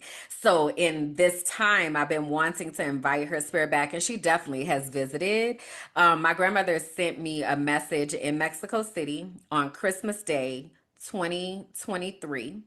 After I had had my mental health crisis, I had gone on a date on Christmas Day, and I was walking down this street in Coyoacan in Mexico City, and a song that my grandmother used to play all the time at the house came on.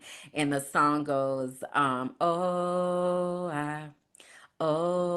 I miss you, miss you, miss you, miss you, miss you. It was very interesting. So I know that she's with me, and so she's going to be on my ofrenda as well.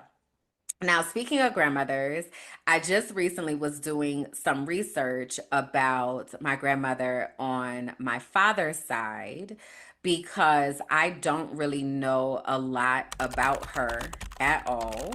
And I found this picture when I was doing my research for, well, yeah, for this, but just in general. So this is my grandmother on my father's side. And I'm going to tell you what one of my uncles sent me something about her last night, because actually her birthday was yesterday. And that was like very interesting. So he said, your grandmother is from Port Arthur, Texas. She was born October 28th, 1920. Her maiden name was Reno. Her mother's name is Rebecca. Her father's name is Joe. Your grandmother was very spunky. She said whatever came up and out of her mouth.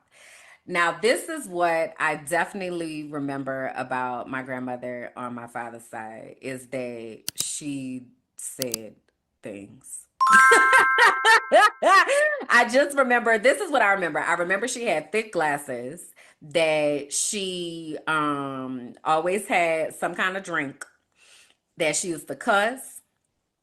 I don't remember if she used to smoke. My grandmother on my mother's side did smoke. And I remember I had staged a protest, and I was like, I am not going to go over there anymore if she continues smoking, because now I am going to die from secondhand smoke, and I don't even smoke.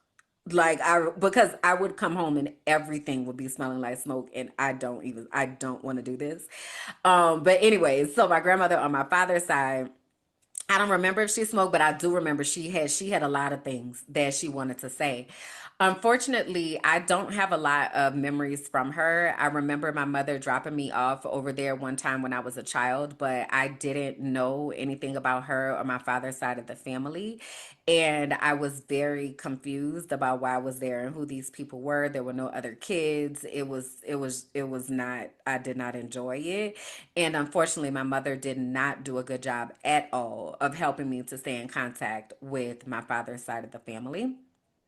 So I don't have a lot of memories about my grandmother on my father's side, but I was watching something the other day, and somebody said something like, it was in Coco. It was in the movie. They were like, you don't have to forgive them, but you shouldn't forget them.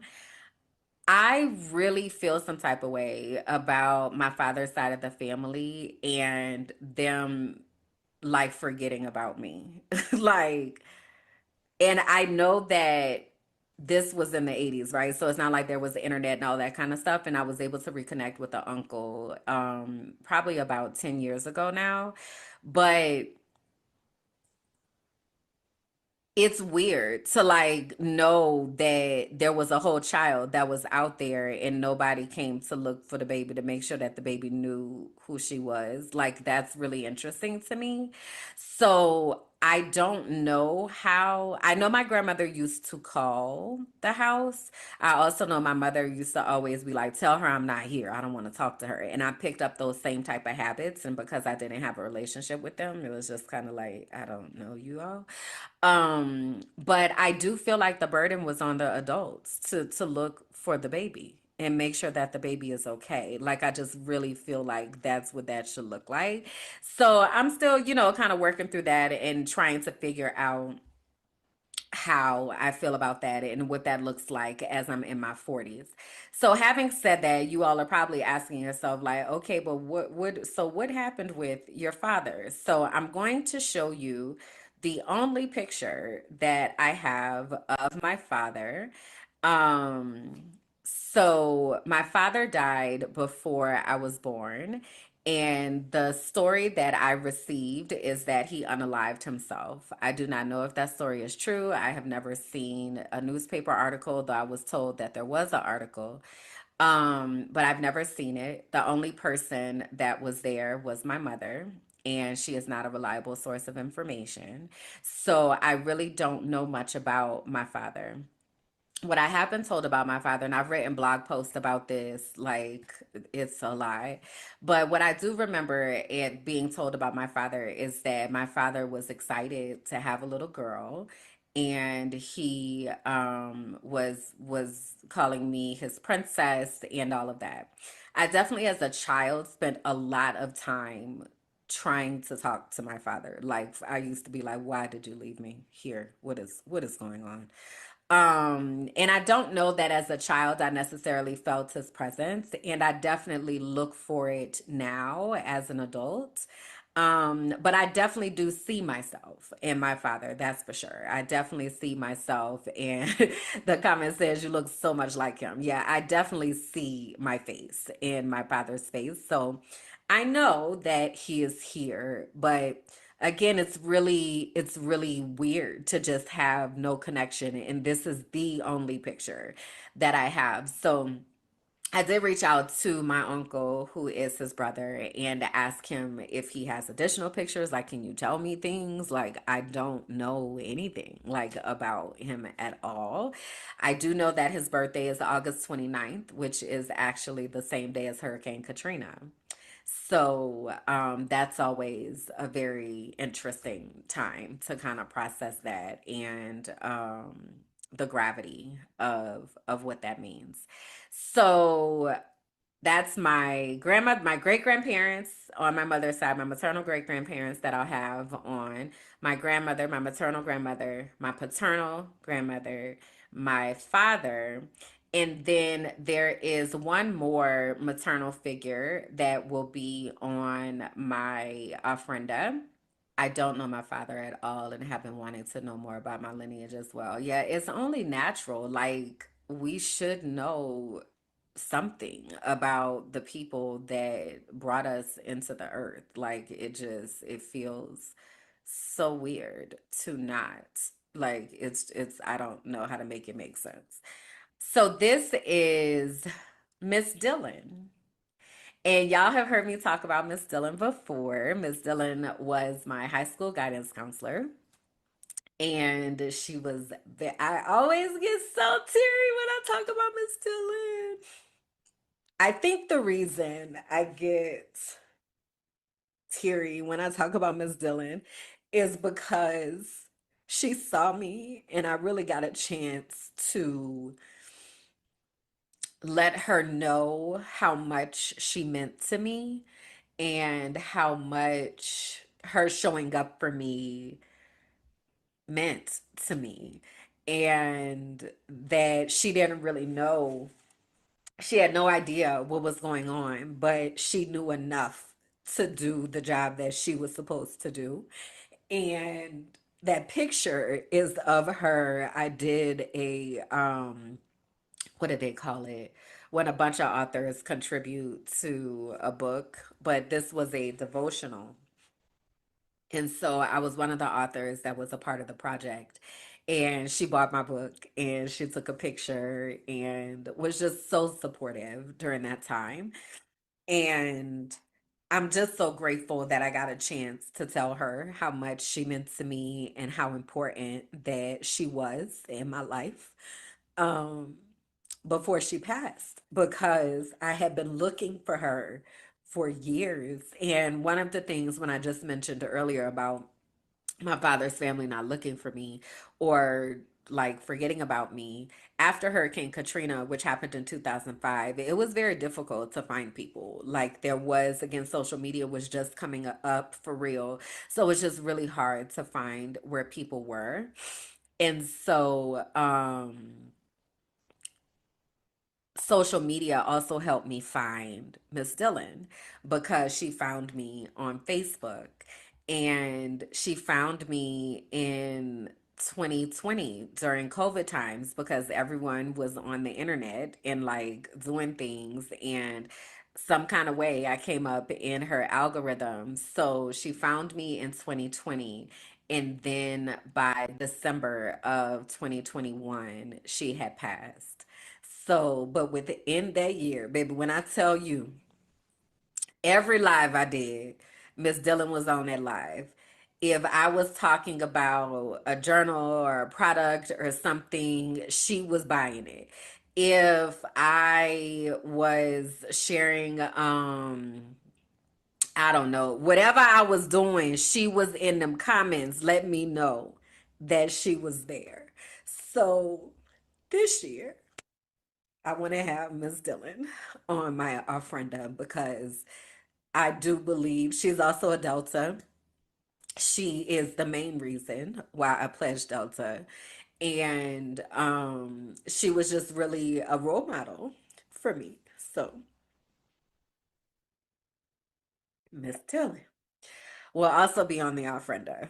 Now, the last spot on the ofrenda goes to Jack. Now, Jack was my puppy. I had Jack for 10 years. I got Jack during the time that I was trapped in that abusive relationship.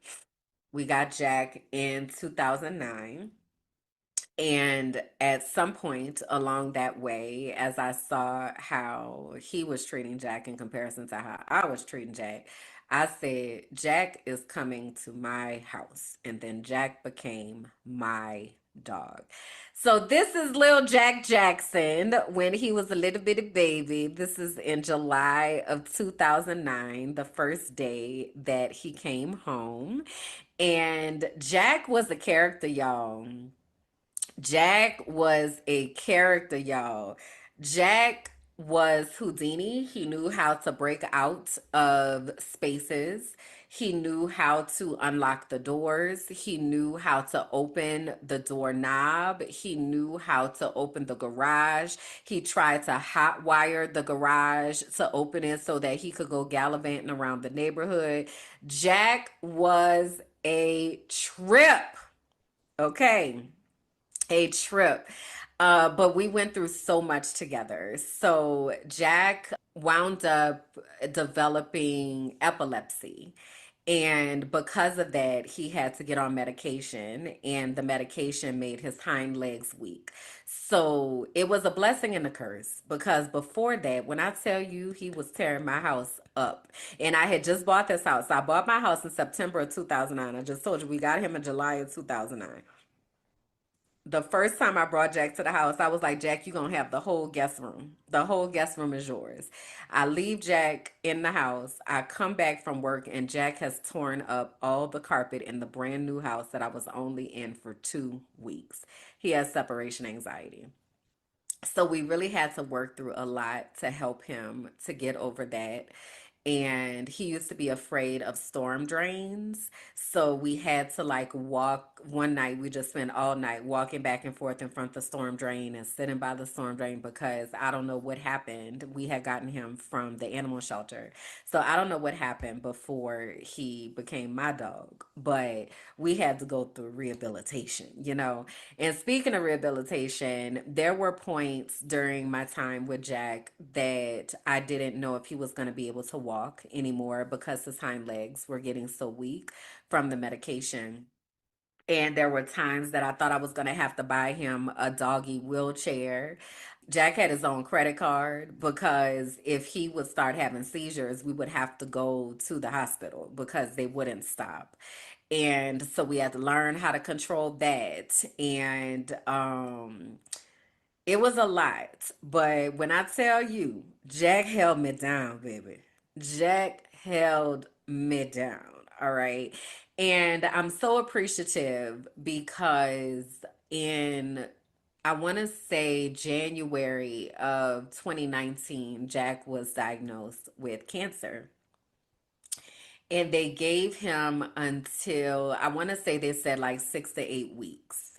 And they asked me, you know, if I wanted to do chemo and radiation and all of that. And I didn't have the funds to do it, but also he had been through so much by this time that and it was only like 50% chance of working or something. And I was like, we not doing that. So I really just focused on giving him some beautiful last days. So, I'm grateful because he made that transition with me out of my house, even through when I was supposed to get married, and didn't get married. And Jack was still there, like hanging on. And so I know that a part of me being able to leave the US, to leave Florida, all of that, I was able to do that, and I was able to feel freer in that because Jack made the choice to go ahead and cross over the Rainbow Bridge. And I didn't have to make that decision because I don't feel like I would have been able to do it. I think I would have stayed for him because his doctors were there, and you know, everything, his doggy daycare was there, and they were like amazing. So I wouldn't have been able to just pack him up and take him away from all of that to go and do whatever I felt like I was doing. So I feel like he really gave me permission to be like, go live your life, because the 10 years prior to that, it was all about him. Like my schedule was around him, like when he had to eat, when he had to go out, like all the things. I have a dog, like I have to be responsible. And so with him transitioning, it allowed me to be able to focus on me. And so I really appreciated that. I also, though, have felt him because when I was in Mexico City, for instance, there was one of my favorite dog parks. And it was at my favorite park, but it was like a huge, huge, huge dog park. And the thing about Mexico is they got dogs everywhere. Street dogs, people's dogs, just dogs. Dogs are very free in Mexico. And I would just be like, man, Jack would be having the time of his life right now. Being able to freely gallivant around the streets, oh, Jack would have had a time. Okay. So I take his spirit with me as well everywhere I go, knowing y'all, Lucy done showed up at the door. Hello, Lucy. She hear me in here talking about Jack. Now she like, I want to be an Alabria. Girl, it ain't your time. Um, but yeah, it really, I take Jack with me everywhere that I go because I feel like it was me and him. That was me and my dog. Like the amount of, literally me and my dog, the amount of road trips that we would take home to New Orleans. And like there was a time that Jack was doing water therapy in New Orleans, I had found this center that did rehabilitation for dogs. And so Jack was swimming and he did the water treadmill and he was doing magnetic therapy. Like, that was my boy. Hey, Jack. Hey, Papa. Jack, you want to come with Mommy? Come on, let's go. Come on, let's go. Come on, let's go. Bye-bye. There he is. Hey, Jack. Hey, man. Hi, everybody. My name is Jack. Jack, there you are. You wanna come out and play? Hey, Jack, come say hey to the people. You been a good boy? Have you been a good boy? Hey, Jack. Peekaboo, I see you.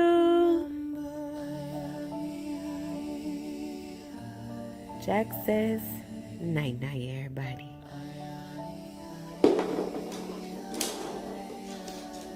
Jack and the Bone Chronicles. Come on, buddy. He's got his bone. He's taking it outside.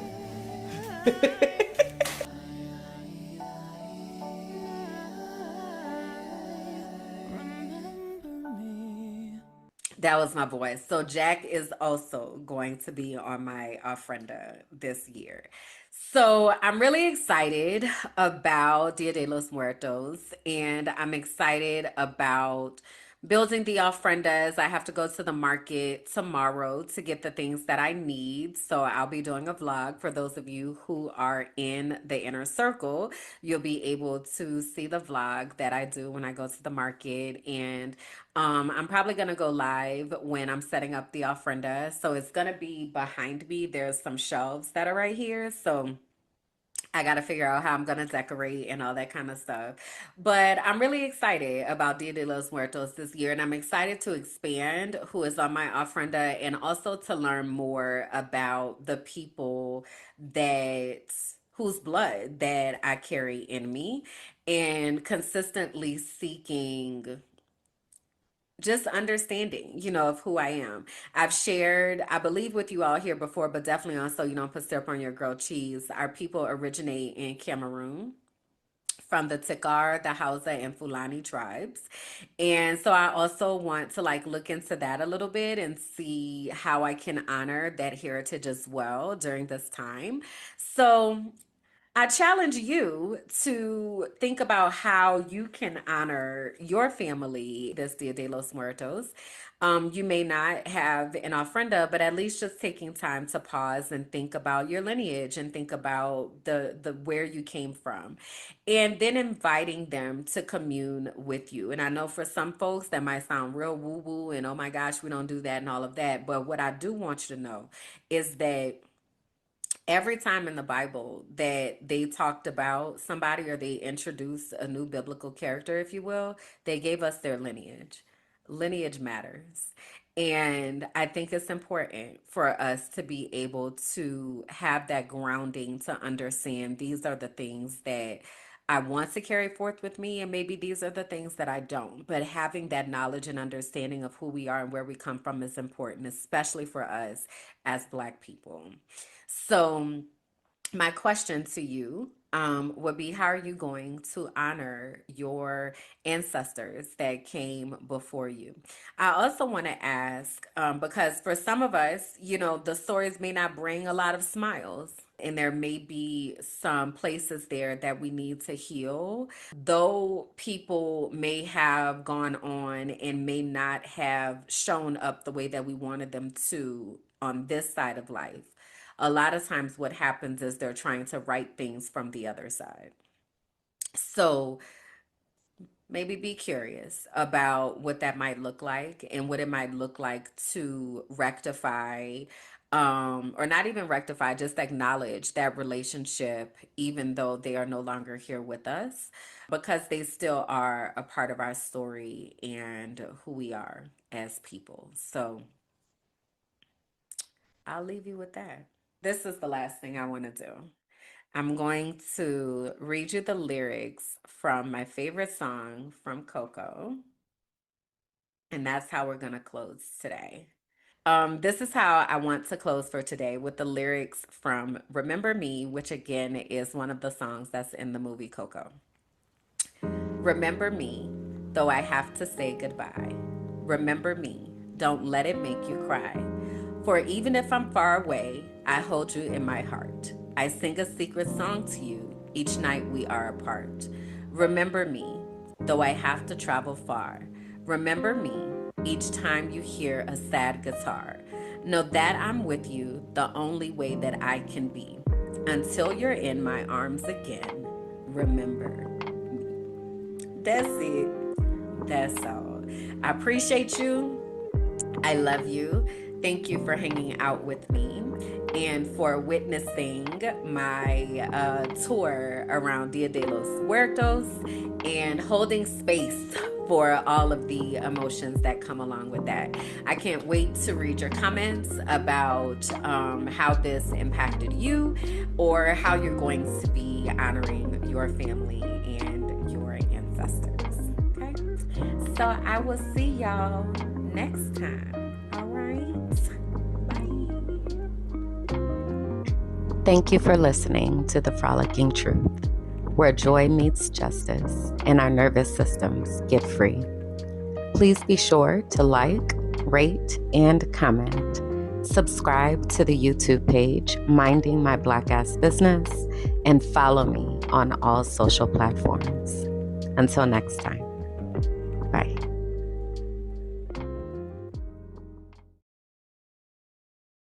Yo, I love how we are jumping into this in a continuation of the conversation that we were already having. This is like phenomenal because the comments say, does this make us sexist? And then the next comment says, have you seen that meme that Jesus is trans because he was born to a virgin, so no Y chromosome? What is happening? What is happening?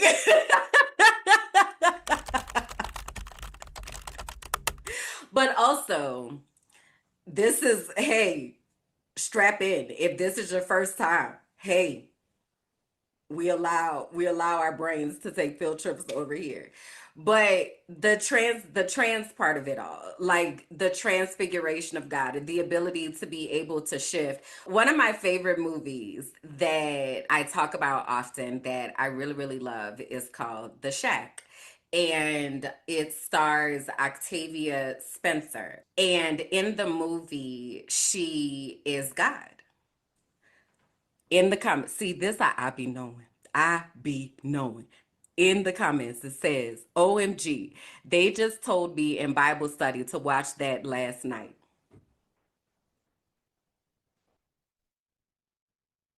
The Shack is the first movie that I ever saw that made it make sense for me how the Trinity operates, how God operates, how God uses things that happens in order to create this path that we're already predestined to walk.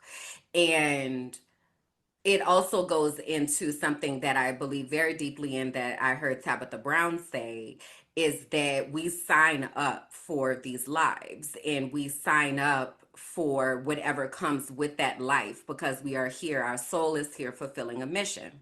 My concepts of heaven and hell have shifted very much the more that I have been doing decolonization, active decolonization in my spiritual practices and beliefs, as well as learning more about the way that indigenous people operate as opposed to the way that white people and white Christianity told us that we had to operate. I know I might sound real hotep right now, but stay with me.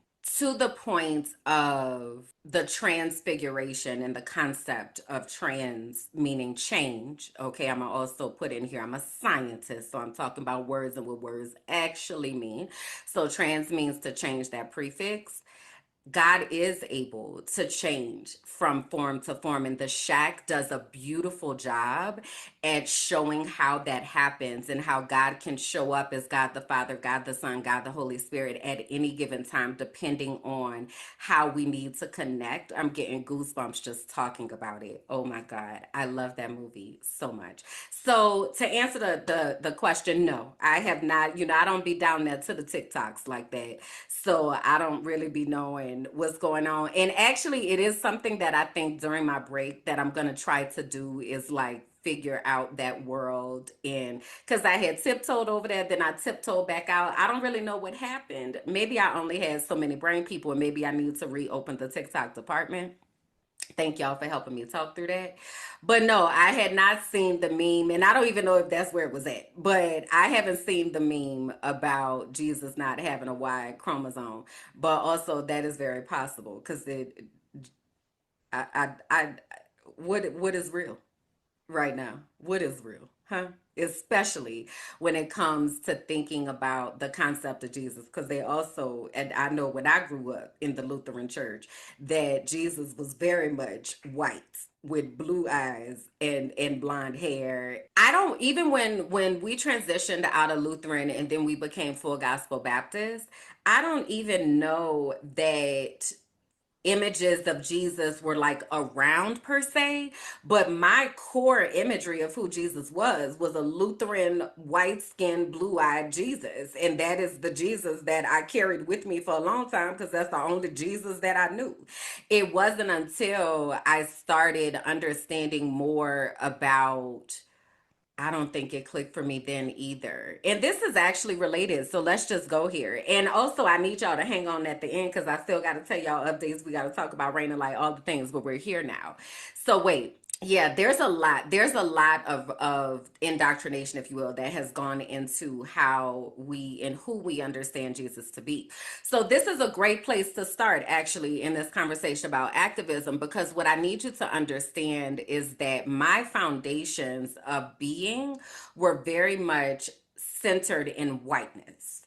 Now, I grew up in New Orleans, okay, which is a majority Black city. I didn't do my intro. Jesus, I've got too much going on. My God. Okay, pause me there. Pause me there with, because this how things be happening, y'all. And also, this is what happens when you're in the inner circle. You also get to be a part of my ADHD experience. Hey, y'all. I'm Kimberland, and this is the Frolicking Truth, a soft space for Black women who are tired, brilliant, and ready to heal. Here, joy meets justice. We calm our Black-ass nervous systems, we unmask, and we leave behind whatever that is trying to kill us. You're seen here, you're safe here, and you don't have to do this alone.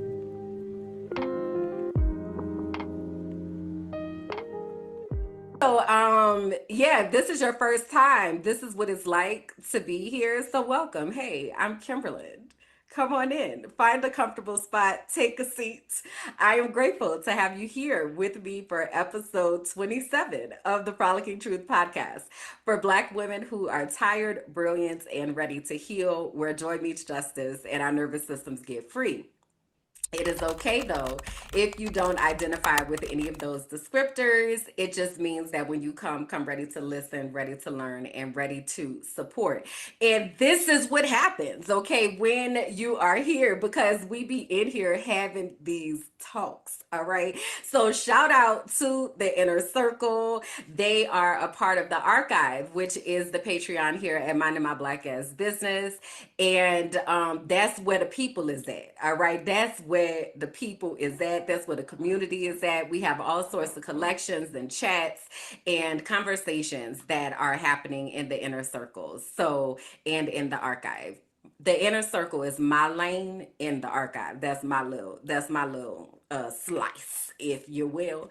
But yeah, and this is going to come full circle too, because all of this was birthed out of my activism journey. Okay, so we're going to have a lot of full circle moments today. So having said that, you can go to patreon.com/mindmyblack-ass-business to join the archive and then make your way down to the inner circle where my peoples is at. All right, cool.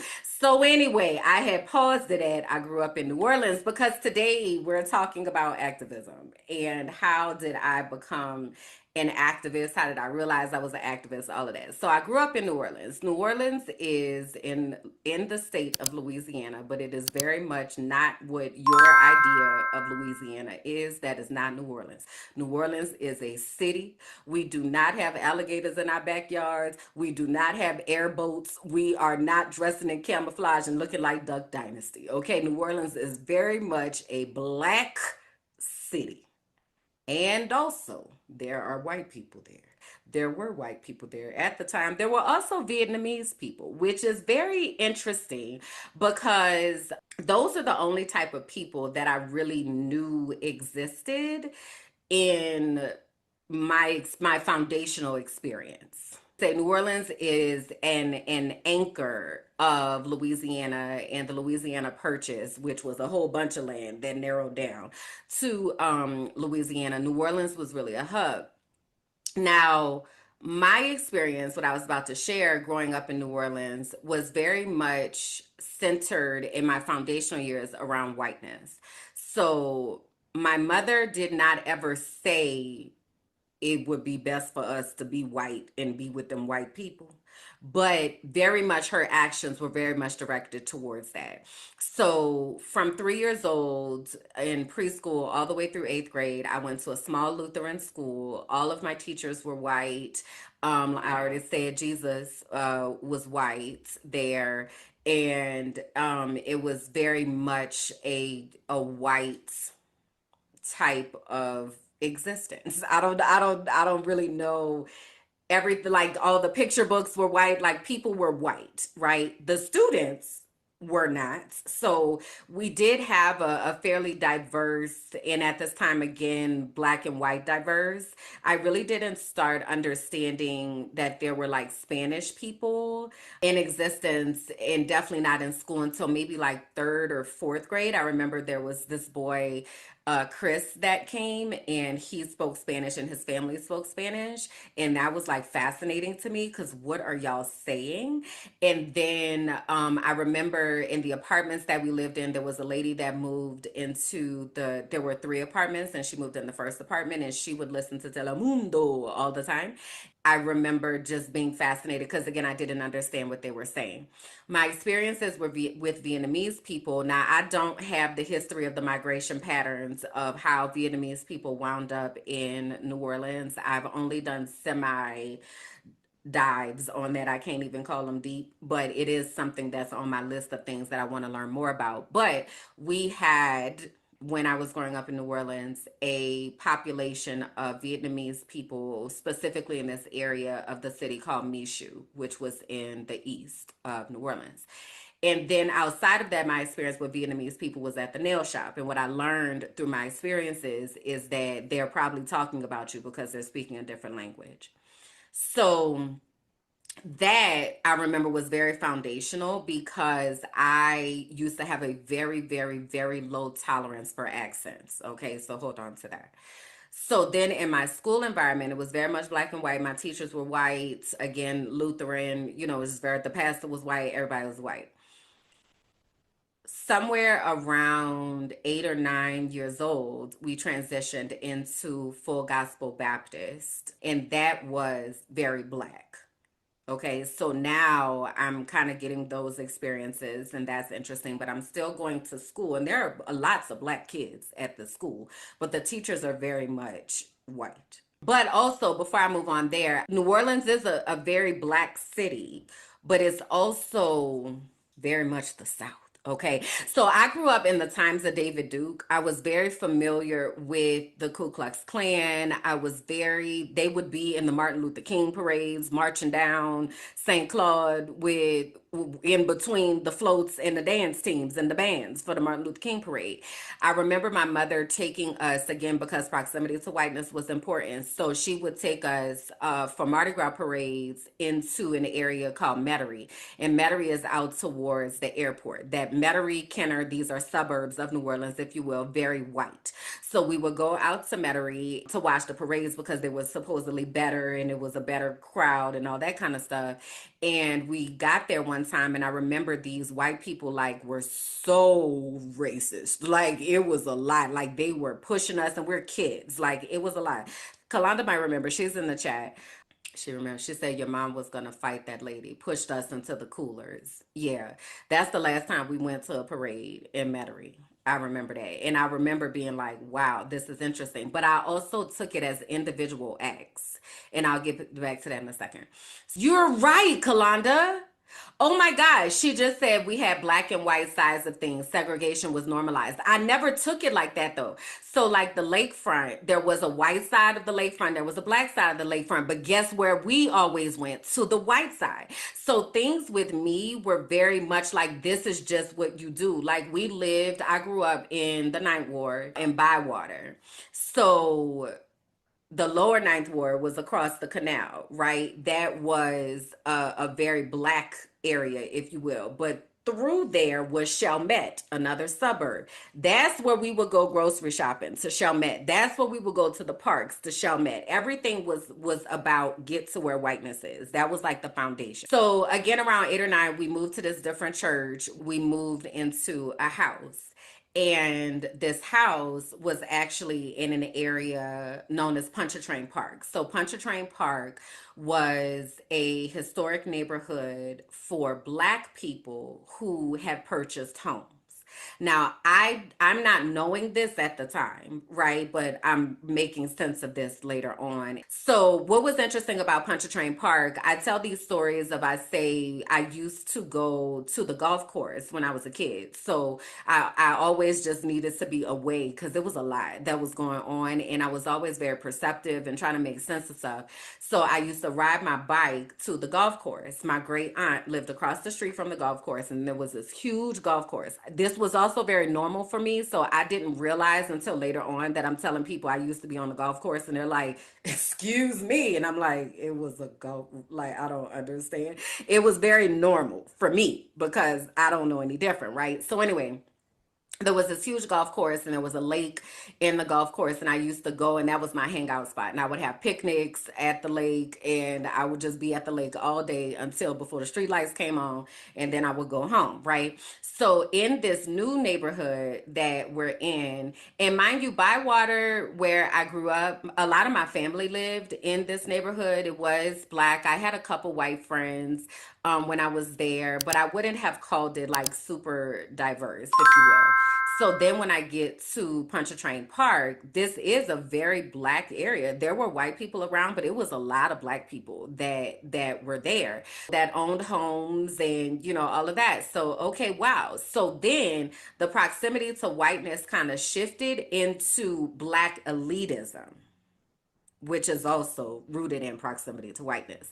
So then it became about, okay, you need to go to the best summer science program over at Dillard, and you need to be on Xavier's campus. And this is a summer math academy that you can go to, a summer science academy. Oh, because I was always smart. I was always at the top of the class, right? So then it was like, oh wow, we got something here, robotics academy, like engineering, like all of that. Like, so then that kind of became my world.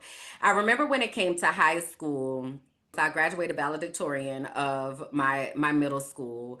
And so I had to pick, where I wanted to go to high school, said all that to say.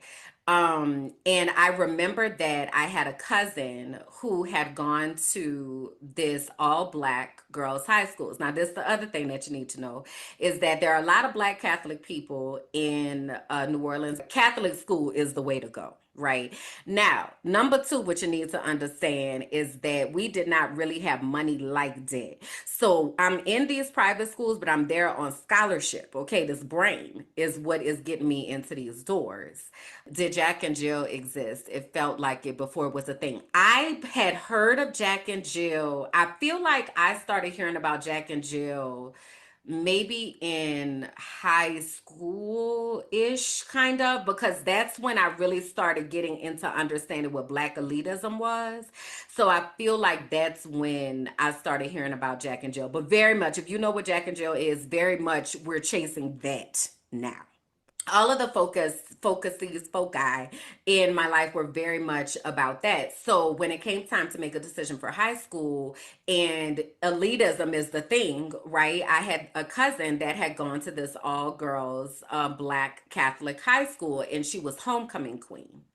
And I thought she was so beautiful. And then I'm like, oh my God, look at all of these girls like that look like me. And like, wow, this is amazing. Like, I would love to do that. My mother wanted me to go to Benjamin Franklin, which is one of the, if not the top high school in New Orleans.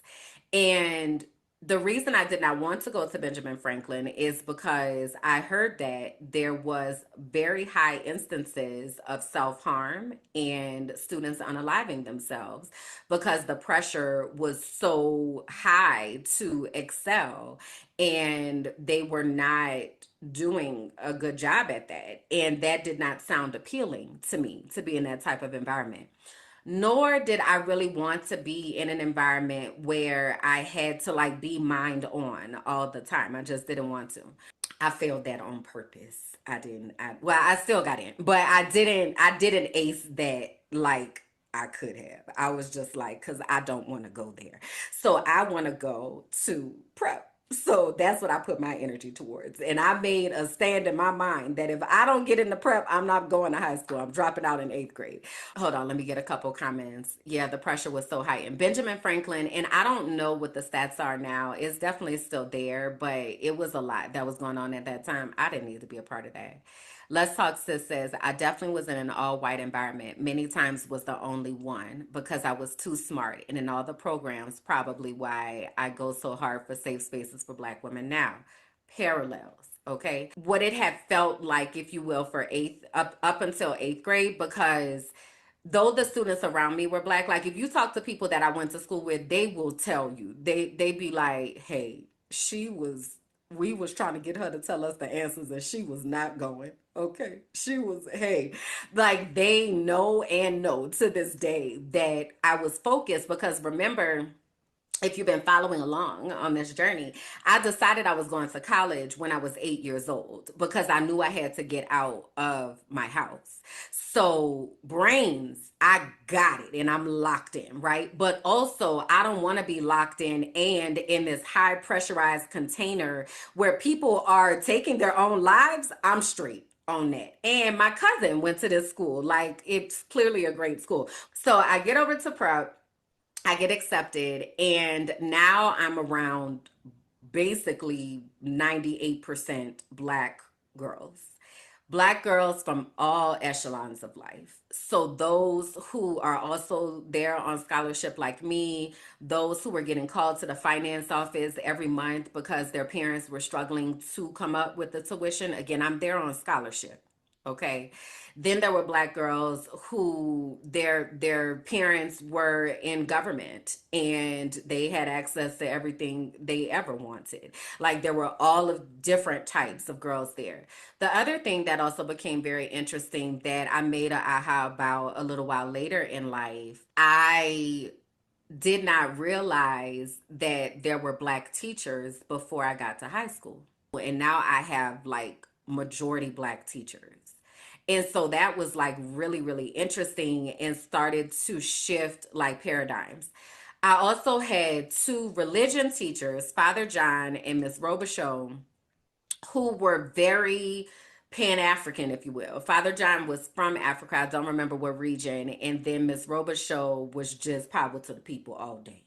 Now, I am not necessarily like getting on board with it, but I'm noticing, like I'm paying attention to what's happening. I've talked to you all about Miss Dillon, my guidance counselor who was a Delta.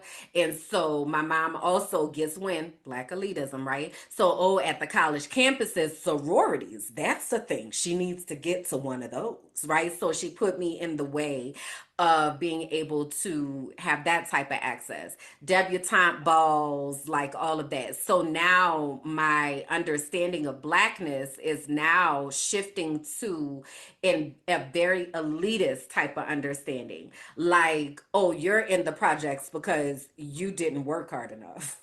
Why would I go over there? Like, it very much became clutch your pearls Black elitism because that's what I became steeped in.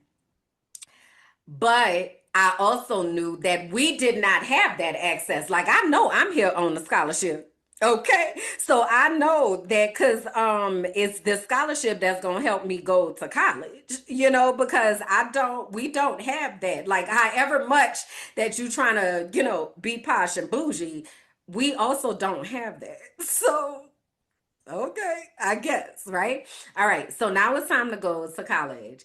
And I told y'all I'm smart, right? So I've got $1 million in scholarships. I can go anywhere I want to go. I got engineering programs. There are pre-med programs, the military. Everybody is just throwing money at me. Where should you go to college? And because of elitism, my mama wanted me to go to Xavier. I was not going to Xavier. I had went to Xavier Prep. So I'm like, I'm not going to Xavier. It was founded by the same sisters that founded my high school. Like, it's a lot of the same people going over there. I would like to have a different experience. And not that I didn't enjoy high school. My high school was a very safe place to be a girl. And I didn't have to worry about a lot of dynamics that other people had to worry about in school. And and I was insulated because I was in the honors classes. So I really went to school with like the same, 20 girls or whatever, most of the time, the same homeroom group most of the time. Like, so it was kind of very insulated. And high school was a very safe place for me to be. But I also was good on that. I've experienced this now, and I would like to have something else, please. Which is also why I didn't want to go to Spelman, which is where she wanted me to go, because I was like, I've done the all girls thing. It was great. And also now something else. So Tulane came up because I'm going to school to be a doctor at this time. So Tulane comes up, and it's the top medical school in the country, or at least in the state or whatever, and you should go to Tulane. So I start pursuing Tulane. I'm smart, but also their cutoff for like full scholarship, I want to say I had a 31 on the ACT. The top was a 36. You had to have like a 33 to get the full scholarship. So they gave me half. And I was like, we don't have no money. So where is the other half supposed to come from? Like, I don't have that, right? So once Tulane got off the table, because who is paying for that, then I was kind of in this space of, I don't even care, bro. I don't even care what. I just got to get out this house. I just got to get out this house. I don't care. I will just go to LSU. So this is me walking into Miss Dillon's office in March of my senior year, number 3 in the class, with $1 million in scholarships. And she is like, girl, where is you going to school? And I was like, I'ma just go to LSU. And she said, you ain't just about to do nothing. Sit down at that table and take out every one of them letters, and you make a pile, and you tell me why it is a no. That is how Fisk came up, right? So I'm sitting in Ms. Dillon's office. She asked me about Fisk University. Fisk had only offered me $800. I'm telling you these credentials because I need you to understand what's happening. So like, I'm National Merit Scholar. Like, I've got all, I'm president of the NHS. I'm a National Honor Society. I'm president of the Spanish Club. I'm president of the Latin Club. Like, I got a resume because I done did this so I could get into school, right? So Miss Dillon knew the director of admissions at Fisk, and she called him, and she was like, "Hey," and he was also from Louisiana. He's from Thibodeau. So she was like, "I think you need to take another look at this package because I think y'all made a mistake." Basically, I'm sitting in the office. I don't care no more. I really don't. I'm like, "Girl, I'm finna go live under a bridge. Like, I don't care. Like, I just got to get out this house." And Fisk calls back. They offer me full scholarship. They offer me research opportunities, room, board, books, fees, all the things. And we want to fly her up here next week so she can see the campus. Remember, keep in mind, Black elitism. Fisk is what one would call Black Ivy League.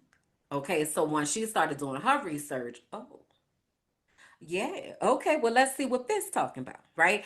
But in my mind, I get up there. The moment I step foot on Fisk campus, I felt our ancestors. So Fisk was one of the stops on the Underground Railroad. There are literal tunnels underneath Fisk University. The history of the Jubilee Singers. The Jubilee Singers are the reason that Nashville is called the Music City. The Jubilee Singers saved Fisk University. The first permanent structure on the campus of Fisk University is called Jubilee Hall. So I'm getting all this information as I'm walking on Fisk campus. I was not necessarily at the time, I got to go to HBCU at all, but I very much, because I had also gone to FAM, I hated it. I hated it. I was like, it felt like a fashion show. It was just a lot. I was like, I don't want to do this. It was a lot of people. And that's the other thing is to know I've been in these small schools, right? So my preschool through eighth grade was like 100 kids. My high school was like 500 kids. So FAM had, I don't know how many kids, but it was a lot. Fisk only had 1,000 students. So I also felt like it was a place that I would be able to be seen and I wouldn't get lost in a sea of students. So I walked the campus of Fisk. They tell me all the history of Fisk, and I just got goosebumps just all over the place. And I said, I'm going to Fisk. Okay. So I get to Fisk, and mind you, my degree is in biology. So I took a lot of science classes. I did not have the opportunity to sit at the feet of the scholars that walked the campus of Fisk University, Dr. Collins or Dr. Mitchell, or like I just didn't have that because I was stuck in the lab the whole time learning science. But there's something to being in an environment where activism was lived. Like, if you know John Lewis, who was a congressman, he's famously known for talking about getting into good trouble. And John Lewis was very instrumental in formulating the Student Nonviolent Coordinating Committee, and a lot of the civil rights movements started. Diane Nash, Nikki Giovanni, like these are people that went to Fisk University. So that is just steeped in Fisk. Fisk was also founded in 1866, which was a year after the abolition of slavery, and was founded to be a school for teachers and evolved into, this magnificent institution. So you kind of get things by osmosis a little bit, right? There's kind of this spirit of challenge thinking and think about things critically that does exist in that environment. So it kind of started to open my eyes. But one of the things that opened my eyes when I first got to Fisk University's campus is how much bias my ass held. So I'm standing in line, and I don't remember what the line was for, but I was just amazed at how many different types of Black people that there were.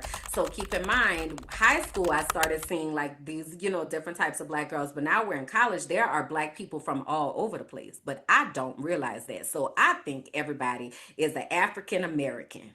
And I said that out loud, and somebody turned around and was like, let me tell you where I'm not from is America. I am from Jamaica. I am from the Bahamas. I am from Nigeria. I am from Eritrea. I am from not America. And I was like, oh.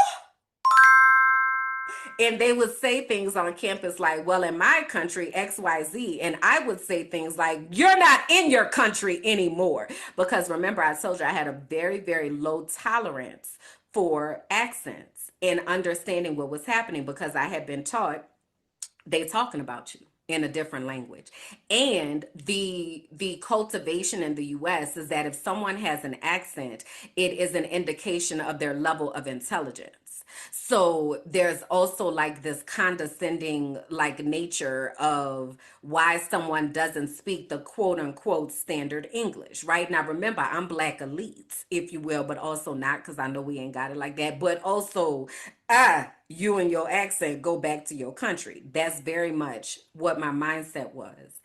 I remember having a conversation with someone and they said something, they used the term wetback, and they were from Texas. And I was very confused about what was happening. And I asked for clarification on that and then grew to understand that that was actually a term that was used for Mexicans that people would say because they say that they had swam across the river.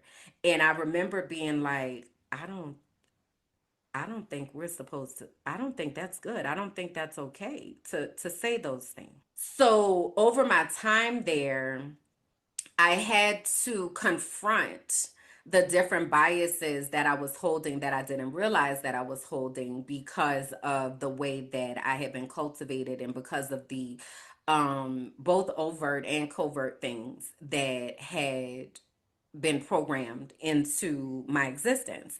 So I started to question. I remember that I had the opportunity to take a class with Al Gore.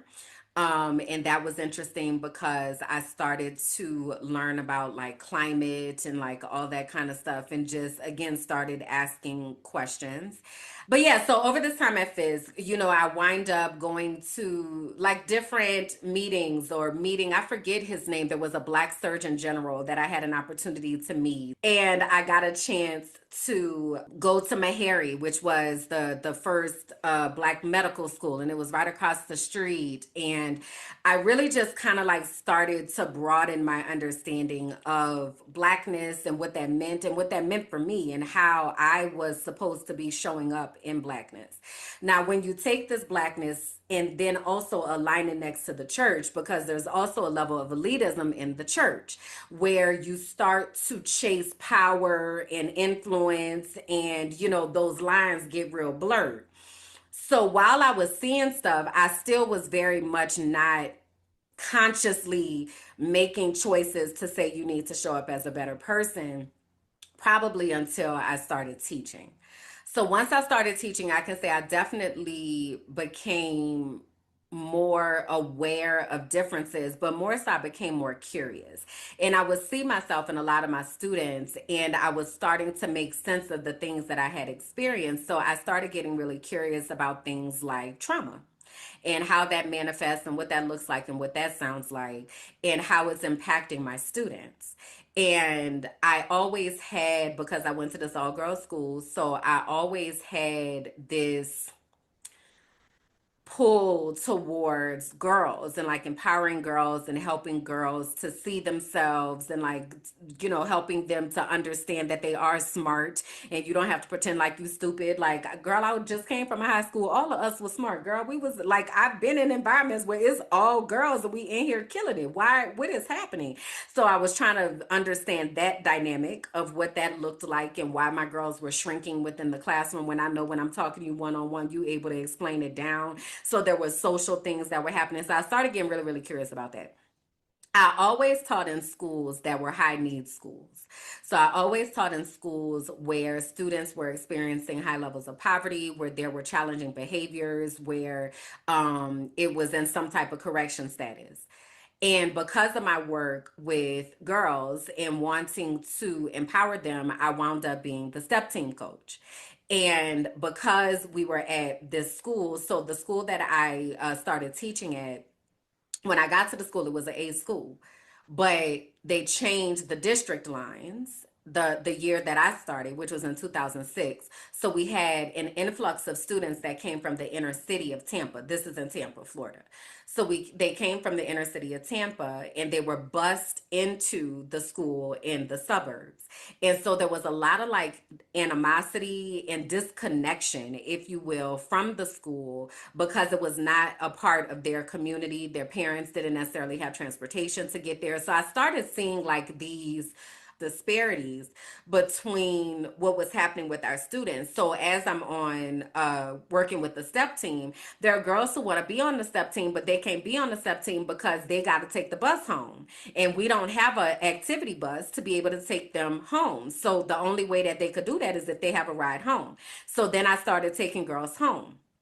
So then when I was taking them home, I was seeing the neighborhoods that they were living in and how much poverty they were experiencing, which made me understand how much poverty I did not experience because we were on the line. Like we didn't have the government assistance, but we did have to go to the food bank. Like, so we were on that line, but it could have been so much worse.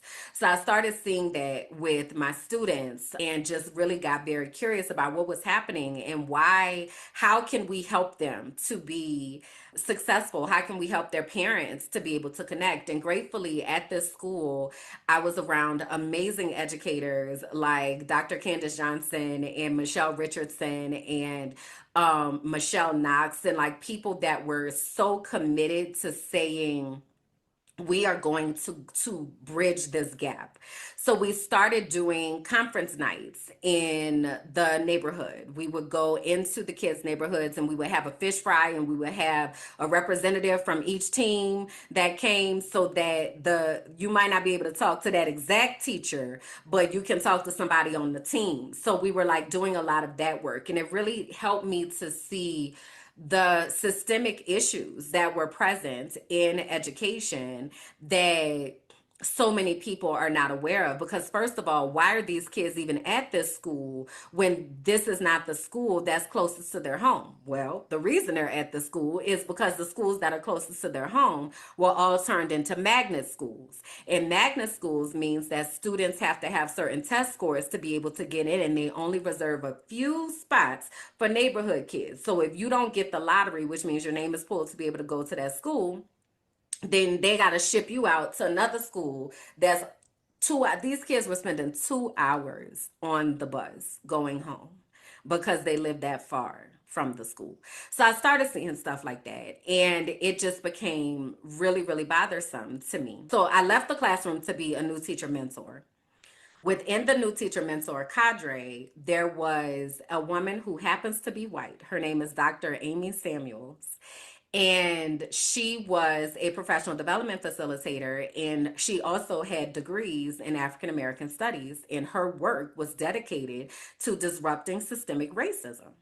She developed a training called culturally responsive teaching, and she introduced me to this concept of the cultural competency continuum. And I want to pull it up because I think it is definitely appropriate in this conversation that we are having here to understand how this continuum works. So the most important thing to understand is that it is a continuum. And when something is a continuum, that means that it's fluid. You could be at different places at different times on this continuum. This cultural competency continuum is something that Dr. Amy Samuels introduces an abbreviated version of this in this training. So basically on the left, you have cultural disruptiveness, all the way to the right where you have cultural proficiency. So cultural disruptiveness means that you are very much supremacist, if you will. So very much rooted in being destructive to other cultural groups. Your attitudes, your policies, your programs, everything is geared towards that. You're all about forced assimilation, white dominance or male dominance or Zionist. Cultural disruptiveness looks like that. So then the next place is cultural incapacity. That is where you are supporting systemic racism, supporting whatever ism that it might be. You are upholding stereotypes and unfair hiring practices. You are not responding to the needs of diverse groups. You're just not even, nope, we're not doing that. Then we move into cultural blindness, which is where you're ignoring the things that are happening. So this is very much treat everybody the same. I don't see color. Why can't we all just get along? People are people. Even sometimes love is love can be very cultural blindness, but still you're still catering to the dominant group. Like you're not disrupting anything. You're still very much, let's just kumbaya and everybody just hold hands and be all right, right? Then we get to cultural pre-competence, when you start to ask yourself questions. So now you're asking yourself cultural issues, what is actually going on, what are the needs or people that are not being addressed. You start to become aware of things from a systemic level as opposed to individual one-on-one things that are happening, and you start to kind of become more responsive, if you will, to things that you are seeing, building more empathy for different types of diversities, languages, such and so. Cultural competence is where you recognize that there are individual and cultural differences.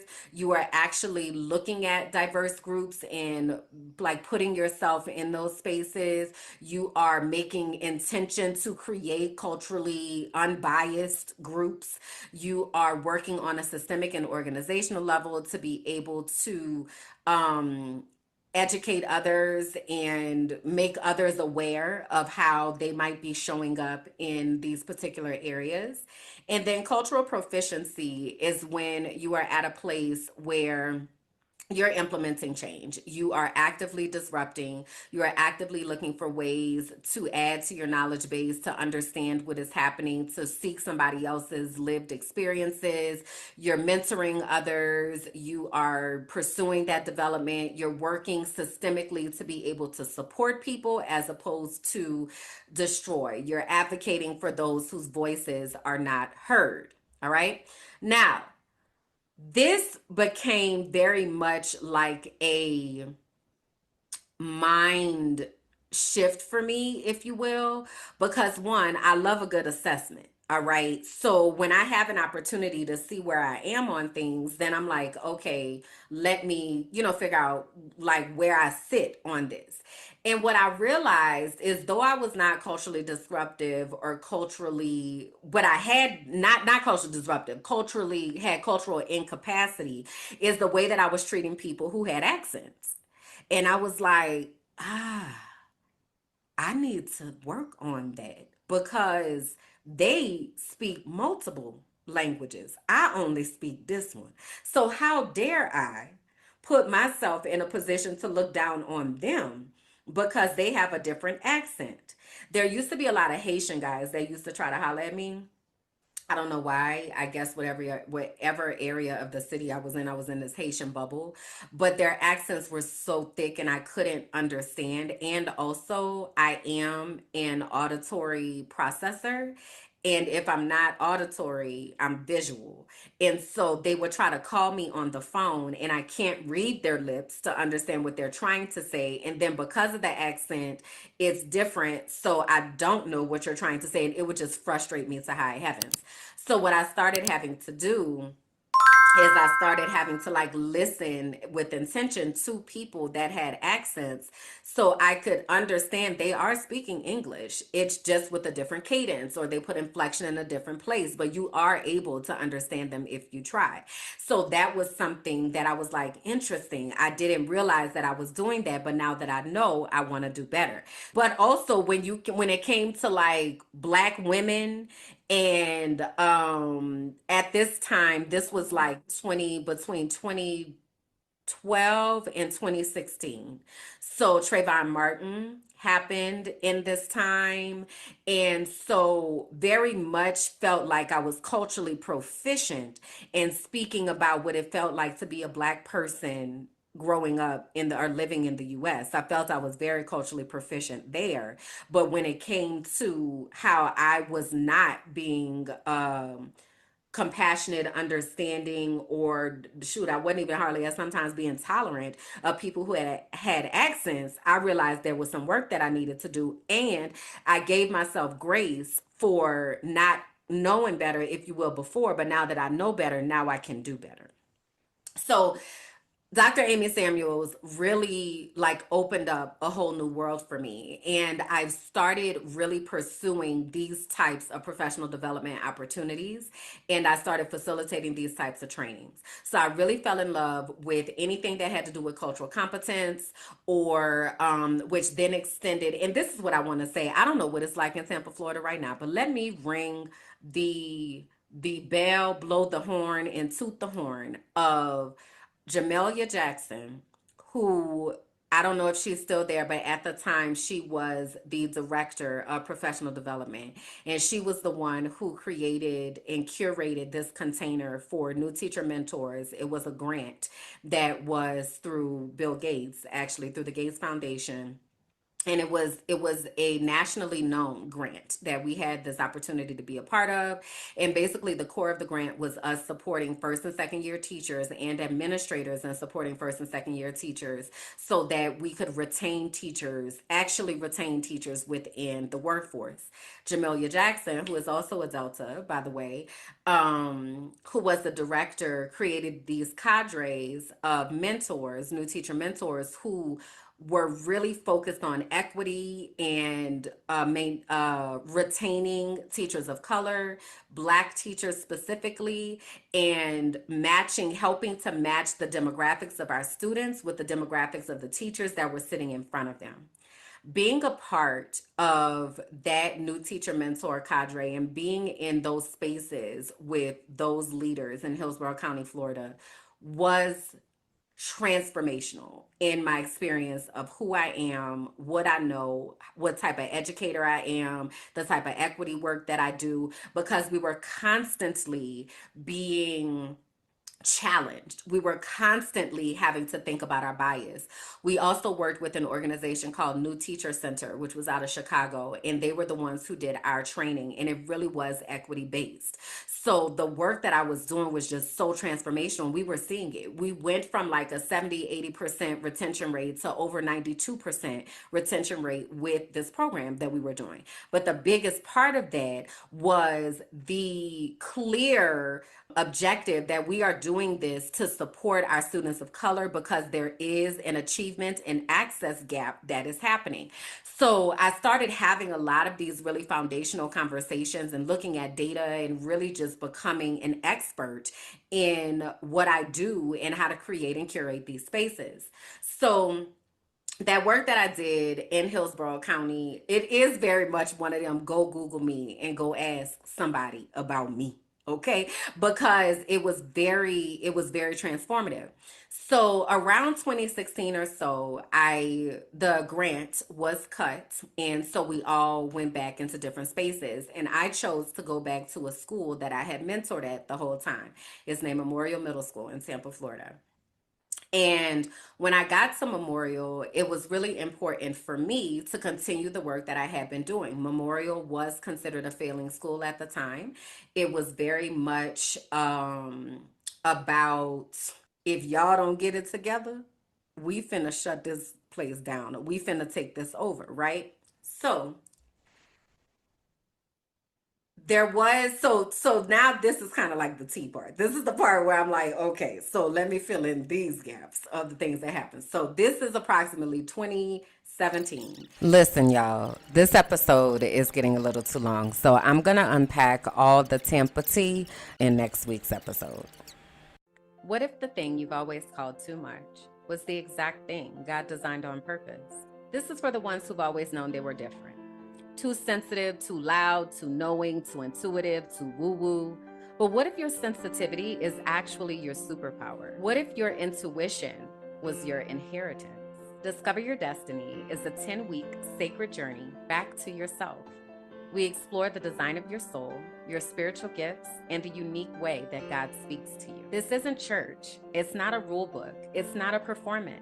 It's the moment you stop chasing approval and start walking in divine alignment. You'll gain clarity, language, and confidence around who you are and what you are here on the earth to do. You'll learn the real voice of God. And if you feel called to go on to become a certified intuitive melanated life coach, this is where that path begins. There are two ways to enter this sacred container: the Destiny track, full investments and coaching experience, or the Divine Exchange track, where internship meets soul work. You'll support podcasting, content creation, or brand development behind the scenes while learning how your unique gifts benefit the collective. Your knowing isn't a flaw, it's the fingerprint of God. This is your invitation, and I hope that you'll answer.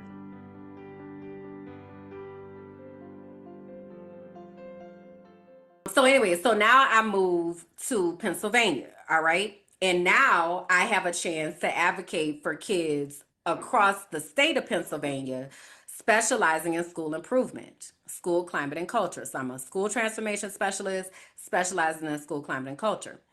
Also, it's 2020, Black Lives Matter, George Floyd. Like, all of these things are happening and have happened along this time, because remember I mentioned Trayvon happened when I was a mentor, and that's what really like shifted me into thinking about cultural competence and all that. But they didn't stop killing people. They only just was killing us more. So things are continuing to happen over this time. So by the time I get to Pennsylvania, I have all these experiences, but I'm still not understanding how systemic things really are. So I want to pull up one more graphic. If you remember when I told you, like when we went to the Mardi Gras parade and all that kind of stuff back when I was in New Orleans, thinking about the Ku Klux Klan, thinking about David Duke, thinking about these different things that have happened over time. I very much was thinking about things on an individual level. Like, it was very much, that is a bad person. That is why they act like that.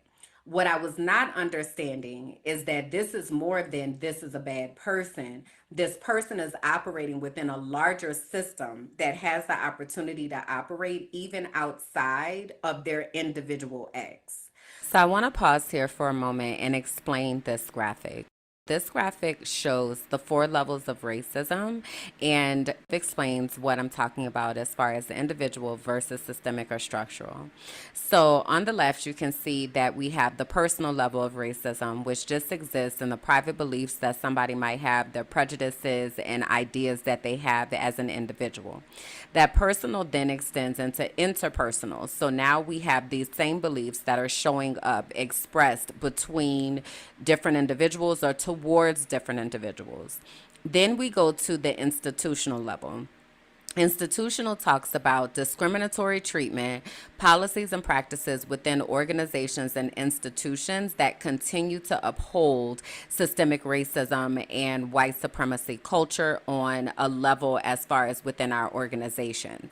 Then when we get to the structural level, is thinking about the system in which public policies, institutional practices, and other norms perpetuate racial group inequality. So what this looks like is how those institutions then work together to create a structural framework that upholds systemic racism and upholds a culture where only certain types of people benefit.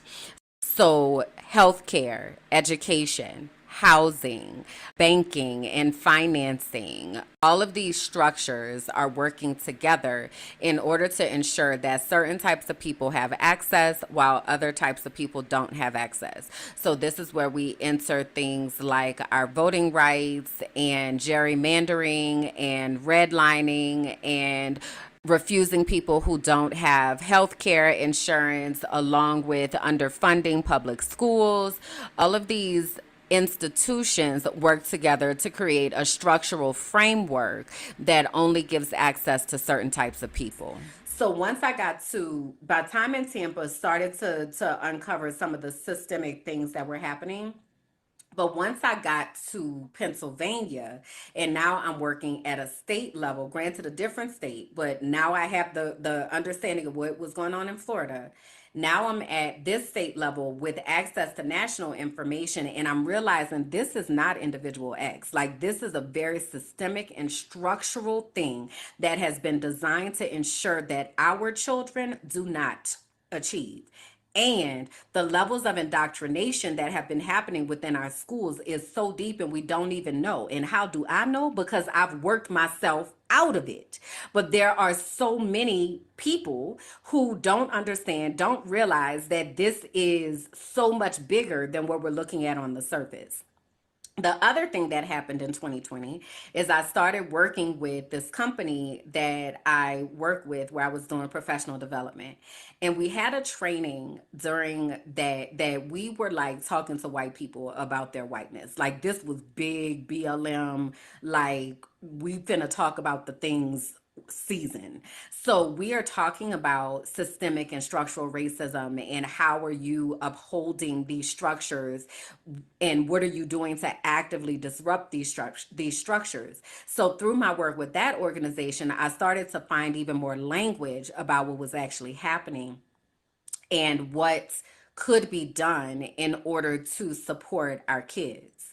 So that was also happening. So then, when I started experiencing the level of structural oppression that was happening within the Department of Education, and just came to an understanding no matter what we do, they're not going to let the kids be okay. No matter what we do, they're going to ensure that students fail, that schools fail, that things do not turn out the way that we are thinking they should be able to.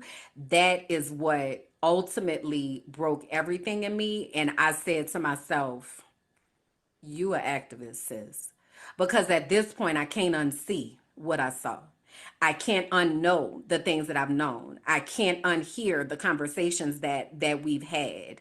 And I have all of these experiences that are showing me exactly how this works. So once that started happening, that was kind of like the pre-breakdown, before the breakdown of, wow, this is really wild and this is really a commitment. That is when I wound up coming to Medellin and then deciding that I was going to leave the US. Now, once I've left the US, the activism has only gotten stronger. And now I lead a lot of times with that I am an activist. And I think it is important for people to understand that because everything that I do links to empowering people who look like me. Everything.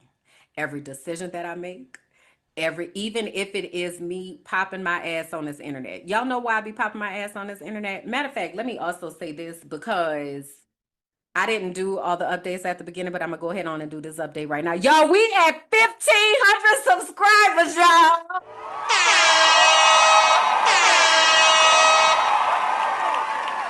We are at 1,500 subscribers. And that is a pop that ass worthy occasion. But the reason why I be doing that is because so many times we get boxed in that we can only be a certain type of person and we can only exist in these certain boxes. And we are whole ass people. We are whole ass people with whole ass experiences. That's why I curse on the internet. That's why I be shaking my ass on the internet. Because just because I do that does not mean I don't know what the hell I'm talking about. I absolutely know what the hell I'm talking about. And I'm finna shake my ass on the internet. Why? Because it's mine and because I can. Because I can. Right? And it is a level of resistance. It is a level of revolution. I am going to be free in my body. I am going to allow myself to dance because I'm literally just dancing. It's also cultural, and it allows us to get connected back to our roots. You know, my people originated in Cameroon on the continent of Africa, you know what I'm saying, and a good little ass shake that get that them juices flowing, get that blood flowing, okay? Let that backbone slip, you know what I mean? Sometimes we need that. That's also where a lot of trauma is stored in our hips. So if we can let that loose, then we'll be able to be a lot freer in our being. So everything that I do is because there is so much systemic and structural oppression that has caused us to be shells of ourselves. And I believe that we should be free and need to be free and can look for that freedom in so many different places. So I'm gonna pause there with the stories and things. Y'all gonna have to ask me the other things that you want to know because child, I could be here all day. But I also want to give y'all some updates about some things. I already told y'all we're actually over 1,500 subscribers. We're actually at 1,504 subscribers as of today. The people is coming. Okay, the people is coming. And I love that for us. So, welcome to our new subscribers. Thank you for taking this journey. Thank you for being here. Thank you for strapping in for the shenanigans and the foolishness, as well as the knowledge and expanding your mind, because what we are well rounded over here. Okay. So that was one of the updates I wanted to give. Earlier, y'all were giving me compliments about Raina and saying that her curls are popping. So I did do something different this time. Raina got washed on, today is Wednesday. So what was that? Was that two? That was Monday? Might have been Monday that Raina got washed. And what I did is back here in this part of my hair, I did olive oil and the Auntie Jackie's curl cream, and that's it. Okay, so this is big wash and go energy.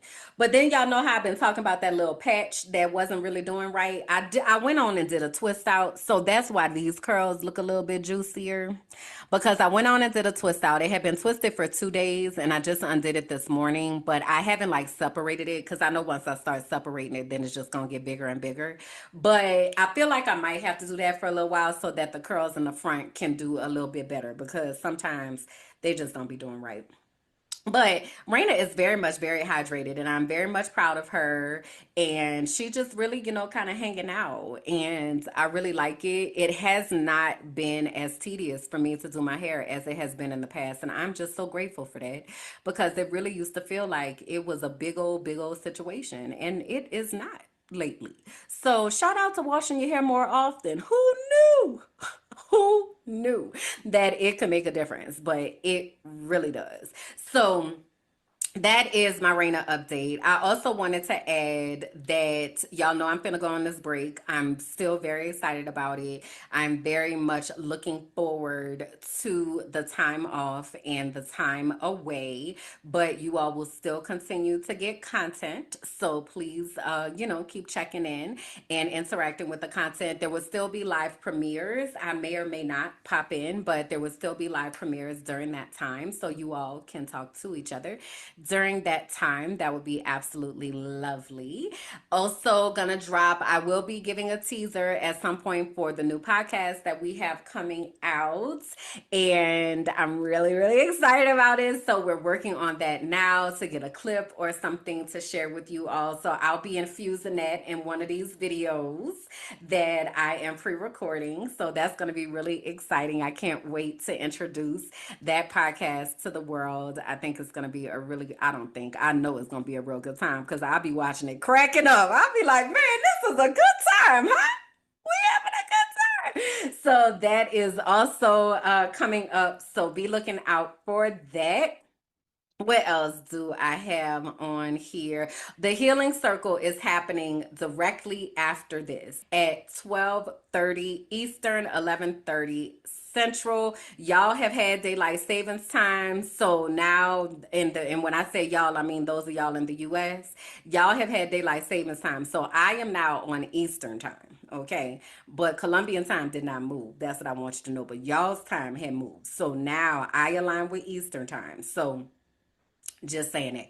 So when these premiere, it's going to be 11 a.m. Colombian time, which is Eastern time, which is 10 Central. You understand? Y'all see how that works?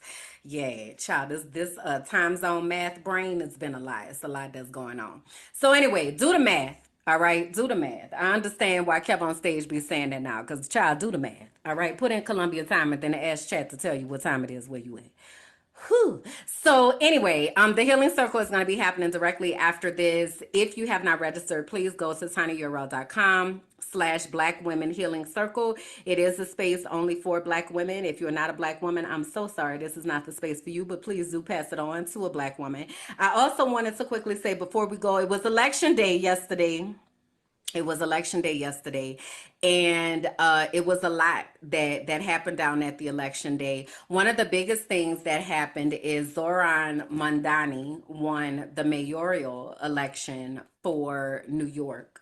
And that was a really big upset, and very much showed how grassroots can mobilize people and get people behind a cause that actually works for the people. So I'm curious to see what that's going to look like. I haven't done any deep dives or watched any think pieces or anything about what this means and all of that, but the people are celebrating.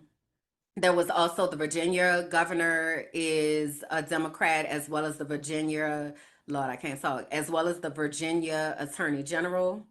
The Detroit has their first black mayor. California passed Proposition 50, and Proposition 50 has expanded or let me say gerrymandered, because that's what it is gerrymandering, has gerrymandered voting districts in California to be able to compensate for some of the gerrymandering that has happened in Republican areas to offset the balance in the House, in the U.S. House. So that's going to be interesting to watch. So yeah, it's a lot that happened on the election day that we may want to pay attention to. And then lastly, y'all see my fan, huh, girl? Y'all see my fan. Listen, y'all, I'm 44. Okay. And the other day I was in the store and I said to myself, let me go see what kind of accessories they have. And I looked at the accessories and saw they had a fan. And I said, you know what? That needs to come home with me. Because there do be times where it be hot. Okay. And I got on the sweatshirt. And let me say, this is the last thing I'm gonna say before we go, because I also have to do heal that shit. Or I have to meet with Bianca in a little bit. This is this is some of the merch of what I have made for Minding My Black Ass Business. What I want y'all to know is that Minding My Black Ass Business was birthed out of all of this activism, all this stuff that I've been talking about. And it really came from this space of asking myself, why don't they just let us mind our black ass business? Like, all I want to do is mind my black ass business. I was literally sitting in Pennsylvania and I said that out loud to myself.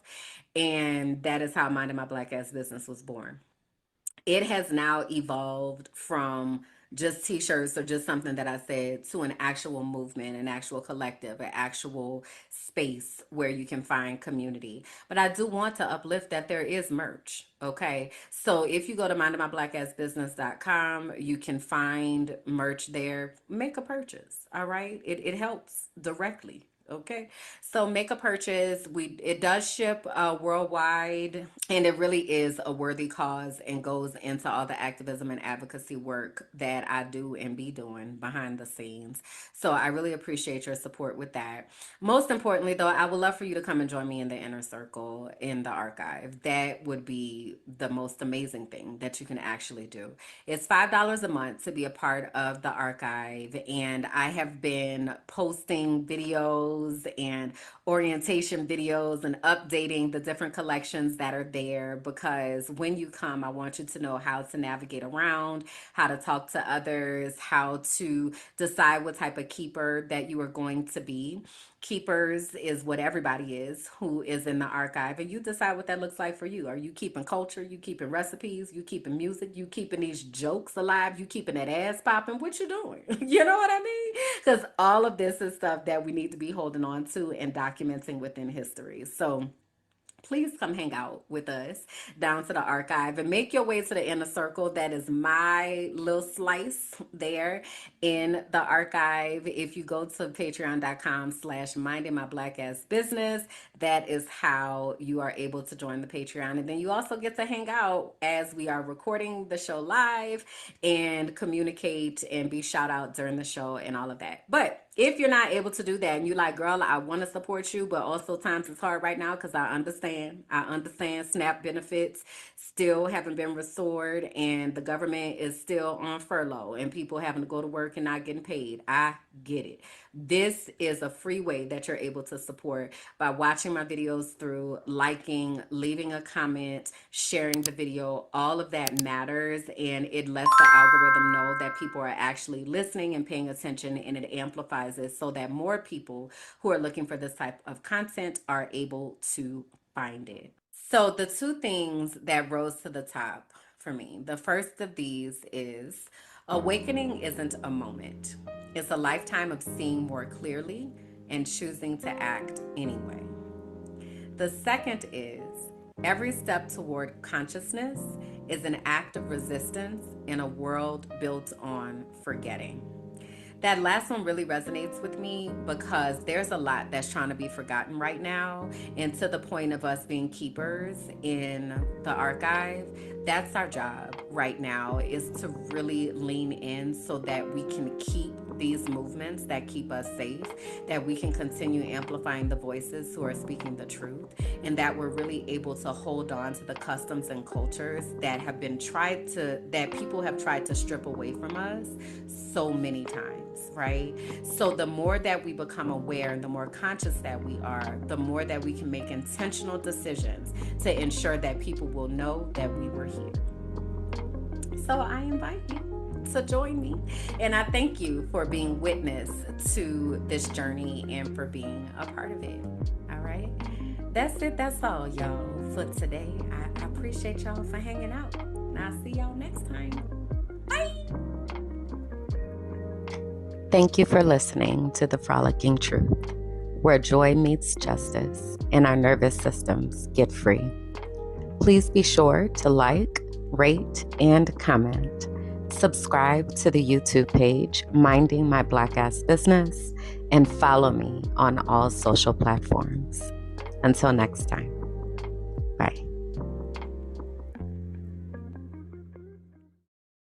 Hey, y'all. Let me actually share this so that we can all jam together. This is my song right now. I feel like I gotta play the video because that way you like really get the vibe of what's going on. And that's what we need, is the vibe of what's going on. So that's what I'm gonna do. Now, if you're not here live with us, because you haven't yet joined the archive and found your way to the inner circle, I don't understand what the problem is. Come on down here and get some of this good fun. All right.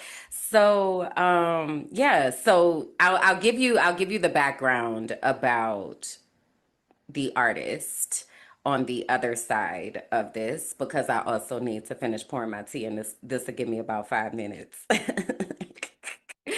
to do that. Okay, so here we go.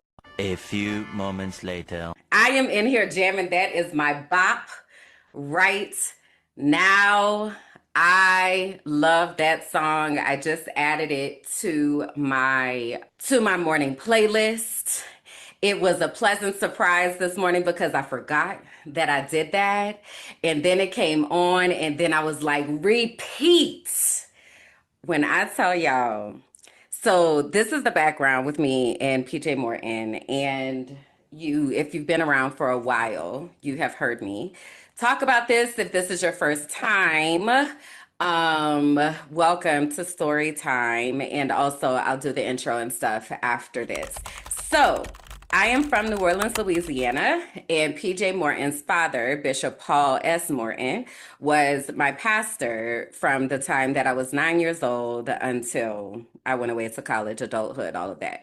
So my church growing up was Greater St. Stephen's Full Gospel Baptist Church in New Orleans, Louisiana. PJ and I are the same age. So that means that when I'm involved in Sunday school or youth choir or praise team or whatever that we were doing, PJ was also there because he's the son of the pastors. So we also went to, I went to Xavier Prep for high school, which is an all-girls Catholic high school. He went to St. Augustine High School, which is an all-boys Black Catholic high school. So we were like connected in that way. There's another school named St. Mary's, which is also a Black girls Catholic school. So Prep, St. Mary's, St. Aug kind of had like a relationship, if you will. So anyway, we were in the same grade. So like we rolled in kind of adjacent circles and all that kind of stuff. And I have watched PJ and his career go from his first solo. We were at Greater St. Stephen's in Uptown, New Orleans, and he had to sing No Weapon, and he did not want to sing it. He was not trying to do it at all, and I don't remember exactly what he was saying because I was in the choir. I don't remember exactly what he was saying, but he was not trying to go. But he did it and it was so good. Like he did such a good job. And we were probably like 11 at that time. So then the first CD that he released, or the first music project that he released, was with his sister Jasmine. And I don't recall the name of it right now. I could probably look it up. But they were selling the I don't even think it was a CD. It might have been a cassette tape. Was it a cassette tape or was it? I think it was a CD. I think it was a CD. So anyway, we bought those at the church, right? Like you got to support PJ, you know? So so that was the first music project that he did. And I remember I used to listen to it all the time. Cause I had gone off to college because I would listen to it back and forth from college. So he had that project, and then his first solo project was a project called Emotions that also was sold at the church. I also had that CD, and to this day there I love it. I love it so much. It's one of my favorite albums. So anyway, albums makes me sound old. I don't really know what to say to make it make sense, but anyway, so also I love this fan so much because it be hot and I was dancing. So anyway, so he did Emotions, and then we were in college, so he went to Morehouse. I was at Fisk. Again, kind of like HBCU type connections and all that kind of stuff. Now, fun fact is the drummer. So let me pull the video back up. This is Ed Clark. Ed also went to St. Aug, and his sister went to prep, to my high school. So we all went to the same church, and Patrice, she's actually a news reporter, journalist, anchor person in Mississippi. I want to say in Jackson, Mississippi. But Patrice and I went to school together, and then Ed went to St. Aug. But in high school, they started like a young adult, like mini Kirk Franklin. Okay, so this is like Kirk Franklin time. We were singing melodies from heaven and all of that, right? So we was the family, if you will, behind whoever was the lead person. Probably, I don't know, maybe like 12 or 16 of us. It wasn't a lot of us. Ed was the director for that group, and he's also an amazing drummer. So he's been with PJ since we were back at the church, and they have gone all over the world. Like I'm talking Grammys after Grammys, and every time. So I had moved to Tampa after college, and they didn't come to Florida very often. And I remember I used to be spamming PJ, like, you've got to come to Florida.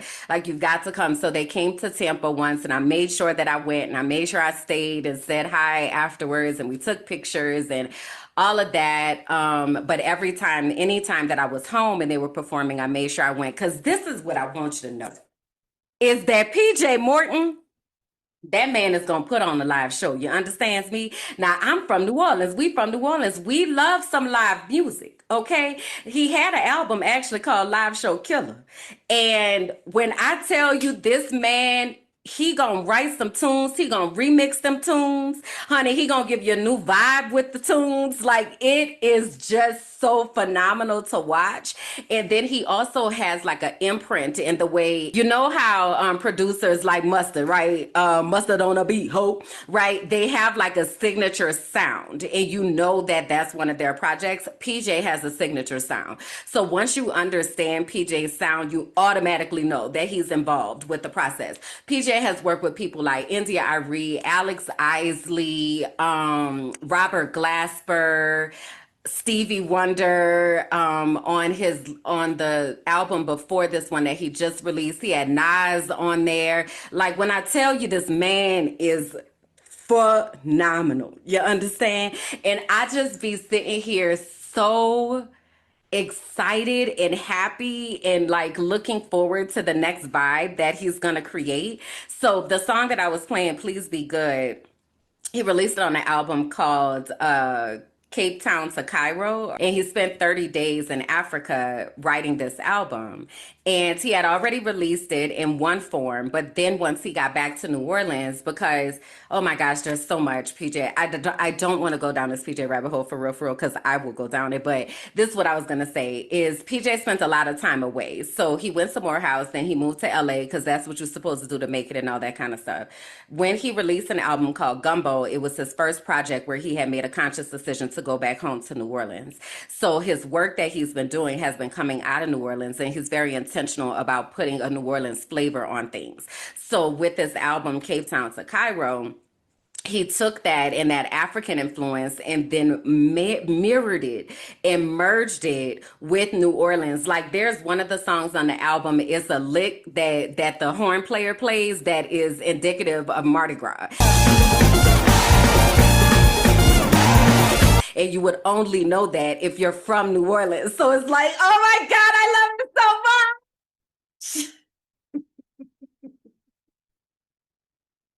So anyway, that is my love for PJ Morton and everything that he's doing. And this song in particular, it makes me want to cry, even though it is like a very upbeat, vibey song, but it's also like this pleading to the universe and to God, like, please be good to me. I need a break. I have been doing so much and I just need a break.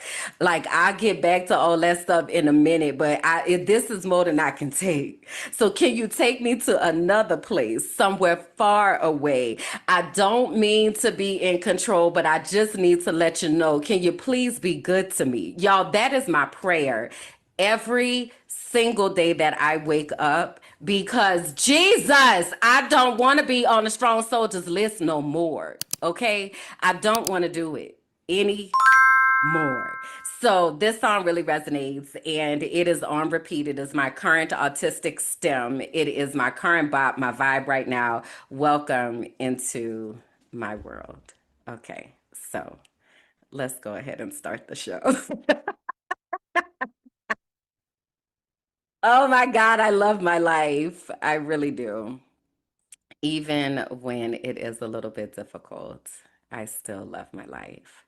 Please be good to me. Please be good to me. Please be good to me. Please be good to me. Please be good to me. Please be good to me. Please be good to me. Hey y'all, I'm Kimberland, and this is the Frolicking Truth, a soft space for Black women who are tired, brilliant, and ready to heal. Here, joy meets justice. We calm our Black-ass nervous systems, we unmask, and we leave behind whatever that is trying to kill us. You're seen here, you're safe here, and you don't have to do this alone.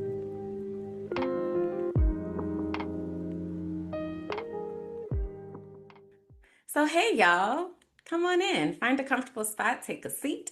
I am grateful to have you here for episode 28 of the Frolicking Truth podcast for Black women who are tired, brilliant, and ready to heal, where joy meets justice and our nervous systems get free.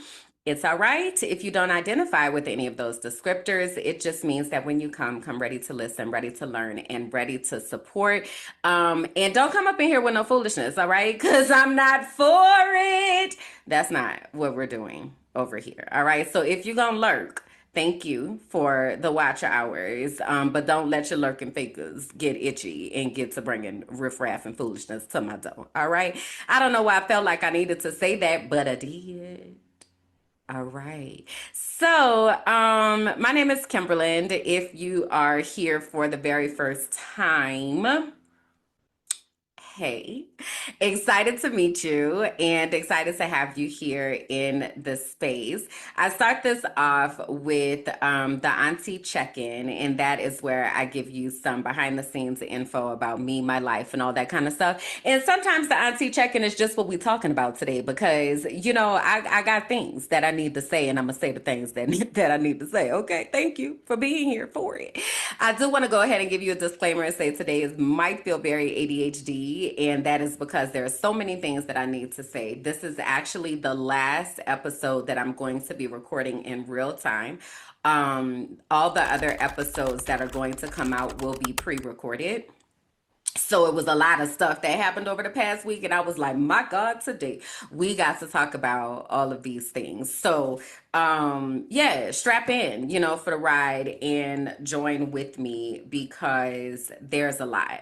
So we started all of this off in talking about the bop of the week, the bop of the time for me, and that is PJ Morton's Please Be Good to Me. And I mentioned that this has been my prayer over the past year, really, but definitely over the past couple weeks. I feel like I've just been really every morning just like, God, please, please, please, please, like, please, come on, like, enough, right?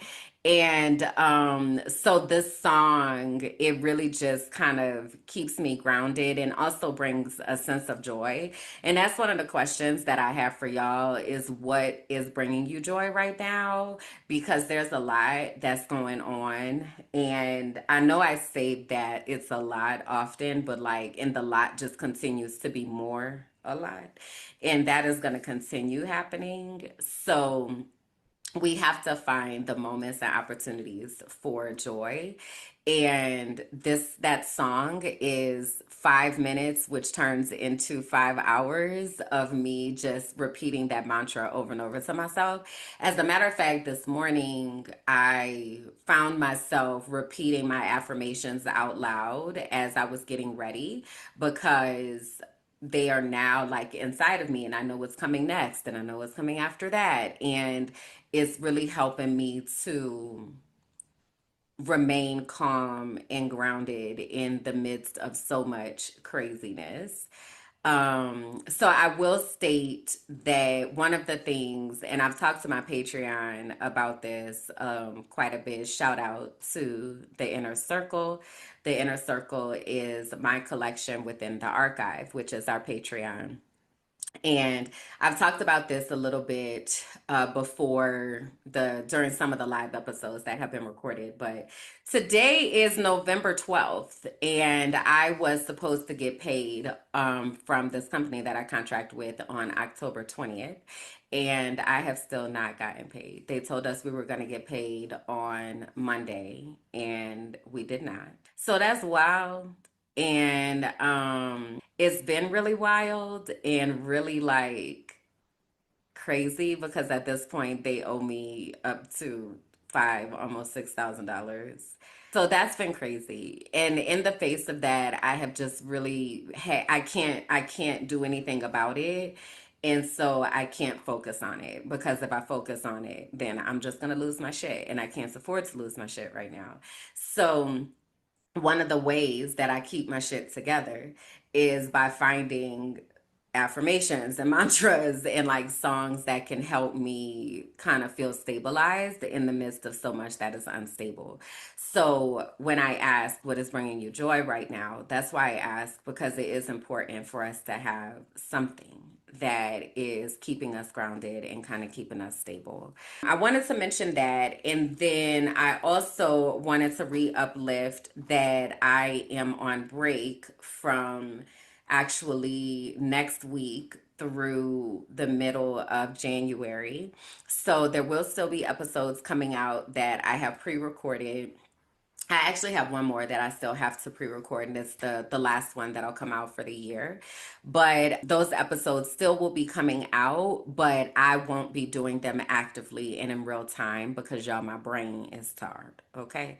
So that's I wanted to let you know that. But if you are looking for connection and wanting to remain connected, that would happen in Patreon.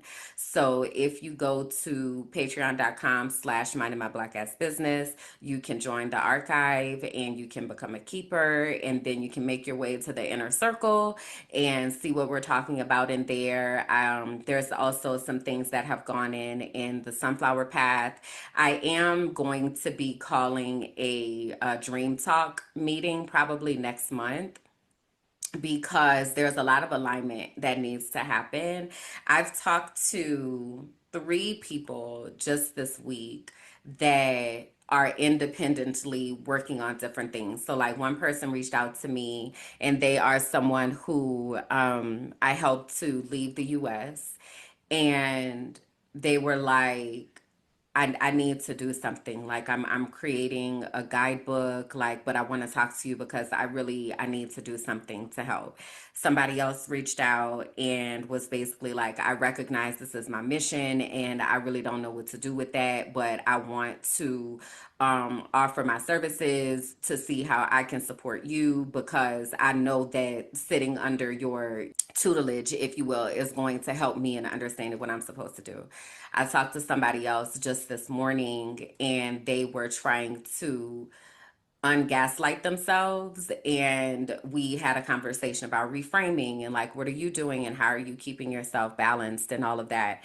And so I mentioned that because we are working independently right now, and it really is time to align, and that's happening through a bunch of different mediums.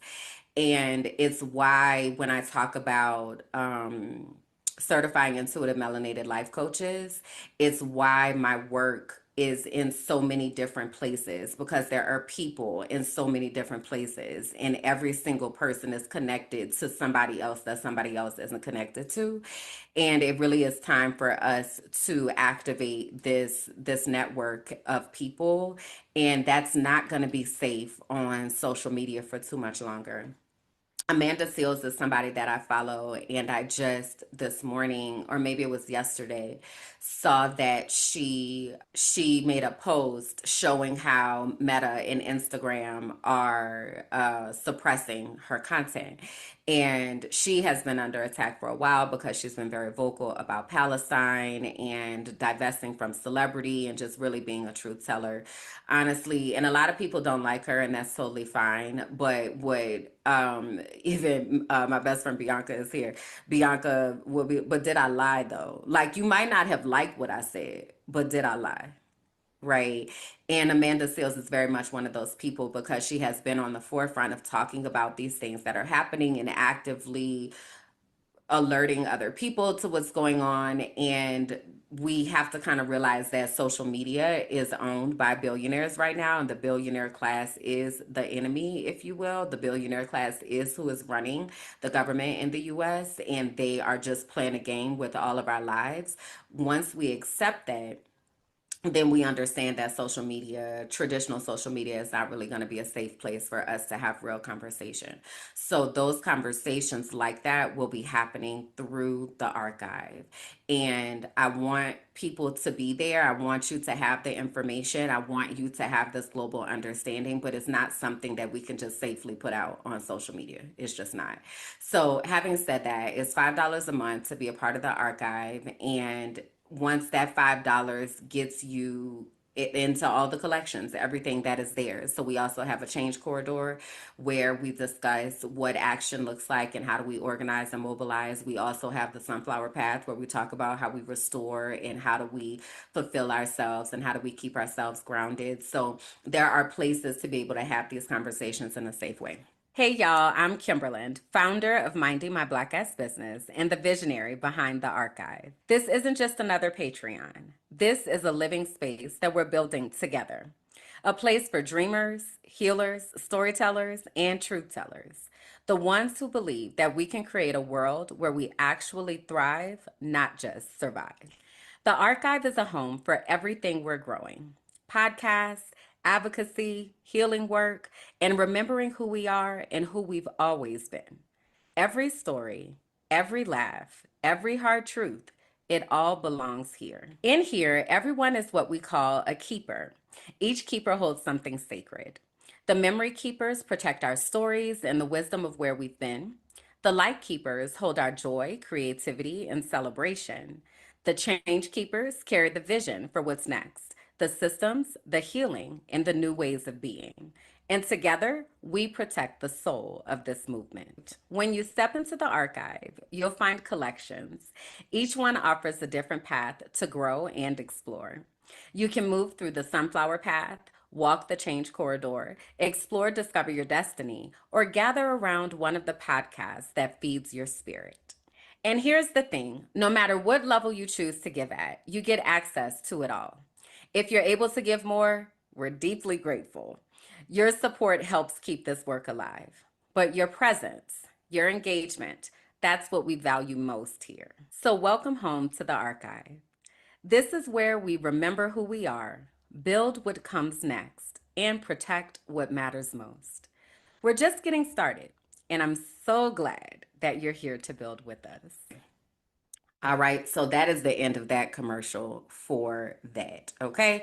But if you are continuing to look for a connection, that is where it's going to be, because I will not be in the traditional spaces. I'm going to be resting my nerves, okay? I also wanted to give a quick Raina update. So Raina is doing pretty all right. I have her pinned in different places because Raina is getting long. And I'm really trying to figure out what we're doing, honestly. I'm letting it rock right now, but girl, relax. But I had done a little like twist out situation up here in the front, and then I've just kind of been letting it kind of frizz out and do what it wants to do as it is and puff up. And I'm really liking this stage right now because it's starting to match how the rest of the wash and go was before. And I also realized that the portrait mode is on right now, so you can't really see. But I'm really proud of Raina. I'm proud of Raina and I and the way that we have developed this relationship. I honestly did not even know Raina for a very long time. Sis was fried, died, and laid to the side, and I really never had a relationship with who Raina actually is. And I was talking to somebody the other day, and they were like, "Raina's showing out," and I'm like, "Baby, when I named Raina and said Raina is Raina, Raina said, 'Girl, clear the way,'" because what I want you to know is that Raina it's the Spanish word for queen. So I also saw some people ask how you spell it. So Reina is spelled Reina. That's in Espanol. In English, it's spelled Reina. So that's how Reina is spelled. And again, that's the Spanish word for queen. And honey, sis got queen energy. Okay, so I'm here for it. I'm excited about it. I am loving the olive oil addition to my hair care routine. So I really am going to keep that up and figure out what I can do with that and how I can create some emulsified cream situations and all that, you know me, trying to be in the lab. So that is one of the things I'm going to be directing brain cells towards and do brain field trips and all that kind of stuff while I'm on my break, because that stuff actually doesn't feel like work to me. It feels fun when I get to go down those types of rabbit holes. So I'll have time to do that then. But yeah, so me and Raina, we rocking. We rocking. So yes. Let's do a quick subscriber update, y'all. So last week, I told you all that we crossed over the 1,500 mark. What I still have not done, though, is I was supposed to post my celebratory Shake That Ass video, and I did not, and I still need to do that. So I am holding myself accountable to what I have promised the people, because I just feel like y'all need and want to see it. I don't know. And if you don't, keep scrolling. It's good. Last week, we're at 1,504 subscribers. This week, we are at 1,519 subscribers. So there are 15 folks that have found their way down here to the Mind of My Black Ass Business universe over the past week. And honestly, I'm just so elated that people are here, that y'all are finding us. Plug in, tap in, leave a comment, say hi.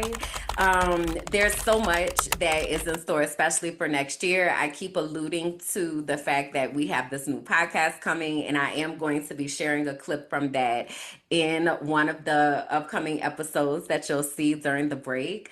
But there's so much that's happening over here in this universe. Is way more than what's going on here on YouTube. So tap in, clock in, check in, and connect, right? So let me know where you are joining from and all of the things. I would be really excited to get to know you. We had the healing circle last week.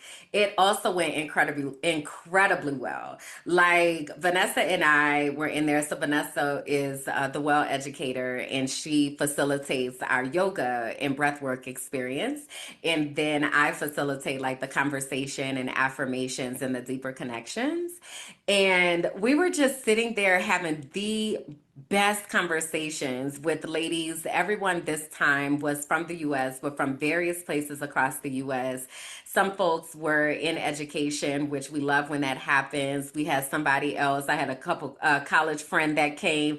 It was just such a good time. And as we were sitting there, all of us were saying to ourselves, see, this is what I needed for the day. This is what I needed. So, to my point of getting plugged in and connected, if you are a Black woman who is looking to connect back to your body, looking to connect back to your spirit, really looking for a community, the Healing Circle is an amazing place to be able to do that. We meet every second Saturday of the month. We actually will be meeting during the break because it is a restorative space. So, the next Healing Circle will be on Saturday, December 13th. It's immediately after the Frolicking Truth. It will take place at 12:30 to 2 p.m. Eastern. So it's a 90-minute time block. And you can register at tinyurl.com/Black Women Healing Circle for that. All right. Okay. I think those are all the updates that I had for today. So let's get into the things. So last week's episode, I started telling you all about my journey to activism. And I say started telling you all because it is like it's hard to just kind of box it into this situation. But I started sharing like what happened where I was getting these awakenings. And there's a point in last week's episode where I alluded to starting to talk about Tampa. And then I fast forwarded because I was like, y'all, this episode getting too long. It can only be so long because the healing circle was happening after it and all that. So I'm going to tell y'all next week. So I'm going to insert that here so that we can have some context about what I am about to continue on talking about. All right. So let's pause right here for a second and flash back to the conversation from last week about Tampa. There was so now this is kind of like the T part. This is the part where I'm like, okay, so let me fill in these gaps of the things that happened. So this is approximately 2017 in Tampa, Florida. So I left mentoring in 2016. And the 16-17 school year, I joined the faculty at Memorial. The principal that was there was not the principal that needed to be at the school.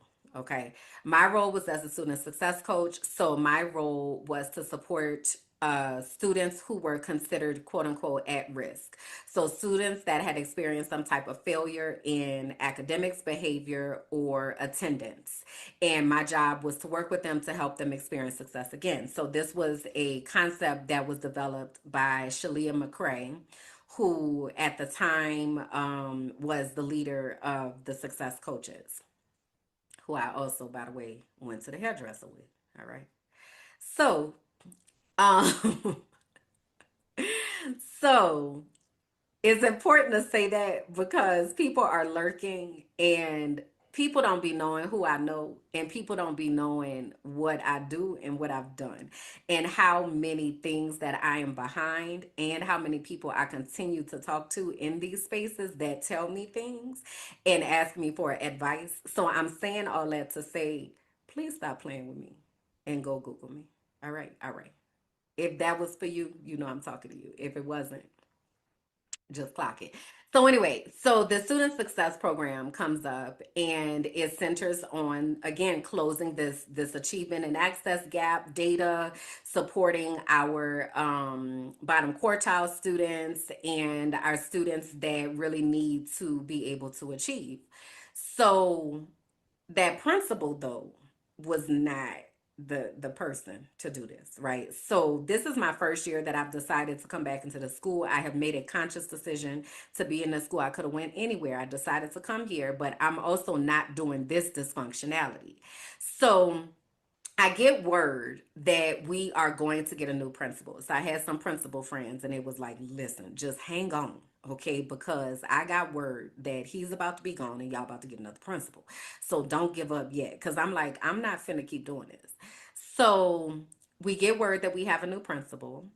And the principal was appointed before the school year ends, which is also rare because a lot of times they will move principals in the middle of the year. And I don't know if y'all understand how disruptive that is, but unless they are really like a poor principal and they don't have ethics, then yes, get them out of there. But otherwise, we got to make better decisions about when we do huge faculty and culture shifts. Okay. Clock that for whoever needed that. So anyway, so we get word that we're getting this new principal, and this new principal, April Gilliard, comes to the school and she is doing interviews with everybody to understand what's working, what's not working, which is also don't often happen. People just be coming in and taking over. So she's actually, gathering information and all of that. So I give her my 2 cents, having been a mentor here for these past 4 years, now being a part of the faculty. This is my inside and outside opinion about what's going on. So she kind of takes note and all of that, and I'll bring her back up in a minute. So I wind up having there, as a student success coach, one of the things that we would have to do every year is to choose a turnaround student. And a turnaround student is a student that was kind of failing at the beginning or not doing well, and now they've turned things around and now they're doing so much better. So we have this turnaround breakfast. Also, I'm gonna stop saying so because I'm getting on my nerves. Okay. All right. We have this turnaround breakfast and I meet a new school board member who is the school board member for our district. And she's also a Black woman. Her name is Tamara Schamberger. I meet Tamara Schamberger at this turnaround breakfast in 2017, and I say to her, "Aren't you our school board representative?" And she says, "Yes." And I say, "Oh my gosh, we need your help. We're getting a new principal, but we're in turnaround status and we need your support. Would you come to the school to see how you can offer us support?" And she says, "Absolutely. I absolutely will. I would love to. Absolutely." And I said, "Oh my gosh, thank you so much. I'm so happy to meet you. Thank you so much." Okay. 17-18 school year starts. We now have April Gilliard as our new principal. We are in turnaround mode because we've also had visitations from people who are saying, if y'all don't get it together, we are snatching the school, period. All right. So we doing all the things. All right. We are picking up kids, dropping off kids. We meeting with people. We out here canvassing the neighborhood. So my position turned in kind of to like this PR position where I'm out in the neighborhood, because what I realized is that a lot of people support elementary schools and a lot of people support high schools. Where y'all think the kids at in the middle? Where y'all think they at? We had one donor. It was an insurance company, and they would buy pizza for the first parent teacher conference, and that was it. That is all that they did. We did not have any other outside support at this school where we're in turnaround status. And what the hell? So I turn into PR person. I'm at Winn-Dixie. I'm talking to people. Hey, y'all support schools. Y'all got funds y'all give away. What can you do? You got gift cards? What you got? I'm down at Jersey Mike's. I'm talking to the law offices. I'm down at the dentist office. I'm talking to everybody. We got 700 kids down here that need some support. Where y'all been at? How can you help? Like, this is what I'm doing, right? So during that time, while I'm at Memorial, we are working, okay? So I have a couple clips that I want to show y'all just to show y'all what life was like for me while I was there. Okay. Now, these clips are from just before I left, but over time, what happened is we wound up developing a food pantry, a clothes closet. We had washers for our kids because kids weren't coming to school. Remember, I'm working with kids that are having issues with attendance. They're not coming to school because they can't wash their school uniform. So how can we, in the middle of this community, how can we support this community? So now I'm working with the social worker, and like we getting it together at this school. There's a new pilot program now underway at Memorial Middle School in Hillsborough County. New washer and dryers are up and running for kids who don't have access to ones at home. Because before that, we were taking them to our own homes and washing them. So the Bullard Foundation was so generous to donate these washers and dryers for us. And we're in the very infant stages of it, but our dream is to be able to have a laundromat where our students would be able to come and wash their clothes if they needed to. 96% of the kids at Memorial Middle and Seminole Heights are at or below the poverty level. And this pilot program is thanks to the Bullard Family Foundation. Thaddeus Bullard, better known as WWE superstar Titus O'Neil. O'Neil lives in Tampa Bay and says he's blessed by the kindness and generosity of others. Now he's paying it forward, and you can too. Still ahead at 6, I will tell you how you can help Memorial Middle and other community schools across the Tampa Bay area. But we talk all the time about what teachers do. To think these teachers were taking children's clothes home and washing them for you shows just how many sacrifices they make. The comment says, look at KJ, you better make a change. So I'm sharing this because the narrative that was being painted was that our kids were not getting support, that we were not doing what we needed to do to be able to support our kids, right? So you heard them mention a couple times Thaddeus Bullard, who is Titus O'Neil. He lives in Tampa, and he and his foundation had given money and donations. It was at our school, Memorial Middle School, as well as another school, Slide Middle School, which I believe they may have named after him.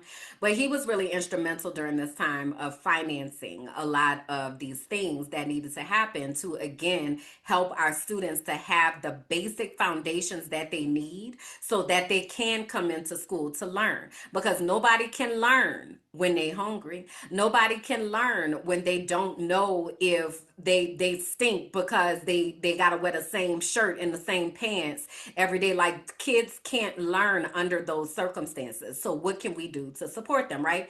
So this is the kind of work that we're doing down there to the memorial. All right, we've completely changed the face of Memorial, and we doing the work. All right, okay, so back to this 2017-18 school year, because that clip is from 2019, but that's what it built up to. So this 2017-18 school year, we're working to be able to earn a C and working diligently, right? And there was an article that comes out in 2018. So the school was in turnaround status, which meant that if we didn't earn a C, that the state was going to take over the school. If the state takes over a school, there's a process called an external operator. This is in Florida. This doesn't necessarily operate the same way in other states. So if the state takes over the school, then the state places somebody in charge called an external operator. So the external operator then becomes the one who's saying what to do at the school. Sometimes that looks like they replace the administration. Sometimes that looks like they clean house and everybody has to re-interview. It can look very different. So during this year where they're letting us know if y'all don't get this C and the school is going to close, there's a lot of conversation about what does this mean if we don't? What does it mean if the school does get taken over? We just got a new principal. Is she going to leave? Do we have to reapply for our jobs? There are a lot of questions that are being asked. So it was our school, and it was about 5 or 6 other schools. So we are the only middle school, though, that is on the list. The other schools are all elementary schools. Okay, now keep in mind, these are feeder schools to our middle school as well. Remember, I told you that all of the schools in the neighborhood in Tampa have been turned into magnet schools. So the kids are being bussed out to other schools. So that was happening at that first school. McLean is also happening at Memorial. So because of the systemic issues that are happening in the neighborhoods, issue to access, all of that, those same issues then come to the middle school. So we're the middle school that is absorbing all of this stuff. External operator will get placed in charge. We don't know what happens. So we're having conversations. So there's an article that is written in the Tampa Bay Times where Tamara Schamberger, who is the school board representative that I met, and I said to her, hey girl, we getting a new principal. We need your help. Are you going to come? Had never come. But it's quoted in this article saying, I don't know why the teachers, I'm paraphrasing, I don't know why the teachers are having all these conversations or whatever about whatever. At the end of the day, our kids are not getting what they need. And I took offense to that.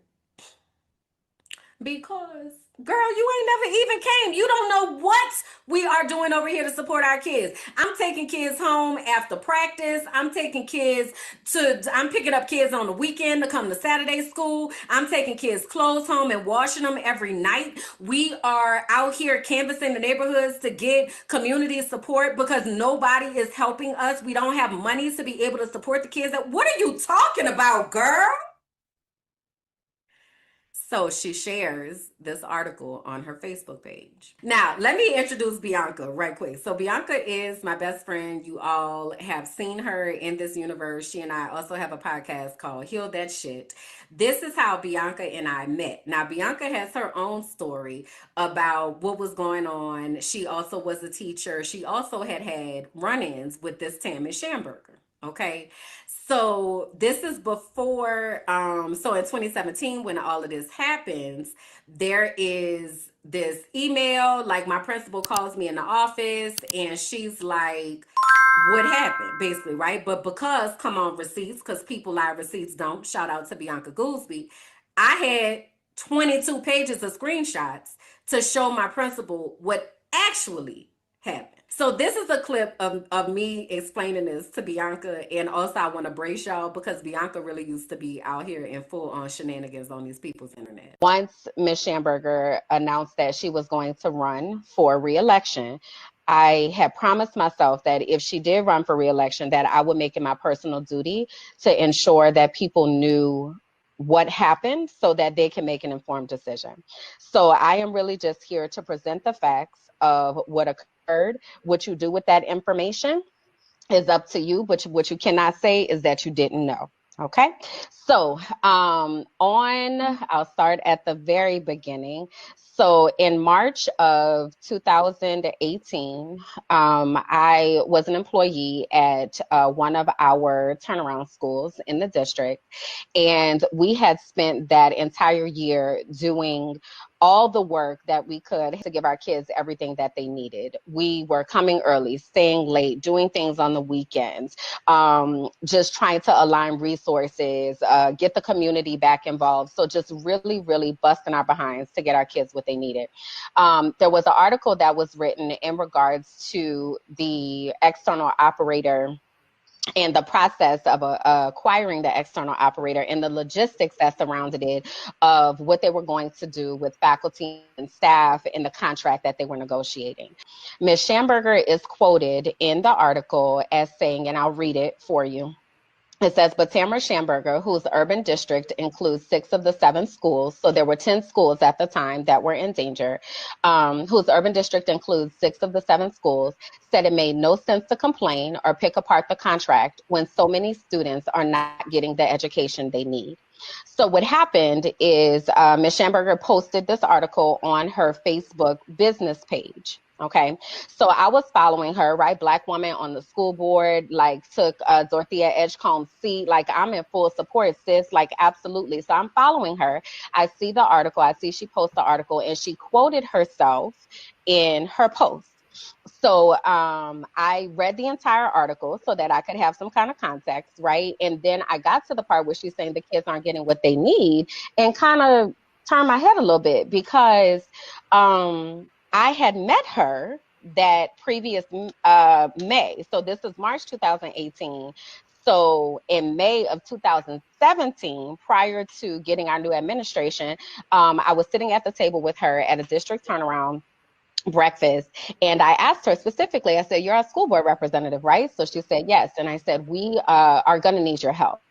Our school, is in danger, and we're getting a new administration this upcoming year. We really could use your support. Would you be able to come and lend your support?" She committed. Yes, I will absolutely come. I'll definitely make sure I come by. Absolutely, for sure. Y'all are in my district. Yes, yes, yes. I'm gonna come. So that was in May of 2017. This is in March of 2018, and she still had not come to the school. However, she was quoted in this article as saying our students didn't get what they needed. So I remembered that I had talked to her in May of the previous year, asked her to come. Is March of 2018. You haven't come, and now you're making this comment on Facebook and quoting yourself because apparently, in my eyes, you're proud of what you said. So I then proceeded to comment. So what I want to say is that I have about 22 pages of screenshots. So she made her comment. So then I commented and I said, "I remember personally inviting you, Ms. Schamberger, to visit Memorial Middle at the district turnaround breakfast last year.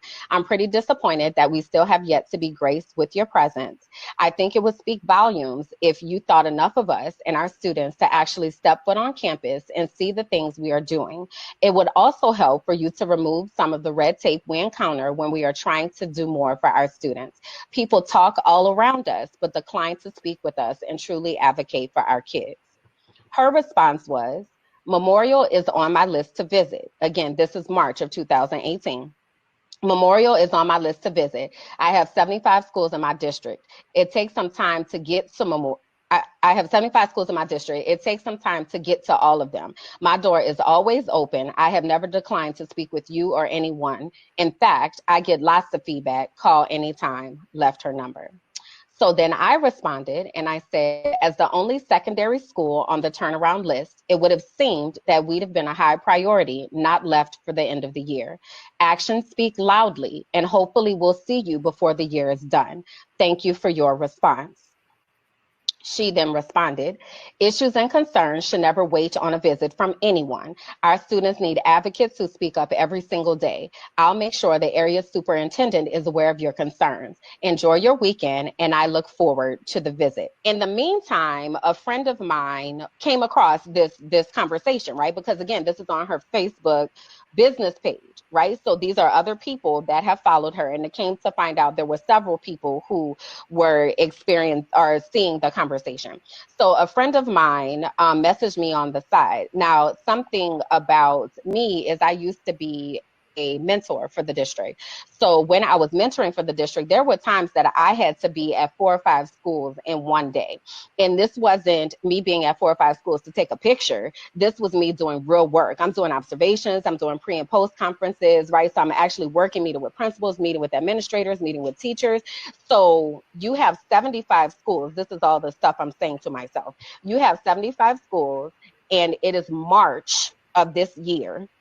And you mean to tell me that you could not get to the only secondary turnaround school on your list? And I have the ability as just a regular person to be at 5 schools in a day? Like, how long does it really take to get to these schools? So that's what I'm thinking. But I don't say that because I'm a professional, right?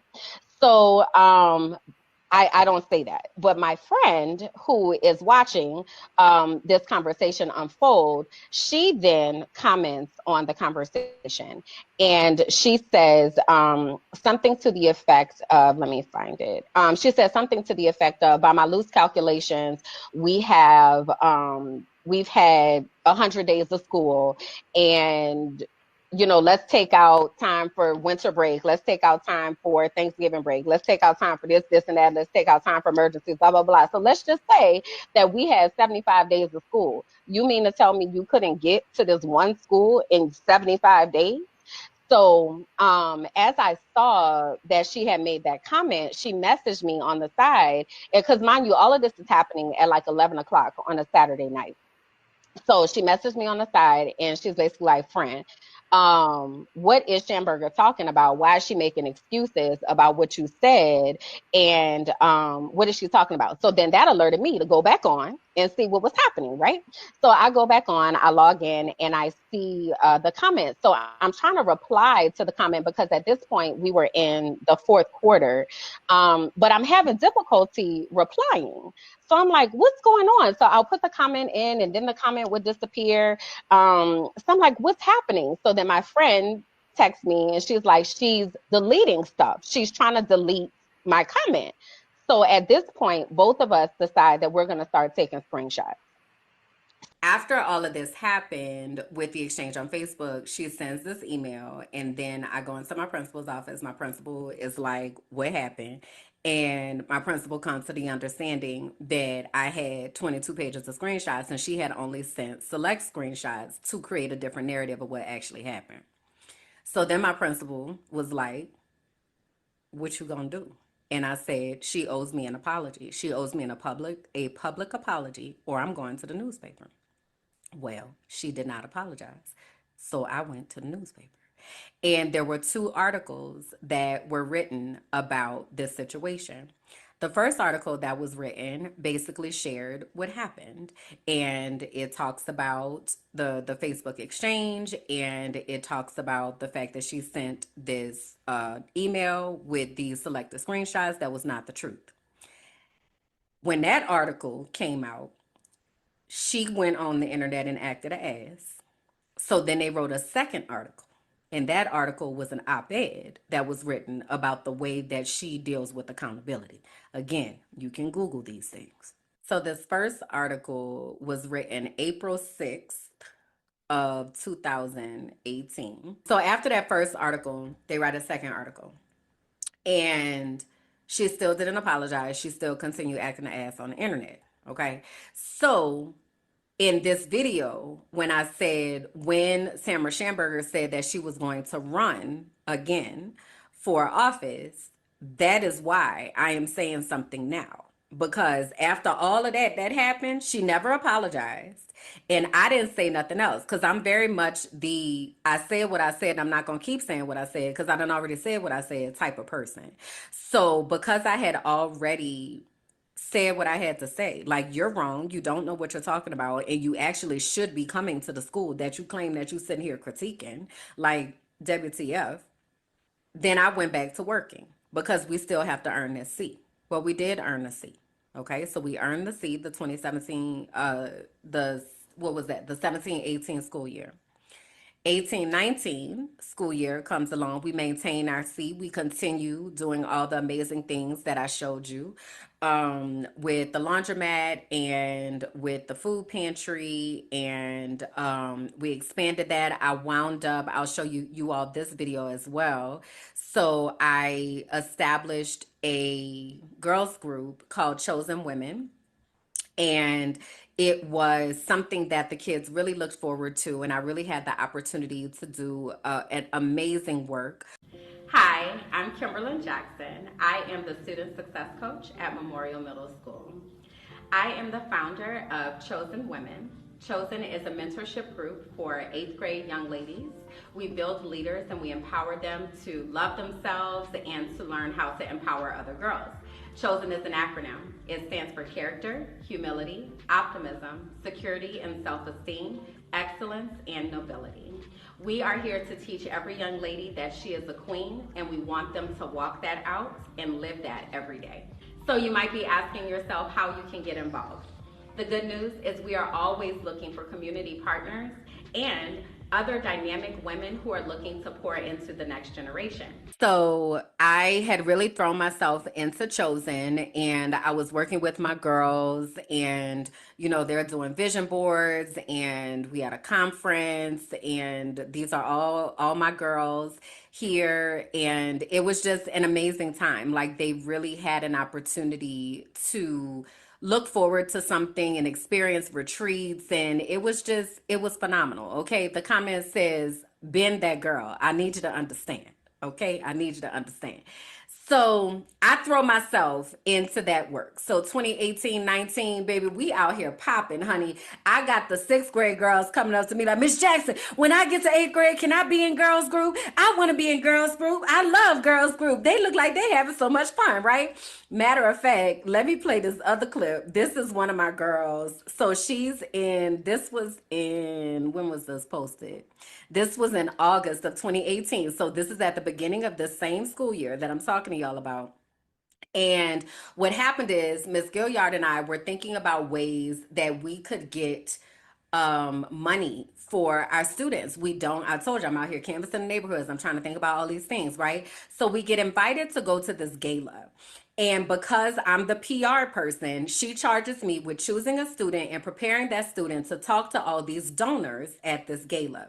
So I choose one of my students. Her name is Danae Oates. So I choose Danae to speak at this gala, and I prep her and all of this of what she's gonna say. All right. So this is Miss Gilliard standing here, and this is Danae next to her. Miss Gilliard really made things better for our school, even though our old principal, he tried very hard. But Miss Gilliard tried harder because, of course, we were the average.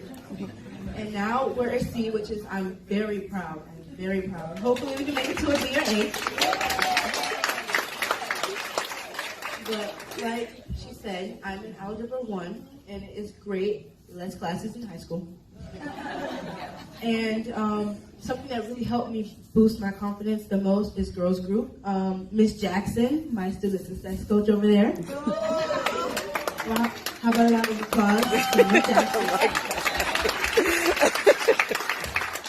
She really helped me a lot because she boosted my confidence the first time, because me, out of all girls in my school, has gotten chosen to be in this group. Of course, my peers too, but I felt honored. I did not tell that girl to say that, right? So I'm like, oh my God.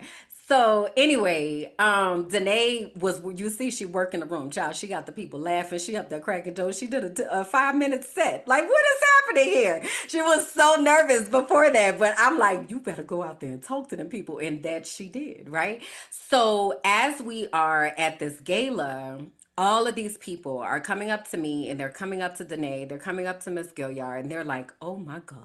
Y'all got something amazing over there down to the memorial. We want more people to know about you. So Danae gets offered an opportunity to speak at the Hillsborough Education Foundation fundraising banquet, which is a room full of people with checkbooks, all right? So we go down that path. This is what I'm focusing on. You understand me? I'm out here doing this work. You feel me?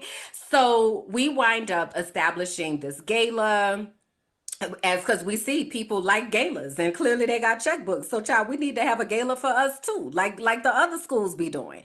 So we wind up having this gala. It's really successful. We get all of these unearmarked funds that we're able to use to support our kids, to be able to pour into the clothes closet, the food pantry, the laundromat, the computers, like all of these things that we were able to do. We had a whole student success center where kids could come in. There were lounges and beanbag chairs, and like they had a time. It was a really, really good time. Okay. So now 2019 school year starts. All right. I am planning on getting married. So I'm like, hey, this is my last year. I'm finna move. I'm about to go. There were also some other changes that were happening at the school. And during this time, for some reason, it felt like my voice started to lose power in the room. Like people act like I all of a sudden didn't know what I was talking about. And there were certain things that I was saying is like, yo, we need to be on top of this. We need to be prepared for this. Like we should be in the zone now. And we were absorbing a new group of students that had some very challenging behavioral needs. So I'm like, we need to get on top of this. Nobody's listening to me though, right? Nobody's listening. So I'm like, okay, cool. I don't know what shifted, but this is wild. So I don't get married, but I do still take the time off. So I leave in September. And just before I left, I get a phone call from someone who was working for the external operator that was still taking over schools. Now, you heard Danae say we earned our seats, so we got off the list for having to get taken over. But there were still elementary schools that were on the list, and there were some schools that had got taken over and they needed a math and science specialist.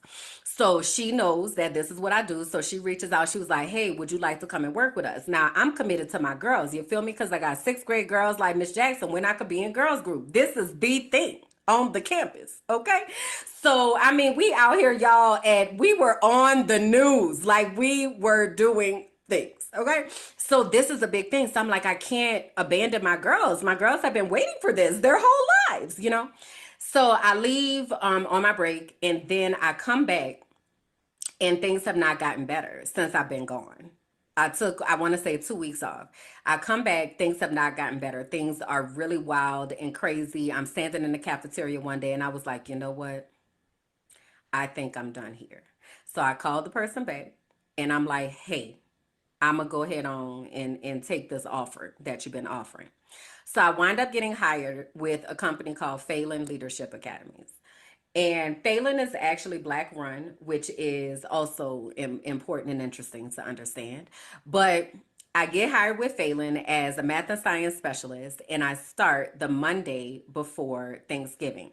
Now, I'll pause here and say the reason why I am doing this episode this week, even though this might wind up airing in a two-parter, is because I am celebrating the 6-year anniversary of leaving Hillsborough County Public Schools. I left on it was either November 8th or November 9th of 2019. Because when I got back and I was standing in that cafeteria and things was crazy as hell, and I was like, I'm not finna do this. So I get hired with Phelan. I start my work, right, the week before Thanksgiving. Around the same time, Bianca reaches out because she had had her own experience in 2019 with Tamara Schamberger and other people that were in leadership in Hillsborough County. So Bianca had written this op-ed article talking about her experience and that she was resigning from teaching and all of that. So her name was a buzz and people were talking about this article like all over the place, right? So she reaches out to me because she ran across the articles that had been written about Tamara Schamberger and me. So she reaches out and she's like, hey, I would like to interview you to talk about this article that was written. Now, mind you, this was before I had left. So at the time, I did not leave you on red, girl. She in the comments talking about little baby left me on red. I didn't leave you on red, but what I said was, no. Like, who are you? Like, I don't know you, girl. But I did befriend her on Facebook because I wanted to get an understanding of who she was and how she be moving. So I friended her on Facebook. All right. Now, in this time, Tammy Schamberger is still being Tammy Schamberger. She's still doing foolishness and just being ridiculous. All right. So now that I've left the school district, Tammy did something else and Bianca had made a post and I commented on the post and Bianca was like, that's why I told you I want to interview you because whatever I had said. I accepted the invitation because I left the school district. So this interview that I'm showing y'all, that is the interview that had happened. So we have this interview and I share the 22 pages of screenshots. I tell the story of what I had just told y'all about that happened in 2018. All right. So I tell that story on a Friday during this interview with Bianca. So that Saturday, Bianca calls me. Now, this is the first time I've ever met Bianca. Okay. And that's how let me show y'all again so y'all can see how Bianca was on these people's internet, because at this time she was very much in her y'all need me to dress up in a wig so y'all are listening to what I'm telling you is these issues in these people's school district. Fine, I will do that because I need y'all to understand what is happening and I need y'all to do something about it. Okay, so this is that interview. So we have the interview that Friday, and y'all can see Bianca got her wig on. She got on that leopard coat, sipping her tea that might not be tea. All right. So this is how the internet used to be. All right, during this time. So we do the interview. Saturday, Bianca messages me, and she's like, "Girl, Tammy Schamberger just confronted me at this event and like talking about I was slandering her and all this and all that because they was beefing, right?" So That happened Saturday. Monday, which is the Monday before Thanksgiving, 2019, I wake up to get ready. Now we're off, schools are closed, right? So I'm working, but I'm working from home because we can't really go into schools, right? Now that Friday, I had just had a meeting. They were like, oh my God, Kimberland, was so glad to have you. Like, we have heard so many things about you. Your reputation precedes you. Our Florida team is complete. Oh my gosh, they're in good hands, da da da da da, da, right? Monday, I get a call and they were like, hi, you have a clause in your contract that states that we can release you with or without notice or with or without cause. We're going to exercise that clause today. I'm sorry. I'm sorry, what? You have a clause in your contract that states that we can release you with or without notice or with or without cause. We're exercising that clause today. I'm, so are you saying that there is a cause, or you just don't want to tell me the cause, or I don't understand? You have a clause in your contract that states that we can release you with or without notice or with or without cause. We're going to choose to exercise that today. Today will be your last day. You'll receive your last paycheck on Friday. We wish you the best in the future. And hung up the phone. So then I was like, what? What just happened? Did I just get fired? So I called Bianca and I'm like, I think I just got fired. So I tell her what happened. So at the time, her ex-wife was a civil rights attorney, and she wound up like working with me. And now I'm on the radio and like all of this about this situation that happened, because why? I'm trying to advocate for the children. So the 2020, 2019, 2020 year and that election season became a whirlwind of absolute craziness. 2020 is also when COVID happened. That's also when George Floyd was murdered. That's also when the Black Lives Matter movement happened. That is also when I wound up moving to Pennsylvania. All of this stuff is happening with the election. We're actively working to get Tamara Schamberger out of her seat, which we were successful with that. And I am like in the midst of politics, which I never really had any intention of being in the midst of politics. I just want you to use facts when you're talking about what's happening with our children, because I know I'm washing kids' clothes every other day in my house with my water and my electricity so that we can help our kids. Okay. It's been a wild ride, y'all, ever since. But I want to take a moment and kind of just shout out and uplift who Bianca is and the type of advocacy work that she has done, is doing, and continues to craft and create, because she also has her own universe, right? So again, we exposing people to the things. I want to start off by saying, y'all, this girl done put out a whole music album. Now you might be asking yourself, oh, she sings and raps too, or like, what does she do? She used AI to create an album, and it has been the most interesting thing to watch. And so when I say that advocacy lives in so many different forms and activism lives in so many different forms, this is a way that activism and advocacy lives. So she put out this album and it's out right now. It's Petty B and the Sounds of Snitching is the name of the group. The title is called Grace and Receipts. All right. So she's put out this album, and the album is sharing like about this journey that she went through. I don't want to tell her testimony, but this journey that she went through and how she is rebuilding her life on the other side of this and everything.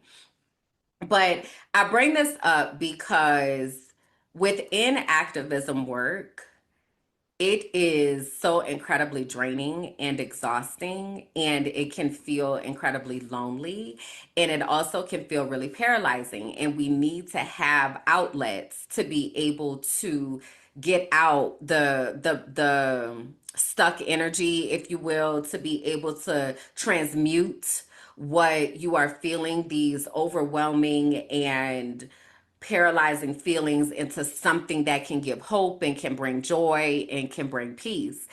So as I was listening to the album, because of course I know the tea. Okay. So it was a few times where I was like, ooh, and also that, and you are correct. Yep. Yep. And I just feel like it's really, really, really relatable. I also wanted to shout out that her organization is called Teaching for the Culture. And Teaching for the Culture came about because of this journey that she walked through, this journey that we wound up walking through, parallel of advocacy and activism and really creating safe spaces for teachers and for students. And a lot goes into that, as was just mentioned a moment ago, like school board and paying attention to what's happening on the school board and honoring what's happening in legislation. And this is the thing, this is what I need y'all to know. And if you receive this as a scolding, then it is intended as such. I need y'all to get involved in what the hell is happening in these schools. Okay. And I need you to practice radical acceptance about what is happening in these schools. A lot of the work that Bianca does in that video where y'all see her interviewing me, the reason she was wearing a wig and cutting a fool on the internet, and when I tell you cutting a fool, honey, cutting a fool, that, like, I wish we had the clips because I don't know where they are, but cutting the fool on the internet so that people would listen to what was happening, because people are more likely to tune into a reality show than they are to pay attention what is actually happening right now and has been happening for such a long time. So in that, we have to find creative ways to be able to get people to tune in, and Bianca is a master at that. So I need y'all to pay attention to what's going on in the schools, and I need you to practice radical acceptance about what is going on in the schools. Okay, so I wanted to say that. But anyway, back to the transmuting of it all. So that 2019 2020 election season was so incredibly toxic. You all saw what happened with Tammy Schamberger, but that is literally just scratching the surface. Like, literally. There were attacks from the NAACP, which is wild, right? Because the NAACP is supposed to be for the good of people of color. However, what you have to understand is that money and power is what is most important. So the work that Bianca was doing, the work that Bianca continues to do, the work that we do together disrupts that. Because if you follow the money and you start pulling those threads, that's when you really start to see, oh, y'all don't actually care about kids at all. So everybody is compromised, right? And it becomes, when everybody is compromised, then now attacks are coming from all sides, and it is a lot. And the weight that we carry in activism is very invisible, and it is very secret, because you have no idea what the inbox looks like. You have no idea what the organization looks like on the back end. And so it is incredibly helpful, especially if you are somebody who is in activism. You have to find community to be able to keep yourself grounded, because otherwise you will think that you are crazy, and it's not you. I promise. So there's been a page, and it's a couple pages now. There's a page on Facebook, where there were a couple pages on Facebook. It had an evolution. And then there's now a page on Instagram. And this page antagonized people. And they supposedly are calling themselves, I guess, whistleblowers or whatever. I don't know. I have the pages blocked because I don't give a shit. Y'all could, babe, it's kind of like, you know what it's like?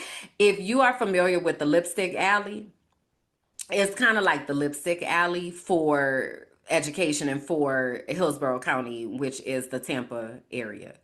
So, but very much like terroristic type behavior. Like, let me spread lies, let me amplify things that are not true. Let me be incredibly insensitive and reference people's family members that have passed on. Like, it's a lot. Like, it's a lot. And those pages have made consistent, they're called satire pages. So they have made their whole existence off of bullying, over cyberbullying is basically what it is. And there are people who are in power in Tampa who are using that page to basically go after their enemies. If you're familiar with Mean Girls, think about a burn book. That feels very appropriate. So anyway, Bianca has been on the page several times. My face winds up on the page several times. And it really is just because we're trying to do what is right for children. That's it. Can y'all just do right by the kids? Since y'all claim that y'all care about kids, can y'all just do right by the kids? That, I mean, could we? So back to my point about education in schools, one of the biggest things that I feel like we miss in so much is the role that education plays in indoctrinating our children and creating this false world for our children and causing harm to our children. And even to the point, there is Dr. Bettina Love has a term called spirit murdering.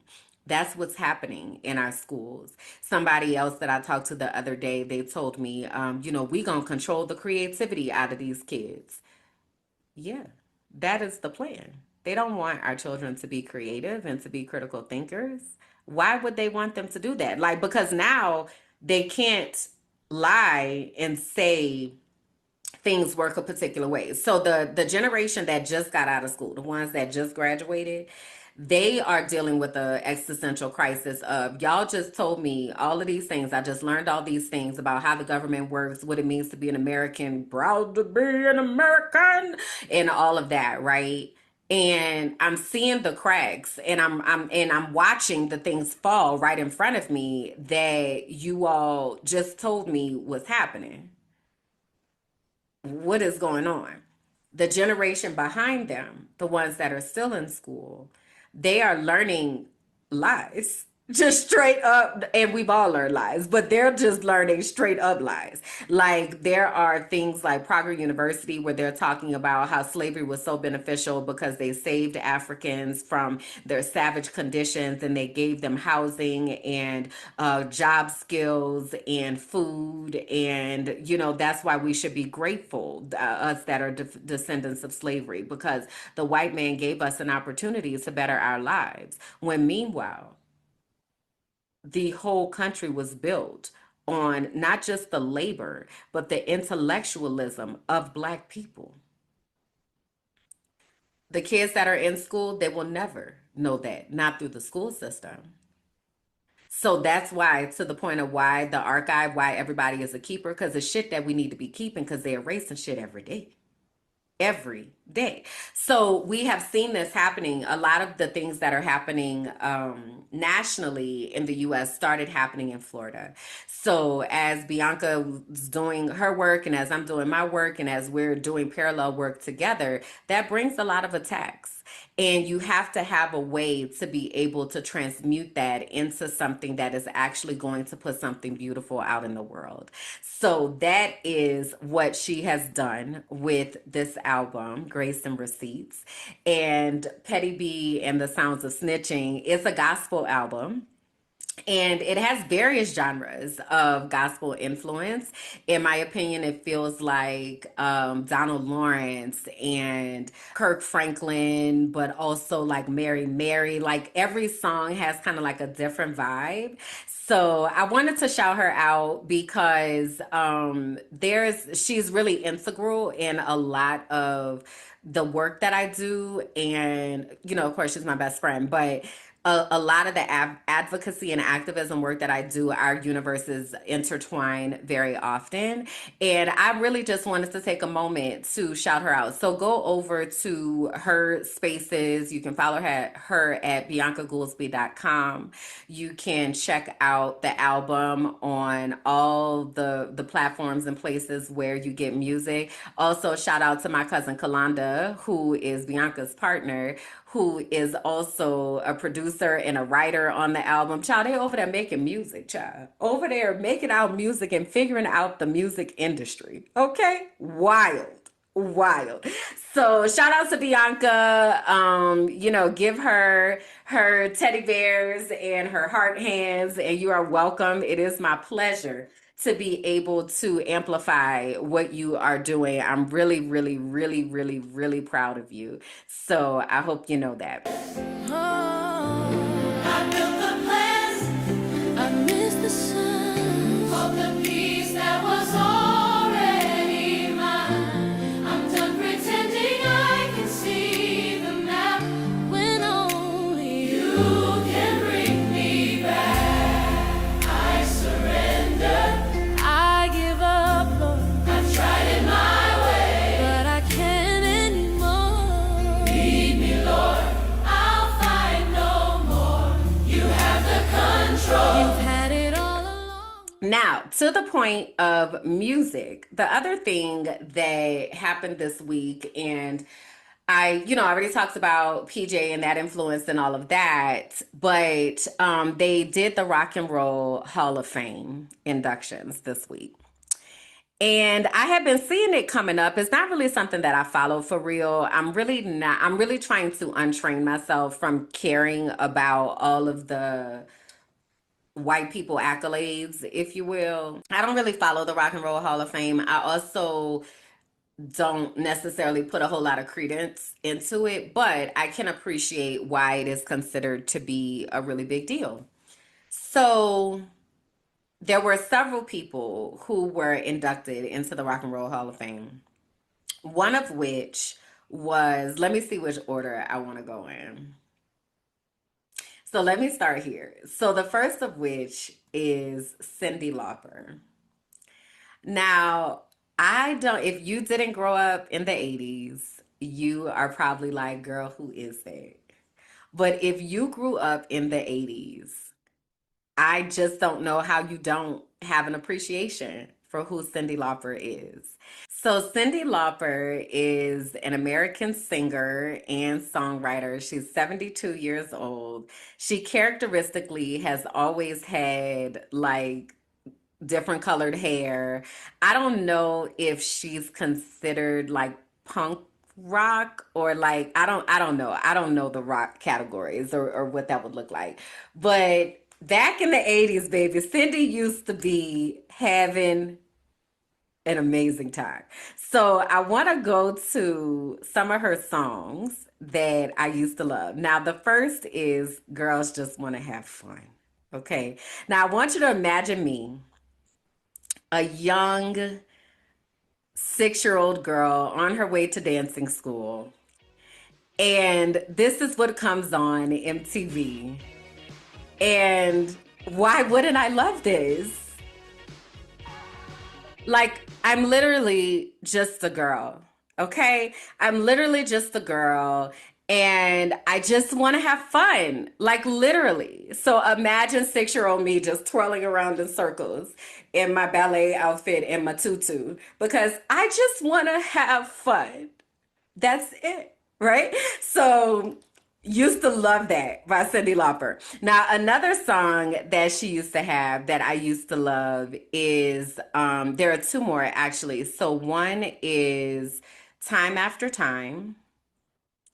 And so I want to play a little bit of that one because this is also why you need to be a part of the inner circle so you can hang out with us. Now, this song came out in 1983. Okay, 1983, y'all. That was an entire 40 years ago. That's crazy talk.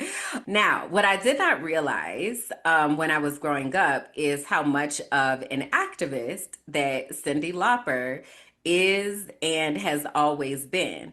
I didn't know what true colors meant. I didn't have any understanding of like the LGBTQ plus population or people who were considered outcasts. This came out in like 83, like I was 2. So I really didn't understand. But now in my adult understanding, it means so much more to me. And I see how absolutely in your face Cyndi Lauper was with "You are going to honor people and honor humanity," and how she's always been an activist. Let us take a moment to listen to Cyndi Lauper's True Colors moment. And the sound is going to come in a second. Hold on.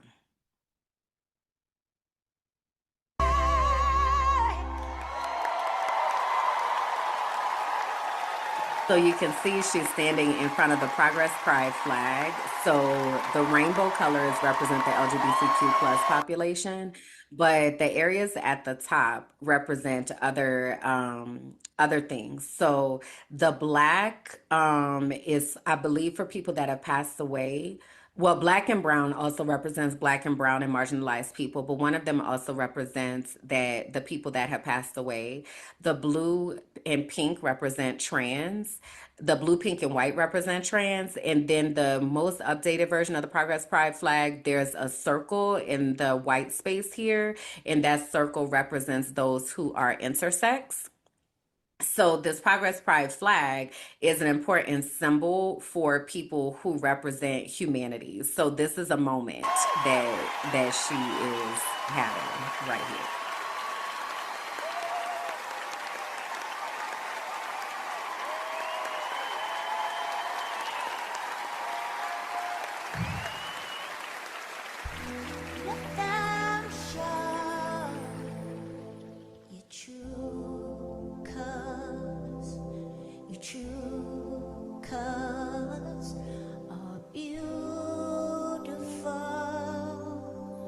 Come on, loud and proud.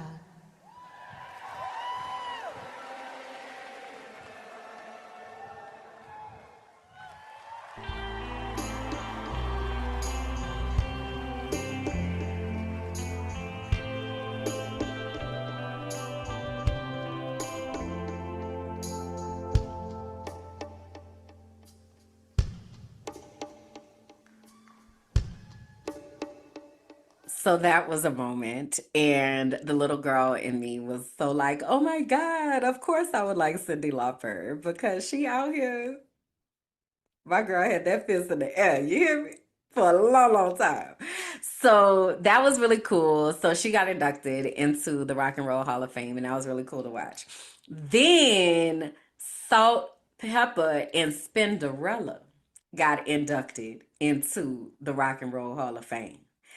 And when I tell you, honey, I had a good time watching their performance. Now, Salt and Pepper, again, if you are of niece age, okay, and you are like, girl, what are you talking about? Go ask your mom and them, all right? So, Salt and Pepper and Spinderella. Salt and Pepper are the rappers, and Spinderella is the DJ. Spinderella is actually the first DJ to be inducted into the Rock and Roll Hall of Fame, which is really notable because DJing is an area where there has been a lot of misogyny and a lot of discrimination towards women. So for DJ Spinderella to be the first one who has been inducted into the Rock and Roll Hall of Fame, that says a lot. And Salt and Pepper are hip hop artists and really were foundational in a lot of the trajectory of hip hop.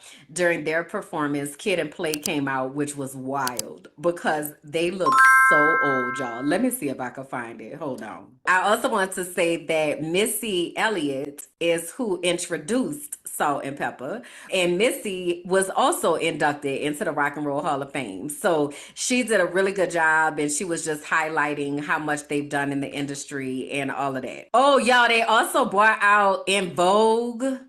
Oh my God. They brought out In Vogue.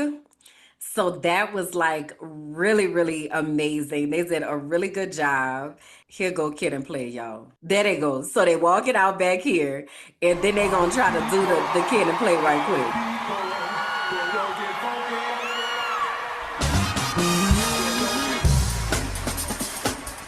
Look how old they look, y'all. Look how old they look.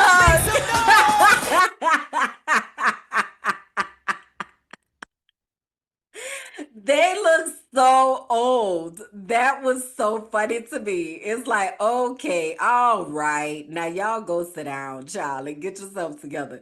So that was hilarious. But what I want to show y'all is how I showed out in this house behind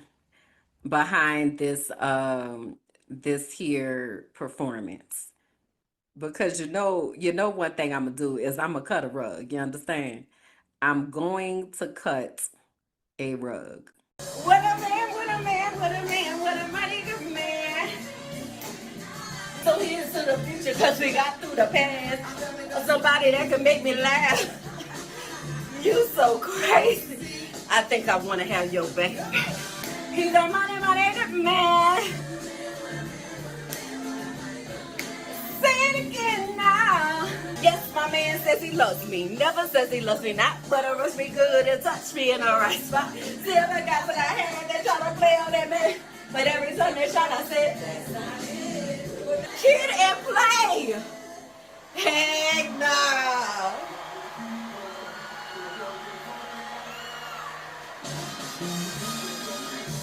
Hey, hey, oh, oh, oh, oh.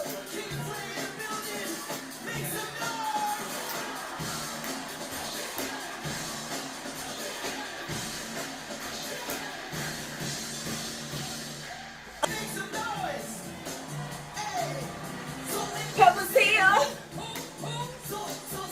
So and Pepper's here. So and Pepper's here. Push it good. We'll push it real good. I had the best time. That was so much fun. So Salt and Pepper was also inducted into the Rock and Roll Hall of Fame. And that was fun. And I had a really good time. But this is what I really wanted to talk about is Outkast. So Outkast is a rap group. Again, if you are a niece or a nephew that is here and don't know, okay. So Outkast is a rap group that was born in Atlanta, Georgia. The South got something to say. And they really came out and took the world by storm. They really put the South on the map. Like it was really, really cool how they just changed the industry.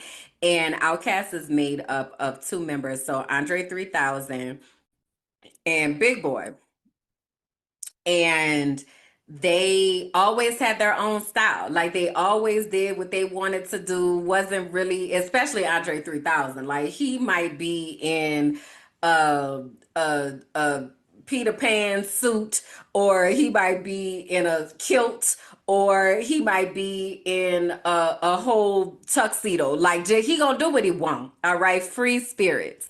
So they got a chance to really shout out Atlanta and really just honor the journey that they have been on and what that has looked like and sounded like for them.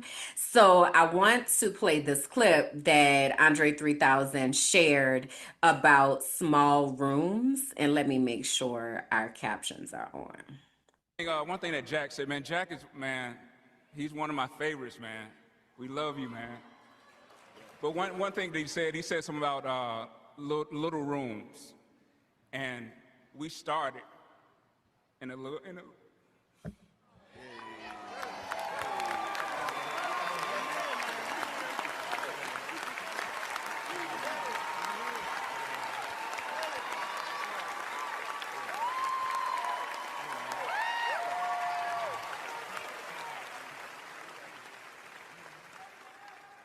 little rooms.